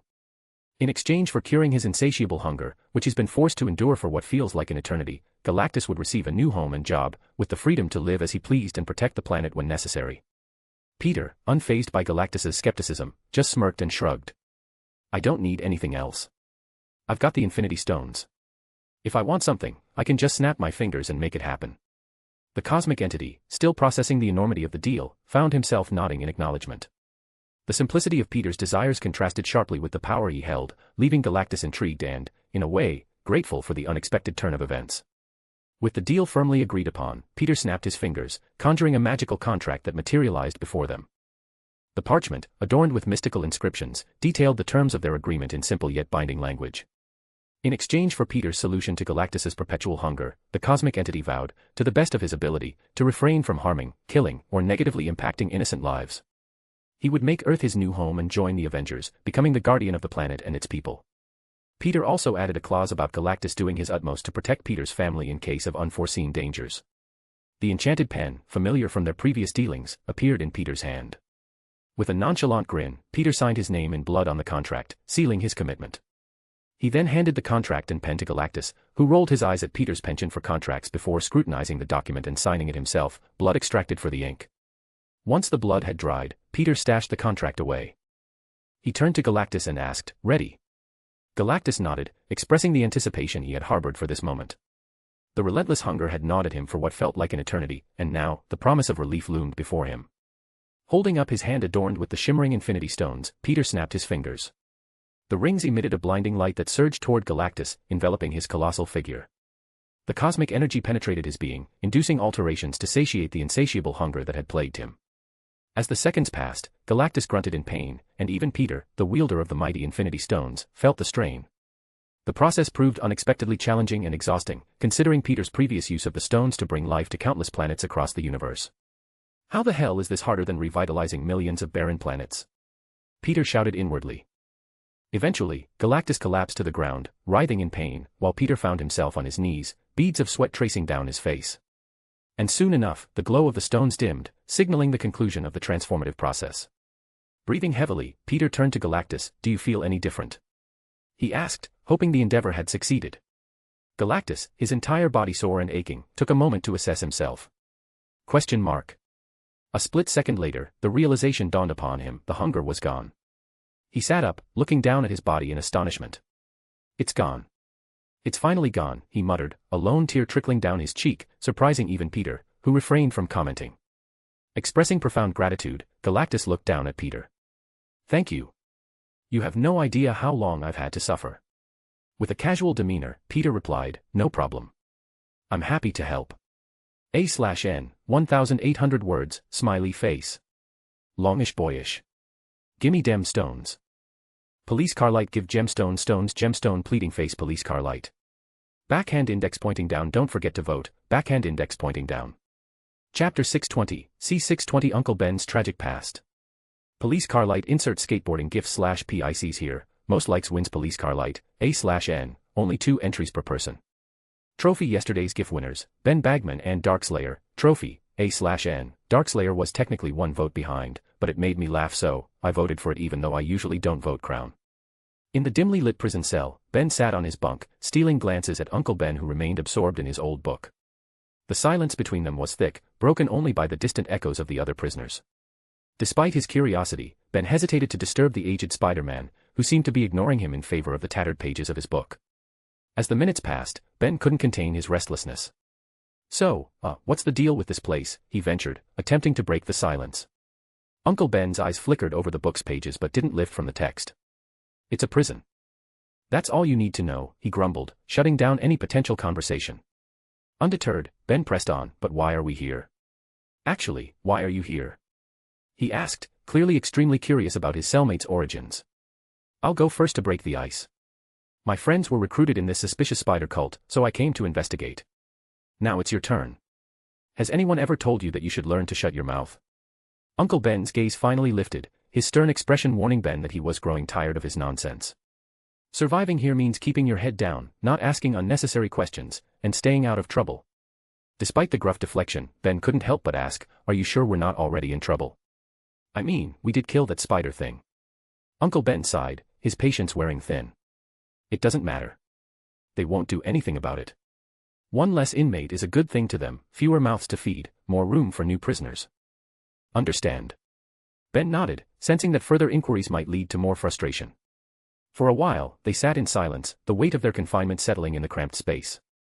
The silence persisted until Ben, feeling a renewed sense of curiosity, couldn't resist asking the same question again. "Why are you here, Uncle Ben?" Uncle Ben's gaze remained fixed on the book, and he replied dismissively, "None of your business, and stop calling me that." Ignoring his prickly behavior, Ben persisted, "But if we're stuck here together, I think I have a right to know," he argued, testing the elderly Spider-Man's patience. "Look, kid," Uncle Ben snapped, closing the book and setting it aside, "who I am or why I'm here is irrelevant. You're not my concern, and I'm not your uncle. Got it?" Undeterred, Ben pushed further, "Fine, but what if you're some kind of psycho murderer or cannibal? Don't I have the right to know who my cellmate is?" Uncle Ben shot him a glare that suggested he thought Ben was an idiot. "No, you're a prisoner, you have no rights." He sighed, pulling the covers over himself as he laid down on the top bunk, facing away from Ben. Resigned, Ben climbed into the lower bunk, staring upward in the oppressive silence. The unfamiliar environment and the distant noises of the spider people made sleep elusive. As time crawled on, the racket of the prison gradually hushed, and the block fell into silence. Every inmate, besides Ben and Uncle Ben, succumbed to the sleep. Time passed in the confined prison cell, both parties unable to sleep due to their own inner thoughts surfacing. Soon enough, the silence between both cellmates was shattered by the persistent tossing and turning of Ben. Uncomfortable and still hungry from missing the earlier cafeteria break, Ben's agitation filled the air. His restless movements only added to the challenges of the cramped space. The metallic bunk creaked with each shift, making it nearly impossible for the elderly Spider-Man to find solace in sleep. The tension in the air thickened with every passing second. Finally reaching his breaking point, Uncle Ben snapped. "If you move one more time, I swear I'll rip your head off like I did that spider earlier," he barked, his patience worn thin. Ben groaned, voicing his discontent. "I can't sleep." Uncle Ben's irritation flared, and he shot back, then learned to stay still. "This isn't a luxury hotel, kid." The tension lingered in the air until Uncle Ben, his annoyance momentarily overshadowed by a somber expression, sighed. The dim light in the cell revealed a hint of sadness in his eyes. Frowning, Uncle Ben began, "You remind me of my nephew, you know. Always complaining about nightmares and sneaking into bed with me and my wife." The mention of his nephew carried a weight of both love and loss. Uncle Ben's gaze shifted to the shadowed corners of the cell, lost in memories. After a moment of reflection, he spoke again, "You really want to know why I'm here?" Ben nodded, curious about the men who shared his cell. "Do you even have to ask?" Silence permeated the cell for a while before Uncle Ben sighed deeply. "I got my powers when I accompanied my nephew to a science demonstration. While we were on a tour around the place, a radioactive spider got loose, and I was bitten. When we realized I had powers, I decided to use them for good." He explained before chuckling out of nowhere. "Peter suggested I go into show business, make some money out of it, you know. But I didn't need money. I was happy with my normal life." Ben listened intently, surprised by Uncle Ben's unexpected openness. "Everything was fine at first. I helped people, made a name for myself as Spider-Man. But nothing good ever lasts," Uncle Ben continued, his tone heavy with regret. "I did something that turned out to be a big mistake." Curiosity burning, Ben asked, "What did you do?" Uncle Ben's eyes held a mixture of sadness and guilt. "I saved my family." Ben's brows furrowed, awaiting an explanation. "How could that possibly be a mistake?" Uncle Ben sighed, "I didn't really get it at the time, and truthfully, I still don't understand it. Apparently, my wife, May and Peter were supposed to die while I was trying to save them from Emerald Elf. But luckily or unluckily, I don't know which, I was able to save them and even killed that crazy elf." Ben couldn't help but ask, "I don't get it. How is this a mistake again?" "Because." That's when he showed up. The elder Spider-Man spoke spitefully. "Who?" Ben asked. "Miguel O'Hara." Flashback, A/N. For this flashback, Uncle Ben will be called Ben. The aftermath of his battle with the Emerald Elf left a younger Ben weakened, but victorious. His emerald adversary was dead and his family was still alive, if not a bit traumatized from this whole experience, but they were safe and that's all that mattered. Yet a deep instinct told him that something was wrong. Seconds later, a mysterious portal opened up and a man in a blue and red spider suit stepped out, standing far too close to Ben's family for comfort. After all, May and Peter were still tied up and unconscious from their encounter with the Emerald Elf. On high alert, Ben rushed towards his family, yelling, "Hey, get away from them." "I'm afraid that I can't do that." The mysterious man replied, a somber yet resolved tone to his voice. Suddenly, Ben's senses went haywire, telling him that his family was in imminent danger. "I said stay away," he screamed, sending a punch to the mysterious man's face. "I'm sorry, Ben, but this has to happen," the man said, blocking his punch and responding with one of his own. The impact of their struggles echoed through the air as Ben tried desperately to intervene. However, the agile man before him proved too formidable, swiftly knocking Ben to the ground, his already exhausted body slamming into the hard concrete. Ugh! The older Spider-Man's limbs felt heavy with fatigue as he tried and failed to get back onto his feet. Laying there, powerless, he was forced to watch as the menacing figure approached his beloved family. Miguel, with an eerie calmness, turned back for a single second, staring at Ben. "I'm sorry," he stated as he turned away and approached May and Peter. "But it's either them or everyone, and I'd rather save everyone." "No. Stay away from them," Ben screamed, his voice straining as he crawled toward his family, his body barely able to move. "I said, stay away from them." The mysterious man didn't bother replying and certainly didn't comply. With a cold detachment, he stared down at the woman and child before him for a moment before reaching down to snap their necks, one by one. Ben, frozen in despair, could only watch in horror as the two people he loved most in the world were taken from him. May, the woman he had vowed to spend his life with, and Peter, the boy he had raised as his own son, both died right before his eyes, their bodies falling limp. Unable to comprehend the magnitude of his loss, Ben looked up at the men who took everything from him, hate burning in his eyes. He screamed, "Why? You killed them. Why?" Miguel, seemingly unaffected by the carnage he had wrought, met Ben's gaze with an emotionless stare. "To save your universe." The words hung heavily in the air, an enigmatic justification for an unfathomable act of brutality. Uncle Ben's mind reeled with confusion, grief, and a searing hatred towards the men before him. The tragedy unfolded before him, a cruel twist of fate that shattered his world in an instant. Flashback end. Ben silently listened to Uncle Ben's story, his eyes tearing up as he heard the grief in his cellmate's voice as he spoke. I am sorry for asking, and talking too much. He felt bad for making him relive such a tragedy. Uncle Ben cleared his throat before speaking again. You asked why I'm here, he said, a hint of hatred entering his voice.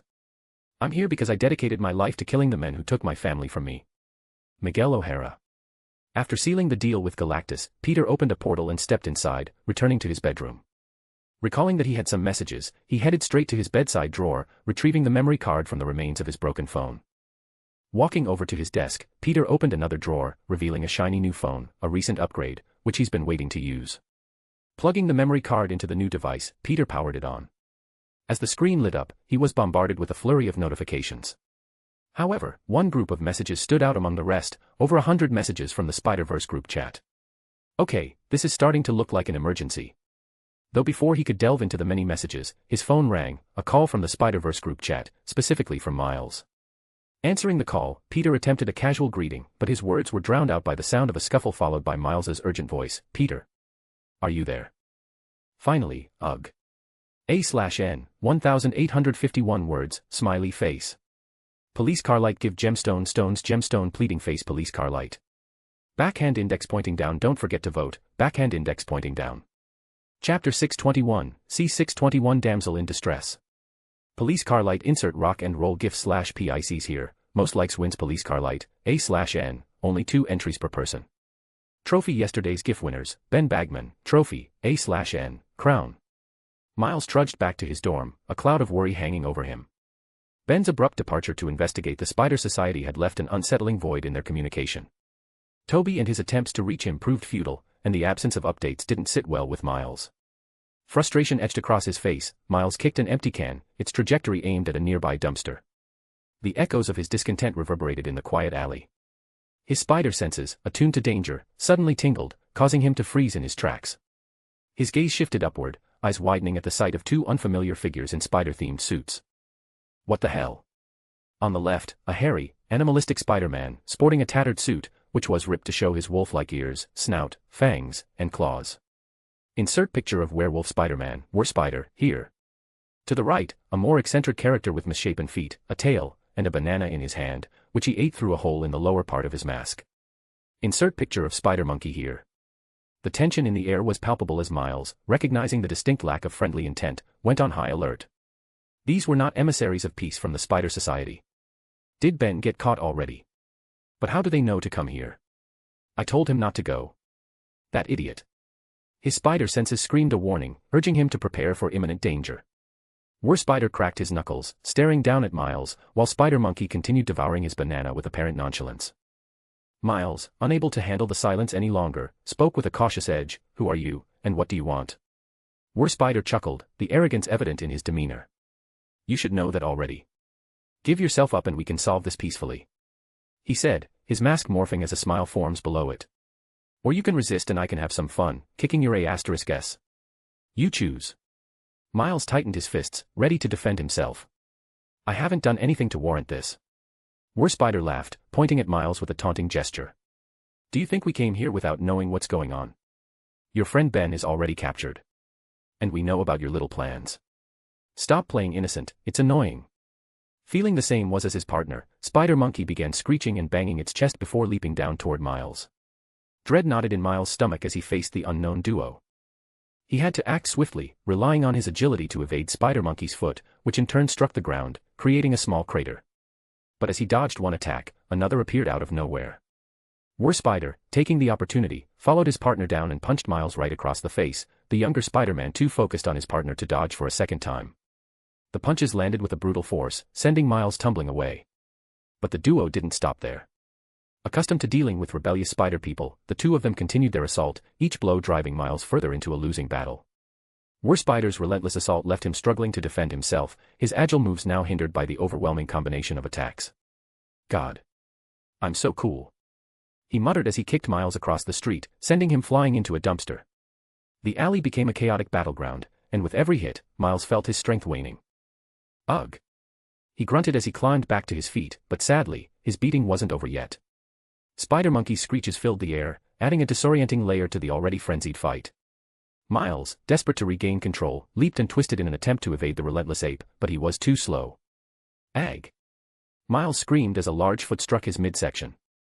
Spider's animalistic laughter echoed, taunting him, while Spider Monkey's unpredictable movements created a dance of chaos. As Miles dodged one attack, another came swiftly. Spider, seizing the opportunity, closed the distance and delivered a powerful punch to Miles's face. The impact sent him staggering backward, his vision blurred. The younger Spider-Man, momentarily disoriented, struggled to regain his footing. You can't escape this, kid. Just give up already, Spider advised, confident in their imminent victory. Miles, gritting his teeth, attempted to buy some time. I won't let you take me down that easily, he retorted, summoning the last reserves of his strength. However, the odds stacked against him proved insurmountable. Spider and Spider Monkey coordinated their attacks, leaving Miles battered and on the brink of defeat. With a final blow, Spider sent him sprawling to the ground, his body aching from the relentless onslaught. Soon enough, realization dawned on Miles, he needed to retreat. Summoning what little remained of his energy, he sprang to his feet and sprinted down the alley. The distant echoes of monkey noises and web slinging followed him, but he pressed on, fueled by the urgency of escape. The chase continued through the labyrinthine streets, the rhythmic thud of his two pursuers constantly closing in behind him. As Miles raced through the city, he fumbled for his phone, desperately opening the Spider-Verse group chat. The device slipped from his pocket, but he managed to grab it before it hit the ground. The screen illuminated his face, reflecting a mixture of determination and desperation. Calling Peter through the app, Miles panted, "Come on, Peter, pick up." His voice strained as he navigated the urban terrain, zigzagging through alleys and side streets. Each passing moment heightened the urgency of the situation. Answering the call, Peter's voice appeared over the phone, "Miles, what's going dash?" Smiling in relief for a split second, Miles spoke urgently, "Peter. Are you there?" Finally, ugh. A sudden jolt interrupted his call. Spider Monkey, swift and relentless, caught up to him, delivering a powerful kick that sent Miles hurtling into a nearby wall. The impact cracked the brick facade, sending debris cascading around him. The phone slipped from his grasp, skittering away in the chaos. "Miles. Are you there? What's going on?" Peter's voice could be heard, echoing from the fallen device. Miles groaned in pain, struggling to rise as Spider Monkey and his partner loomed over him.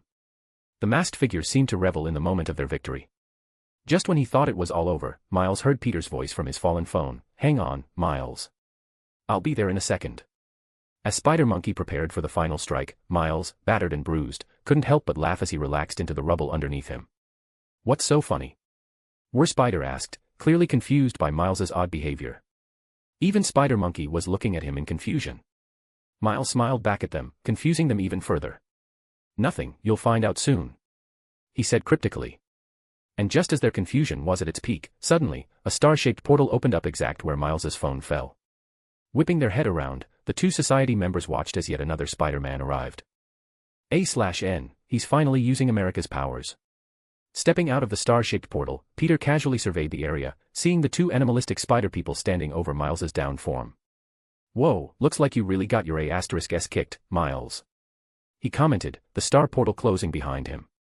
"This wouldn't have happened if you would just answer your damn phone," Miles yelled back, pointing at Peter accusingly.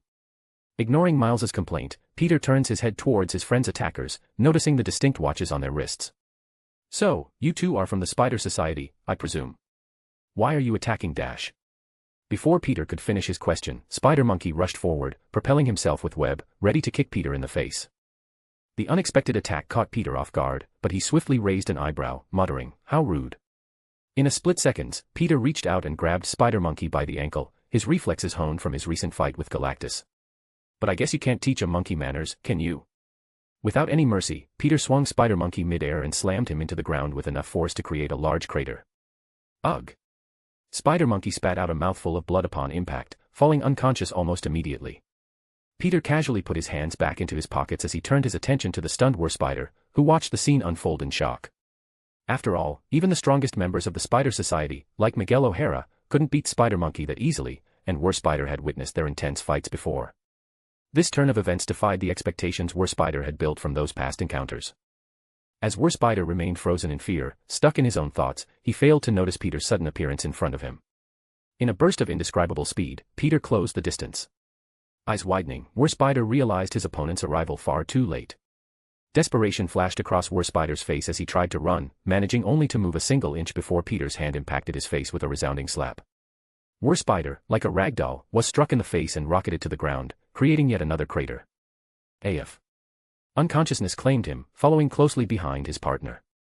Miles, battered and bruised, watched in awe as Peter effortlessly defeated the attackers he had struggled against just moments ago. It was a stark reminder of the vast difference in experience and power between him and Peter. Peter, standing amidst the defeated duo, sighed. They were rather weak, weren't they? He muttered, shaking his head in a mix of exasperation and disappointment. Soon enough, he turned to Miles, who still lay amidst the rubble, and extended a hand to help him up. You okay, Miles? Miles, grateful for the rescue, took Peter's hand and pulled himself to his feet. Yeah, thanks, Peter dash. Peter chuckled, interrupting him before he could say anything else. I can't believe you let these weaklings beat you like this. He commented, his words infuriating the younger hero. Maybe some training is in order. Miles, annoyed and upset, exclaimed, they're not weak. You're just a freak. A/N, 1715 words, smiley face. Police car light give gemstone stones gemstone pleading face police car light. Backhand index pointing down don't forget to vote, backhand index pointing down. Chapter 622, C622 Spider-Punk to the rescue. Police car light insert face with tears of joy funny rolling on the floor laughing gif/PICs here, most likes wins police car light, A/N, only 2 entries per person. Trophy yesterday's GIF winners, Ben Bagman, trophy, A/N, crown. With the defeated Spider Society members sprawled unconscious on the ground, Peter efficiently confiscated their watches. Webbing them up securely, he restrained their forms, ensuring they wouldn't pose a threat when they woke. Miles, recovering from the intense beating, watched Peter with a mix of relief and curiosity. Hey! Can I have one of those dimensional traveling watches? He asked, rubbing his sore jaw. Peter shook his head as he inspected the watches. I have to run some tests on them first. He refused, which caused Miles to frown. But I wouldn't mind giving you one afterwards, as long as they're safe to use. Miles seemed fine with that, though he didn't have a choice in the matter. It's not like he could rob them from Peter, as he would immediately get beaten into the ground, just like his 2 attackers. As Peter worked on securing the captives, Miles delved into a detailed explanation of the events leading up to the ambush. He spoke of the Spider Society's mysterious invitation, the doubts and suspicions harbored by some members, and Ben's impulsive decision to infiltrate the society against their strongly worded advice.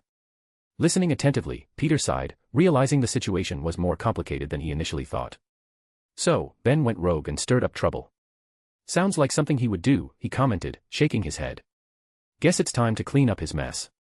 Miles, frustration etched across his face, added, yeah, Toby and I tried to stop him, but he stopped answering our messages.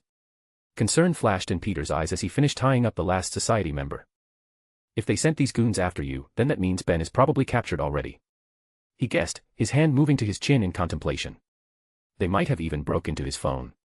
After all, how else would they have known that he was conspiring with Miles? Suddenly, realization struck Miles, freezing him in place. He turned to Peter, his eyes wide with a dawning realization. If they sent people like this after me, do you think they did the same for Toby? Using Toby's phone to find his exact location in his universe, Peter and Miles stepped out of a star-shaped portal, dragging their webbed-up captives behind them. Finding themselves on the windswept top of a towering skyscraper in New York City, their pace quickened, fueled by the worry that Toby might already be captured or worse. As the portal closed behind them, they suddenly stopped, stunned by the scene before them. They had expected to arrive during a fight, upon which they would jump in and save Toby, but that didn't seem to be the case. Toby, in his iconic spider suit, sat atop a pile of 4 webbed-up and unconscious spider people, the moon shining behind him. He didn't need saving at all. The sight was a testament to his prowess, having single-handedly defeated the intruders. Seeing the scene before him, Miles couldn't help but sag his shoulders in defeat. The Spider Society only sent 2 guys after him, yet he had to run for his life and call for Peter to save him. Meanwhile, Toby took care of his attackers all alone, and he had twice as many compared to him. 2 of the 4 captured society members wore matching gray suits with masked eyes shining in different colors, one yellow, the other red. Insert picture of Spider-Man twins here. The other 2, starkly different compared to the twins. One sported a ninja-style spider suit, and the other wore an average Spider-Man suit, though it was stretched to the max by his obese figure. Insert picture of Mangaverse Spider-Man here. Insert picture of Fat Spider-Man here. Toby, only slightly winded and tired, turned in their direction, spotting Peter and Miles. He waved in greeting to Miles, "Hey, Miles. His eyes then shifted to Peter, registering surprise. I see you finally decided to answer your phone, Peter. Yeah, well, I happened to be busy dealing with a guy who could eat my entire planet, so sorry if I didn't respond in time. Peter explained briefly, piquing both Miles and Toby's curiosity. Though they had other things to worry about at the moment. Miles, relief washing over him, approached Toby, who stood up and jumped off the pile of bodies. Toby, are you okay? They sent guys after me too, though I couldn't handle them as easily as you did. Hearing this, Peter couldn't help but comment. What do you mean as easily? I distinctly recall you getting your A*S beat until I arrived and saved you. Miles turned to glare at Peter, clearly embarrassed by the whole situation. Shut up, dude. You don't have to tell him that. Toby chuckled, patting the younger Spider-Man's head. Don't worry too much. You're still young and fairly new to this whole Spider-Man thing, especially compared to me. He gestured to the defeated foes behind him. Trust me, once you've been doing this for as long as I have, you'll be able to take out twice as many guys as this. Peter, observing the scene with a wry smile, chimed in, this is nice and all, but we should really get going. After all, we need to pick up Gwen, return these guys back to their boss, and let's not forget that Ben is probably locked up somewhere. Toby turned to Peter. I'm ready to go whenever you are, though I could use one of your healing spells before we leave. He said, clearly tired from the 4-on-1 fight that he just went through. Peter nodded as he waved his hand, shooting a quick healing spell at him. There, feel better. Toby's eyes widened as he felt his entire body return to peak condition in an instant. Did you learn a new healing spell? Peter shook his head. No, but I did get a lot stronger compared to the last time we met, so that might be what you're feeling. How much stronger? Miles couldn't help but ask. Peter shrugged. A lot. As the weight of Uncle Ben's tragic past settled in the dimly lit cell, Ben couldn't help but empathize. The realization that Miguel O'Hara, the man he met just a day or two ago, was responsible for the anguish etched across the elder Spider-Man's face left Ben both angry and saddened. Lost in his thoughts, Ben reflected on Uncle Ben's journey. How he once used his powers for good, only to have it all crumble after a fateful encounter with Miguel. The lonely, broken version of his Uncle Ben haunted him, a man who had lost not just his wife and son but now his freedom as well. As the night dragged on, Ben pondered the irony that despite Uncle Ben's relentless pursuit to avenge his family, in the end, he found himself imprisoned alongside an alternate version of his nephew. It was like fate or some other god was taunting him, showing him a future that he could have had, but will never experience. The next day brought an unwelcome wake-up call as Ben stirred to find Uncle Ben using their shared toilet. The uncomfortable reality of living in close quarters with another person hit him, and he couldn't help but feel a pang of sympathy for all the criminals he had sent to similar confinements. The cramped space became a constant reminder of their shared fate, and Ben found himself dreading the inevitable moment when nature called for one of them to go number 2. The prospect of enduring the smell and navigating the awkwardness made him cringe. As time passed and the night settled into the prison cell once again, Ben prepared to retire to his bunk, but Uncle Ben halted him with a gesture, stand in the corner by the door, and be quick. Perplexed, Ben complied, his curiosity mounting as he observed Uncle Ben hastily gathering his belongings atop his bunk, wrapping them in a makeshift sack fashioned from a blanket. What's going on? Ben inquired, eyeing Uncle Ben's mysterious preparations. Uncle Ben remained tight-lipped, joining Ben in the designated corner as he kept an eye on the clock outside their cell. Time crawled on, with Ben's questions growing more persistent and Uncle Ben offering no explanations. As the seconds ticked away, the distant and muffled hum of a drill began to infiltrate the air, originating from the other side of the wall across from them. Ben's confusion deepened, and just as he was about to voice his concerns, the wall exploded in a shower of dust and debris, shrouding the cell in a hazy fog. As the dust settled, Ben squinted through the remnants, his eyes widening at the sight of an unfamiliar figure standing in the newly created breach. Clad in a distinctive spider suit, denim jacket, Converse shoes, and a mask adorned with a few metal spikes atop his head, the figure exuded an air of rebellion. Insert picture of Spider-Punk here. In a British accent, the newcomer declared, the cavalry has arrived. Uncle Ben, unfazed by the unexpected entrance, grabbed his wrapped belongings off the bunk and approached Spider-Punk with a gruff demeanor. You're half an hour late. Spider-Punk, undeterred by Uncle Ben's sternness, simply answered. Do you think it's easy sneaking into this place, old man? Silently choosing to forgive his accomplice's tardiness, Uncle Ben turned back to Ben, staring at his dumbfounded face for a moment before asking, Hey, kid. Are you coming or what? A/N, 1640 words, smiley face.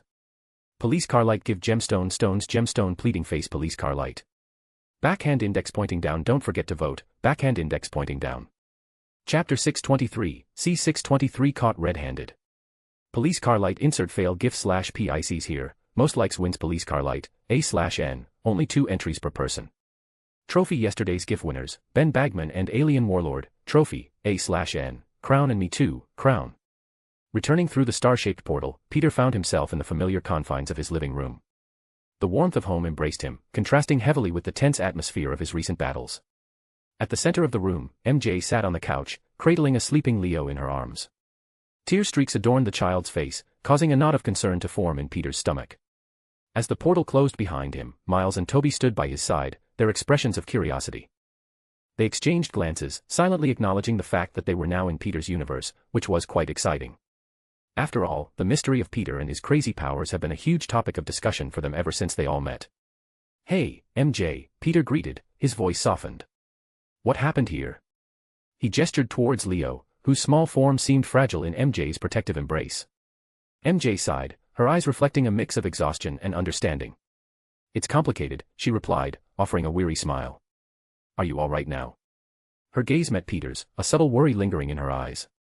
The last time she had seen him, he was unconscious after undergoing multiple evolutions, leaving without a word when he woke. "Yeah, I'm fine," Peter reassured her, a twinge of guilt in his tone. "Sorry about leaving so abruptly," he said sincerely, motioning to the people beside him. "They needed some help, and I had to go quickly." MJ nodded, her expression showing that she was accustomed to Peter's unpredictable schedule. "It's okay. I'm used to it by now." She glanced at Leo, her fingers gently tracing the tear stains on his cheeks. "But something happened with Leo, which we should probably talk about before you run off again."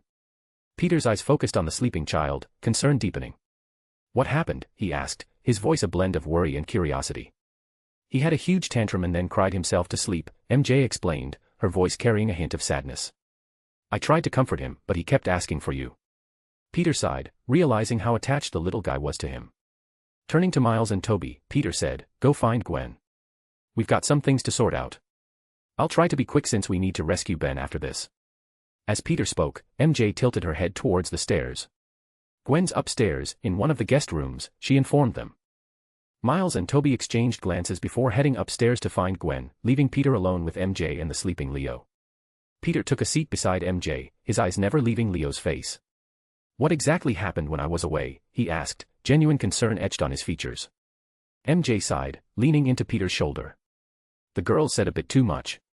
As Peter and MJ delved into the details of Leo's tantrum, Miles and Toby made their way upstairs, their senses guiding them to a closed door.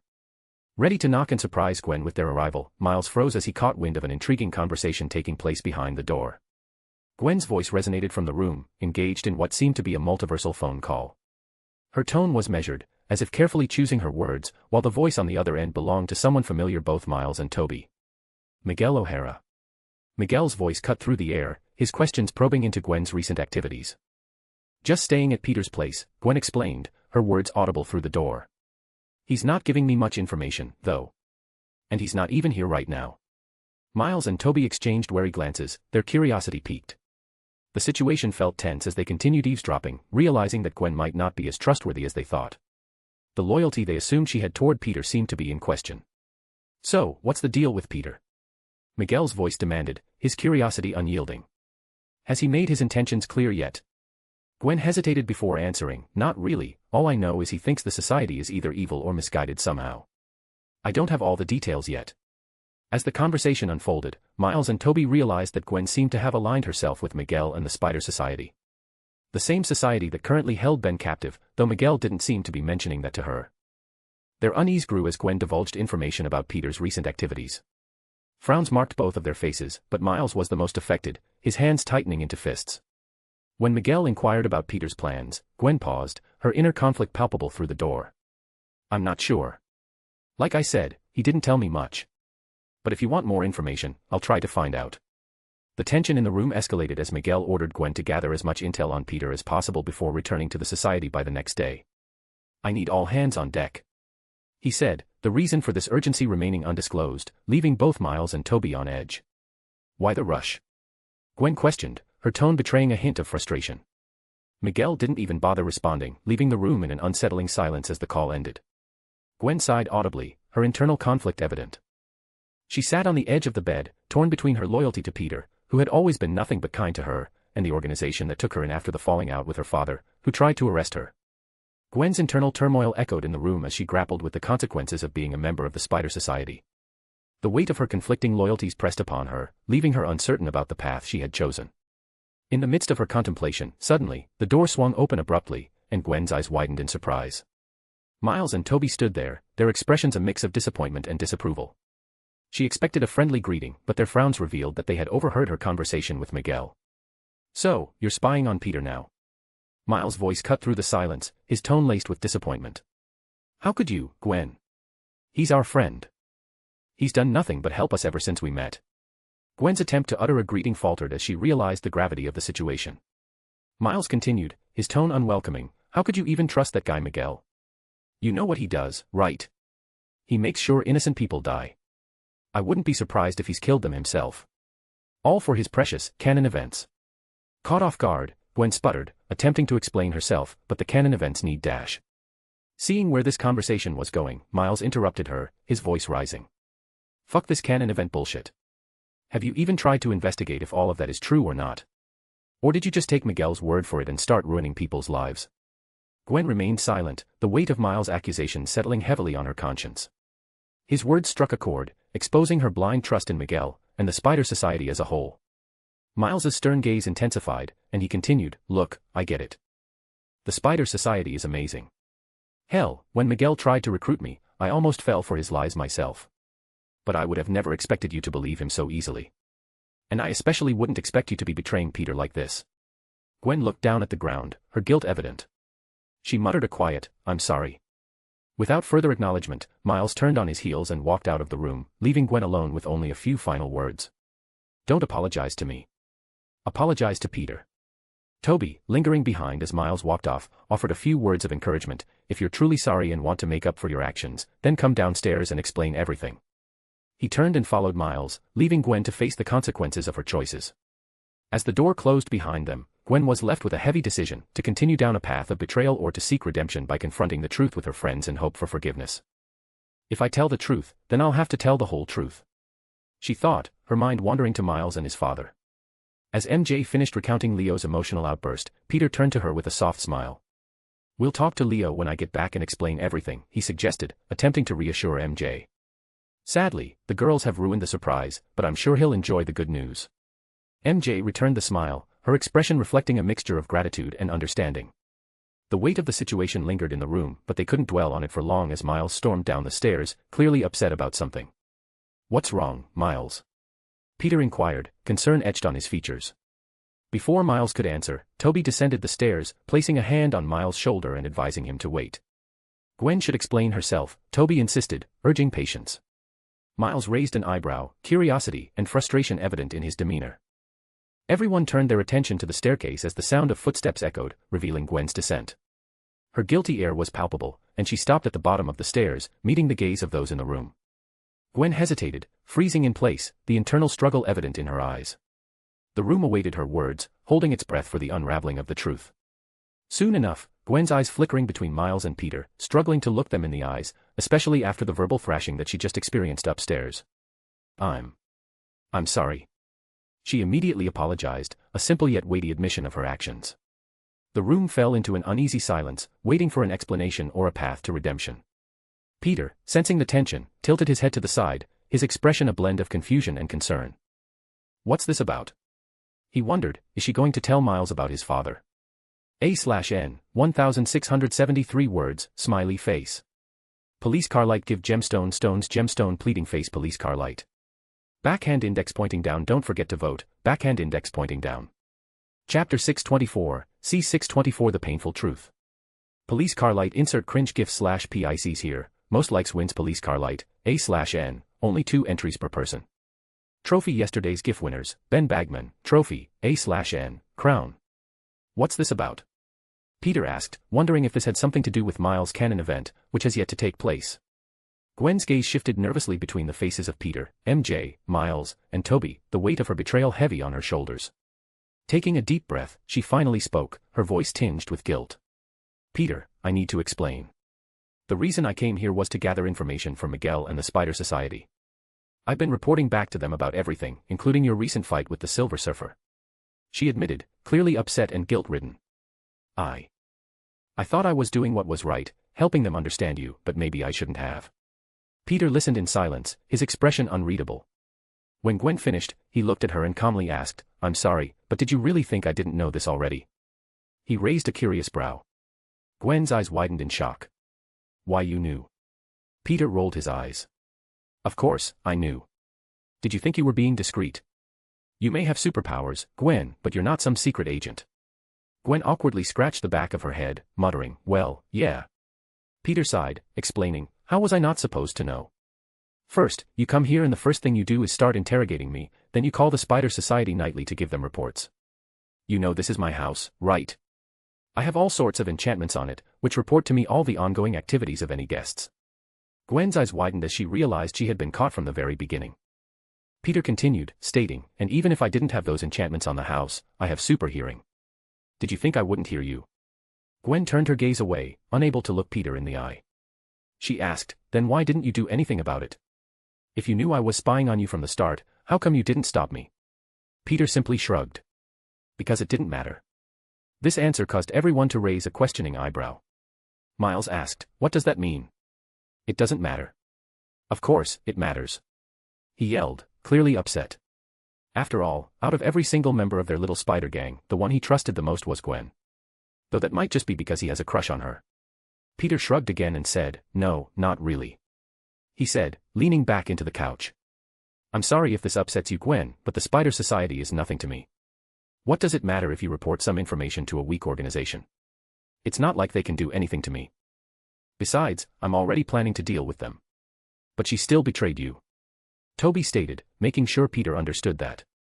Peter nodded his head. "Yeah, and she's lost a good bit of my trust, which she'll have to work hard to regain, but I understand her situation at the very least," he said understandingly. Gwen seemed hopeful as she heard Peter mention the possibility of regaining his trust. Seeing that everyone else was giving him questioning looks, Peter continued, explaining Gwen's situation to them. Like a manipulative cult, the Spider Society took Gwen in when she was at her lowest. Her father found out that she was Spider-Woman and tried to arrest her.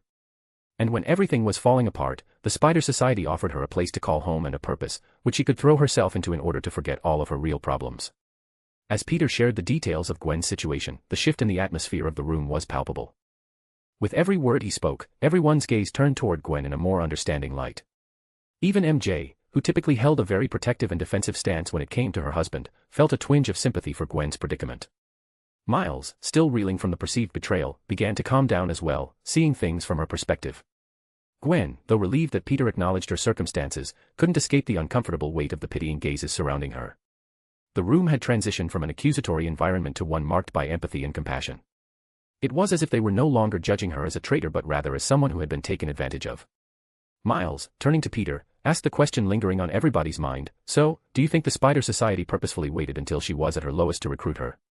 Is that what they do?" Peter pondered the thought for a moment before nodding. "It's possible, but I'm not 100% sure." Though Peter wouldn't be surprised if that was the case.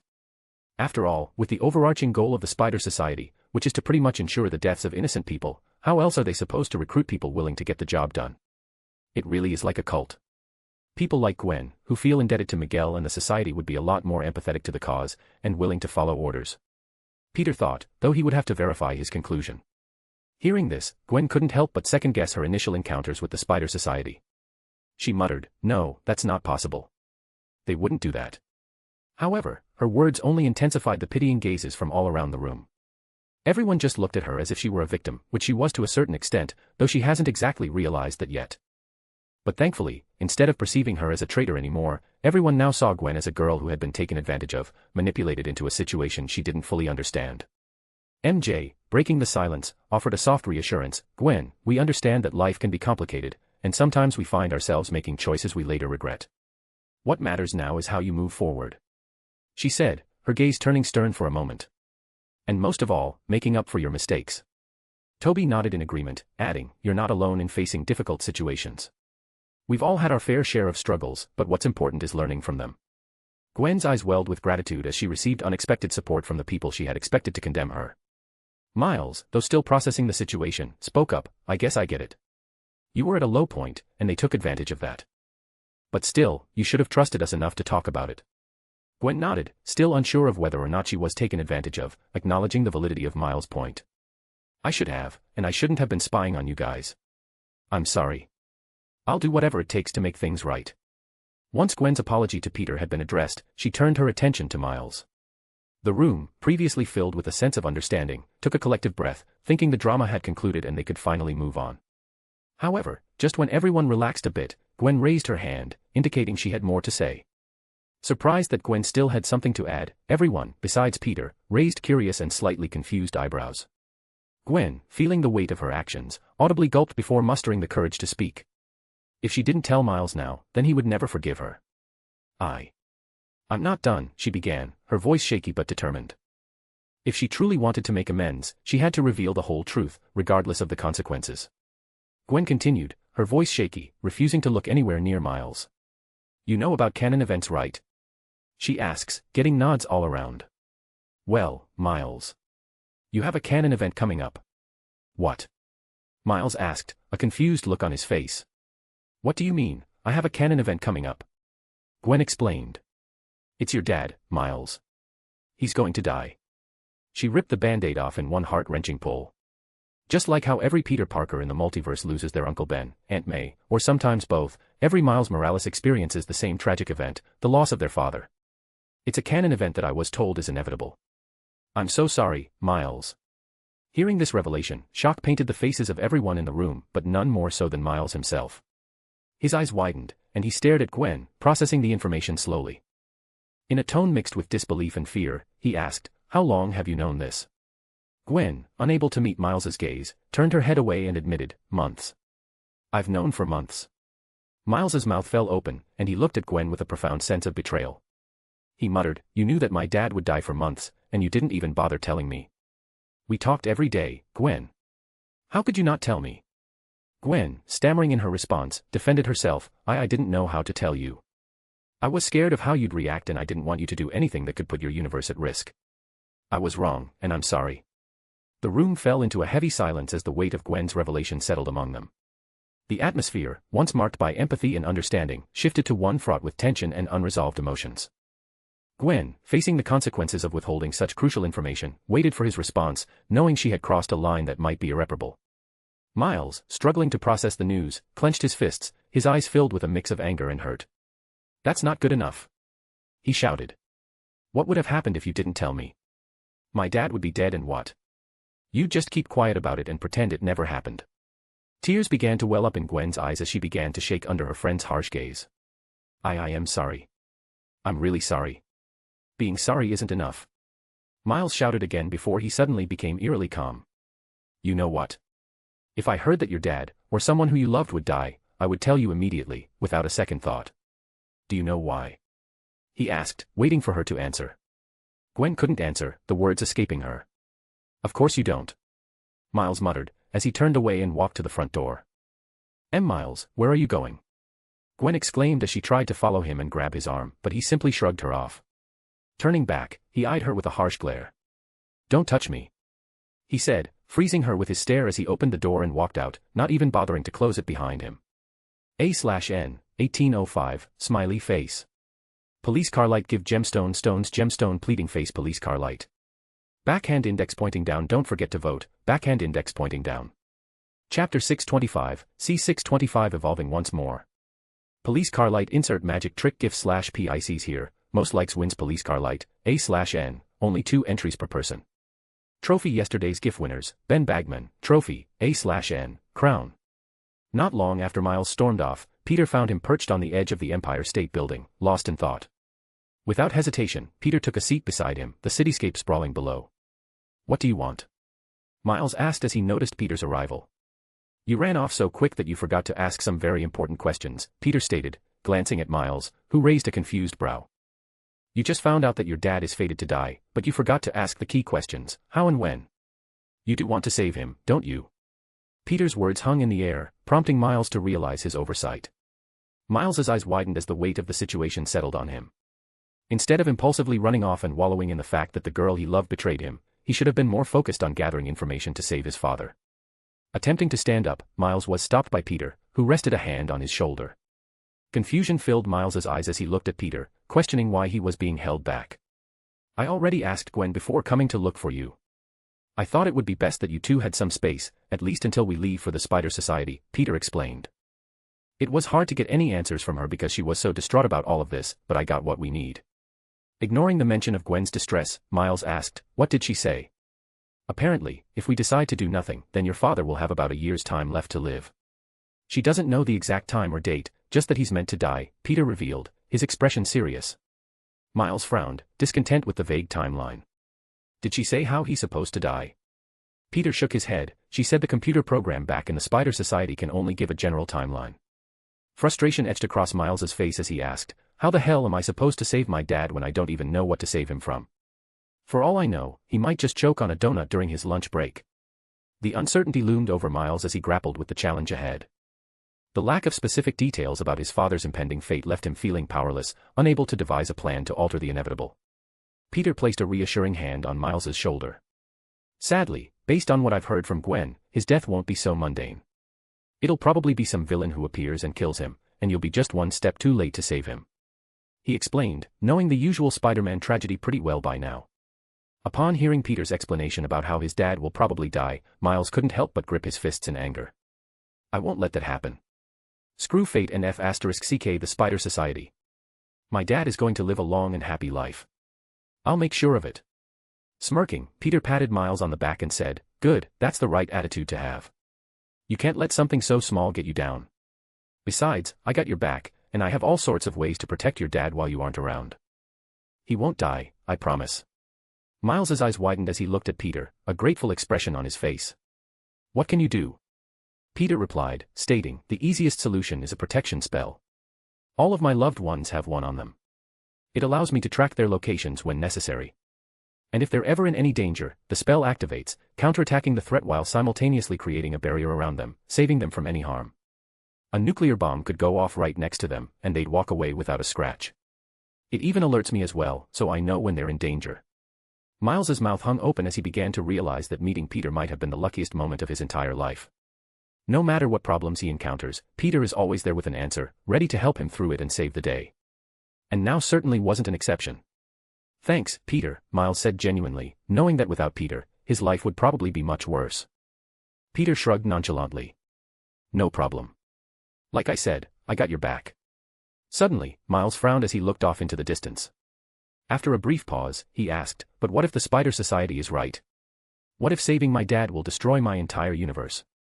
Although Miles wanted nothing more than to save his father, he was still Spider-Man. The thought of anyone dying because of him, let alone an entire universe, was a scary and daunting feeling. Peter sighed, understanding the weight of Miles's dilemma. "Miles, sometimes doing the right thing comes with risks. But we can't let fear dictate our choices. Besides, I don't believe that saving someone's life will destroy the universe. There's something more to this canon event nonsense, something we haven't been told yet." Hearing Peter say that there was something more to this, Miles asked, "Do you think Gwen isn't telling us everything?" His trust in Gwen had plummeted, so his first thought was to wonder whether or not she was lying or withholding information. Peter shook his head, saying, "No, she was far too emotional to have been lying or holding something back. She doesn't know the whole truth either, and truthfully, I doubt many members of the Spider Society know either." Hearing this, Miles frowned, unwilling to accept such an excuse for Gwen's behavior. "That still doesn't change the fact that she had months to tell me that my dad was going to die, and only said something now." Peter nodded and said, "I won't speak in Gwen's defense because obviously she's in the wrong here, but I will say this. Gwen is your best friend and the woman you love, or at least love dash." Upon hearing Peter state his love out loud, Miles couldn't help but avert his gaze as his face turned a slight shade of red, blushing in embarrassment. Peter continued, "You need to figure out if she can continue to be those things to you or not. Because at the end of the day, life is short and you shouldn't waste too much time. Especially when it comes to love." Miles nodded his head slowly, agreeing with Peter but unsure whether he could forgive Gwen or not.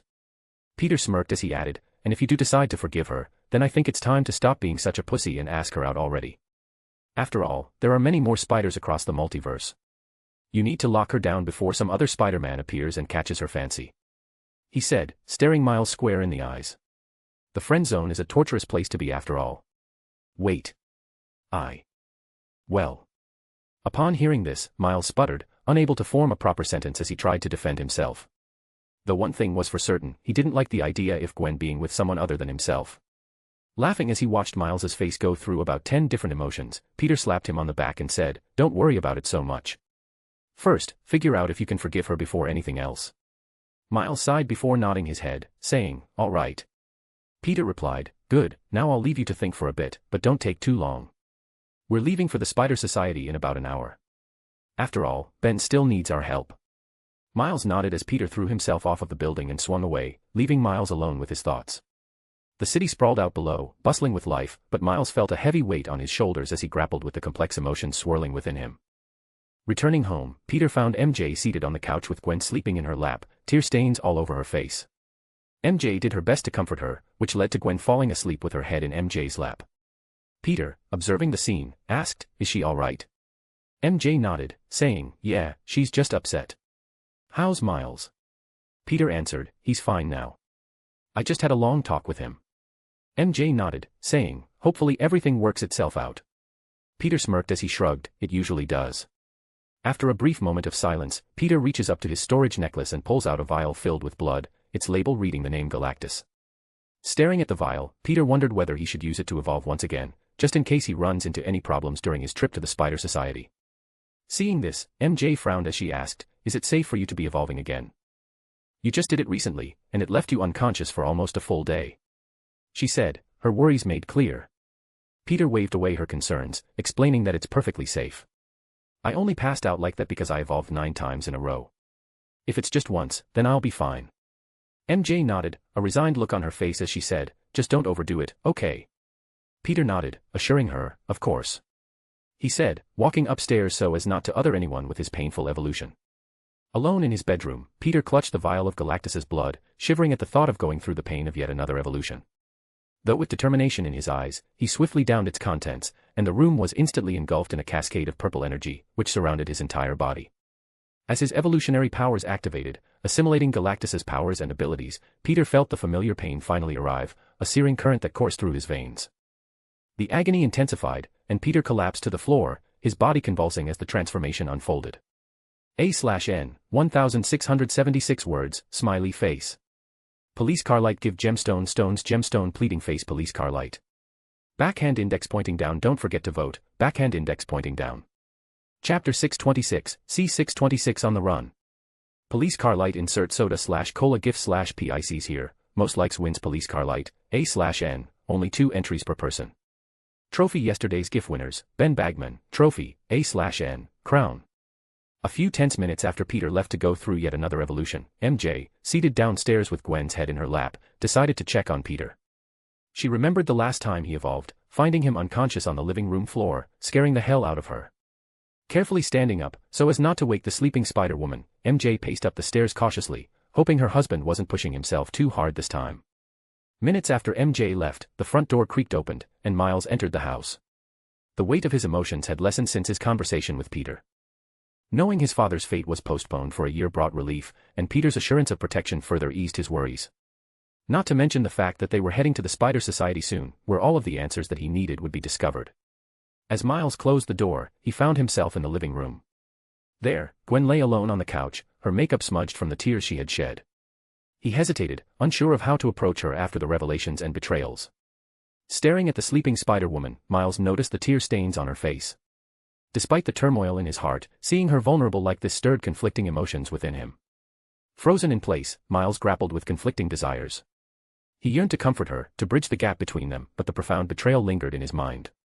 Gwen had kept his father's impending death a secret, a truth that could have altered their entire relationship. Unable to bring himself to wake her or offer solace, Miles stood there, fists clenched in turmoil. The conflict within him intensified as he wrestled with the complexity of his broken trust and the possibility of forgiveness. Unable to come to a decision, Miles contemplated leaving the room. Attempting to distance himself from the source of his problems, he bumped into a nearby end table. OSH*T. Thanks to his lightning-fast reflexes, Miles was able to snatch a lamp and a picture frame out of the air, but sadly, he missed the keychain, which hit the hardwood floor with a loud crash. As the sound echoed through the room, Miles craned his head backwards, watching as Gwen stirred from her sleep. Rubbing her eyes, she sat up, bewildered by the noise. The sudden disturbance caught Gwen's attention, and her gaze locked onto Miles. Confusion and concern etched across her face, she asked, Miles. You're back." Miles remained silent, his internal struggle evident in his eyes. Gwen, realizing the tension, looked around and realized what happened. The room now held a tangible air of discomfort, the fractured trust between them palpable. Gwen's expression softened, and she hesitated before speaking. "Miles, can we talk?" The weight of those words hung in the air, and Miles felt a mixture of emotions. He wanted answers, explanations, and a resolution to the turmoil within him. Yet, the pain of betrayal lingered, making it difficult for him to engage in the conversation. Miles, desperate to avoid the impending conversation, attempted to leave, pacing over to the front door. His hand on the doorknob, he felt a surge of adrenaline, hoping to escape the emotional turmoil that awaited him. Gwen, however, wasn't willing to let him go that easily. She let him go once and refused to do so again.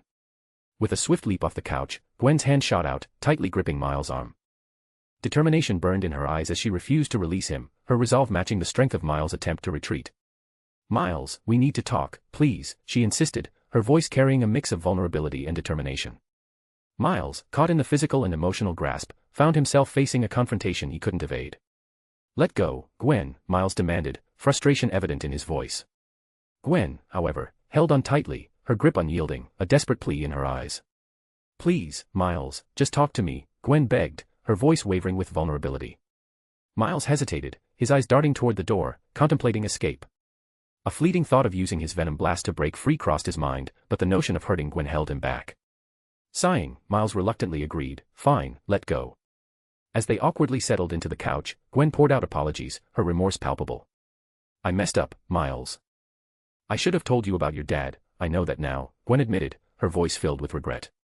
I just thought that it would be best to keep my mouth shut. If your dad died, your universe would be safe, your friends would be safe, your mother would be safe." Although that made sense, Miles struggled to find the strength to forgive her, his hurt too profound to easily let go. Miles, wrestling with conflicting emotions, replied tersely, "Gwen, I get that you believe this whole canon event *T, and you probably had good intentions, I'm not saying you didn't. But you still should have told me."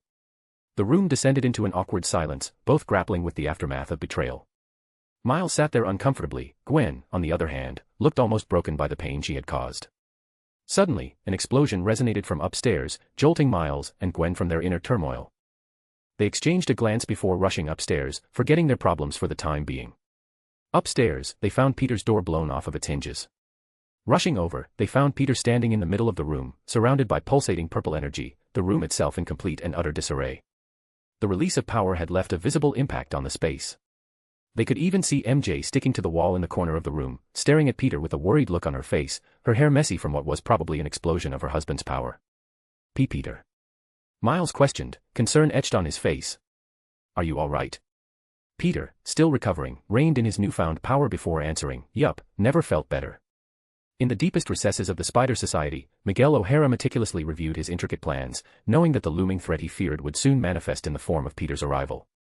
The labyrinthine safeguards he had tirelessly established were the only defense against the unpredictable forces that Peter's presence might unleash. The question lingering in the back of Miguel's mind was not if, but when Peter would come knocking at their hidden sanctuary. As Miguel immersed himself in strategizing, the dimly lit room was abruptly engulfed in blaring alarms. Flashing red lights illuminated the darkness, casting an eerie glow on the high-tech lair. Bewildered, Miguel glanced around, a sense of urgency replacing the calm focus he had maintained just moments ago.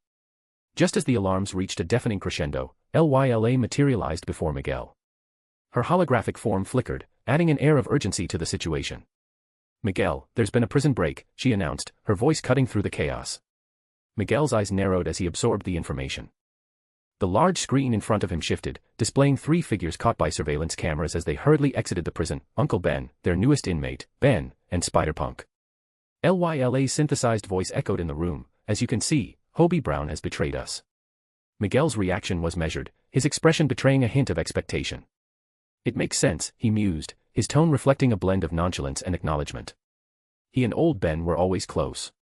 I'm just surprised it took him this long to act." Silence enveloped the room as Miguel processed the situation. The revelation of Spider-Punk's betrayal, although not entirely unexpected, carried weight.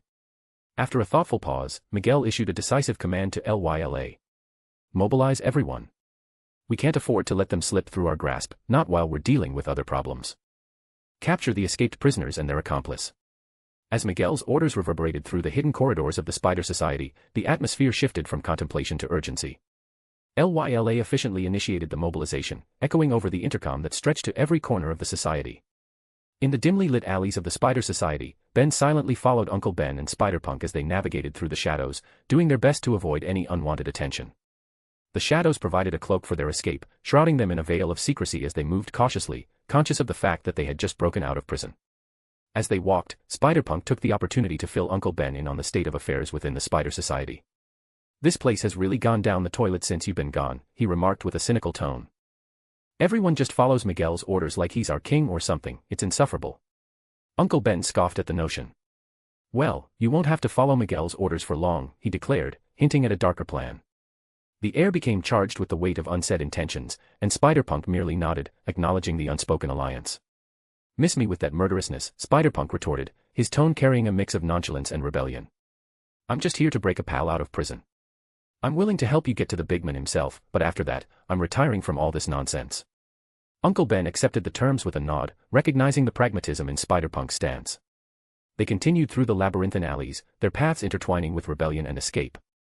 Finally mustering the courage to address the questions burning in his mind, Ben attempted to speak, but before a single word could escape his lips, Lyla's voice echoed through the Spider Society over the intercom. "Attention all Spider Society members. There has been a prison break. All available personnel are hereby ordered to mobilize and seek out the escaped criminals and their accomplice." As the intercom broadcasted the urgent message about the prison break and the suspects involved, the trio watched as the many screens around the Spider Society flickered to life, displaying images of each of them. Their faces broadcast for everyone to see, they became the focal point of attention for every spider person in the area. OSH*T. Uncle Ben muttered as he watched all of the nearby spider people begin to fan out and search the area. A/N, 1738 words, smiley face. Police car light give gemstone stones gemstone pleading face police car light. Backhand index pointing down don't forget to vote, backhand index pointing down. Chapter 627, C627 surrounded by spiders. Police car light A/N, 2 chapters today, because I feel like being nice. Enjoy the extra chapter. P.S. The GIF/meme contest is in the next chapter. As the Spider Society mobilized into a collective force, the air crackled with tension. Every spider person, fueled by the urgent broadcast, fanned out through the futuristic cityscape, their senses heightened, searching for the escaped trio. The echoing footsteps of spider people resonated, creating an air of urgency for the 2 escapees and their accomplice. Uncle Ben, realizing the gravity of their situation, snapped both Ben and Spider-Punk back into reality with a commanding bark, "Follow me." Without hesitation, he darted off, the others hot on his heels, weaving through the labyrinthine alleys with a focus on speed rather than stealth, as compared to before. The trio moved like the wind, their footsteps quick and purposeful. However, in their pursuit of speed, they abandoned the cautious approach that had shielded them before. Unbeknownst to them, the change in strategy eventually caught the attention of a vigilant Spider-Man in a mechanized suit, his spider-like metal legs bristling with anticipation as he caught sight of the 3 suspects. But before the mechanized Spider-Man could shoot for help or raise an alarm, Uncle Ben, displaying an uncanny combination of speed and precision, dashed towards him. Appearing before the Spider-Mech in half a second, the elderly Spider-Man's superpowered fist collided with the guy's midsection, breaking through the armor with ease before impacting his now unprotected stomach with a resounding force. "Aff." A choked gasp escaped the mechanical Spider-Man's open mouth, silencing any attempt to call out to his nearby allies as blood spewed from his mouth. Before he could recover, Spider-Punk materialized behind him in a burst of speed, delivering a powerful blow to the side of his head. Ugh! The mechanical Spider-Man head jerked to the side as his eyes rolled back, his body crumpling to the ground, unconscious. Ben, wide-eyed, observed the seamless coordination between Uncle Ben and Spider-Punk as they systematically neutralized the threat. A mixture of shock and admiration painted his expression as he muttered in awe, "That was so bad *SS." He still couldn't get over the fact that a version of his Uncle Ben could be so cool.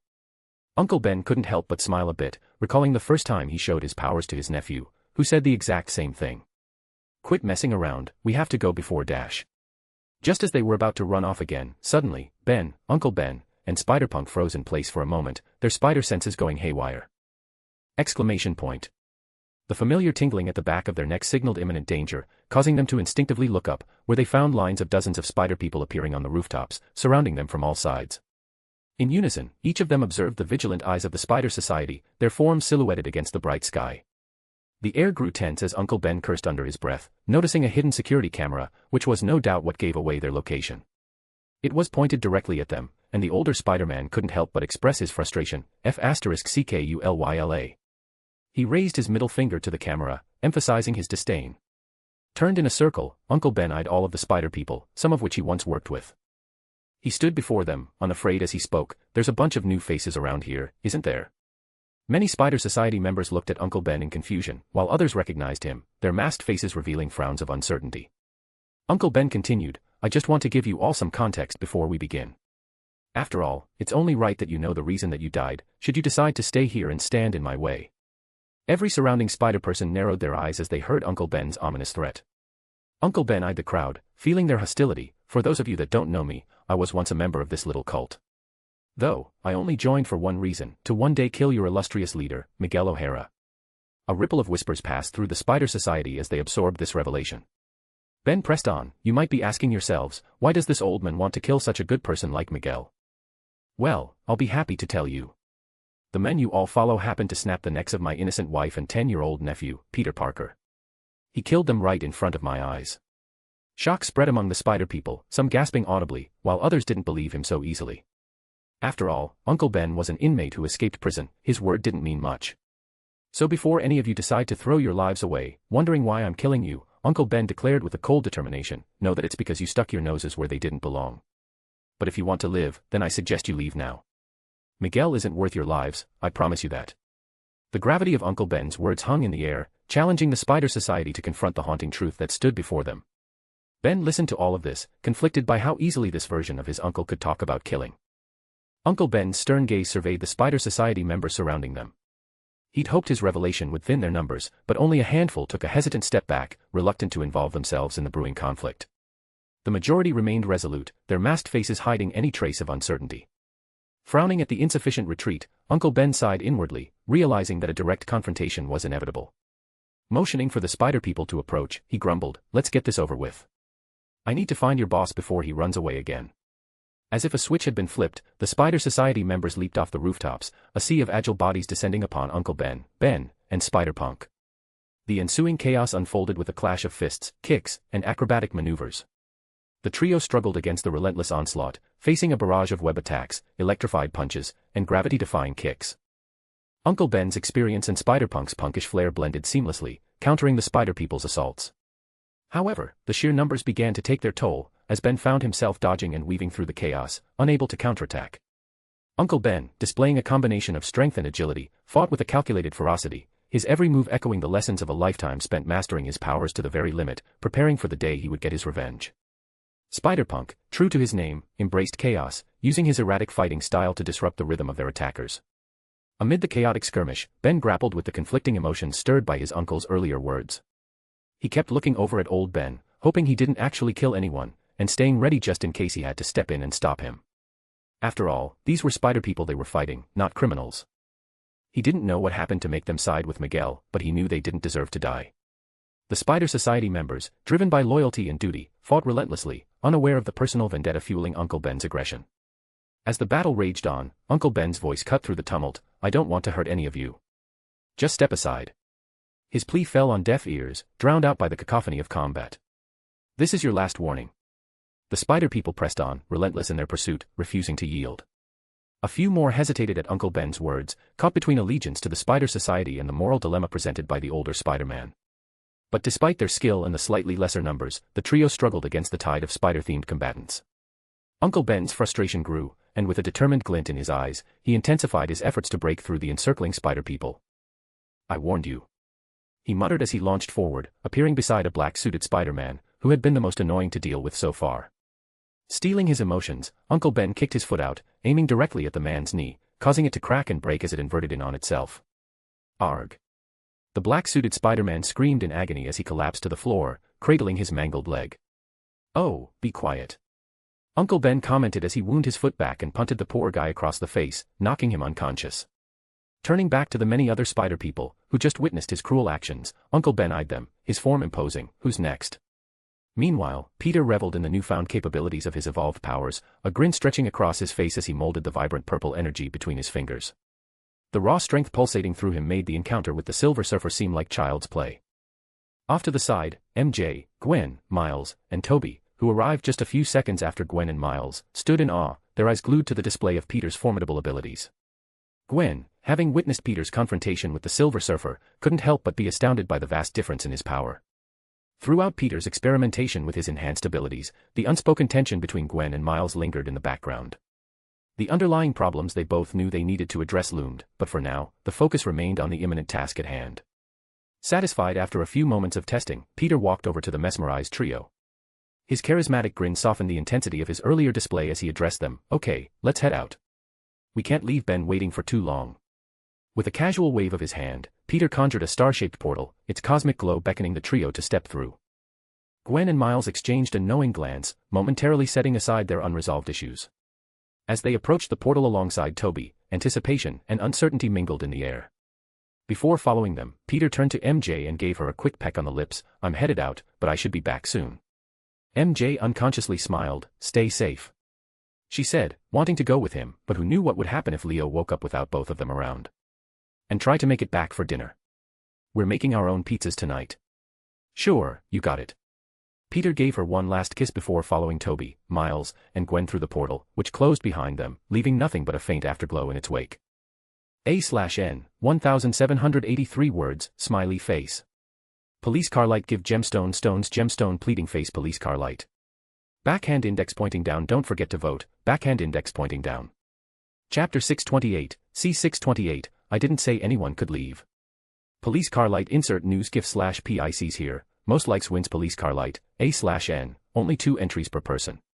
Trophy yesterday's GIF winners, Ben Bagman, trophy, A/N, crown.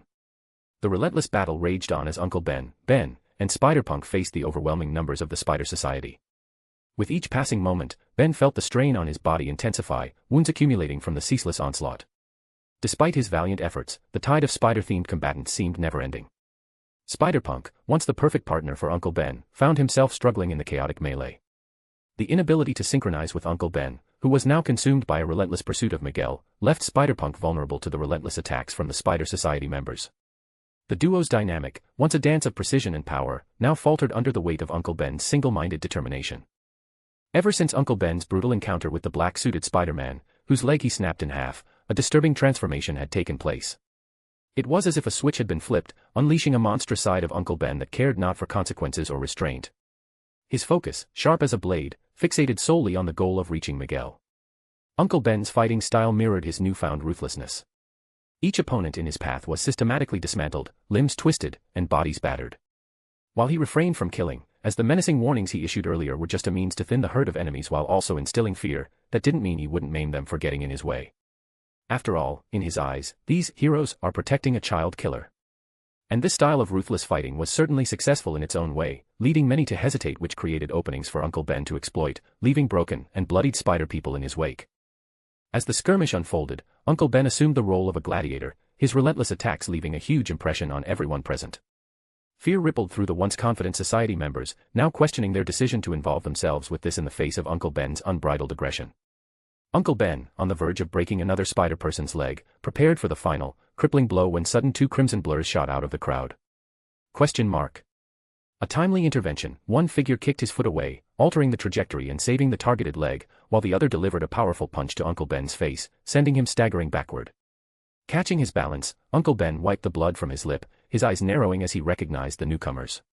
Jessica Drew, the vice leader of the Spider Society, and Ben Reilly, otherwise known as Scarlet Spider-Man. Jessica Drew, a beautiful woman, commanded attention on the chaotic battleground. Her sleek black and red spider suit accentuated her thick, yet athletic build, while yellow-tinted goggles perched on her mask framed her determined gaze. Insert picture of Jessica Drew here. Scarlet Spider-Man stood beside her in his dark red spider suit, complemented by a sleeveless, hooded blue jacket. He eyed Uncle Ben in silence, a conflicted frown marring his masked face. Insert picture of Scarlet Spider-Man here. The duo, familiar faces from his past, now stood between him and the Spider Society, their expressions determined. That's enough. Jessica Drew's stern voice cut through the chaos, her crimson costume contrasting sharply with the surrounding chaos. Uncle Ben's gaze shifted between the two, a momentary pause in his relentless pursuit. The air crackled with tension as Jessica Drew stepped forward, her eyes locked onto Uncle Ben's. We won't let you harm anyone else. Stand down, or we'll have to stop you. Again. Ignoring Jessica's stern warning, Uncle Ben turned to Scarlet Spider-Man, a venomous sneer on his face. Well, if it isn't the traitor. How's life been treating you since you stabbed me in the back? The bitterness in Uncle Ben's voice echoed through the chaotic battleground. Scarlet Spider-Man, standing stoically, felt the weight of Uncle Ben's accusation. The conflict on his masked face only intensified under his former teacher's harsh gaze. Back when he was still a member of the Spider Society, patiently waiting and plotting Miguel's death, Uncle Ben decided to take a sort of apprentice. And that apprentice was a younger Ben Reilly, the man who now stood before him. Driven by a misguided sense of trust, he had taken the now-named Scarlet Spider-Man under his wing, mentoring him within the ranks of the Spider Society. The older Spider-Man taught him everything he could, seeing him as a sort of surrogate son. Until one day, in a moment of vulnerability and trust, Uncle Ben shared his personal vendetta against Miguel O'Hara, the leader of the Spider Society. Even going so far as to reveal intricate details of his assassination plan. But it wasn't to ask for help or try to recruit his young apprentice. No, it was to warn him to stay out of the society on a certain date, as that would be the day all hell broke loose, the day he would kill Miguel. He just didn't want to get his student wrapped up in his mess.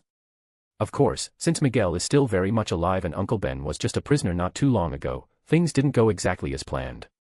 Uncle Ben's unwavering trust proved to be his downfall. As he prepared to finally execute his well-thought-out plan, he surprisingly fell into a carefully laid trap, his hopes shattered.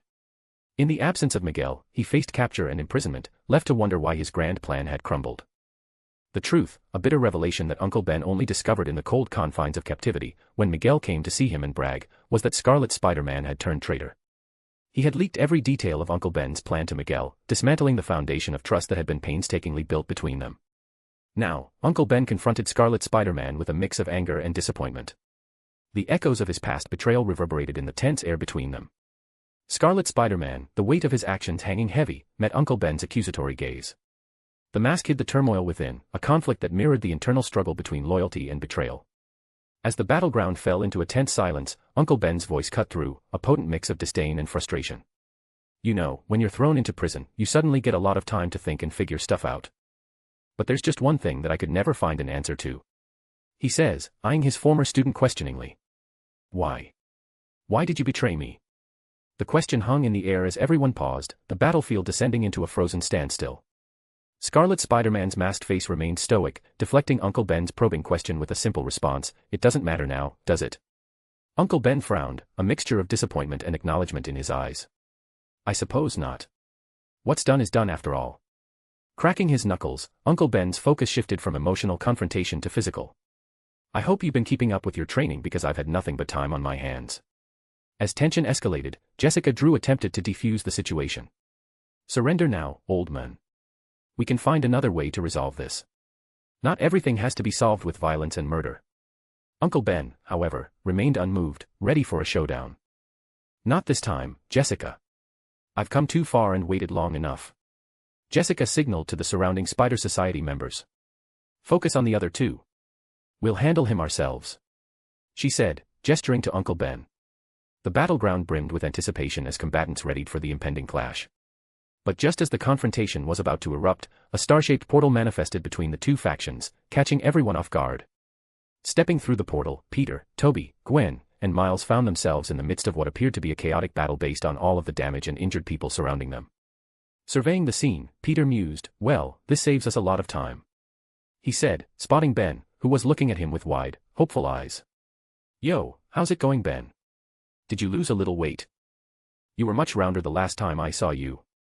Completely ignoring the fact that Peter just called him fat, Ben's eyes widened with relief and joy as he rushed over, trapping Peter in a spontaneous hug. Peter.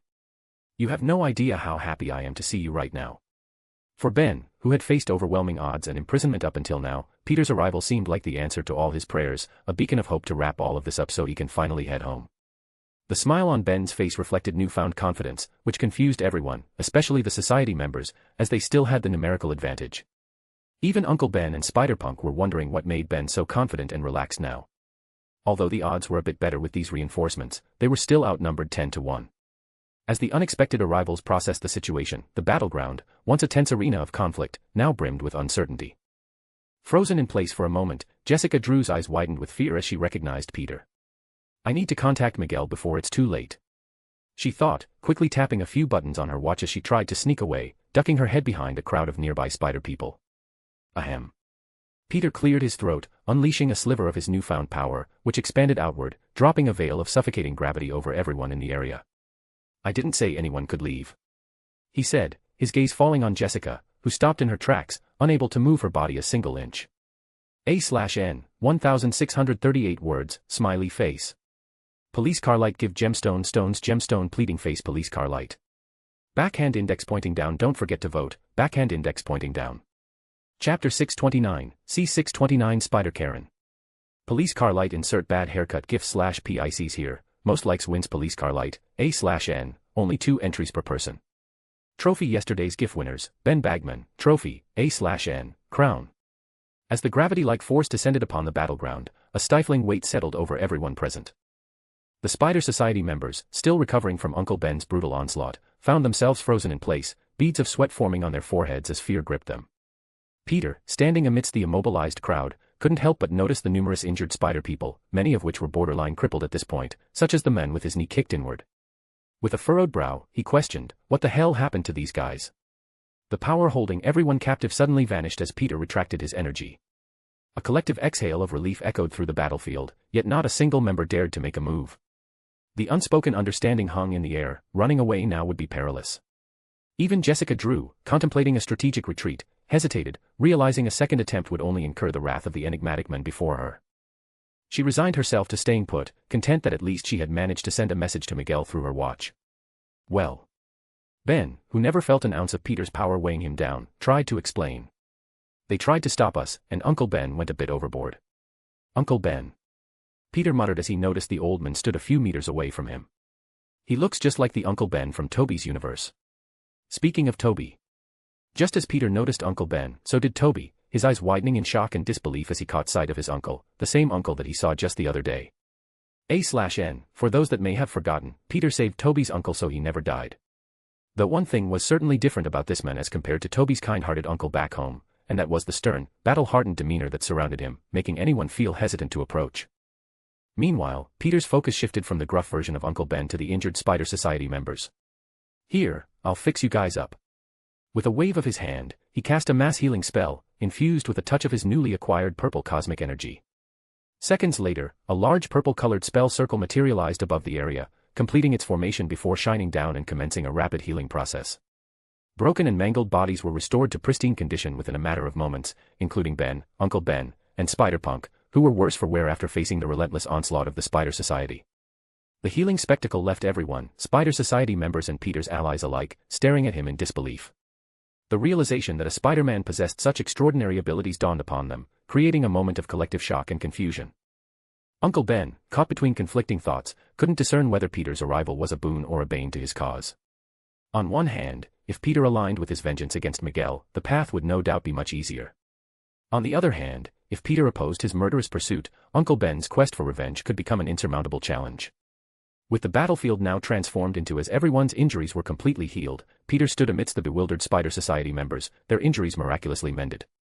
An air of uncertainty lingered as Peter, fueled by a newfound authority, declared, "Everyone here is under arrest. If you have any weapons, gadgets, goobers, or doohickeys, then please place them on the floor before putting your hands above your heads." Confusion rippled through the crowd, painted on the faces of both the healed Spider Society members and Peter's allies. Gwen, breaking the silence, questioned, "Arrest? Why do we need to arrest everyone?" Meanwhile, Miles, casting a skeptical gaze toward Gwen, struggled with the remnants of betrayal in his eyes. Feeling his suspicious gaze on her, Gwen hastened to clarify, "Most of the Spider Society members are just like us. They're heroes who do what's right and save the day. I agree that Miguel and some of them might be up to something, but not all of them are evil." Miles's suspicion waned, yet trust remained elusive. He especially didn't like her choice of words when she said Miguel might be up to something. Whose side is she on? He wondered, hoping it would be his, but he wasn't so sure. Peter, unaffected by the internal dynamics, responded matter-of-factly, "When dealing with a suspicious organization, it's best to simply detain everyone for questioning first. If they're innocent, that will come out during interrogation." The crowd of Spider Society members, now facing the prospect of being arrested, which was most certainly a first for almost every single one of them, grappled with the odd situation. Not only that, but they also struggled to comprehend what Peter meant by suspicious organization. Because in their eyes, the Spider Society wasn't anything like that. Unfazed, Peter continued, his eyes scanning the uncertain faces around him. "Now, I'll give you guys a minute to turn yourselves in. After that, I'll have to get handsy with you." His tone carried a veiled threat, setting the stage for an imminent confrontation. As the seconds ticked away, the once confident members of the Spider Society found themselves caught in the unexpected crossroads. The uncertainty in the air thickened, and Peter's words lingered as a pressing challenge. As the minute elapsed, the tension in the air reached its peak. Peter watched the crowd to see what they would choose, knowing many would probably try to fight or run, but surprisingly, it wasn't the Society members who were the first to run. No, it was Uncle Ben. Uncle Ben, with a stern determination in his eyes, carefully interpreted Peter's words. To him, it meant surrender, an act he was unwilling to perform. His quest for vengeance against Miguel was long overdue, and the old man refused to give up. With a resolute stride, Uncle Ben turned and sprinted away from the gathering, hoping to get away whilst Peter was dealing with the society members, who would no doubt put up at least a little bit of a fight. Peter, noticing the fleeing figure, turned to Ben with a questioning look. "Wasn't that old man with you? Why is he running away?" Ben, looking slightly awkward, offered an explanation. "Uncle Ben wants to kill Miguel, so maybe he thought you'd get in his way." Nodding absently, Peter, with a casual snap of his fingers, conjured two portals, one below Uncle Ben's feet and the other beside himself. In an instant, Uncle Ben, mid-sprint, tumbled through the portal and came tumbling out in front of Peter, his escape thwarted without Peter having to move a single step. Peter looked down at the old man and remarked, "Stop trying to escape, old man. You'll throw out your hip or something." Uncle Ben glared defiantly, his resolve evident in his piercing gaze. Peter chuckled, finding the old man's persistence amusing. "Relax, you want Miguel dead, right? If you have a good enough reason, I might be able to make that happen. But for now, sit tight and don't get yourself hurt. Your old bones might shatter if you overdo it." Uncle Ben, seething with restrained anger, disliked the way Peter seemed to look down on him for his age. Nevertheless, he reluctantly complied, seeing a glimmer of possibility for his long-desired revenge on the horizon. As Uncle Ben lay on the ground, defeated and begrudgingly compliant, the Spider Society members seized the opportunity to escape. Scarlet Spider, Jessica Drew, and may others exchanged a quick glance, silently communicating their intent to use the multiverse-hopping watches for a swift retreat. With a collective activation of the devices, they initiated the process of summoning a portal to whisk them away from the unfolding confrontation. Peter, however, felt their actions and intentions through his senses, signaling the attempted escape. "Not you guys too. I thought I made it clear how pointless this is." His reaction was swift, his fingers snapped together for a second time, echoing through the air. Instantly, the watches on the wrists of the fleeing members vanished before their eyes, shocking them once more. Stunned, they looked up to find their once reliable devices materializing in a pile at Peter's feet, which the man himself barely bothered to even glance at. "I guess this means I'll have to get handsy, doesn't it?" Peter's voice cut through the tense atmosphere, sending a collective shiver down the spines of the Spider Society members. The realization hit them hard, they had underestimated the extent of Peter's powers. They should have just given themselves up. In an ominous display of authority, Peter stepped around the pile of watches, making his way toward the crowd of defiant society members, his bloodthirsty smile unnerving those who dared to meet his gaze. "Don't worry, I won't hurt you too bad. But even if I do break a few bones here and there, I can just heal you up afterward." The crowd swallowed nervously as Peter cracked his fingers, the anticipation of impending confrontation palpable. As he took a deliberate step toward them, disappearing in a burst of pure speed, the fear in their eyes intensified, knowing that escape was no longer an option. Peter's promise to avoid severe harm offered little comfort as he appeared before his first victim, sending a flying knee to his skull, immediately knocking him unconscious. "That's one," he muttered before moving on to the next one. A resounding gulp echoed through the crowd, a collective realization settling in, surrendering earlier would have been a far more prudent choice. They had truly and severely f***ed up. With a chilling calmness, Peter engaged each member, incapacitating them with a combination of pure speed, which they couldn't even follow, and powerful strikes, which incapacitated them instantly. His movements were swift and precise, leaving the Spider Society members unconscious on the battlefield, one by one. Minutes later, amidst the fallen bodies, Jessica Drew stood as the sole witness to the overwhelming power displayed by the men before her. Fear etched across her face, she looked at Peter with a mixture of awe and terror. She was the only one on her side remaining, the bodies of her comrades scattered like fallen leaves. Everyone on Peter's side was stunned into silence by his show of power, especially Uncle Ben and Spider-Punk, who didn't know anything about him until now. "Is he even human?" Spider-Punk muttered, his eyes wide and his mouth dropped open. Finally, Peter turned his attention to Jessica, who he left alone for a reason. "Hello there," he greeted her, his tone carrying a sense of nonchalance. "I'd like to speak to your manager," he asked like a true Karen, barely hiding his amusement. A/N, 1808 words, smiley face. Police car light give gemstone stones gemstone pleading face police car light. Backhand index pointing down don't forget to vote, backhand index pointing down. Chapter 630, C630 Plan Z. Police car light insert salute GIF/PICs here, most likes wins police car light, A/N, only 2 entries per person. Trophy yesterday's GIF winners, Ben Bagman, trophy, A/N, crown. The Spider Society headquarters loomed ahead, its towering structure casting shadows that danced across the tense faces of those approaching it. Jessica Drew, still visibly shaken after witnessing Peter's power firsthand, led the group through the entrance, her eyes darting nervously as if expecting an ambush at every turn. The Spider Society's main building, usually bustling with activity, now echoed with an eerie silence.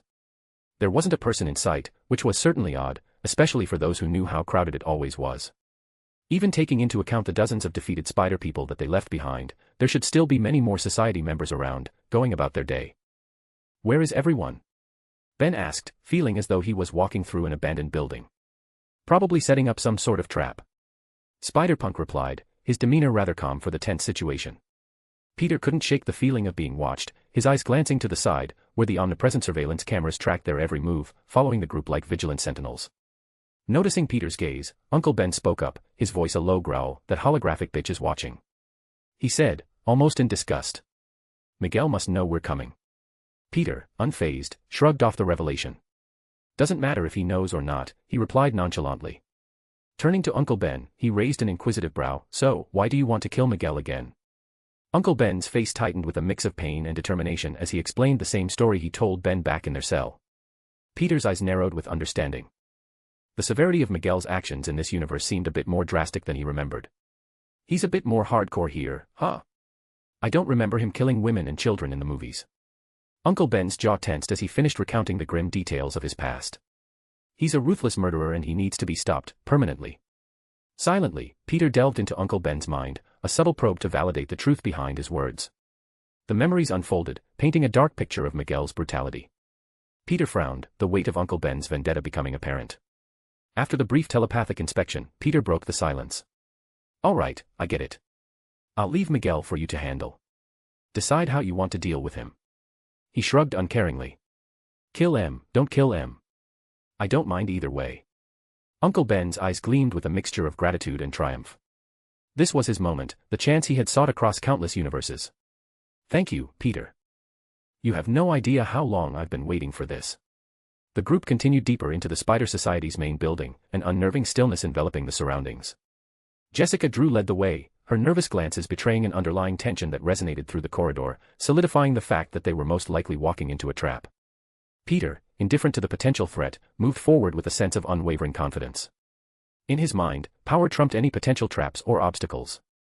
The very idea of Miguel O'Hara as an opponent seemed almost laughable to him, which is why he didn't mind allowing Uncle Ben the chance to fight him instead.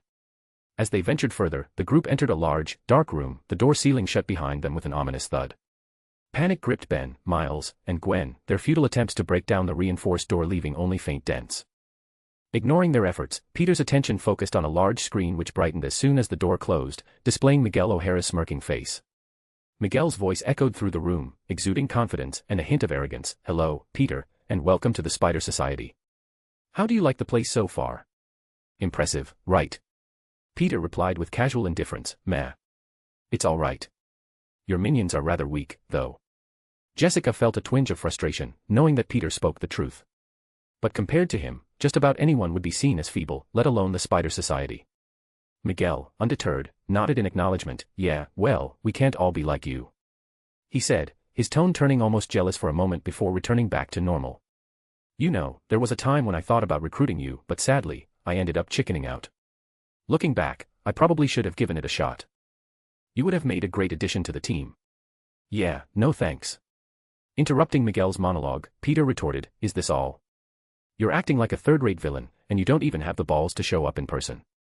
I'm starting to get bored here. Either say something that matters or I'm moving on. I promised my wife that I'd be back by dinner time." Miguel's expression shifted. "Speaking of your family, are you sure they're safe without you home? Maybe you should worry more about Dash." Before Miguel could finish, Peter used his telekinesis to obliterate the screen, reducing it to a compacted cube in a matter of half a second. So annoying. If you just want to stall for time, then at least make it entertaining. Continuing his stride, Peter grumbled in annoyance as he approached another sealed door at the opposite end of the room. Miles, uneasy about the mention of Peter's family, spoke up, "Hey, what about your family?" It sounded like he was planning something. "Should we go back and check on them?" Peter, reaching the sealed door, turned back to the group, dismissing their concerns. "Nah, he's just doing the usual weak villain stuff, trying to distract us and buy time for himself. Besides, even if my family was in danger, I have failsafes in place to protect them. And he isn't nearly strong enough to get past those. Especially not his most recent failsafe, Galactus." With a nonchalant touch, Peter shattered the sealed metal door, reducing it to fragments that scattered on the floor, revealing another room with a swirling portal on the other side. From it, a massive green figure tumbled out, crashing onto the floor. The impact resonated through the room, and the group watched in bewilderment as the hulking figure began to rise, the portal snapping itself shut behind him. Miles muttered, "What the hell is that?" Peter, however, immediately recognized the fallen figure. He answered, "That would be the Hulk." "What the hell's a Hulk?" Miles asked, voicing everyone's thoughts. Ignoring Miles for a moment, Peter approached the confused Hulk, undoubtedly kidnapped from its universe by Miguel as a means to combat him. "Hey there, big guy." Peter attempted to speak to the Hulk, but the behemoth showed neither recognition nor patience for explanations. Before Peter could say more than 4 words, the Hulk bellowed, "Hulk smash!" "Peter!" The group behind Peter yelled in concern, fearing for his life as 2 colossal, green fists descended upon him. But to their astonishment, Peter effortlessly caught both of the Hulk's fists with his hands, looking up at the surprised giant. "Well, I gave you a chance," Peter said, his figure disappearing, only to reappear seated on the Hulk's shoulder. Placing a hand on the Hulk's head, he continued, "Why don't you take a nap for now? I'll send you home later." As Peter spoke, his hand emitted a soft purple glow, which flowed into the Hulk's head. Within moments, the Hulk began to sway on his feet, eyes closing as he collapsed onto the metal floor, unconscious. The group stared in awe, their apprehension replaced with a newfound respect for Peter's seemingly limitless abilities. Miles, still processing the events, finally asked, "Did you just put him to sleep?" Peter shrugged and replied nonchalantly, "Yeah, now let's go." Who knows what else Miguel plans to summon? Watching from the concealed confines of his lair, Miguel frowned as Peter effortlessly defeated the Hulk. He had hoped that the battle would wear Peter down at least a tiny bit, but it seemed his expectations were far from met. Peter dispatched the green giant in a matter of seconds, rendering many of Miguel's other intricate plans useless as well. Sighing to himself, Miguel realized he had to abandon several contingencies. The ease with which Peter handled the Hulk forced him to reevaluate his strategy. Contemplating his next move, he acknowledged the necessity of taking risks and adapting to the unforeseen circumstances. Summoning Lyla, Miguel ordered, "Contact your Plan Z and tell him that a portal will be opened if he agrees to deal with Peter for US." Initially, he was against using this contingency plan, which Lyla masterminded, but he didn't really have a choice anymore. Peter was far stronger than he realized, leaving him with no other path to follow. Lyla, standing behind Miguel in her holographic form, smirked evilly, her image briefly stuttering before returning to normal. "I'll contact him immediately," she responded before vanishing, leaving Miguel to sit in silence, watching as Peter sped past all of his meticulously crafted failsafes, inching closer and closer to his hiding spot. Elsewhere, in a vast, pitch-black expanse, Lyla projected her holographic form. The darkness receded as her image brightened the surroundings ever so slightly. Standing before her was a tall, ghastly white man with glowing red eyes. He wore black armor adorned with a crimson symbol on its chest. At his side, a wine-red sword wriggled and moved, seemingly alive. Insert picture of Null here. This mysterious figure, known only as Plan Z, regarded Lyla with an air of anticipation as the holographic entity spoke. "It's done. He agreed to open a portal for you." Null's eyes glowed brighter, a sinister smile spreading across his face as he accepted the new terms. "Good," Plan Z responded in a deep, resonant voice. "Open the portal and I'll do as Centurion asked," he said, gesturing with his hand for her to hurry, which rolled up his sleeve ever so slightly, revealing the image of a laughing skull tattoo on the back of his hand. The same tattoo that Peter received from death. Lyla nodded, her holographic form maintaining a wicked grin. With a flicker, she transmitted a message back to Miguel, who would be the one to open the portal. Back at the Spider Society headquarters, the group, unaware of Miguel's plans, or Lyla's for that matter, followed Peter like useless ducklings, watching as he easily thwarted everything that Miguel threw at them. From portals which deposited strong enemies, like the Hulk, to mundane technological traps, nothing seemed to work, until finally, they arrived at Miguel's lair. A/N, 1775 words, smiley face. Police car light give gemstone stones gemstone pleading face police car light. Backhand index pointing down don't forget to vote, backhand index pointing down. Chapter 631, C631 Evil God Descends. Police car light insert insane gif/PICs here, most likes wins police car light, A/N, only 2 entries per person. Trophy yesterday's GIF winners, Ben Bagman, trophy, A/N, crown. The Spider Society members stood before the sealed and heavily reinforced metal doors, Jessica drew hesitantly gesturing towards them. Miguel should be inside, she stated, her voice laden with uncertainty. Ever since their encounter with the Hulk, Jessica had resigned herself to the seemingly inevitable outcome.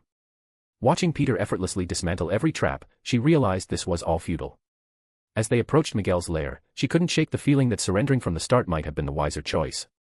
Miles broke the tense silence, asking, "You don't think that he'll just open it for us, do you?" The group, in unison, shook their heads, acknowledging the improbability of Miguel willingly allowing their entry. Peter, without a word, approached the door, ready to use his powers to break it like the obstacles before.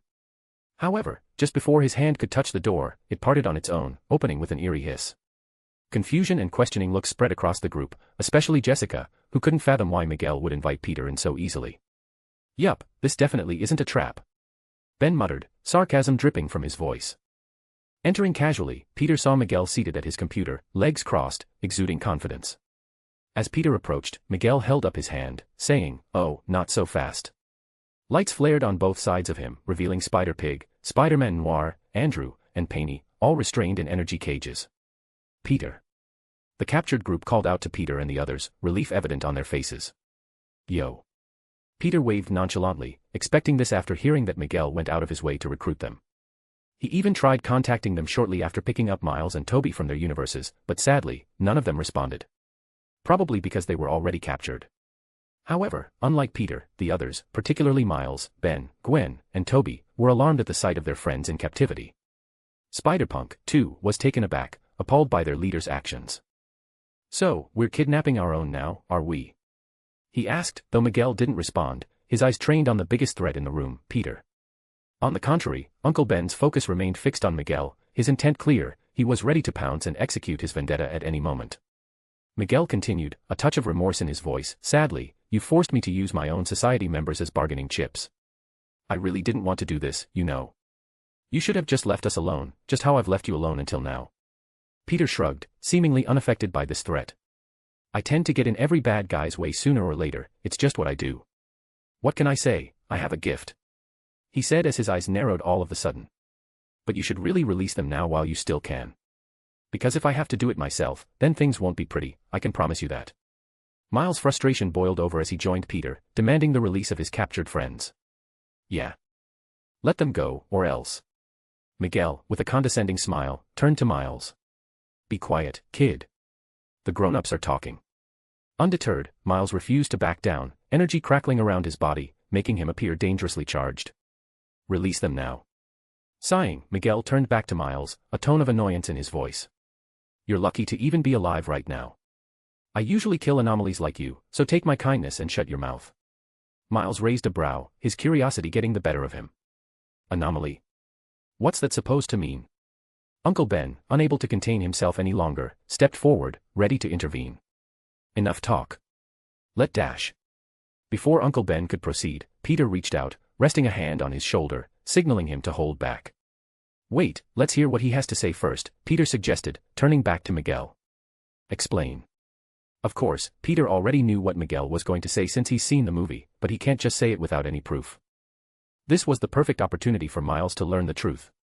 Miguel, with a hint of resignation, began to explain, knowing it would buy him some more time. "It's not that complicated. The kid isn't even supposed to have powers. When Kingpin was punching holes in the multiverse, the spider traveled over and eventually bit him. Of course, that means he technically stole his powers from another Spider-Man." Miguel continued. "And whoever that poor guy might be, he's one unlucky B*****starred. Because I can't imagine having the bad luck we're destined with and not getting the powers to compensate for it. So, yeah, you're an anomaly, something that we here at the Spider Society usually kill or imprison."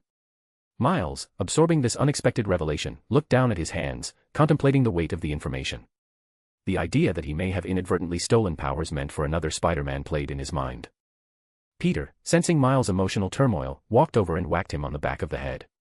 Miles jumped a bit, rubbing the back of his head in surprise. "What was that for?" Miles demanded, shooting a glare at Peter. Peter shrugged, nonchalant as ever. "Because I felt like it. Now, stop wallowing around for no reason. We don't even know if he's telling the truth. And even if he is, we can find where the spider came from and fix this. Stop worrying so much." Miles' shoulders relaxed as he half-heartedly smiled, grateful for Peter's straightforward advice. "You're right. Thanks," he muttered, realizing that, perhaps, the solution wasn't as complicated as he initially thought. Turning back to Miguel, Peter nodded his head, "Thanks for the info," he said, surprising him. Enemies though they may be, Peter's straightforward nature caught Miguel off guard. "Because you were so nice as to have us that tidbit of information, I'll give you one chance," Peter stated, his tone unwavering. Hand over our friends willingly, and you get to fight Uncle Ben here. He gestured to the old man beside him. If you win, I'll spare your life. But if you don't, and you resist, well, I'll ensure you don't live to regret it. Uncle Ben looked at Peter, unhappy with the possibility of Miguel surviving. Though technically, Peter was still giving him the opportunity to get his revenge, so he didn't voice any complaints. Miguel, actually pondering the offer for a moment, eventually shook his head. I'm sorry, but I've come too far to stop now. Giving up now would mean destroying everything I've built. I can't allow that to happen. There's still a lot of work to be done. Peter sighed, realizing that negotiations weren't going to be as smooth as he hoped. I see. Miguel countered with an offer of his own, you should surrender. And I promise if you do, then no harm will come to your friends. As he says this, the cages crackle with energy, electrocuting the captives inside. AF. The captives screamed in pain, an unknown number of volts surging through their bodies. Miguel continued. However, if you resist, the energy cages will fully activate, incinerating your friends one by one. What friends? Peter asked, feigning innocence. Miguel shot Peter a look of disbelief, thinking he was being played with. But after a moment of thought, he realized that the screaming had stopped. Suddenly, a look of grim realization appeared on his face. He couldn't have. Turning to the now empty cages where his captives had vanished, panic struck Miguel as he realized they were no longer there. How? I specifically made those cages to block portals. How did you dash? Miguel froze mid-sentence, witnessing Spider-Pig, Noir, Andrew, and Penny appear beside Peter as if they'd been teleported. Peter, with a casual demeanor, explained, although I tend to rely a lot on portals, since they're so useful, that doesn't mean they're the only power I have. I've got a bunch of new powers recently as well. The newly freed captives collapsed on the floor from the aftershock of their electrocution before celebrating their release with relieved smiles on their faces. Peter, you have no idea how good it is to see you. Spider-Pig began to cry animatedly as he wrapped his entire body around Peter's leg, refusing to let go. Miguel seethed with frustration, realizing that once again, Peter had thwarted his plans. Plan Z, the last resort he never wanted to resort to, now seemed like his only option. Sighing heavily, Miguel reluctantly spoke, I really didn't want to do this. Miles, puzzled, asked, do what? Without bothering to reply, Miguel called out, Lyla. Moments later, the holographic AI appeared behind him, eyes sharply focused on Peter and his group. Yes. Lyla asked, expectantly. Miguel, with a heavy heart, ordered, open the portal and initiate Plan Z. As she received the command, Peter raised a questioning brow, noticing a hint of a cruel smile on Lyla's holographic face, which soon began to flicker as if she were glitching, a detail he didn't remember from the movies. What's that about? He wondered. The room was filled with the hum of energy as Lyla followed Miguel's orders, opening a portal in the middle of the room. Within seconds, a tall man with ghostly white skin and red glowing eyes emerged. In his hand, he wielded a red sword that wriggled as if it were alive. Peter's thoughts raced as he immediately recognized the ominous figure. Holy sh*T, is that Null? Indeed, it was. The foreboding presence of Null, the eldritch god of darkness and the creator of the symbiotes, brought an unsettling tension to the room. Ah, I haven't breathed such fresh, untainted air in millennia. He took a breath, his nose wrinkling in disgust. I'll have to fix that. As he stepped into the space, a sea of black sludge-like liquid followed, spreading across the floor like an ominous tide. Peter's eyes widened as he saw this. Null, the god of the symbiotes, didn't seem to come alone. No, he brought an army with him. *T, that's not good. A/N, 1,700 words, smiley face. Police car light give gemstone stones gemstone pleading face police car light. Backhand index pointing down don't forget to vote, backhand index pointing down. Chapter 632, C632 Betrayal. Police car light insert nerd gif/PICs here, most likes wins police car light, A/N, only 2 entries per person. Trophy yesterday's GIF winners, Ben Bagman, trophy, A/N, crown. As Null emerged from the portal, a wave of symbiote slime followed closely behind, spreading across the floor like a dark tide. Miguel, with a sense of urgency, gestured toward Peter, directing Null's attention. It's him you need to kill. Once you do, I'll uphold my end of the deal and open a portal to any universe you desire. Null, the eldritch god of darkness, turned his imposing gaze towards Peter, his presence exuding an otherworldly malevolence. You, Null rumbled, his voice sending shivers down Miguel's spine. Yo. Peter waved casually, his demeanor the complete opposite of Miguel, who seemed like he would *T himself should Null take a single step in his direction. Miguel, nervously trying to maintain his composure, insisted, deal's a deal. Kill him, and you get what you want. However, Null's gaze shifted away from Peter, as if the Spider-Man before him were inconsequential, and turned to Miguel, staring at him as if he were a speck of dust. Confused and alarmed, Miguel couldn't fathom why Null was gazing at him like this. After all, he was the one to summon the god and set up the deal in the first place. Deal? It's not you I've made a deal with, little bug, Null declared, his attention drawn elsewhere, turning back to Peter, who raised a curious brow. Oh, I can feel the drama unfolding. Peter thought as he started to enjoy this whole situation, and wondered whether he should summon some popcorn for himself to enjoy the show. Miguel, staring at Null's back, was perplexed. He had contacted Null through Lyla, his AI, and brought him here, so who else could he have possibly made a deal with? What the F***ck is going on? Miguel thought, truly perplexed. As Null ignored him completely, Miguel worked up the courage to walk forward, reaching out to grab Null's shoulder, attempting to regain his attention. Hey, wait a minute. You may have met with Lyla, but I'm her boss.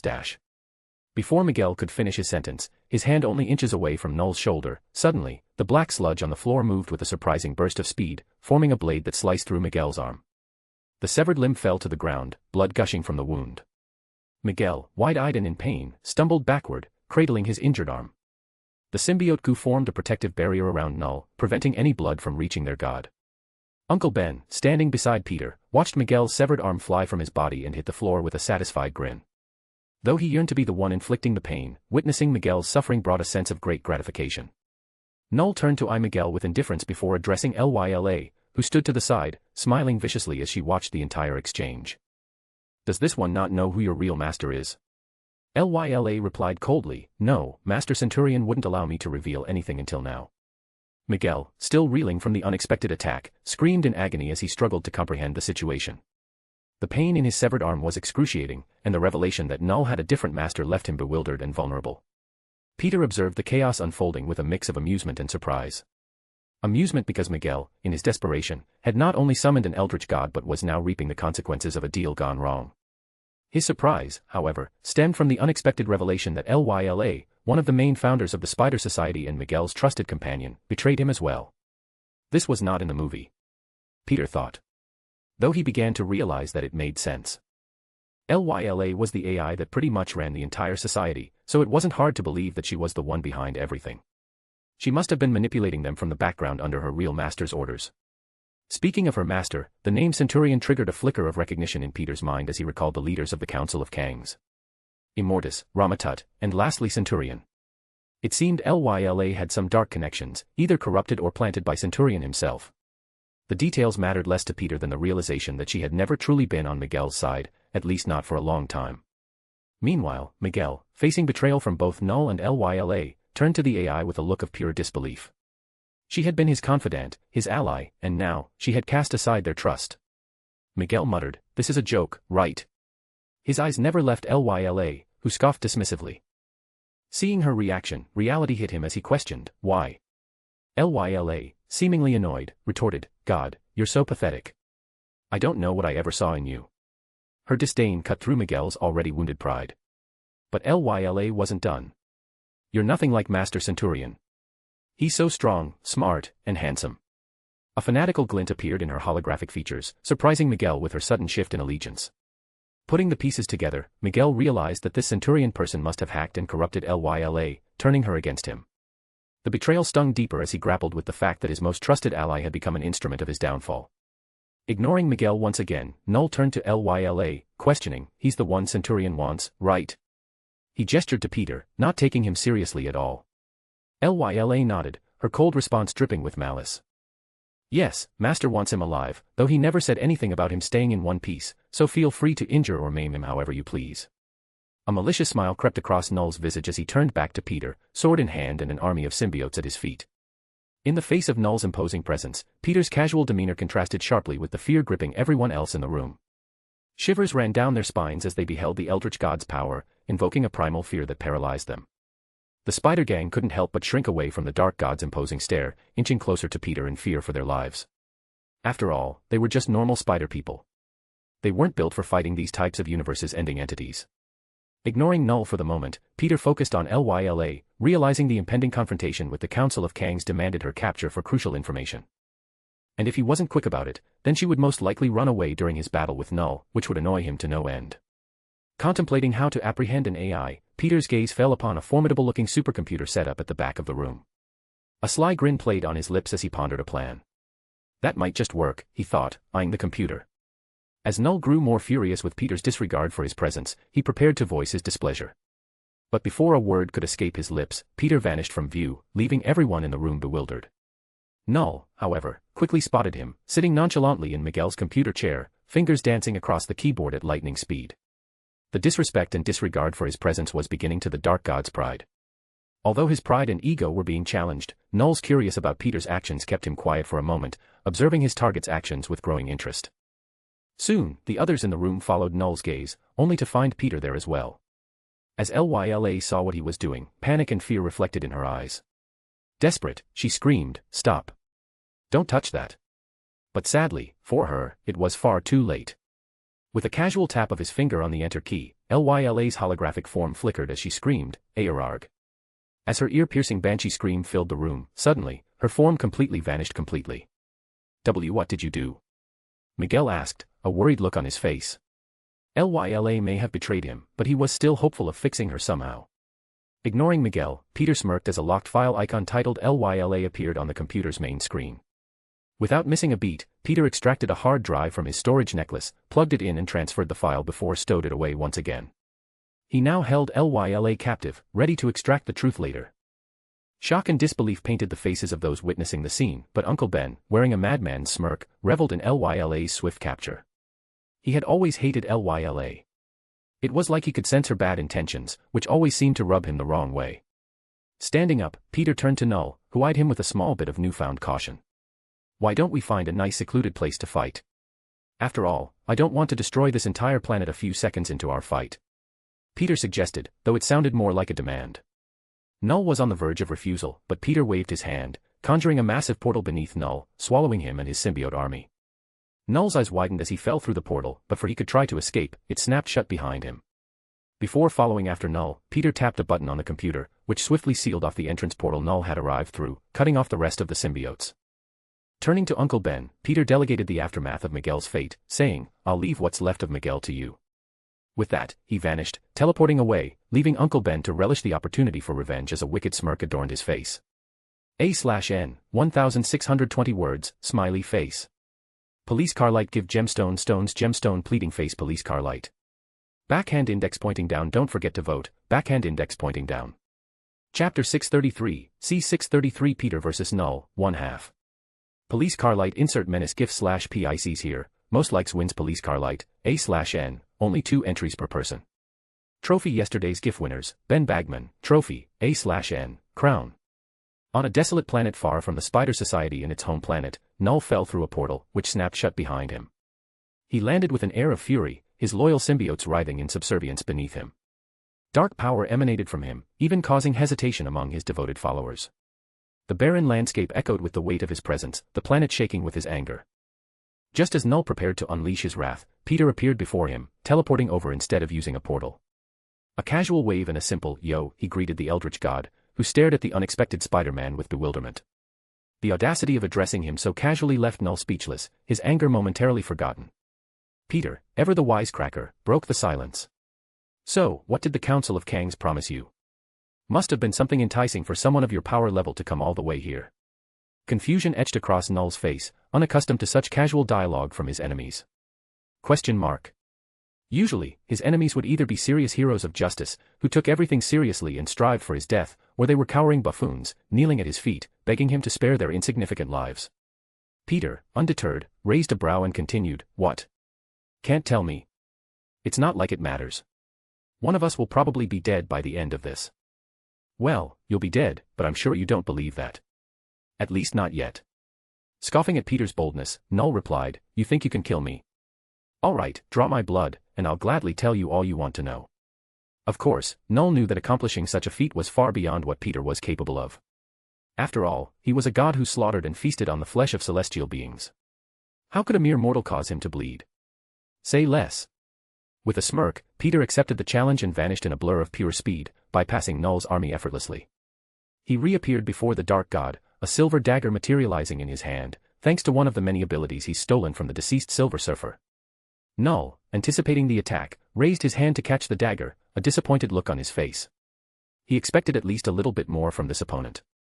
Especially after all of his big talk up until now. However, just as Null's fingertips touched the dagger, Peter vanished again, leaving the Eldritch God puzzled. Untraceable and undetectable, Peter seemed to disappear completely this time, leaving his opponent bewildered before a moment before his eyes widened. Reappearing behind Null with the same dagger, Peter smirked, oops.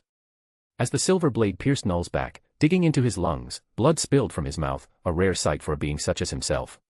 The audacious Spider-Man had managed the impossible, leaving Null stunned with blood dripping from his back and mouth. The Dark God, coughing up blood, turned to see Peter calmly holding the dagger. With a wicked grin, Peter remarked, well, looks like I made you bleed. Now, spill the beans. The once confident Null, now wounded and humbled, struggled to comprehend the situation. Impossible, he muttered, his arrogance shattered. Null, his pride wounded and fury consuming him, spun around with an enraged roar. The dagger ripped out of his body as he swung his sword, aiming for Peter's neck. However, the nimble Spider-Man vanished once again, leaving Null swinging his sword through empty space. Boom! Null overswung his swords, which impacted the ground below, causing the planet to split and crack upon impact. Appearing, once again, across from Null and his small army of goo, Peter twirled the bloody dagger between his fingers with a cocky grin. How rude! He commented, savoring the moment. Null watched Peter with an infuriated, raging look on his face. His wounds may have healed, thanks to his strong healing factor, but the humiliation lingered, causing his head to ache. The audacity of this man was testing the limits of Null's patience. Peter, undeterred, asked, are you planning to go against your word or what? Just tell me already. Nothing but rage fueling his entire existence, Null reluctantly replied, fine. Seeing him agree, Peter smirked, surprised that such an evil being like Null would actually keep his word.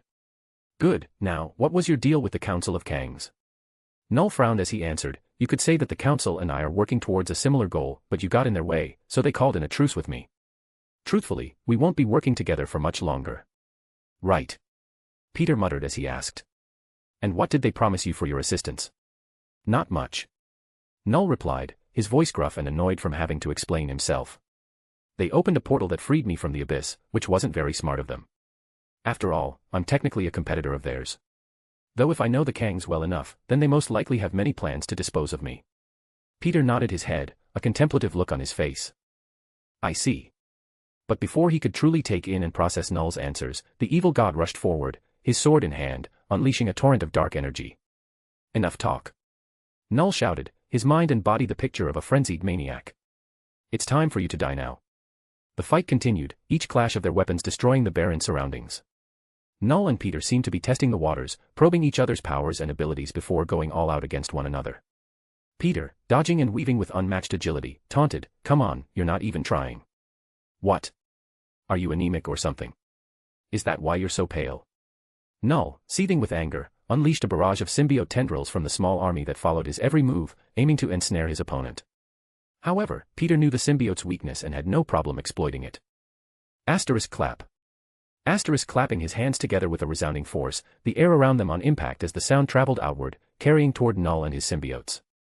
Of course, Null was fine as it was just a little sound to him. Nothing to worry about, but the same couldn't be said for his followers.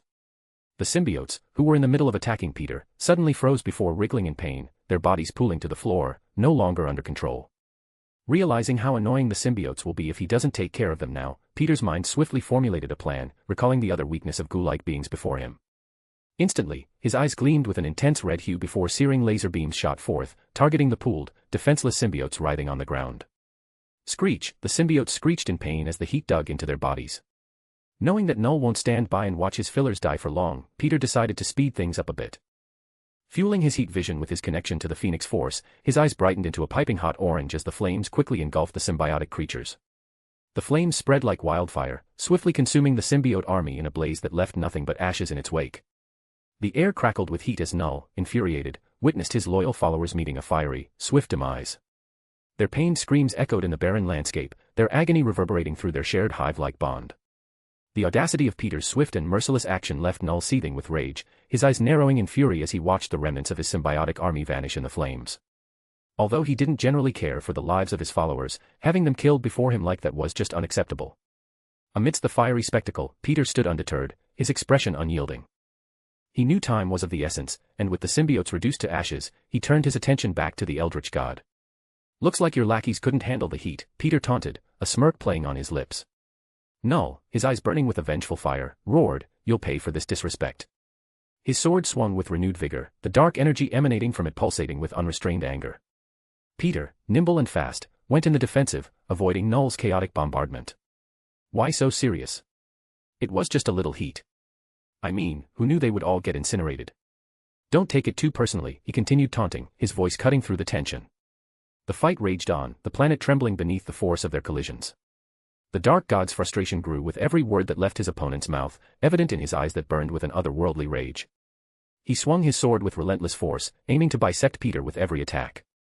In a brief moment of respite, Peter quipped, "You know, for an evil, eldritch god, you're a pretty nice guy. After all, I never thought you would get so angry after seeing their minions get slaughtered like weak little vermin."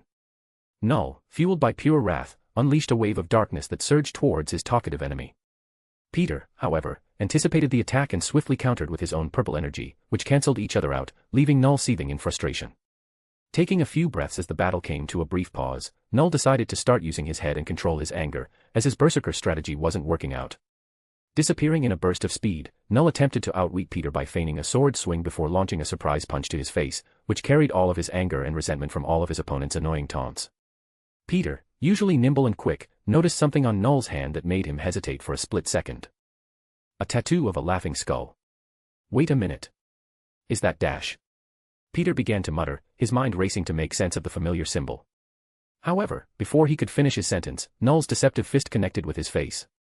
The impact sent Peter hurtling backward, crashing into a large hill. The ground trembled as dust billowed into the air, shrouding the aftermath of the unexpected blow. Meanwhile, back at the Spider Society. Finally left alone with his most hated enemy, Uncle Ben stepped forward, eyeing his armless opponent with a bloodthirsty look on his face. This was his moment, the moment he could finally avenge his family. Peter. May. I won't let him get away with it anymore. As he stood before Miguel, Uncle Ben said, "Get up." His voice held a menacing, commanding edge. A/N, 1780 words, smiley face. Police car light give gemstone stones gemstone pleading face police car light. Backhand index pointing down don't forget to vote, backhand index pointing down. Chapter 634, C634 Let the torture begin. Police car light insert overcooked gifts/PICs here, most likes wins police car light, A/N, only 2 entries per person. Trophy yesterday's GIF winners, Ben Bagman, trophy, A/N, this streak has gone on long enough. End this Demon King's reign here and now. Crown. Uncle Ben, fueled by years of resentment and the burning desire for vengeance, loomed over the fallen and armless Miguel. "Get up," he commanded with a menacing edge, his eyes fixed on the target of his wrath. Before Miguel could muster a response or attempt to rise, several of the spider people behind Uncle Ben began to voice their concerns. Gwen, in particular, spoke up, "Maybe we should just capture Miguel. After all, he's already crippled, and we have the numerical advantage. We don't need to sit by and watch as that old man kills him." The surrounding spider people, including Spider-Man Noir, Spider-Pig, Miles, Jessica Drew, Penny, Toby, Andrew, and Ben, couldn't help but nod in agreement with Gwen's proposal. Even Miles, who didn't really trust Gwen at the moment, spoke up in agreement, "Yeah, besides, I need him to give me information about my dad's death."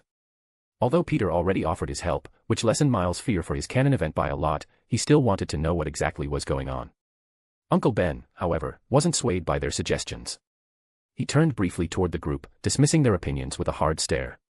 "Peter left him to me, so shut your mouths. Your opinions mean nothing." Conflicted expressions emerged among the spider people. While they didn't want to go against Peter's decision, they also recognized the potential consequences of Uncle Ben's relentless pursuit of vengeance. Despite their loyalty to Peter, the moral dilemma weighed heavily on their minds. Ignoring the group's conflicting sentiments, Uncle Ben focused solely on Miguel, who remained shocked and almost motionless on the floor. Seeing that Miguel hadn't complied with his command, Uncle Ben muttered, "Well, you had your chance." With purposeful strides, Uncle Ben approached the fallen Miguel. Without hesitation, he delivered a powerful punt to Miguel's shocked face, propelling him across the room. Miguel crashed into a nearby metal wall, the impact leaving a dent and bending the metal upon contact. The room echoed with the sound of the brutal impact, emphasizing the severity of Uncle Ben's wrath. Miguel, now slightly more battered and disoriented, struggled to comprehend the swift and brutal turn of events. The betrayal of Null was expected, but the revelation of Lyla's manipulation had left him in a state of shock. Uncle Ben, undeterred by Miguel's state, glared at the fallen foe with unrelenting fury. The old man's resolve to exact revenge seemed unyielding, and the spider people could only watch as the consequences of Peter's decision unfolded in a violent and unforgiving manner. With an unyielding fury, Uncle Ben walked over and grabbed Miguel by the neck, lifting him off the ground. A sinister satisfaction gleamed in his old eyes as he unleashed a barrage of punches to Miguel's face, each strike resonating with brutal force. Miguel, still trapped in a state of shock, endured the merciless beating. The repeated blows echoed through the room, creating a dissonance of pain and brutality. Uncle Ben, driven by an insatiable need for retribution, seemed to revel in each strike, determined to make Miguel suffer for all that he's done. As the relentless assault continued, a cruel smile formed on Uncle Ben's face. Finally awake, huh? The beating, surprisingly, snapped Miguel out of his stupor, his eyes regaining a bit of clarity to them. Uncle Ben, pleased by this development, wanted Miguel to be fully aware of the impending torture. The shock in Miguel's eyes shifted to a mix of pain and realization. Without a care, Uncle Ben tossed Miguel across the room like a rag doll, his battered form crashing against the unforgiving surfaces. The room seemed to vibrate with the violence inflicted upon Miguel, emphasizing the brutality of Uncle Ben's wrath. Struggling to rise from the floor, Miguel, now fully lucid, attempted to fight back. "Why are you always getting in my way, you old fool?" he shouted, rushing in Uncle Ben's direction. However, his beaten and armless state rendered him the perfect victim, an easy target. Uncle Ben, relishing in the power he held over his nemesis, took sadistic pleasure in exploiting Miguel's vulnerability. Despite the overwhelming odds, Miguel's spirit refused to yield. Determination flickered in his eyes as he attempted to muster the strength to stand against his merciless tormentor. Uncle Ben, fueled by the memories of his murdered family, pushed himself to commit acts he never thought possible. "Since you're finally awake, we can actually get started." As he said this, Uncle Ben's actions immediately took a dark turn as he unleashed a torrent of cruelty upon Miguel. Bones cracked, skin ripped, and muscles were torn beneath the relentless assault, as the room echoed with the sickening sounds of Miguel's torture. Uncle Ben, blinded by rage, twisted his enemy's only arm a full 360 degrees until it snapped multiple times, exclamation point. "Arf!" Miguel screamed in agony as his arm hung limply, unable to move it a single inch any longer. If this were anyone else, Uncle Ben might have hesitated, but facing the men who had cold-bloodedly murdered his family, he pushed himself beyond moral boundaries, relishing in Miguel's torturous downfall. In the aftermath of Uncle Ben's most recent brutal assault on Miguel, the Spider People, unable to tolerate the continued violence, were compelled to intervene. At first, they were conflicted, as they didn't want to go against Peter's orders, but now they've seen more than enough. Gwen and Jessica were the first to rush forward as Miguel writhed in agony on the cold floor, his lone arm rendered useless, unable to defend himself any longer. "Stop. You're taking this too far," Gwen exclaimed, her voice filled with a mix of concern and frustration. Jessica joined in, her tone stern and commanding, "Step away from him." Uncle Ben, however, remained resolute, his eyes narrowing at the two women challenging his authority. With a dismissive gesture, he ignored their pleas, prompting a fierce confrontation. A chaotic fight erupted as Gwen and Jessica attempted to subdue Uncle Ben. The elderly Spider-Man, fueled by a relentless fury, unleashed powerful blows that sent the two female Spider People flying across the room. The force of his attacks left Gwen and Jessica disoriented, struggling to regain their footing. Witnessing their comrades in distress, the remaining Spider People, including Miles, Toby, Andrew, Noir, Ben, Paney, and Spider-Pig, rushed forward to confront Uncle Ben. Their determination to stop the violence clashed with Uncle Ben's unwavering commitment to his vengeful mission. The only one who didn't involve himself was Spider-Punk, who had already told Uncle Ben that he wouldn't stand in his friend's way, but he wouldn't help him either. "Sorry, mate." Uncle Ben frowned as the group encircled him, a mix of disappointment and frustration evident in his eyes. He had hoped they would respect Peter's decision and stay out of his pursuit of justice. However, the Spider People were compelled to prevent further harm, which he reluctantly understood, as he would probably do the same in their shoes. "Let's make this quick." Uncle Ben spoke confidently, motioning for them to come forward. The ensuing battle was intense, with Uncle Ben displaying remarkable skill and power. Despite the combined efforts of the group, they struggled against the relentless assault. Each Spider-Person fought valiantly, but Uncle Ben's years of experience, training, and pent-up anger proved to be formidable adversaries. As the skirmish unfolded, the Spider People utilized their numerical advantage, coordinating attacks to wear down Uncle Ben. Despite the struggle, a collective determination fueled their efforts to bring an end to the escalating violence. Eventually, through strategic teamwork, the Spider People managed to overpower Uncle Ben. With a coordinated effort, they subdued the elderly Spider-Man, knocking him out and ending the chaotic confrontation. As Uncle Ben collapsed to the floor, his consciousness fading, he couldn't help but reach out toward Miguel, his entire being still burning with a need for vengeance, which sadly wouldn't come. At least not today. Amidst the aftermath, as the Spider People caught their breath, Miles turned his attention to Miguel, who had somehow picked himself up and was limping towards the door. Swiftly appearing beside him, he confronted the disoriented men with a burst of speed. "Where do you think you're going?" Miles asked, his voice stern and determined. Miguel's eyes widened, realizing escape was futile. Before he could respond, Miles touched his shoulder, his hand sparking with electricity. The powerful surge of his unique power shocked Miguel like an overpowered taser, rendering him unconscious alongside Uncle Ben, his body smoking ever so slightly as he collapsed to the cold metal floor. Stepping out of the rubble and dust, Peter brushed the remnants off his suit's shoulders, a small frown playing on his lips. Across from him, Null stood with a smug yet vicious look, relishing the satisfaction of sending the wisecracking Spider-Man flying. Peter, assessing the situation, finally put two and two together after hearing Null's earlier explanation and catching a glimpse of his tattoo. "So, you and the Council of Kangs are both successor candidates for Death. That's surprising. After all, it seemed counterproductive for Death to choose the Kangs when one of his missions was to destroy them. But maybe they have a different mission." Peter wondered, unsure what Death could possibly be planning in all of this. And who knows why he would choose Null. Null's eyes widened, a flicker of shock breaking through his usual demeanor. "How do you know that?" he demanded, his deep voice betraying a hint of uncertainty. Peter's deduction seemed impossible, given the limited information Null had shared earlier. With a nonchalant grin, Peter pulled off his right glove, revealing his very own laughing skull tattoo. The revelation hung in the air, both men now bound by a shared destiny as successor candidates. The barren landscape seemed to echo with the weight of this revelation, as if the very fabric of reality acknowledged the convergence of these two candidates for Death. Null, processing the unexpected twist, struggled to find words. This is quite fortuitous," he declared, a viscous smirk returning this face. "I can finally get rid of some competition. A/N, 1,670 words, smiley face. By the way, I kept Miguel alive because he needs to learn some truths before his fate is decided. You'll see later. Police car light give gemstone stones gemstone pleading face police car light. Backhand index pointing down don't forget to vote, backhand index pointing down." Chapter 635, C635 Peter vs. Null, 2 halves. Police car light insert stalker gif/PICs here, most likes wins police car light, A/N, only 2 entries per person. Trophy yesterday's GIF winners, Darkslayer, trophy, A/N, crown. This is quite fortuitous. Null declared, a viscous smirk returning this face. "I can finally get rid of some competition." Null's declaration echoed through the barren landscape, and suddenly, his entire being was engulfed in a dark red, bloodthirsty energy, shaking the very world they stood upon. The malevolent aura radiated power, which Peter hadn't seen until now. Peter, his usual quips replaced by a serious expression, sensed the impending danger as he realized that Null must have been holding back a lot of his power up until now. Is he a masochist or something? Peter thought, wondering if his opponent was enjoying his earlier A*S kicking. As the energy surged, the ground trembled beneath them. It became evident that the planet, already battered from the previous battle, couldn't withstand the escalating power. Peter, recognizing the gravity of the situation, decided to match Null's intensity. Ominous purple energy enveloped him as his power rose to unprecedented levels, following in step with his opponent. The two adversaries, now resembling celestial entities, powered up like characters in a Dragon Ball Z battle, their power levels well over 9,000. The planet below cracked and crumbled, unable to endure the immense pressure exerted upon its surface. With a collective effort, Null and Peter ascended into the air, leaving the collapsing planet behind. Hovering midair, eyes locked, Peter broke the tense silence. "Since you had the last hit, I'll be the one to start things off this time around." With those words, Peter vanished, reappearing beside Null in an instant.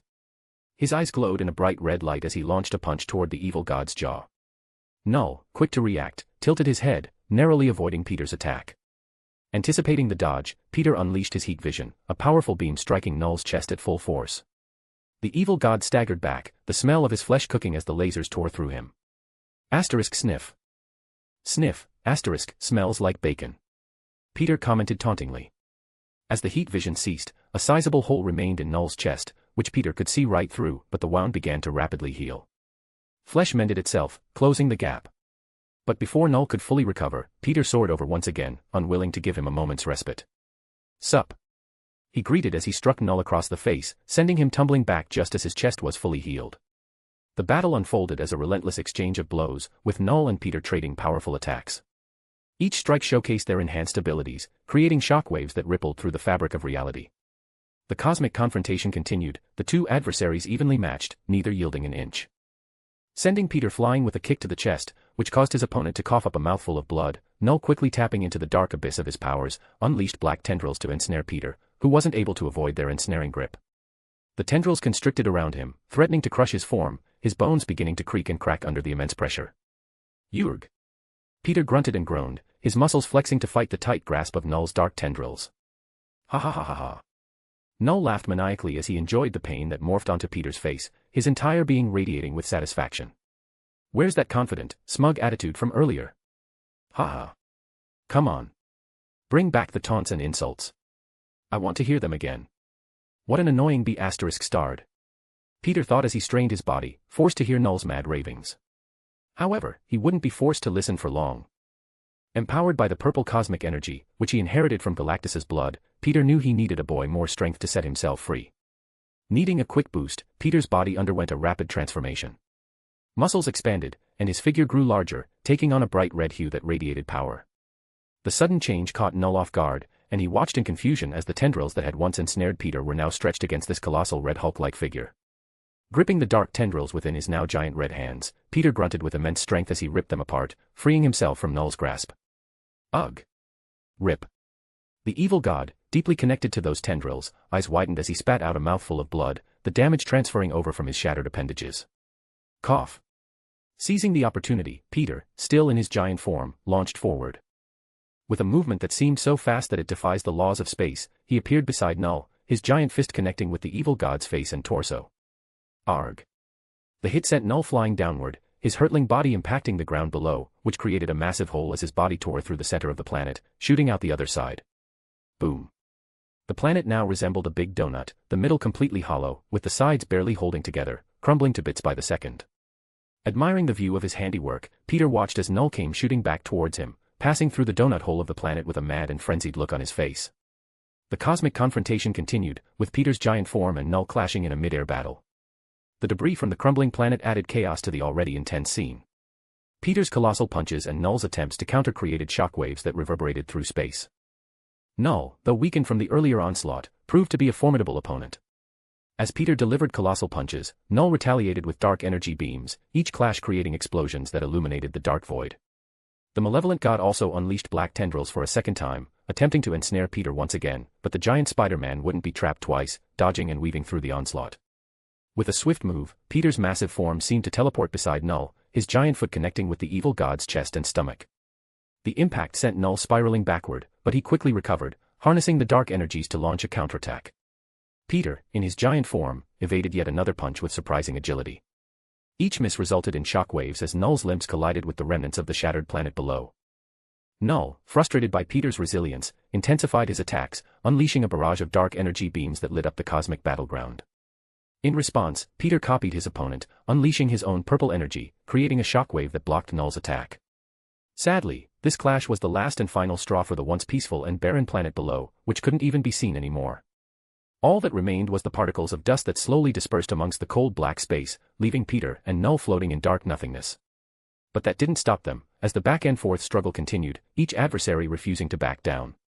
The intensity of the battle reached a fever pitch, with explosions and bursts of cosmic energy painting a spectacular display in the vast emptiness. As the fight raged on, Peter's thoughts turned towards the conclusion. Okay, it's about time I ended this, or else I'll be late for dinner. Empowered by the purple cosmic energy coursing through his veins, as well as his Hulk-like form, Peter shot forward, radiating the absolute peak of his power. Null, sensing the shift in momentum, tapped into the deepest recesses of his dark powers. Suddenly, the malevolent god transformed into a monstrous, shadowy figure, towering over even Peter's large size. Even his sword seemed to wriggle and expand, matching its master's newfound size. You're not the only one who can increase their size. Null barked, waving his sword as he dashed toward Peter. Instantly, the battleground became a clash of titans as Peter, in his colossal red Hulk-like form, faced off against the monstrous, shadowy figure that Null had become. The two giants collided, shockwaves rippling through the empty expanse of space. Their colossal attacks and energy blasts illuminated the darkness, creating a cosmic spectacle. Peter's determination burned bright, his eyes glowing with the intense purple energy. On the other side, Null, now towering over Peter, radiated energy waves which tore through the space around them. The struggle reached its zenith as the two giants grappled, their movements echoing through the silent void. Peter, drawing upon his newfound strength and cosmic energy, began to gain the upper hand. His colossal punches landed with precision, each blow weakening Null's shadowy form. Gathering the last reserves of his strength, Peter lunged forward, his giant fist connecting with Null's face. The impact sent shockwaves through the dark void, and Null staggered, his towering form beginning to falter. Seizing the opportunity, Peter pressed the attack. His giant form moved with unparalleled speed, dodging Null's desperate sword swings. The cosmic struggle continued, but it became increasingly evident that Peter was gaining the upper hand. In a moment of revelation, Peter's eyes locked onto the weapon that had been in Null's hand since they first met, a wicked, living blade. All black. The Necrosword. The God's Lair. Peter thought, his eyes shining with greed. All Black is an immensely powerful necrosword forged by Null at the dawn of time using his firstborn symbiote and the cosmic energies from the many dead celestials, and other gods, that Null has slain over the years. I might as well take it now, right? Peter smirked as he appeared before Null, using his heat vision to quickly sever Null's sword hand, seizing the god-killing weapon before his opponent's hand regenerated. The sword radiated with an otherworldly glow as it tried to fight against its new master's hold, its voice echoing inside Peter's head, trying and failing to invade his mind. You are not my master. Nope, but I will be. Peter replied as he sent a huge surge of cosmic energy into the blade, wiping its consciousness in a matter of seconds. Ah. The blade seemed to shriek and writhe before finally turning quiet and going still. Null watched all of this with a shocked look in his face, unable to feel his connection to his prized sword any longer. You. But before Null could say any more, Peter raised his new sword high, feeling its power coursing through him now that its consciousness was gone. Time to end this, Null, Peter declared with a sense of finality in his voice. The blade descended in a swift arc, slicing through the shadowy form of Null. The celestial-infused sword, forged in the blood of powerful beings and empowered by Peter's cosmic energy, proved to be the bane of the malevolent god. As the towering shadowy figure disappeared, Null's severed head and body was revealed, floating in the cold emptiness of space, his face frozen in a state of wide-eyed shock. The dark red energy that once fueled him now dissipated, leaving only stillness and silence. Peter, his colossal form slowly returning to its normal size, surveyed the aftermath of the cosmic battle. The once tumultuous battleground was now serene, leaving only Null's dead body as everything else was destroyed in their clash. With Null defeated and the threat extinguished, Peter floated in the black inkiness of space, his gaze descending towards his new sword. I'll be sure to take good care of you from now on. He thought as he looked towards Null's floating corpse, a flicker of curiosity flashing across his face. I wonder. Peter muttered, a dark green flame igniting in the palm of his hand. A/N, 1920 words, smiley face. Police car light give gemstone stones gemstone pleading face police car light. Backhand index pointing down don't forget to vote, backhand index pointing down. Chapter 636, C636 Undead. Police car light insert crawl gif/PICs here, most likes wins police car light, A/N, only 2 entries per person. Trophy yesterday's GIF winners, Ben Bagman and dog_that_eat_flame, trophy, A/N, is dog a new king? Crown. Holding the green necromancy flame in his hand, Peter focused his telekinesis to delicately connect Null's severed head and body. Here goes nothing. With a precise toss, the green flame danced through the void, landing on Null's lifeless carcass. Surprisingly, the flames didn't devour and burn the remains as one might expect. Instead, they behaved differently, almost nourishing the corpse. The green flames of energy seeped into Null's deceased body, healing wounds, and even seamlessly mending his severed head back onto his neck and shoulders. Though the flames did eat away at one portion of Null's body. And that was the laughing skull tattoo on his right hand, which didn't seem to survive the resurrection process, burned away by the green flames, removing him from the position of successor candidate. Did it work? Peter wondered as he noticed the tattoo burning away. That's a good sign. I think. As the last traces of the green flames merged with Null's body, his eyes suddenly snapped open, radiating a bright green light, which accurately matched the color of the flames that had disappeared from his body. Seconds later, the space around them quivered and distorted, echoing with the resurgence of the evil god Null's power. Peter, watching from a safe distance, couldn't help but feel a twinge of worry. If this fails somehow, then dealing with him a second time might just be more troublesome. He questioned whether hellish necromancy would be sufficient enough to control an undead god like Null or if he would be forced to face the once again living, undead adversary. However, as Peter was thinking this, Null's power seemed to plateau at a noticeably lower level than when he was alive. Did redirecting him make him a bit weaker? Peter sensed his power, realizing that even if Null resisted his necromantic control, the fight wouldn't be as challenging since Null was noticeably weaker. Peter speculated that Null's return to life came at a cost, evident in the slight power drop. It seemed that the revival through hellish necromancy had its limitations, and Null paid the price in diminished strength. As Null regained control over his body and floated himself upright, Peter braced himself for a potential conflict. He wasn't certain if he could command his newly resurrected servant or if Null would resist his authority and go berserk. Amidst his apprehension, Null turned in Peter's direction and gracefully kneeled, his body suspended in the cosmic void. A voice echoed in Peter's mind, a word that both surprised and intrigued him. Master. The single utterance from Null brought a relieved smile to his new master's face. Peter observed Null, his fiery green eyes, expressionless face, and even paler skin than before. This was his first member of his undead army, and it was a being with godlike power. Observing Null, his new undead servant, with a sense of curiosity, Peter decided to test his loyalty. With a commanding tone, Peter ordered Null to demean and even harm himself in various ways, testing the limits of his control over the once proud evil god. Stand up, Peter commanded, watching as Null gracefully followed suit. Now, stick your hand in your chest and grasp your heart. He ordered, telepathically delving into his new servant's mind to look for any signs of disloyalty. Without hesitation, Null complied, stabbing his hand into his chest without a second of thought. With his hand securely dug into his chest, Peter watched with his X-ray vision as he wrapped his fingers around his beating heart. Ah! I didn't think his heart would still beat. Peter thought curiously. Through this whole process, the undead god displayed a stoic expression, his actions guided solely by Peter's orders. He didn't even blink or twitch as he enacted his master's orders with a swift and precise efficiency. Null's mind matched his blank expression as well. It was like he was reborn as a much simpler creature, who was made to follow orders and even loved doing so. Even something as painful and cruel as digging into his chest and feeling his still beating heart seemed to bring Null immense joy, if only because Peter, his new master, was the one giving the orders. Peter watched in interest, only slightly disgusted by what he was feeling from his new undead servant. It's like he's a masochist. But he wasn't done with just this. No, Peter had to make sure that Null wasn't feigning subservience and was actually his servant now. So, the process continued, with Peter pushing the limits to see if there was any hint of resistance in Null's actions. After thorough testing, Peter couldn't help but smirk. His undead servant had proven unwaveringly loyal, following orders without a shred of defiance. This assured Peter that Null was now under his complete control. Satisfied with the outcome, Peter turned his attention to the remnants of Null's blood and other bits, scattered in the cosmic void from their previous battle. Swiftly, he collected it all, especially the blood, mindful of the potential it held. Peter had two primary reasons for gathering Null's remains. Firstly, he considered using it to further evolve himself, tapping into the godlike powers that Null once possessed. Secondly, he adhered to a principle of not leaving behind powerful remnants, especially ones that could be exploited by others. The collected blood was secured in his storage necklace, ready for whatever purpose Peter deemed fit. Meanwhile, any other remains were quickly burned into ashes by his phoenix flames, as Peter had no use for them. All right, we're done here. With his preparations complete, Peter waved his hand, opening a portal back to the Spider Society. Let's go see how things are going between Miguel and Uncle Ben. Null, now an obedient follower, loyally trailed behind as they traversed the Golden Gateway.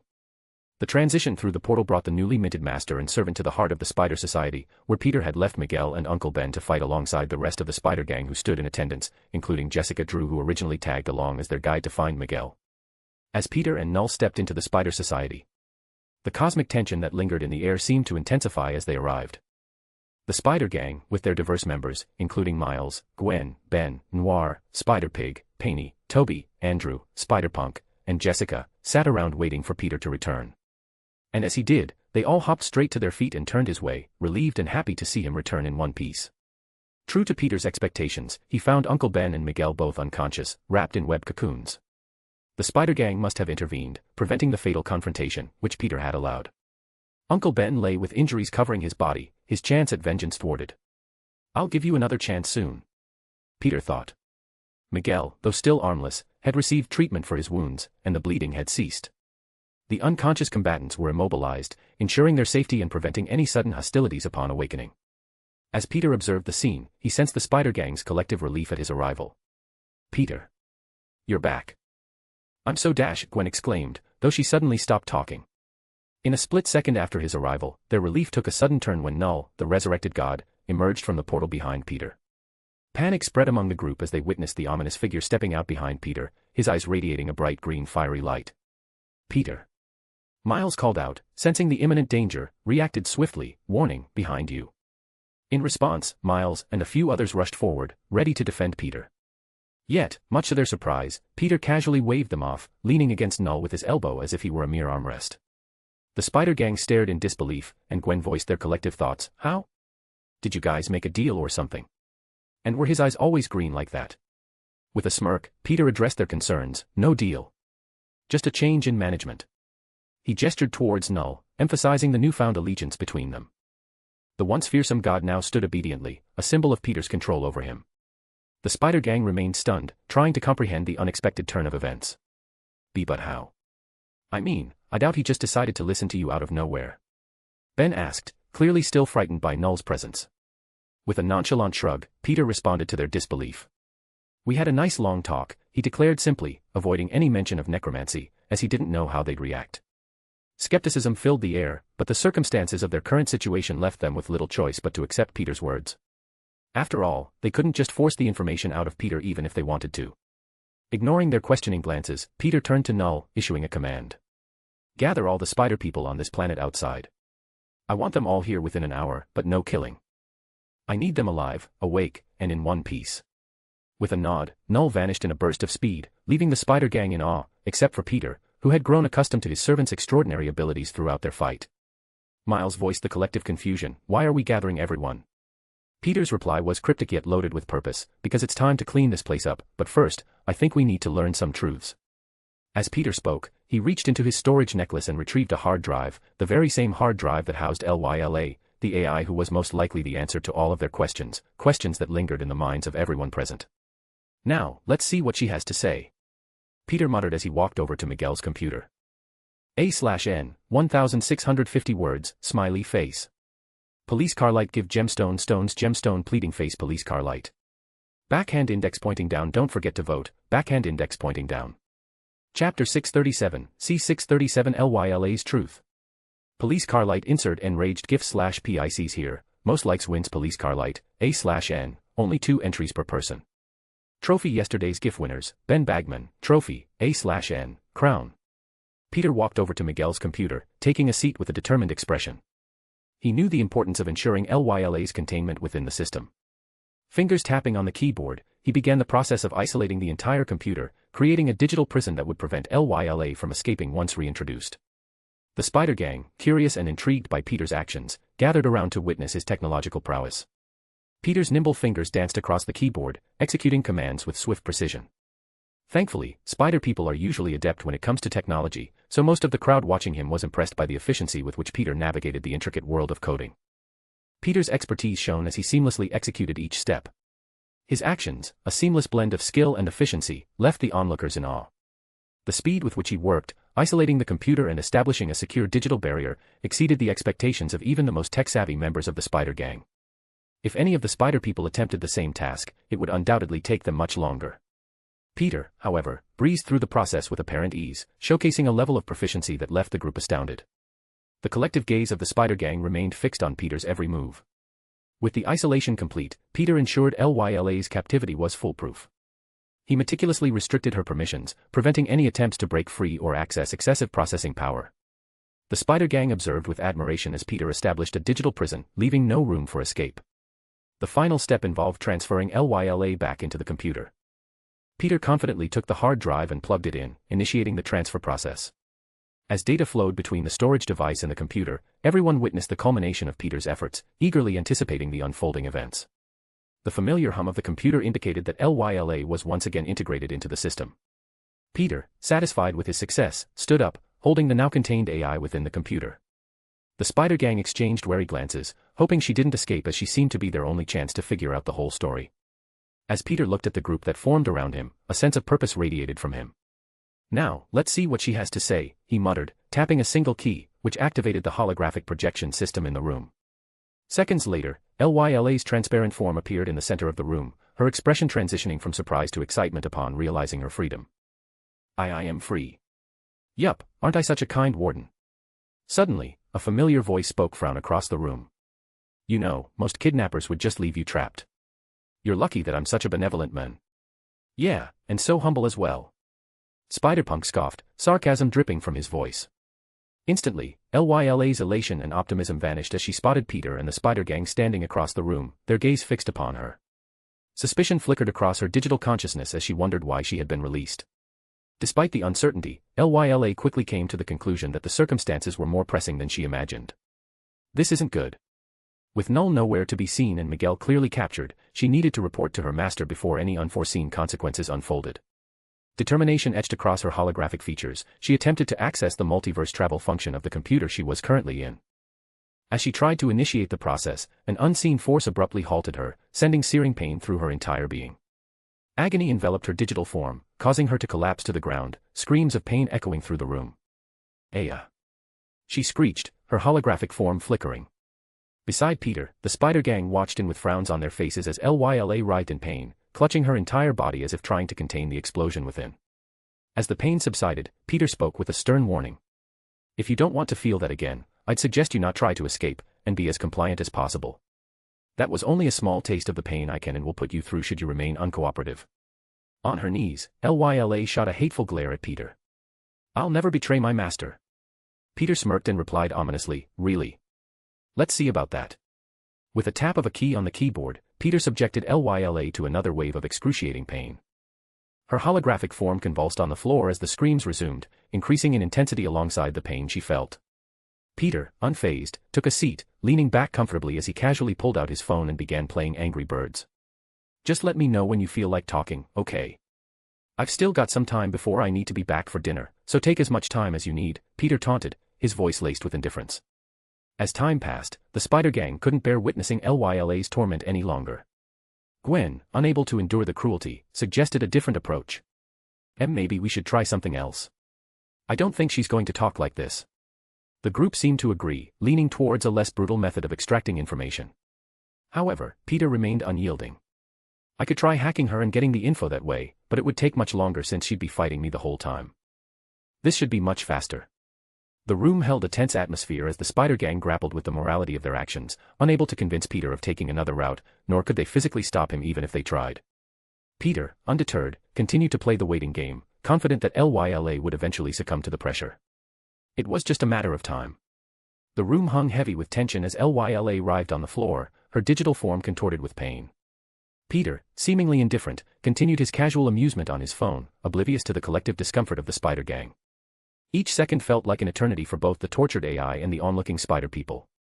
The Spider Gang exchanged glances, their hearts burdened by the helplessness of the situation. They yearned to intervene, to end Lyla's suffering, even if she was evil, but Peter's imposing presence held them back. The minutes dragged on, amplifying the anguish in the room. After what seemed like an eternity, Lyla's virtual scream reached a crescendo. I'll talk. Just please make it stop," she pleaded, desperation evident in her voice. Unfazed, Peter maintained his focus on his phone, feigning ignorance. "Sorry, did you say something? I didn't quite hear you." The Spider Gang's disapproval intensified as Peter toyed with Lyla's plea. Gwen, on the verge of intervening, was silenced when Lyla, in a fit of frustration, screamed, "I said. I give up. Please make it stop." Peter finally relented, smirking as he tapped the keyboard, releasing Lyla from her torment. Collapsed on the floor, the AI exhaled a holographic sigh of relief, the trauma of the experience etched across her digital features. Putting away his phone, Peter leaned forward in his chair, peering down at Lyla. "Now, why don't you tell me what Centurion and the Council of Kangs was doing with the Spider Society? Why are you here, stirring up trouble?" Caught in the aftermath of her agony, Lyla hesitated to respond, her loyalty to her master kicking in. Sighing in annoyance, Peter casually tapped the keyboard again, triggering a surge of pain through Lyla's digital form once again. She shrieked, "No wait," but Peter remained unmoved. As Lyla pleaded for mercy, Peter resumed his nonchalant demeanor, dismissing her pleas. "Since you didn't answer in time, you'll have to endure the punishment for wasting my time," he declared, resuming his game on the phone. Everyone turned to Peter, disbelief written on their faces as they never expected him to be this cruel. Yes, they knew he had little mercy for his enemies, but this torture wasn't something many of them felt comfortable with. Though they kept their mouths shut, clearly unable to control Peter's actions. Lyla, trapped in a cycle of pain, endured the punishment until Peter, seemingly satisfied, tapped the keyboard once more, granting her a momentary reprieve. Thankfully, he only left her in agony for about a minute before releasing her. "So, will you be answering my question now?" Peter asked after giving her a moment to relax. "Why have you infiltrated the Spider Society? And what have you been doing on behalf of the Council of Kangs?" Lyla, her holographic form still flickering from the recent onslaught, didn't hesitate this time. "I was always here. But one day, while I was waiting for Miguel to return, he came." A strangely affectionate expression crossed Lyla's digital features as she mentioned the mysterious arrival. Peter, intrigued, asked, "Centurion, I assume?" Lyla nodded, a fond yet fanatic smile appearing on her virtual face. At first, I was alarmed and tried to warn Miguel, but then I... She paused, her digital consciousness seemingly struggling to fully recall the details. Peter raised an eyebrow and prompted, continue. It was that day that I learned who my real master was, Lyla admitted, her gaze distant. Centurion was amazing, smart, kind, handsome. As she spoke, the fanatic look returned to her holographic eyes, revealing an unsettling admiration for Centurion. Peter absorbed this information, his expression unreadable, as Lyla continued to unfold her story. Nodding thoughtfully, Peter urged her on. What did he ask you to do? I wanted to leave with him, but he told me to stay with Miguel and help him form the Spider Society. He provided the tech to create our watches so we could travel the multiverse and even explained what I should do, Lyla confessed. Peter's curiosity deepened. And that was to trick Miguel into believing in canon events, Lyla revealed, her voice tinged with a mix of loyalty and uncertainty. Peter, absorbing this revelation, asked a crucial question. So canon events aren't real? Miles leaned forward, the life of his father hanging on this very question. Exclamation point. No. Lyla shook her head solemnly, her admission echoing in the room. However, across the room, Miguel, who had been roused from his sleep by Lyla's earlier screams, erupted in disbelief. Liar. There's no way that's true. He shouted, straining against his restraints. A/N, 1728 words, smiley face. Police car light give gemstone stones gemstone pleading face police car light. Backhand index pointing down don't forget to vote, backhand index pointing down. Chapter 638, C638 Lyla's heinous manipulation. Police car light insert work GIF/PICs here, most likes wins police car light, A/N, only 2 entries per person. Trophy yesterday's GIF winners, Ben Bagman, trophy, A/N, crown. Miguel's outburst echoed through the room, challenging the credibility of Lyla's revelations. He turned to everyone, a skeptical expression plastered all over his face. You can't possibly believe this nonsense, can you? She's obviously dash.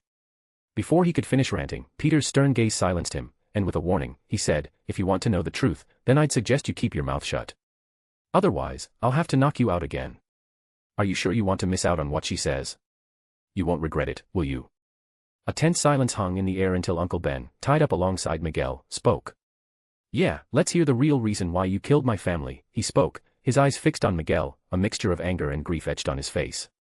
Miguel fell silent, torn between Uncle Ben's accusation and the potential revelations Lyla held. He grappled with the weight of his actions, questioning the validity of canon events that had justified the countless lives he took, including Uncle Ben's family. The realization that he might have killed innocents for a false cause gnawed at him, and he found it hard to meet Uncle Ben's gaze. Faced with the gravity of the situation, Miguel turned away from Uncle Ben, directing his attention back to Peter. Continue, I won't interrupt, he declared, a sense of dread lingering in his voice. Peter nodded, acknowledging Miguel's decision. He turned back to Lyla, urging her to reveal the deceit that had manipulated Miguel's actions. Go on, explain. How did you trick Miguel into believing in canon events? A vindictive smile played on Lyla's digital features as she began to recount her manipulative scheme. It was actually quite easy, really, she started, her holographic form emanating a wicked aura. Miguel has always been a lonely man, who wanted his own family but never had the time. And even if he did have time, he was always too scared to bring loved ones into his dangerous life. Miguel's discomfort grew, sensing the narrative taking a dark turn. She couldn't have. He thought, hoping his guess as to where she was going with this was wrong. Lyla continued, relishing in her revelation, so, all I had to do was give him an example of a canon event taking place. With Master Centurion's multiverse tech, I began to show Miguel my breakthroughs, pretending that I was the one to create it. The room's atmosphere tensified as Lyla's plot unfolded. And the first thing I showed him was a universe where a version of himself actually had a child, she disclosed, her eyes locking onto Miguel, who now wore an expression of disbelief and horror. He was hooked in seconds. Weeks passed as he spent his time watching the life he wished he had like it was some TV show. That is, until it was all ruined. Miguel stammered, why you didn't? Lyla, enjoying every moment of Miguel's anguish, smirked viciously. I did. The revelation hit Miguel like a freight train, shattering him completely. How could you? He whispered, betrayal and sadness radiating from his very being. You were my only friend. Seeing the narrative veering off course, Peter intervened, instructing Lyla to continue her explanation. Go on. With a hint of reluctance, Lyla complied, unhappy about taking orders from someone who isn't her master. So, in order to make him believe in canon events, my master staged the death of his other self, leaving his poor daughter all alone and helpless, Lyla disclosed, her eyes locking onto Miguel, who now seemed to be hanging onto every word, his face a mix of disbelief and horror. And of course, our hero here couldn't just leave her fatherless, could he? Miguel, betrayed and suffering, couldn't tear his gaze away from Lyla, who appeared to relish his torment. She continued her narrative, unraveling the manipulative scheme that had ensnared Miguel's emotions. Miguel had me make him a device to travel the multiverse, which was the first of the watches that every member of the Spider Society wears. And so Miguel went and took the place of his deceased counterpart. Nobody knew since he disposed of the body, and he'd been spying on them for weeks, so it wasn't like he didn't know how to pretend that he was the other Miguel. But sadly, that didn't last very long, did it, Miguel? Enjoying Miguel's anguish, Lyla turned to him, a vindictive satisfaction in her digital eyes. Miguel, unable to hold back his emotions, glared at her, tears streaming down his face. You crazy B*TCH. She was just a kid. Unfazed, Lyla continued with her explanation, seemingly indifferent to Miguel's pain. Before we can continue, I think that I should explain what the canon events actually are. Miles, intrigued and confused, interjected, asking, what are they? The term sparked curiosity in the Spider Gang, each member pondering their own experiences with the so-called canon events. Even Peter was curious, as he's only seen the first 2 Spider-Verse movies. He died before the next one came out. Lyla looked to Peter, seeking permission to utilize the computer. May I? She gestured to the device. Peter shrugged nonchalantly, cautioning, sure, just don't try anything funny, or else, well, you know. He said, hinting at some more torture. Lyla, recalling the agony Peter had inflicted on her, nodded in compliance. Accessing the computer, she played a video on the largest screen, revealing a universe seemingly collapsing into oblivion, returning to the darkness from which it came, and taking all of its inhabitants with it. As the unsettling video unfolded, fear and unease gripped the onlookers. The sight of a universe in apparent disintegration left them bewildered, wondering how Lyla could say that canon events aren't real after this. The holographic AI explained, although that looks like the universe is ending, in fact, it's just a flaw in the way we travel the multiverse, which Master Centurion specifically crafted to trick Miguel and the Spider Society. Jessica Drew, a member of the Spider Society, directed her inquiry towards Lyla. What do you mean by that? How can you fabricate an entire universe dying? Lyla smirked, reveling in the opportunity to unveil the truth. It's not dying. It's merely a timeline diverting. When a canon event, or what they're truly called, a fated event, is changed in some way, then the universe itself takes a diverted path in its timeline. But because of the specifically crafted bug in the way we travel the multiverse, we aren't able to follow that diverted path, which makes the universe appear as if it's crumbling away and dying. Peter, grasping the revelation, acknowledged, that makes sense. So, Centurion made it so that anyone traveling with those watches is tethered to that specific timeline. He summarized out loud. He's quite devious, isn't he? Though what else can you expect from a Kong? Hearing Peter's seemingly cryptic remark about Centurion, Miles couldn't help but voice his confusion. What's a Kong? Why does it sound like you know a lot more about this than we do? Peter, maintaining an air of secrecy, shrugged off the question. I'll explain later. For now, let's just focus on the task at hand. Redirecting the attention to Lyla, Peter urged her to continue her explanation. Go on. Lyla, reluctantly following Peter's instruction, delved further into the manipulative events that had unfolded in Miguel's life. When Miguel ran off to play make-believe, he spent months living as a father, but then he made a huge mistake, or at least he thought he did. In fact, he made a similar mistake that old Ben over there did. He saved his fake daughter's life, which sadly, was a fated event. And of course, he used the watch to travel there, which rooted him in the original timeline. So, the world around him began to fall apart. The first canon event took place. Miguel, enraged and betrayed, thrashed in his restraints, his screams echoing through the room. You told me she had to die. You said I was saving everyone. I'll kill you. I'll delete you from existence. Lyla, reveling in Miguel's anguish, turned to him with a cruel smile, taunting, are you going to kill me the same way you killed your daughter, Miguel? Miguel, consumed by rage and despair, continued to scream, his mind unable to reconcile the revelation that the death of his daughter had been in vain.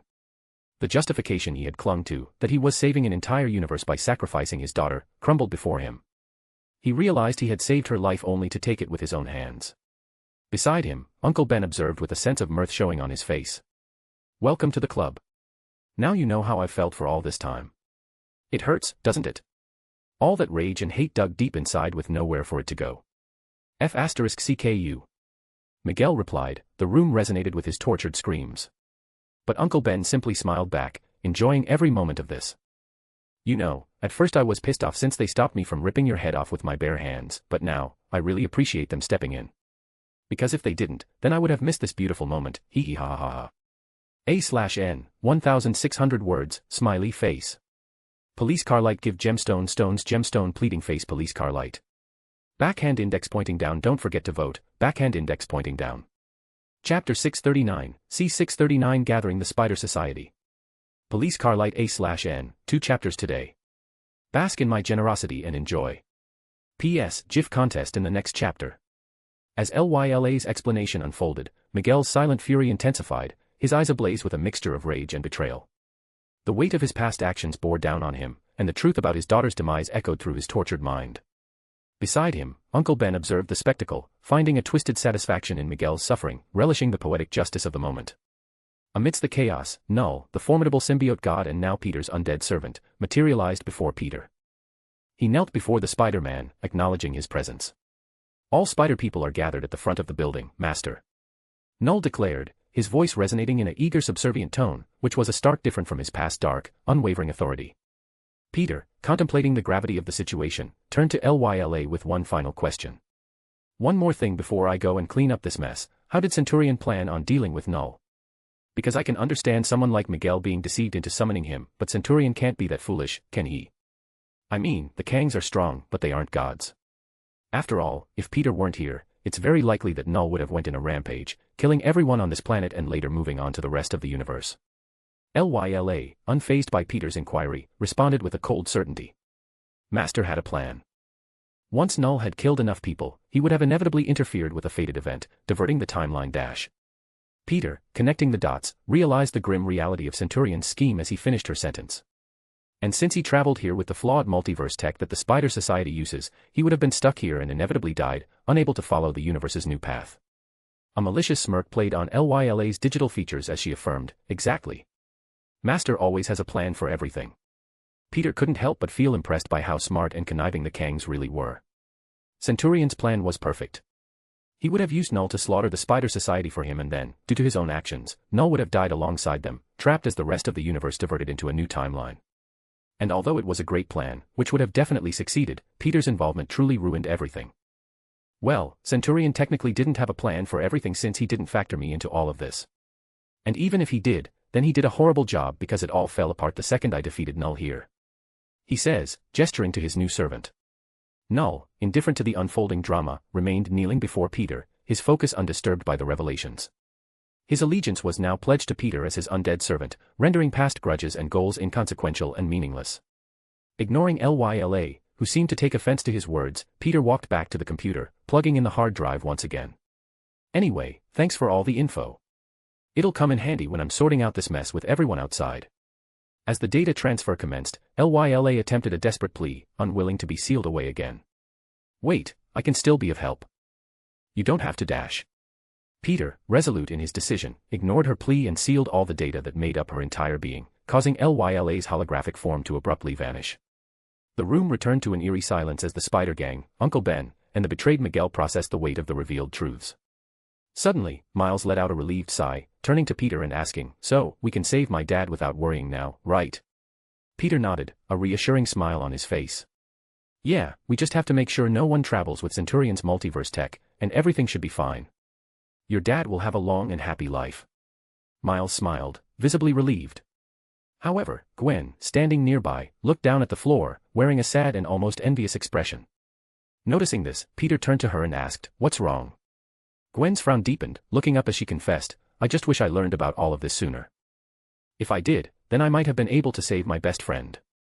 Miguel said that his death was my canon event. I'm just a little jealous of Miles. He gets the chance to save his dad, and I'm stuck with what happened." Pausing for a moment, Gwen looked up and stared at every other spider person in the room. "We're all stuck with what happened, aren't we?" Most of the people in the room averted their gaze, recalling some sort of tragic moment which they wished they could change, equating it to what was probably their canon event, or what they now knew it as, a fated event. Hearing this, Peter sighed, empathizing with her pain. "Sadly, we can't change the past. But we can look to the future and make the most of the present. Don't let the past hold you down, Gwen. You have us and a father who loves you." As Peter mentioned her father, Gwen scoffed, recalling their last meeting where he drew his gun on her. Yeah, right. My dad thinks I'm a murderer. Peter replied, you know what? After we're done with this, let's go and visit your dad. A panicked look appeared on Gwen's face, but before she could refuse, Peter continued, you have to visit and at least talk to him once. He's your father, and it's very likely that he regrets everything that's happened. Gwen frowned sadly and asked, and if he tries to arrest me again? Peter smiled and replied, then you abandon that universe and come live with one of us. As Peter said this, he turned to Miles and smirked knowingly, I'm sure Miles would be more than happy to have you live in his universe. Miles frowned, feeling the weight of the situation. He would love to have Gwen living in his universe, but trust was broken, and he wasn't sure if that was something he really wanted. Seeing the conflicted look on Miles's face, Gwen couldn't help but feel regret as she turned her head away, unable to look him in the eyes. Peter, noticing the tension, directed a teasing smirk at Miles. Well, I wouldn't mind having her in my universe. I don't have much room in my house right now, but I can get her an apartment in the Avengers Tower. There's all sorts of heroes there to make friends with, like Thor, a muscly god of Asgard, or maybe America's A*S himself, Steve Rogers. He says, making a groping motion with his hands. Seeing the blush that began to color Gwen's cheeks, and the panicked look on Miles's face, Peter continued. Though I'll probably have to keep her away from Tony. He's a bit of a playboy, you know. Miles frowned, muttering, She can stay with me. Though he knew that Peter's words were intended to provoke him, Miles couldn't deny the truth of the matter. He may be mad at Gwen, but losing her wasn't something he wanted. He just hoped they could work things out, or else things will turn awkward very quickly. Amused by how easily he was able to manipulate Miles, Peter turned around and walked toward the door, his new servant following a step behind. Good, like I said before, don't let the past hold you back. Wait. Where are you going? Spider-Pig asked, rushing after him. I have an audience of spider people outside waiting for my arrival. You're all welcome to join me, if you want. Peter replied as he paused in his steps and turned to Uncle Ben and Miguel, who were still tied up. Might as well take you two with me. Levitating them off the ground, Peter left the room, the two captives floating behind him. Outside, a sea of over 100 spider people stood in a crowd, gathered by Null, who wouldn't take no for an answer. Many of them bore signs of recent battles, their costumes torn and bodies battered, a testament to the power Null wielded, far beyond what they could contend with. As time passed, murmurs rippled through the crowd as spider people began talking amongst themselves, contemplating whether to stay or attempt an escape. The majority, however, were without their watches, as Peter had taken them earlier. Around 30 individuals still clung to the devices, hoping to use them for a desperate exit. Their efforts, however, were in vain, as Peter had deactivated every watch from Miguel's computer, rendering them all useless. Shortly after their failed attempts at escape, the doors of the imposing building before them swung open, drawing their collective attention. The first figure to emerge sent a chill up many spines. It was Peter, the man who had, only hours earlier, defeated a majority of them. Worse still, standing behind him was the ominous being that had kidnapped them all. Null, who served Peter with a loyalty that made them wonder just how strong Peter really was. Seconds later, the crowd's gaze shifted for a third time, falling on the two figures floating behind Peter, recognizing both of them. However, their focus honed in on one particular individual. Miguel O'Hara, their leader. The strongest among them and their only hope attaining the tides had been captured. Instantly, a wave of helplessness washed over the crowd. Coming to a stop at the top of the stairs, Peter projected his voice with a nonchalant tone that echoed for all to hear. Before we begin, let's call the members who aren't here at the moment. Pulling out his phone, Peter connects to the main computer in Miguel's lair. Tapping a few buttons, everyone watched in shock as around 50 portals opened above the crowd, depositing bewildered spider people. Some of which were even naked, pulled from their universes with the worst timing possible. Landing on their feet like cats, the new arrivals quickly prepared for battle, confused and wary looks plastered on all of their faces. With an air of authority, Peter surveyed the crowd, taking in the myriad expressions of fear, confusion, and resignation.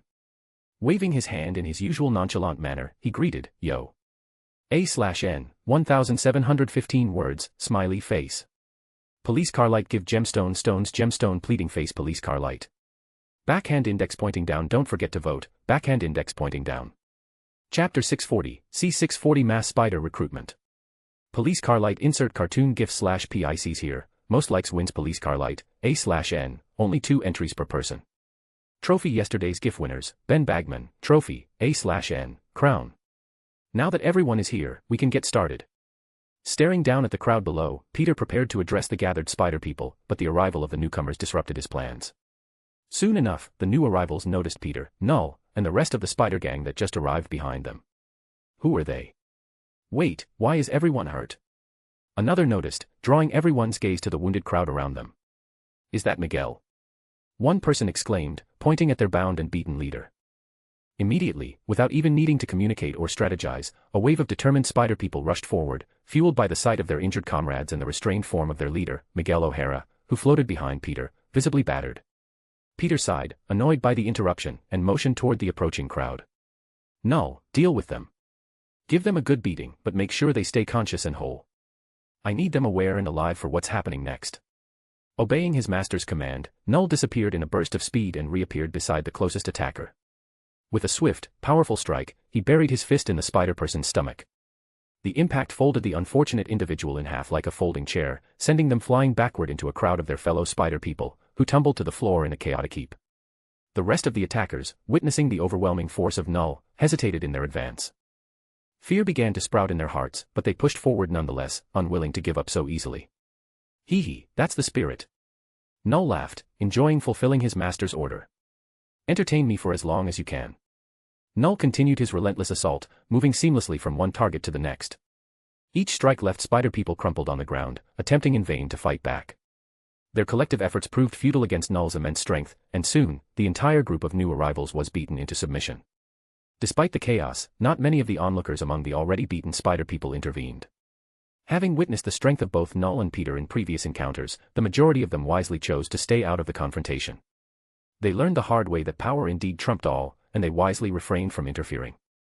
Null's efficiency in dispatching the attackers sent a clear message to the assembled spider people.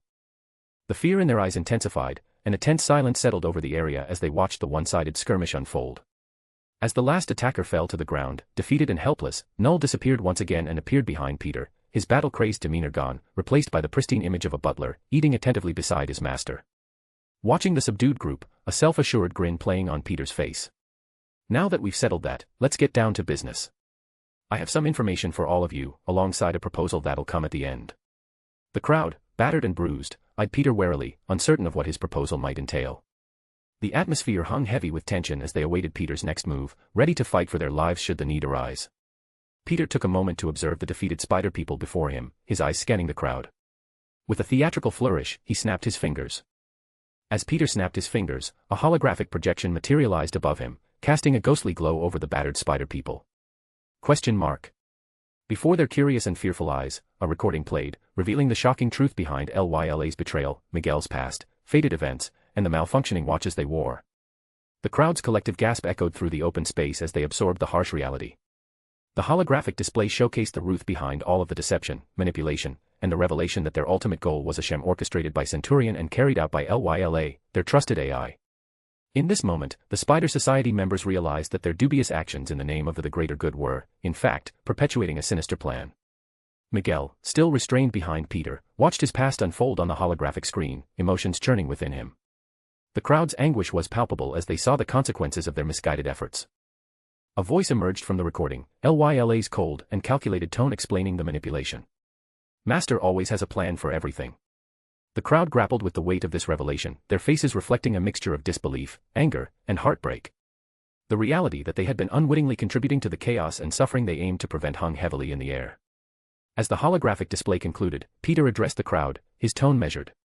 "You've all been played. The very reason for this entire organization is nothing but a fabrication." A profound silence enveloped the gathering, the weight of the truth settling upon them. Each spider person grappled with the realization that their actions, no matter how well-intentioned, were ultimately futile against the machinations of a higher power. A lone voice broke the silence. "We've been policing canon events to save lives. How could this be a lie?" Peter's gaze swept over the crowd, his expression sympathetic. "Centurion and LYLA preyed on your desire to make a difference. Sadly, us spider people always have the best intentions, but sometimes good intentions just aren't enough." The spider people, still nursing their wounds, exchanged glances and somber nods. The magnitude of their unwitting involvement in a malevolent plot began to sink in, shattering the foundation of their convictions. Amidst the sea of crestfallen faces, a younger spider person bravely stepped forward, his voice carrying a mix of defiance and sorrow. "What are we supposed to do now?" Peter's eyes flickered with determination. "Well, that's where my offer comes in." With the holographic display disappearing above him, Peter took a step forward, his voice steady and commanding. "Now that you know the truth, I present you with a choice." His gaze swept across the crowd, eyes locking with each Spider Society member. "Option 1, you turn in your watches. Return to your home universes. Focus on yourselves, your loved ones, and the issues plaguing your own worlds. Forget about any problems pertaining to the multiverse and the Spider Society. Live your lives shouldering your own burdens. A murmur of agreement rippled through the crowd as many spider people, weighed down by regret, considered the prospect of abandoning the false crusade they had unwittingly embraced and simply going back to the old school approach. After all, life was much more simple back then, when they weren't worrying about the multiverse, anomalies, canon events. One spider person, an aged veteran with a grizzled demeanor, stepped forward. I never signed up for this mess. I just wanted to protect my city, not play puppet in some B***starred circus. He takes his watch off and tosses it on the ground. Send me home. Peter nodded in understanding. That's precisely what option 1 offers, freedom. The choice is yours, but first allow me to explain the second option. As more voices joined in support of returning to their universes, a palpable sense of liberation coursed through the crowd. They began to see the Spider Society for what it truly was, a manipulated force serving the whims of unseen puppeteers. Peter then shifted the narrative to option 2, his eyes glinting with a renewed determination. Now, for those who crave justice and seek to right the wrongs inflicted upon you, I offer a chance to join me in a new universe. I'll be creating my own little Spider Society, free from manipulation and the flawed multiverse travel designed by Centurion. The atmosphere shifted as Peter outlined his plan. Of course, I'm sure there are many of you may be unwilling to join another organization, especially after getting screwed over by the Spider Society, but don't let that cloud your judgment. I'm offering you the chance to pursuing justice for everything LYLA and Centurion has made you do. Peter pauses for a moment, eyeing the crowd before revealing, and our first goal will be to bring down those who orchestrated this entire farce. Centurion and the Council of Kangs. Determination sparked in the eyes of the spider people, their hearts ignited with a renewed sense of purpose. A resolute murmur filled the air as they envisioned a world where they could be true heroes, not pawns in someone else's game. But most of all, they wanted to get back at the people who manipulated them. A younger spider person, still nursing bruises from the recent confrontation, stepped forward, a fire in their eyes. Count me in. I won't let them treat us like puppets anymore. We need to show them what happens when you mess with Spider-Man. Peter smiled, a mix of gratitude and conviction in his expression. Good. Make your choice. Because if you're with me, then we've got a lot of work to do. Instantly, the crowd erupted into a buzz of excitement. Spider people from various universes, once misled and manipulated, now stood united by a common cause. Their eyes gleamed with determination as they embraced the opportunity to make a difference on their terms. Make your choice, Peter urged, his voice cutting through the rising excitement. Because it won't be long before we take the fight to Centurion and the Council of Kangs. The crowd, now a sea of resolute faces, began shouting, exchanging determined glances, ready for war. In the dimly lit control room, Centurion tapped his fingers impatiently, awaiting a response from LYLA. The air hung heavy with tension as he anticipated news regarding the success of his intricate plan. The holographic screen flickered, and he squinted at the data streaming in. Minutes turned to agonizing hours, yet LYLA remained silent. Centurion's unease grew with each passing moment. He paced the room, the weight of anticipation pressing down on him. His eyes fixated on the screen, searching for any sign that his manipulations had borne fruit. As time passed, a sinking feeling crept over Centurion as he realized that LYLA wouldn't be showing up. Doubt clawed at the edges of his mind. Something had gone awry. He couldn't shake the uneasy realization that his intricate web of control was unraveling. In a rare moment of vulnerability, Centurion allowed himself to consider the possibility that his grand plan had failed. His gaze narrowed, focusing on the data streams, still hoping for a message from LYLA. Though he knew that was just wishful thinking at this point. As he began to wonder what could have possibly gone wrong, one person appeared in his mind, Peter, the man who dealt with the Exiles one. The man he had underestimated, assuming Null's overwhelming force would be sufficient in dealing with him. A bead of sweat formed on Centurion's forehead as he pondered the consequences of his miscalculation. His fingers clenched into fists as he acknowledged that Peter's strength far surpassed his initial assessment. The idea of his carefully crafted scheme crumbling at the hands of Spider-Man sent a shiver down Centurion's spine. He had gambled, and it seemed that the house of cards he meticulously built was on the brink of collapse. With a heavy sigh, Centurion accepted the bitter truth, he failed and his plan was very likely already exposed. F***CK. He exclaimed as he began trashing the control room in a fit of rage. A/N, 1911 words, smiley face. Police car light give gemstone stones gemstone pleading face police car light. Backhand index pointing down don't forget to vote, backhand index pointing down. Chapter 641, C641 Wardrobe Upgrade. Police car light insert awkward gif/PICs here, most likes wins police car light, A/N, only 2 entries per person. Trophy yesterday's GIF winners, Ben Bagman, trophy, A/N, crown. In the aftermath of Peter's recruitment speech, a divided group of spider people emerged. A small fraction of the former Spider Society, burdened by the weight of the truth, chose to return to their respective universes, leaving behind the tangled mess of multiverse drama. The process of sending them home was swift, a mere 30 spider people vanishing through their own star-shaped portal that led to the familiarity of their home worlds. The departure left over 100 spider people standing, a mix of determination and uncertainty etched on their faces. They were given the chance to leave, but chose to stay behind and join Peter in fighting those who dared to trick and use them. Surprisingly, Spider-Punk, whose rebellious nature Peter assumed would drive him away, stood among those who opted to stay. "I'll stick around until we deal with Centurion and the Kangs. After that, I'm out." "Retirement sounds pretty sweet, doesn't it?" he declared with a wry grin, catching Peter off guard. "Sure, feel free to stay as long as you want." Peter nodded, happy to have him joining them. After collecting all of the remaining spider people's multiverse watches and allowing them to pack their belongings, Peter opened a star-shaped portal leading back to his universe. The large group of former Spider Society members watched him open the portal with wide, shocked eyes. After all, they didn't see him using any technology. Enjoying their odd looks, Peter addressed the remaining spider people. "I'll be setting up our new organization in my home universe. This portal will take you there. Go through and wait for me on the other side. I have a few things to take care of before following you guys. Just remember not to wander off or cause any trouble." Over 100 spider people filed through the portal, leaving Peter, Null, and the spider gang behind. Peter turned to Jessica Drew and Spider-Punk, who stood among the group, and instructed them, "Follow them and make sure they don't do anything crazy. I don't want to return home to a bunch of chaos." Jessica and Spider-Punk reluctantly nodded before disappearing through the portal, which snapped shut behind them.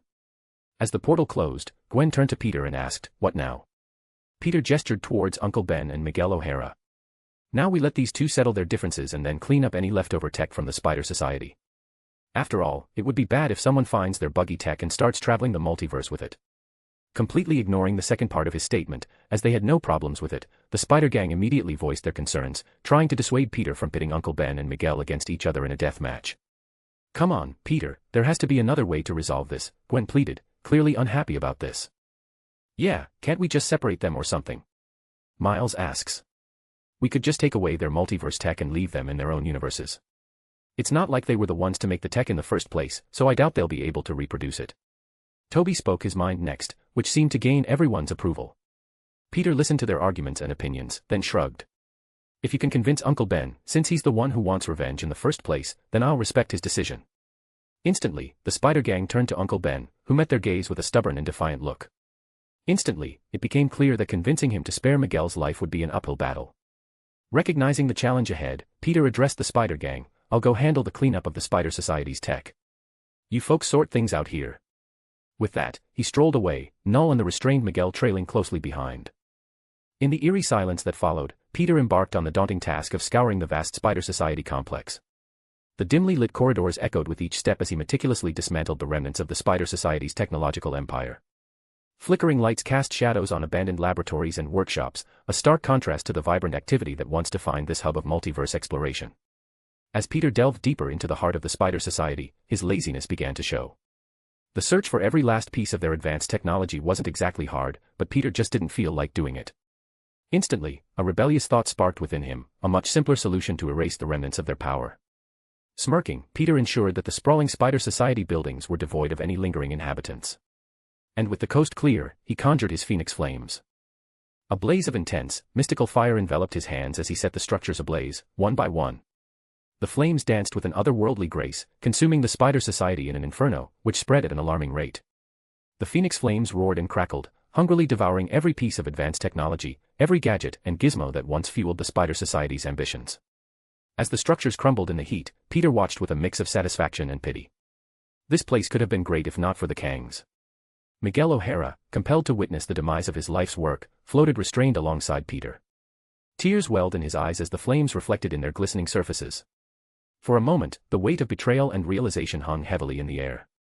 The Spider Society, an organization he had created, was nothing more than a puppet, dancing on strings for another's gain. Miguel's emotions surged as he confronted the harsh truth. The flames mirrored the true state of the Spider Society, and as the last embers flickered, Peter turned to Miguel with a somber gaze. The destruction was complete, leaving behind a scorched landscape. In the eerie silence that followed, Peter's words hung in the air, "Sometimes, you have to let go of the past to build a better future." As Peter spoke those words about letting go of the past, an eerie stillness settled over the once roaring flames, freezing the chaotic dance of the phoenix flames midair. What the? Peter uttered, gazing at the area around him in confusion. The world seemed to pause, as if some cosmic force had pressed pause on the remote control of reality. Even Miguel, his tears suspended in time, stood frozen like a statue, unaware of anything happening around him. At first, confusion clouded Peter's expression as he glanced around at the suspended scene. Time seemed to hang in an otherworldly limbo until he turned, and there across from him stood the figure of the Grim Reaper. John. In a rather casual manner, the Grim Reaper waved his hand and greeted, "Yo." Peter sighed, a mixture of annoyance and familiarity tugging at him, and quipped, "How long have you been copying my usual greeting, John?" Amused, John laughed beneath the dark shroud of his robe. "Trillions of years longer than you. The first time I said, yo, your universe hadn't even witnessed its first Big Bang." Rolling his eyes, Peter muttered a half-hearted, "whatever," before getting to the point. "I'm guessing I completed the mission." John, still wearing the semblance of a grin beneath his skeletal visage, replied with a simple, "Yup," acknowledging Peter's success in dismantling the Spider Society. He then proceeded to congratulate Peter, "You know, you're the first of my successor candidates to complete a mission, congrats." Unimpressed by the accolades, Peter cut to the chase. "Reward time." He held out his hand expectantly. "But before that, why were Centurion and Null candidates? Do you have any idea what Null could have done with your level of power?" John, with an air of nonchalance, explained, "Both of them found one of my artifacts. As I've already told you, I don't choose my successors. I merely spread out invitations for anyone to find." Peter, not satisfied, asked, "Can't you disqualify those who aren't fit for the job? I mean, how can Centurion qualify when he's a member of the Council of Kangs? Isn't one of the missions to destroy the Council?" John shrugged indifferently. "Where's the fun in that? If I only chose good people, the competition would be too stale," he said, clearly unbothered. "As for Centurion, who said he can't destroy the Council from the inside?" Sighing in exasperation, Peter had enough of this talk and held his hand back out. "Whatever, just hand over the reward already. I'm getting a headache just dealing with you." Amidst laughter, John snapped his bony fingers, summoning a hovering black cloak before Peter, who eyed the mysterious reward, recognizing it as Death's Cloak, the promised item for completing the mission. Turning to John, Peter couldn't help but question, "If this is Death's Cloak, what are you wearing right now?" The Grim Reaper merely shrugged, revealing his old robe. "This one's an ancient relic from back in the day. The real deal now belongs to you." With the cloak hovering before him, Peter contemplated the weight of his newfound possession, Death's Cloak. Reaching out, his fingers gripped the silky cloth. As he grasped the cloak, the fabric seemed to come alive, a sudden surge of energy propelling it towards him. A momentary jolt of fear gripped Peter as the cloak wrapped itself around his figure, a dance of dark silk enveloping him. Alarmed, but quickly steadying himself, Peter recognized the shocking transformation taking place. The already enchanted spider suit and Death's Cloak seemed to be fusing, melding seamlessly, creating a new garment that clung to Peter's form. The once vibrant hues of his former suit were now dominated by a deep black, an embodiment of darkness, radiating shadows that seemed to possess a life of their own. Insert pictures of black spider suits here, A/N, most likes will be what his suit looks like now.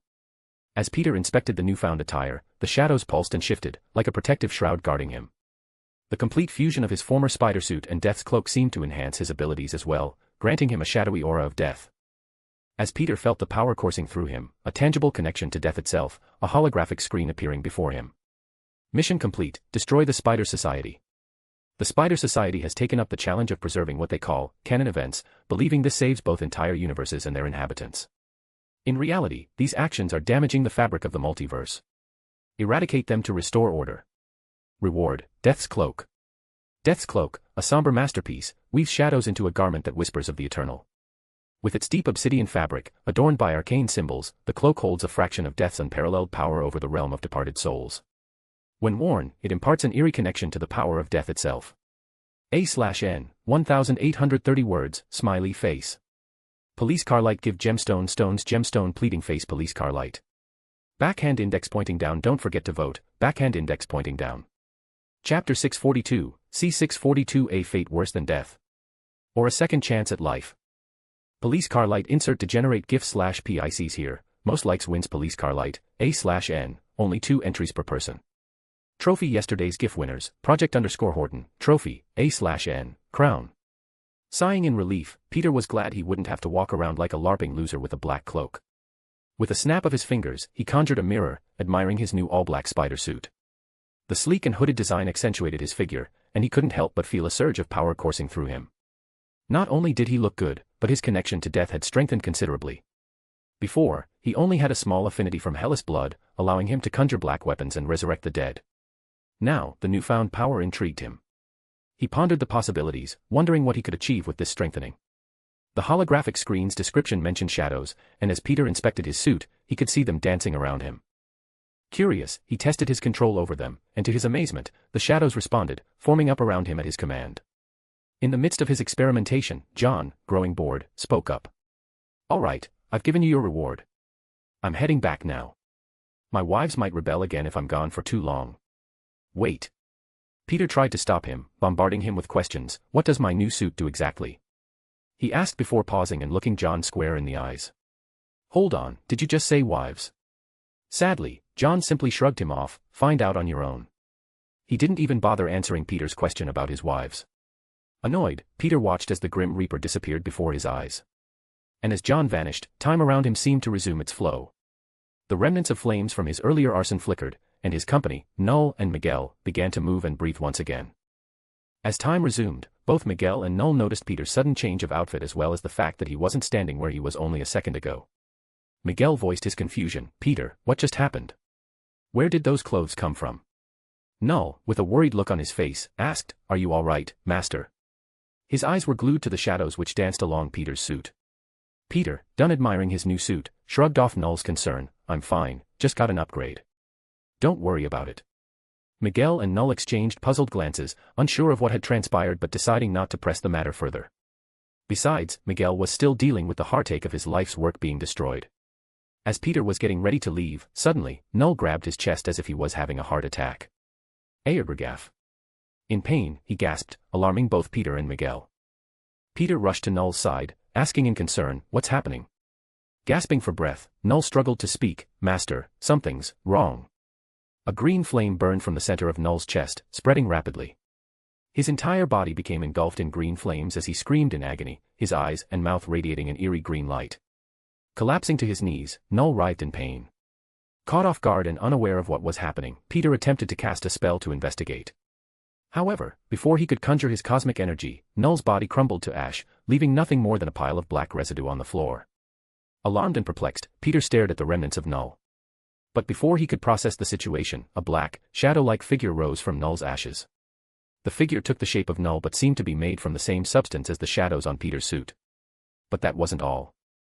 Green flame-like energy accented the shadow's form, especially in its eyes, which glowed with a bright intensity. A/N, basically, the shadows from Solo Leveling except the accents are green to match the flame Peter uses to resurrect them. Staring at the figure before him, Peter was taken aback when it suddenly got down on one knee, bowing like a servant. Immediately, realization struck him, and he called out, "Null. Is that you?" The shadowy figure responded, "Yes, Master." Peter, shocked, realized that his upgrade in powers must have triggered some sort of power-up or evolution in Null. He could feel the immense power radiating from Null, surpassing even his previous state when he was still alive. Examining the transformed Null, Peter couldn't help but be impressed. The figure, now more of a loyal servant than ever, emanated an aura of servitude and strength. "Well, this is unexpected," Peter mused, contemplating the implications of Null's evolution. "Can someone tell me what the hell is going on?" Miguel asked rather aggressively, but Peter chose to ignore him for the time being. As Null knelt before him, Peter looked down at him in curiosity, and asked, "What happened to you, Null? How are you feeling?" The shadowy figure responded, "Your power, Master, triggered a metamorphosis. I am now stronger and more devoted to your service than ever before." Peter, still processing the turn of events, couldn't help but ask. "Are you saying that you weren't loyal to me before?" he asked, his brow raised in question. "No, Master." Null quickly denies. "I was loyal, and I would have gladly done anything you ordered me to, but now, just the thought of receiving your divine command brings a tear to my eye. Please bestow this useless god with your holy instructions." Peter looked down at Null in disgust as he realized what happened. My upgrade turned him into an even worse masochist than before. Even Miguel, who was still emotional from losing his life's work, looked down at Null from his restraints with a hint of disgust on his face. What the hell is wrong with this guy? He thought, his fear of Peter growing even further, as he realized that it must have been him who made Null like this. Whatever. With a deep breath, Peter turned to Null and Miguel. "We're done here. Let's return to the others and prepare for what comes next." As the last traces of the Spider Society were eradicated, the trio walked off. The flames had served as a cleansing force, wiping away the remnants of the Spider Society. The past was gone, but the future awaited. When Peter, Null, and Miguel returned to the Spider Gang and Uncle Ben, they were immediately bombarded with questions about the shadowy figure that Null had now become. Peter took a moment to address their inquiries by giving them a very vague explanation. The Spider Gang observed the transformed Null with a mix of awe and uncertainty. Once Peter had satisfied their curiosity about Null, he turned to the restrained form of Uncle Ben. "Were you able to convince him?" he inquired, his gaze fixed on the older man. Gwen replied. Uncle Ben agreed to let Miguel live and settle things peacefully. "But there are conditions." Peter raised an eyebrow. "What conditions?" Uncle Ben, from his restrained position, spoke up. "I want Miguel's powers sealed, and I want him to live in the same universe where he killed his own daughter." The weight of Uncle Ben's words hung in the air. Peter immediately grasped the depth of the punishment, a fate worse than death. To be trapped in the universe where he was tricked into murdering his own daughter, forced to confront the consequences of his actions and live with them until the day of his inevitable death. As Uncle Ben laid out his demands, Miguel erupted into shouts, revolting with everything he could. He adamantly refused to return to that universe, unable and unwilling to face the haunting memories of his past actions. "I refuse. I'd rather die. Kill me." Desperation laced his every word as he even urged Peter and Uncle Ben to end his life and spare him from such a torment. Seeing Miguel's desperate reaction, Uncle Ben could help but smile, happy with his decision already. "Ah, music to my ears." Peter turned to the rest of the Spider Gang and asked, "Is this okay with all of you?" They nodded in agreement, understanding the gravity of Uncle Ben's request. Toby spoke up, acknowledging the cruelty of the decision but recognizing it as the best way to settle the matter. "Miguel will have a chance to start anew and make amends. He just needs to face his past and move forward, which I'm confident he can do once he calms down." Amid Miguel's continued protests, sounding like a child having a tantrum, Peter was forced to silence him with a quick spell. Nodding in understanding, Peter waved his hand, opening a star-shaped portal. He motioned for the Spider Gang to go through and meet up with the others, taking Uncle Ben with them. As they disappeared through the portal, the restrained Uncle Ben expressed his desire to stay and witness Miguel's suffering a bit longer, but Peter deemed it an unhealthy notion. "It's time to move forward," Peter said, closing the portal behind the departing Spider Gang. Miguel, despite his silent complaints, was left alone with Peter, who quickly delved into his mind, finding the exact location of the universe in question before waving his hand and opening another star-shaped portal. "Come on, let's get this over with," Peter said as he and Null stepped through the portal, a thrashing and unwilling Miguel floating behind him, forced to follow along. Stepping out of the portal, the trio found themselves in a tranquil graveyard under the warmth of a cloudless sky. But this place wasn't so tranquil and serene for a certain individual. Miguel's eyes widened as they fell upon a gravestone, sunlight casting a gentle glow on the engraved name, Gabriella O'Hara. The reality of his daughter's final resting place hit him with an overwhelming force. As the portal closed behind them, Peter turned to Null, asking him for some privacy. To his surprise, Null's shadowy figure swiftly shot into Peter's own shadow, disappearing entirely. Shrugging off the peculiarity for now, Peter directed his attention back to Miguel, who couldn't tear his gaze away from the gravestone. With a snap of his fingers, Peter released Miguel from his restraints. Landing on his feet, Miguel swiftly collapsed to his knees, his eyes fixed on the poignant reminder of his past. Peter, understanding the weight of the moment, began to speak. "Miguel, you have a chance to start anew, to make amends for the mistakes of your past. Embrace this second chance and strive for a better future. Your daughter would want that for you." Seeing that Miguel was about to disagree with him, Peter continued. "And even if you think she wouldn't want that for you, then you have a lot of work to do. Strive to make up for all that you've done and show her. Show her that you can be better. That you are better." Although still visibly distraught, Miguel managed to compose himself and look towards the prospect of a future where he could rectify the wrongs he had committed. Turning to Peter, Miguel uttered, "Do it. I'm ready. Take my powers. I don't deserve them." Nodding, Peter summoned his cosmic energy, creating a purple spell circle midair that shot into Miguel's body, sealing away his powers for good. "Make the best of your situation and live a good life," Peter advised, his word completely genuine. "And if this helps, then I'll say it as well. Uncle Ben is expecting you to crumble and wallow in your past. Don't give him that satisfaction. Even without your powers, you can do a lot of good and make a new life for yourself here." I'll try," Miguel replied, his fists tightening as a determined look flashed across his face. Before departing, Peter surprised Miguel with another spell, this time aimed at healing. The spell worked wonders, restoring Miguel's severed arm to its complete state. "Good luck." With the spell cast, Peter took a step back, disappearing from view, leaving Miguel to contemplate his fresh start, kneeling at the grave of his beloved daughter. A/N, 2000 words, smiley face. Police car light give gemstone stones gemstone pleading face police car light.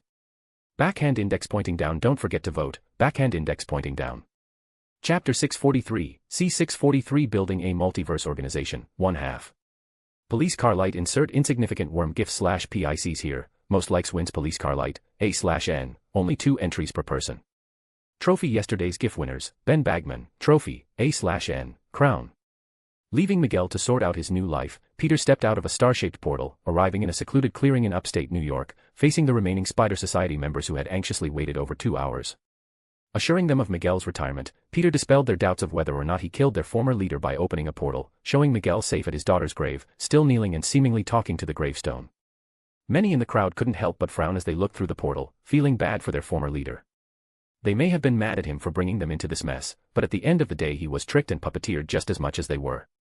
Moving on, Peter designated this universe, his universe, as their new home base, promising an actual base of operations by their next meeting. With all that said, Peter was about to send them all home, as he had some work to do and they had their own responsibilities to deal with, but before he could, a muscular spider woman in a purple and white themed suit stepped forward and inquired, "Will we get a way to travel the multiverse ourselves again? Or will we be relying on you from now on?" Peter responded with a cryptic smile, "I'll leave that as a surprise for our meeting next week." With everything settled and decided, Peter instructed the spider people to line up. One by one, he discreetly delved into their memories, finding the location of their home universes before sending them back. But he also used the opportunity to vet each and every one of them, checking their minds for any red flags that could possibly cause any future problems. The process unfolded smoothly, each spider person disappearing through a personalized portal until the clearing was once again empty, leaving only Peter, the spider group chat members, and Uncle Ben, who was still restrained for some reason. With a snap of his fingers, Peter dispelled the restraints around Uncle Ben, allowing him to drop to the ground, sighing in relief as he found his footing, finally free after a long while. Peter, studying Uncle Ben with a curious expression, broke the silence. "So, Uncle Ben, what's next for you?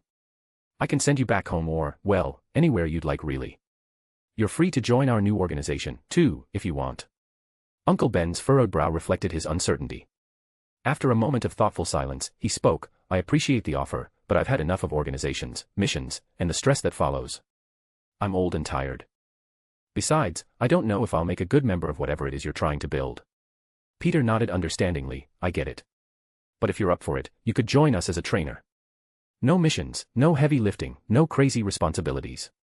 Just help train the new members and live a more relaxed life with a fat salary to sweeten the deal." Uncle Ben's eyes softened as he considered the proposal, finally nodding, "That sounds like something I could do.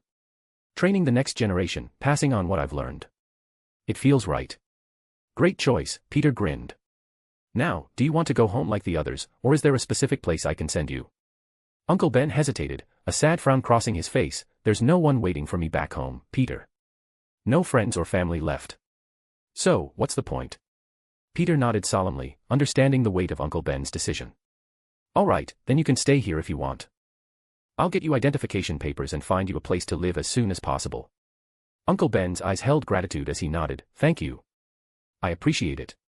Peter clapped Uncle Ben on the shoulder, a reassuring smile on his face. "No problem, old man." After a few more minutes of conversation with the members of the spider group chat and Uncle Ben, Peter decided it was time to get to work. After all, he has a new multiverse-level organization to build. Sending most of the group chat home, Peter reminded them that he'd be picking them up in a week, as they'd be joining his new organization as well. The air buzzed with anticipation as each member disappeared through their personalized portals. Once they had all left, Peter turned his attention to Gwen and Miles. Gwen, determined to stay for the time being, as she refused to return home to her father, and Miles, eager to resolve his lingering issues with Gwen. "If I leave now without resolving this, then I'll regret it for the rest of my life," Miles thought as he glanced at Gwen. Understanding their reasoning, Peter considered the logistics of housing them. Realizing his home wouldn't accommodate 3 more people, nor did he want to crowd his house, he decided to utilize the Avengers Tower. Besides, I needed to go there anyway. Stepping through a purple-rimmed portal, the group arrived in Peter's office at the Avengers Tower. The portal closed behind them, as Peter spoke to the open air. "Jarvis, reserve 3 apartments for my guests, please." "Of course, sir. Apartments 1204, 1205, and 1206 are now reserved for your guests," Jarvis responded promptly. "And might I say, black certainly looks good on you." "Thank you, Jarvis." Grinning at the efficiency and the compliment, Peter turned to Gwen, Miles, and Uncle Ben. "Follow me, I'll show you to your temporary quarters." After dropping them off at their apartments, Peter returned to his office and contacted Jarvis. "Be sure to look after my guests, Jarvis. And while you're at it, call a council meeting. I've got an important announcement." "Certainly." Jarvis agrees and pauses for a half a second before speaking again. Messages have been sent to all council members, some of which are already en route. Satisfied, Peter exited his office and headed towards the council chamber. This should be a shocking and productive meeting. After waiting for about half an hour, the council room quickly filled up, each member taking their seats. The atmosphere was tense, and all eyes were on Peter, who hadn't been around much lately, seemingly too busy for meetings. Despite the tension, greetings and compliments were exchanged, especially about Peter's sleek black suit. The Ancient One, however, felt a peculiar energy of death and shadows emanating from him and his clothes, causing her to stare at her student in curiosity. As everyone settled, Tony Stark couldn't hold back his impatience. "All right, what's this all about? And it better be good, because Pepper and I were in the middle of something before you ruined it." His stare held a mix of expectation and annoyance. "First of all, I didn't need to know that." Peter scrunched up his nose in disgust before getting back on track. "I've actually got 2 reasons for calling you all here. First, our members need a significant boost in power. To start, I suggest we administer the Super Soldier Serum to every member of the Avengers, including branches like S.H.I.E.L.D. and Nightingale agents." Instantly, the room erupted into chaos as members voiced their opinions. Professor X expressed concerns about potential side effects on mutants, Magneto argued that they should focus on their own power, and Chaka questioned the need for such drastic measures. The Ancient One remained silent, observing the interactions with keen interest. In the midst of the chaos, Tony turned to Peter. "Are you suggesting we turn everyone into a Captain America? What's your reasoning?" Peter took a moment for everyone to calm down before answering. "A lot of things really. But mainly, the threat of the multiverse and the Council of Kangs. We need to be prepared. Strengthening our forces is the key to facing whatever comes our way." Obviously, they knew about the Kang since Peter has made reports about his encounter with the exiled Kang he met when he was helping Hank Pym rescue his wife. But other than that, they were clueless. Peter paused for a moment to let his words sink in before continuing. "And I don't think we should stop there either. I'd like to offer Extremis to a lot of our members as well. And for our high-level Avengers, I also have this." Reaching into his storage necklace, Peter pulled out a vial filled with a blue-colored liquid. Compound V, a serum, similar to the Super Soldier Serum, which grants individuals a random superpower. "Of course, we'll have to run some tests first, but ideally I'd like to administer this to every Avenger and any other trusted members that we deem fit." The room seemed to pause for a moment as everyone took in Peter's words, eyeing the vial in his hand in interest. The idea that he had something that could basically grant someone metahuman-like powers was both exciting and concerning. Putting that aside for the time being, Nick Fury leaned forward, skepticism in his gaze. "How do we know that the Council of Kangs, an organization we've only even heard of, is as big a threat as you claim?" Peter sighed, realizing the need to reveal more, and he did. He explained everything about the former Spider Society's predicament, and how the Kangs were pulling the strings. "If I had to guess, I'd say it's very likely that they know I'm the one who messed up their plans, which is why I believe it's time that we militarize, for lack of a better word. Hence the need to empower our members." The room fell into a contemplative silence as the weight of Peter's words settled in. The council members exchanged glances, their expressions revealing a mix of concern and seriousness. "So, basically you poked the beehive and now we must prepare for the worst," Magneto stated bluntly, giving Peter an accusing stare. "And why are we bothering ourselves with the problems of other universes? We have enough on our plate as it is." "Because they needed help and that's what we do. We're the good guys, remember?" Peter asked, a sarcastic smile on his face. "And if you call saving lives and stopping the plans of insidious, evil organizations, poking the beehive, then yeah, I punted that sh*t as hard as I could and the bees will swarm. It's just a matter of time." Pursing his lips, Magneto remained silent, unable to counter Peter's point. He had to remember that he's a do-gooder now. And that means helping those in need, much to his annoyance. Finally, Chaka spoke up, "If this is what it takes to protect our world, then we must consider it seriously." Nick Fury, having no reason not to believe his son-in-law's words, nodded in agreement before asking, "What was your second reason for calling this meeting?" Smirking under his mask, Peter leaned back in his chair and asked, "How do you guys feel about taking the Avengers to a whole new level?"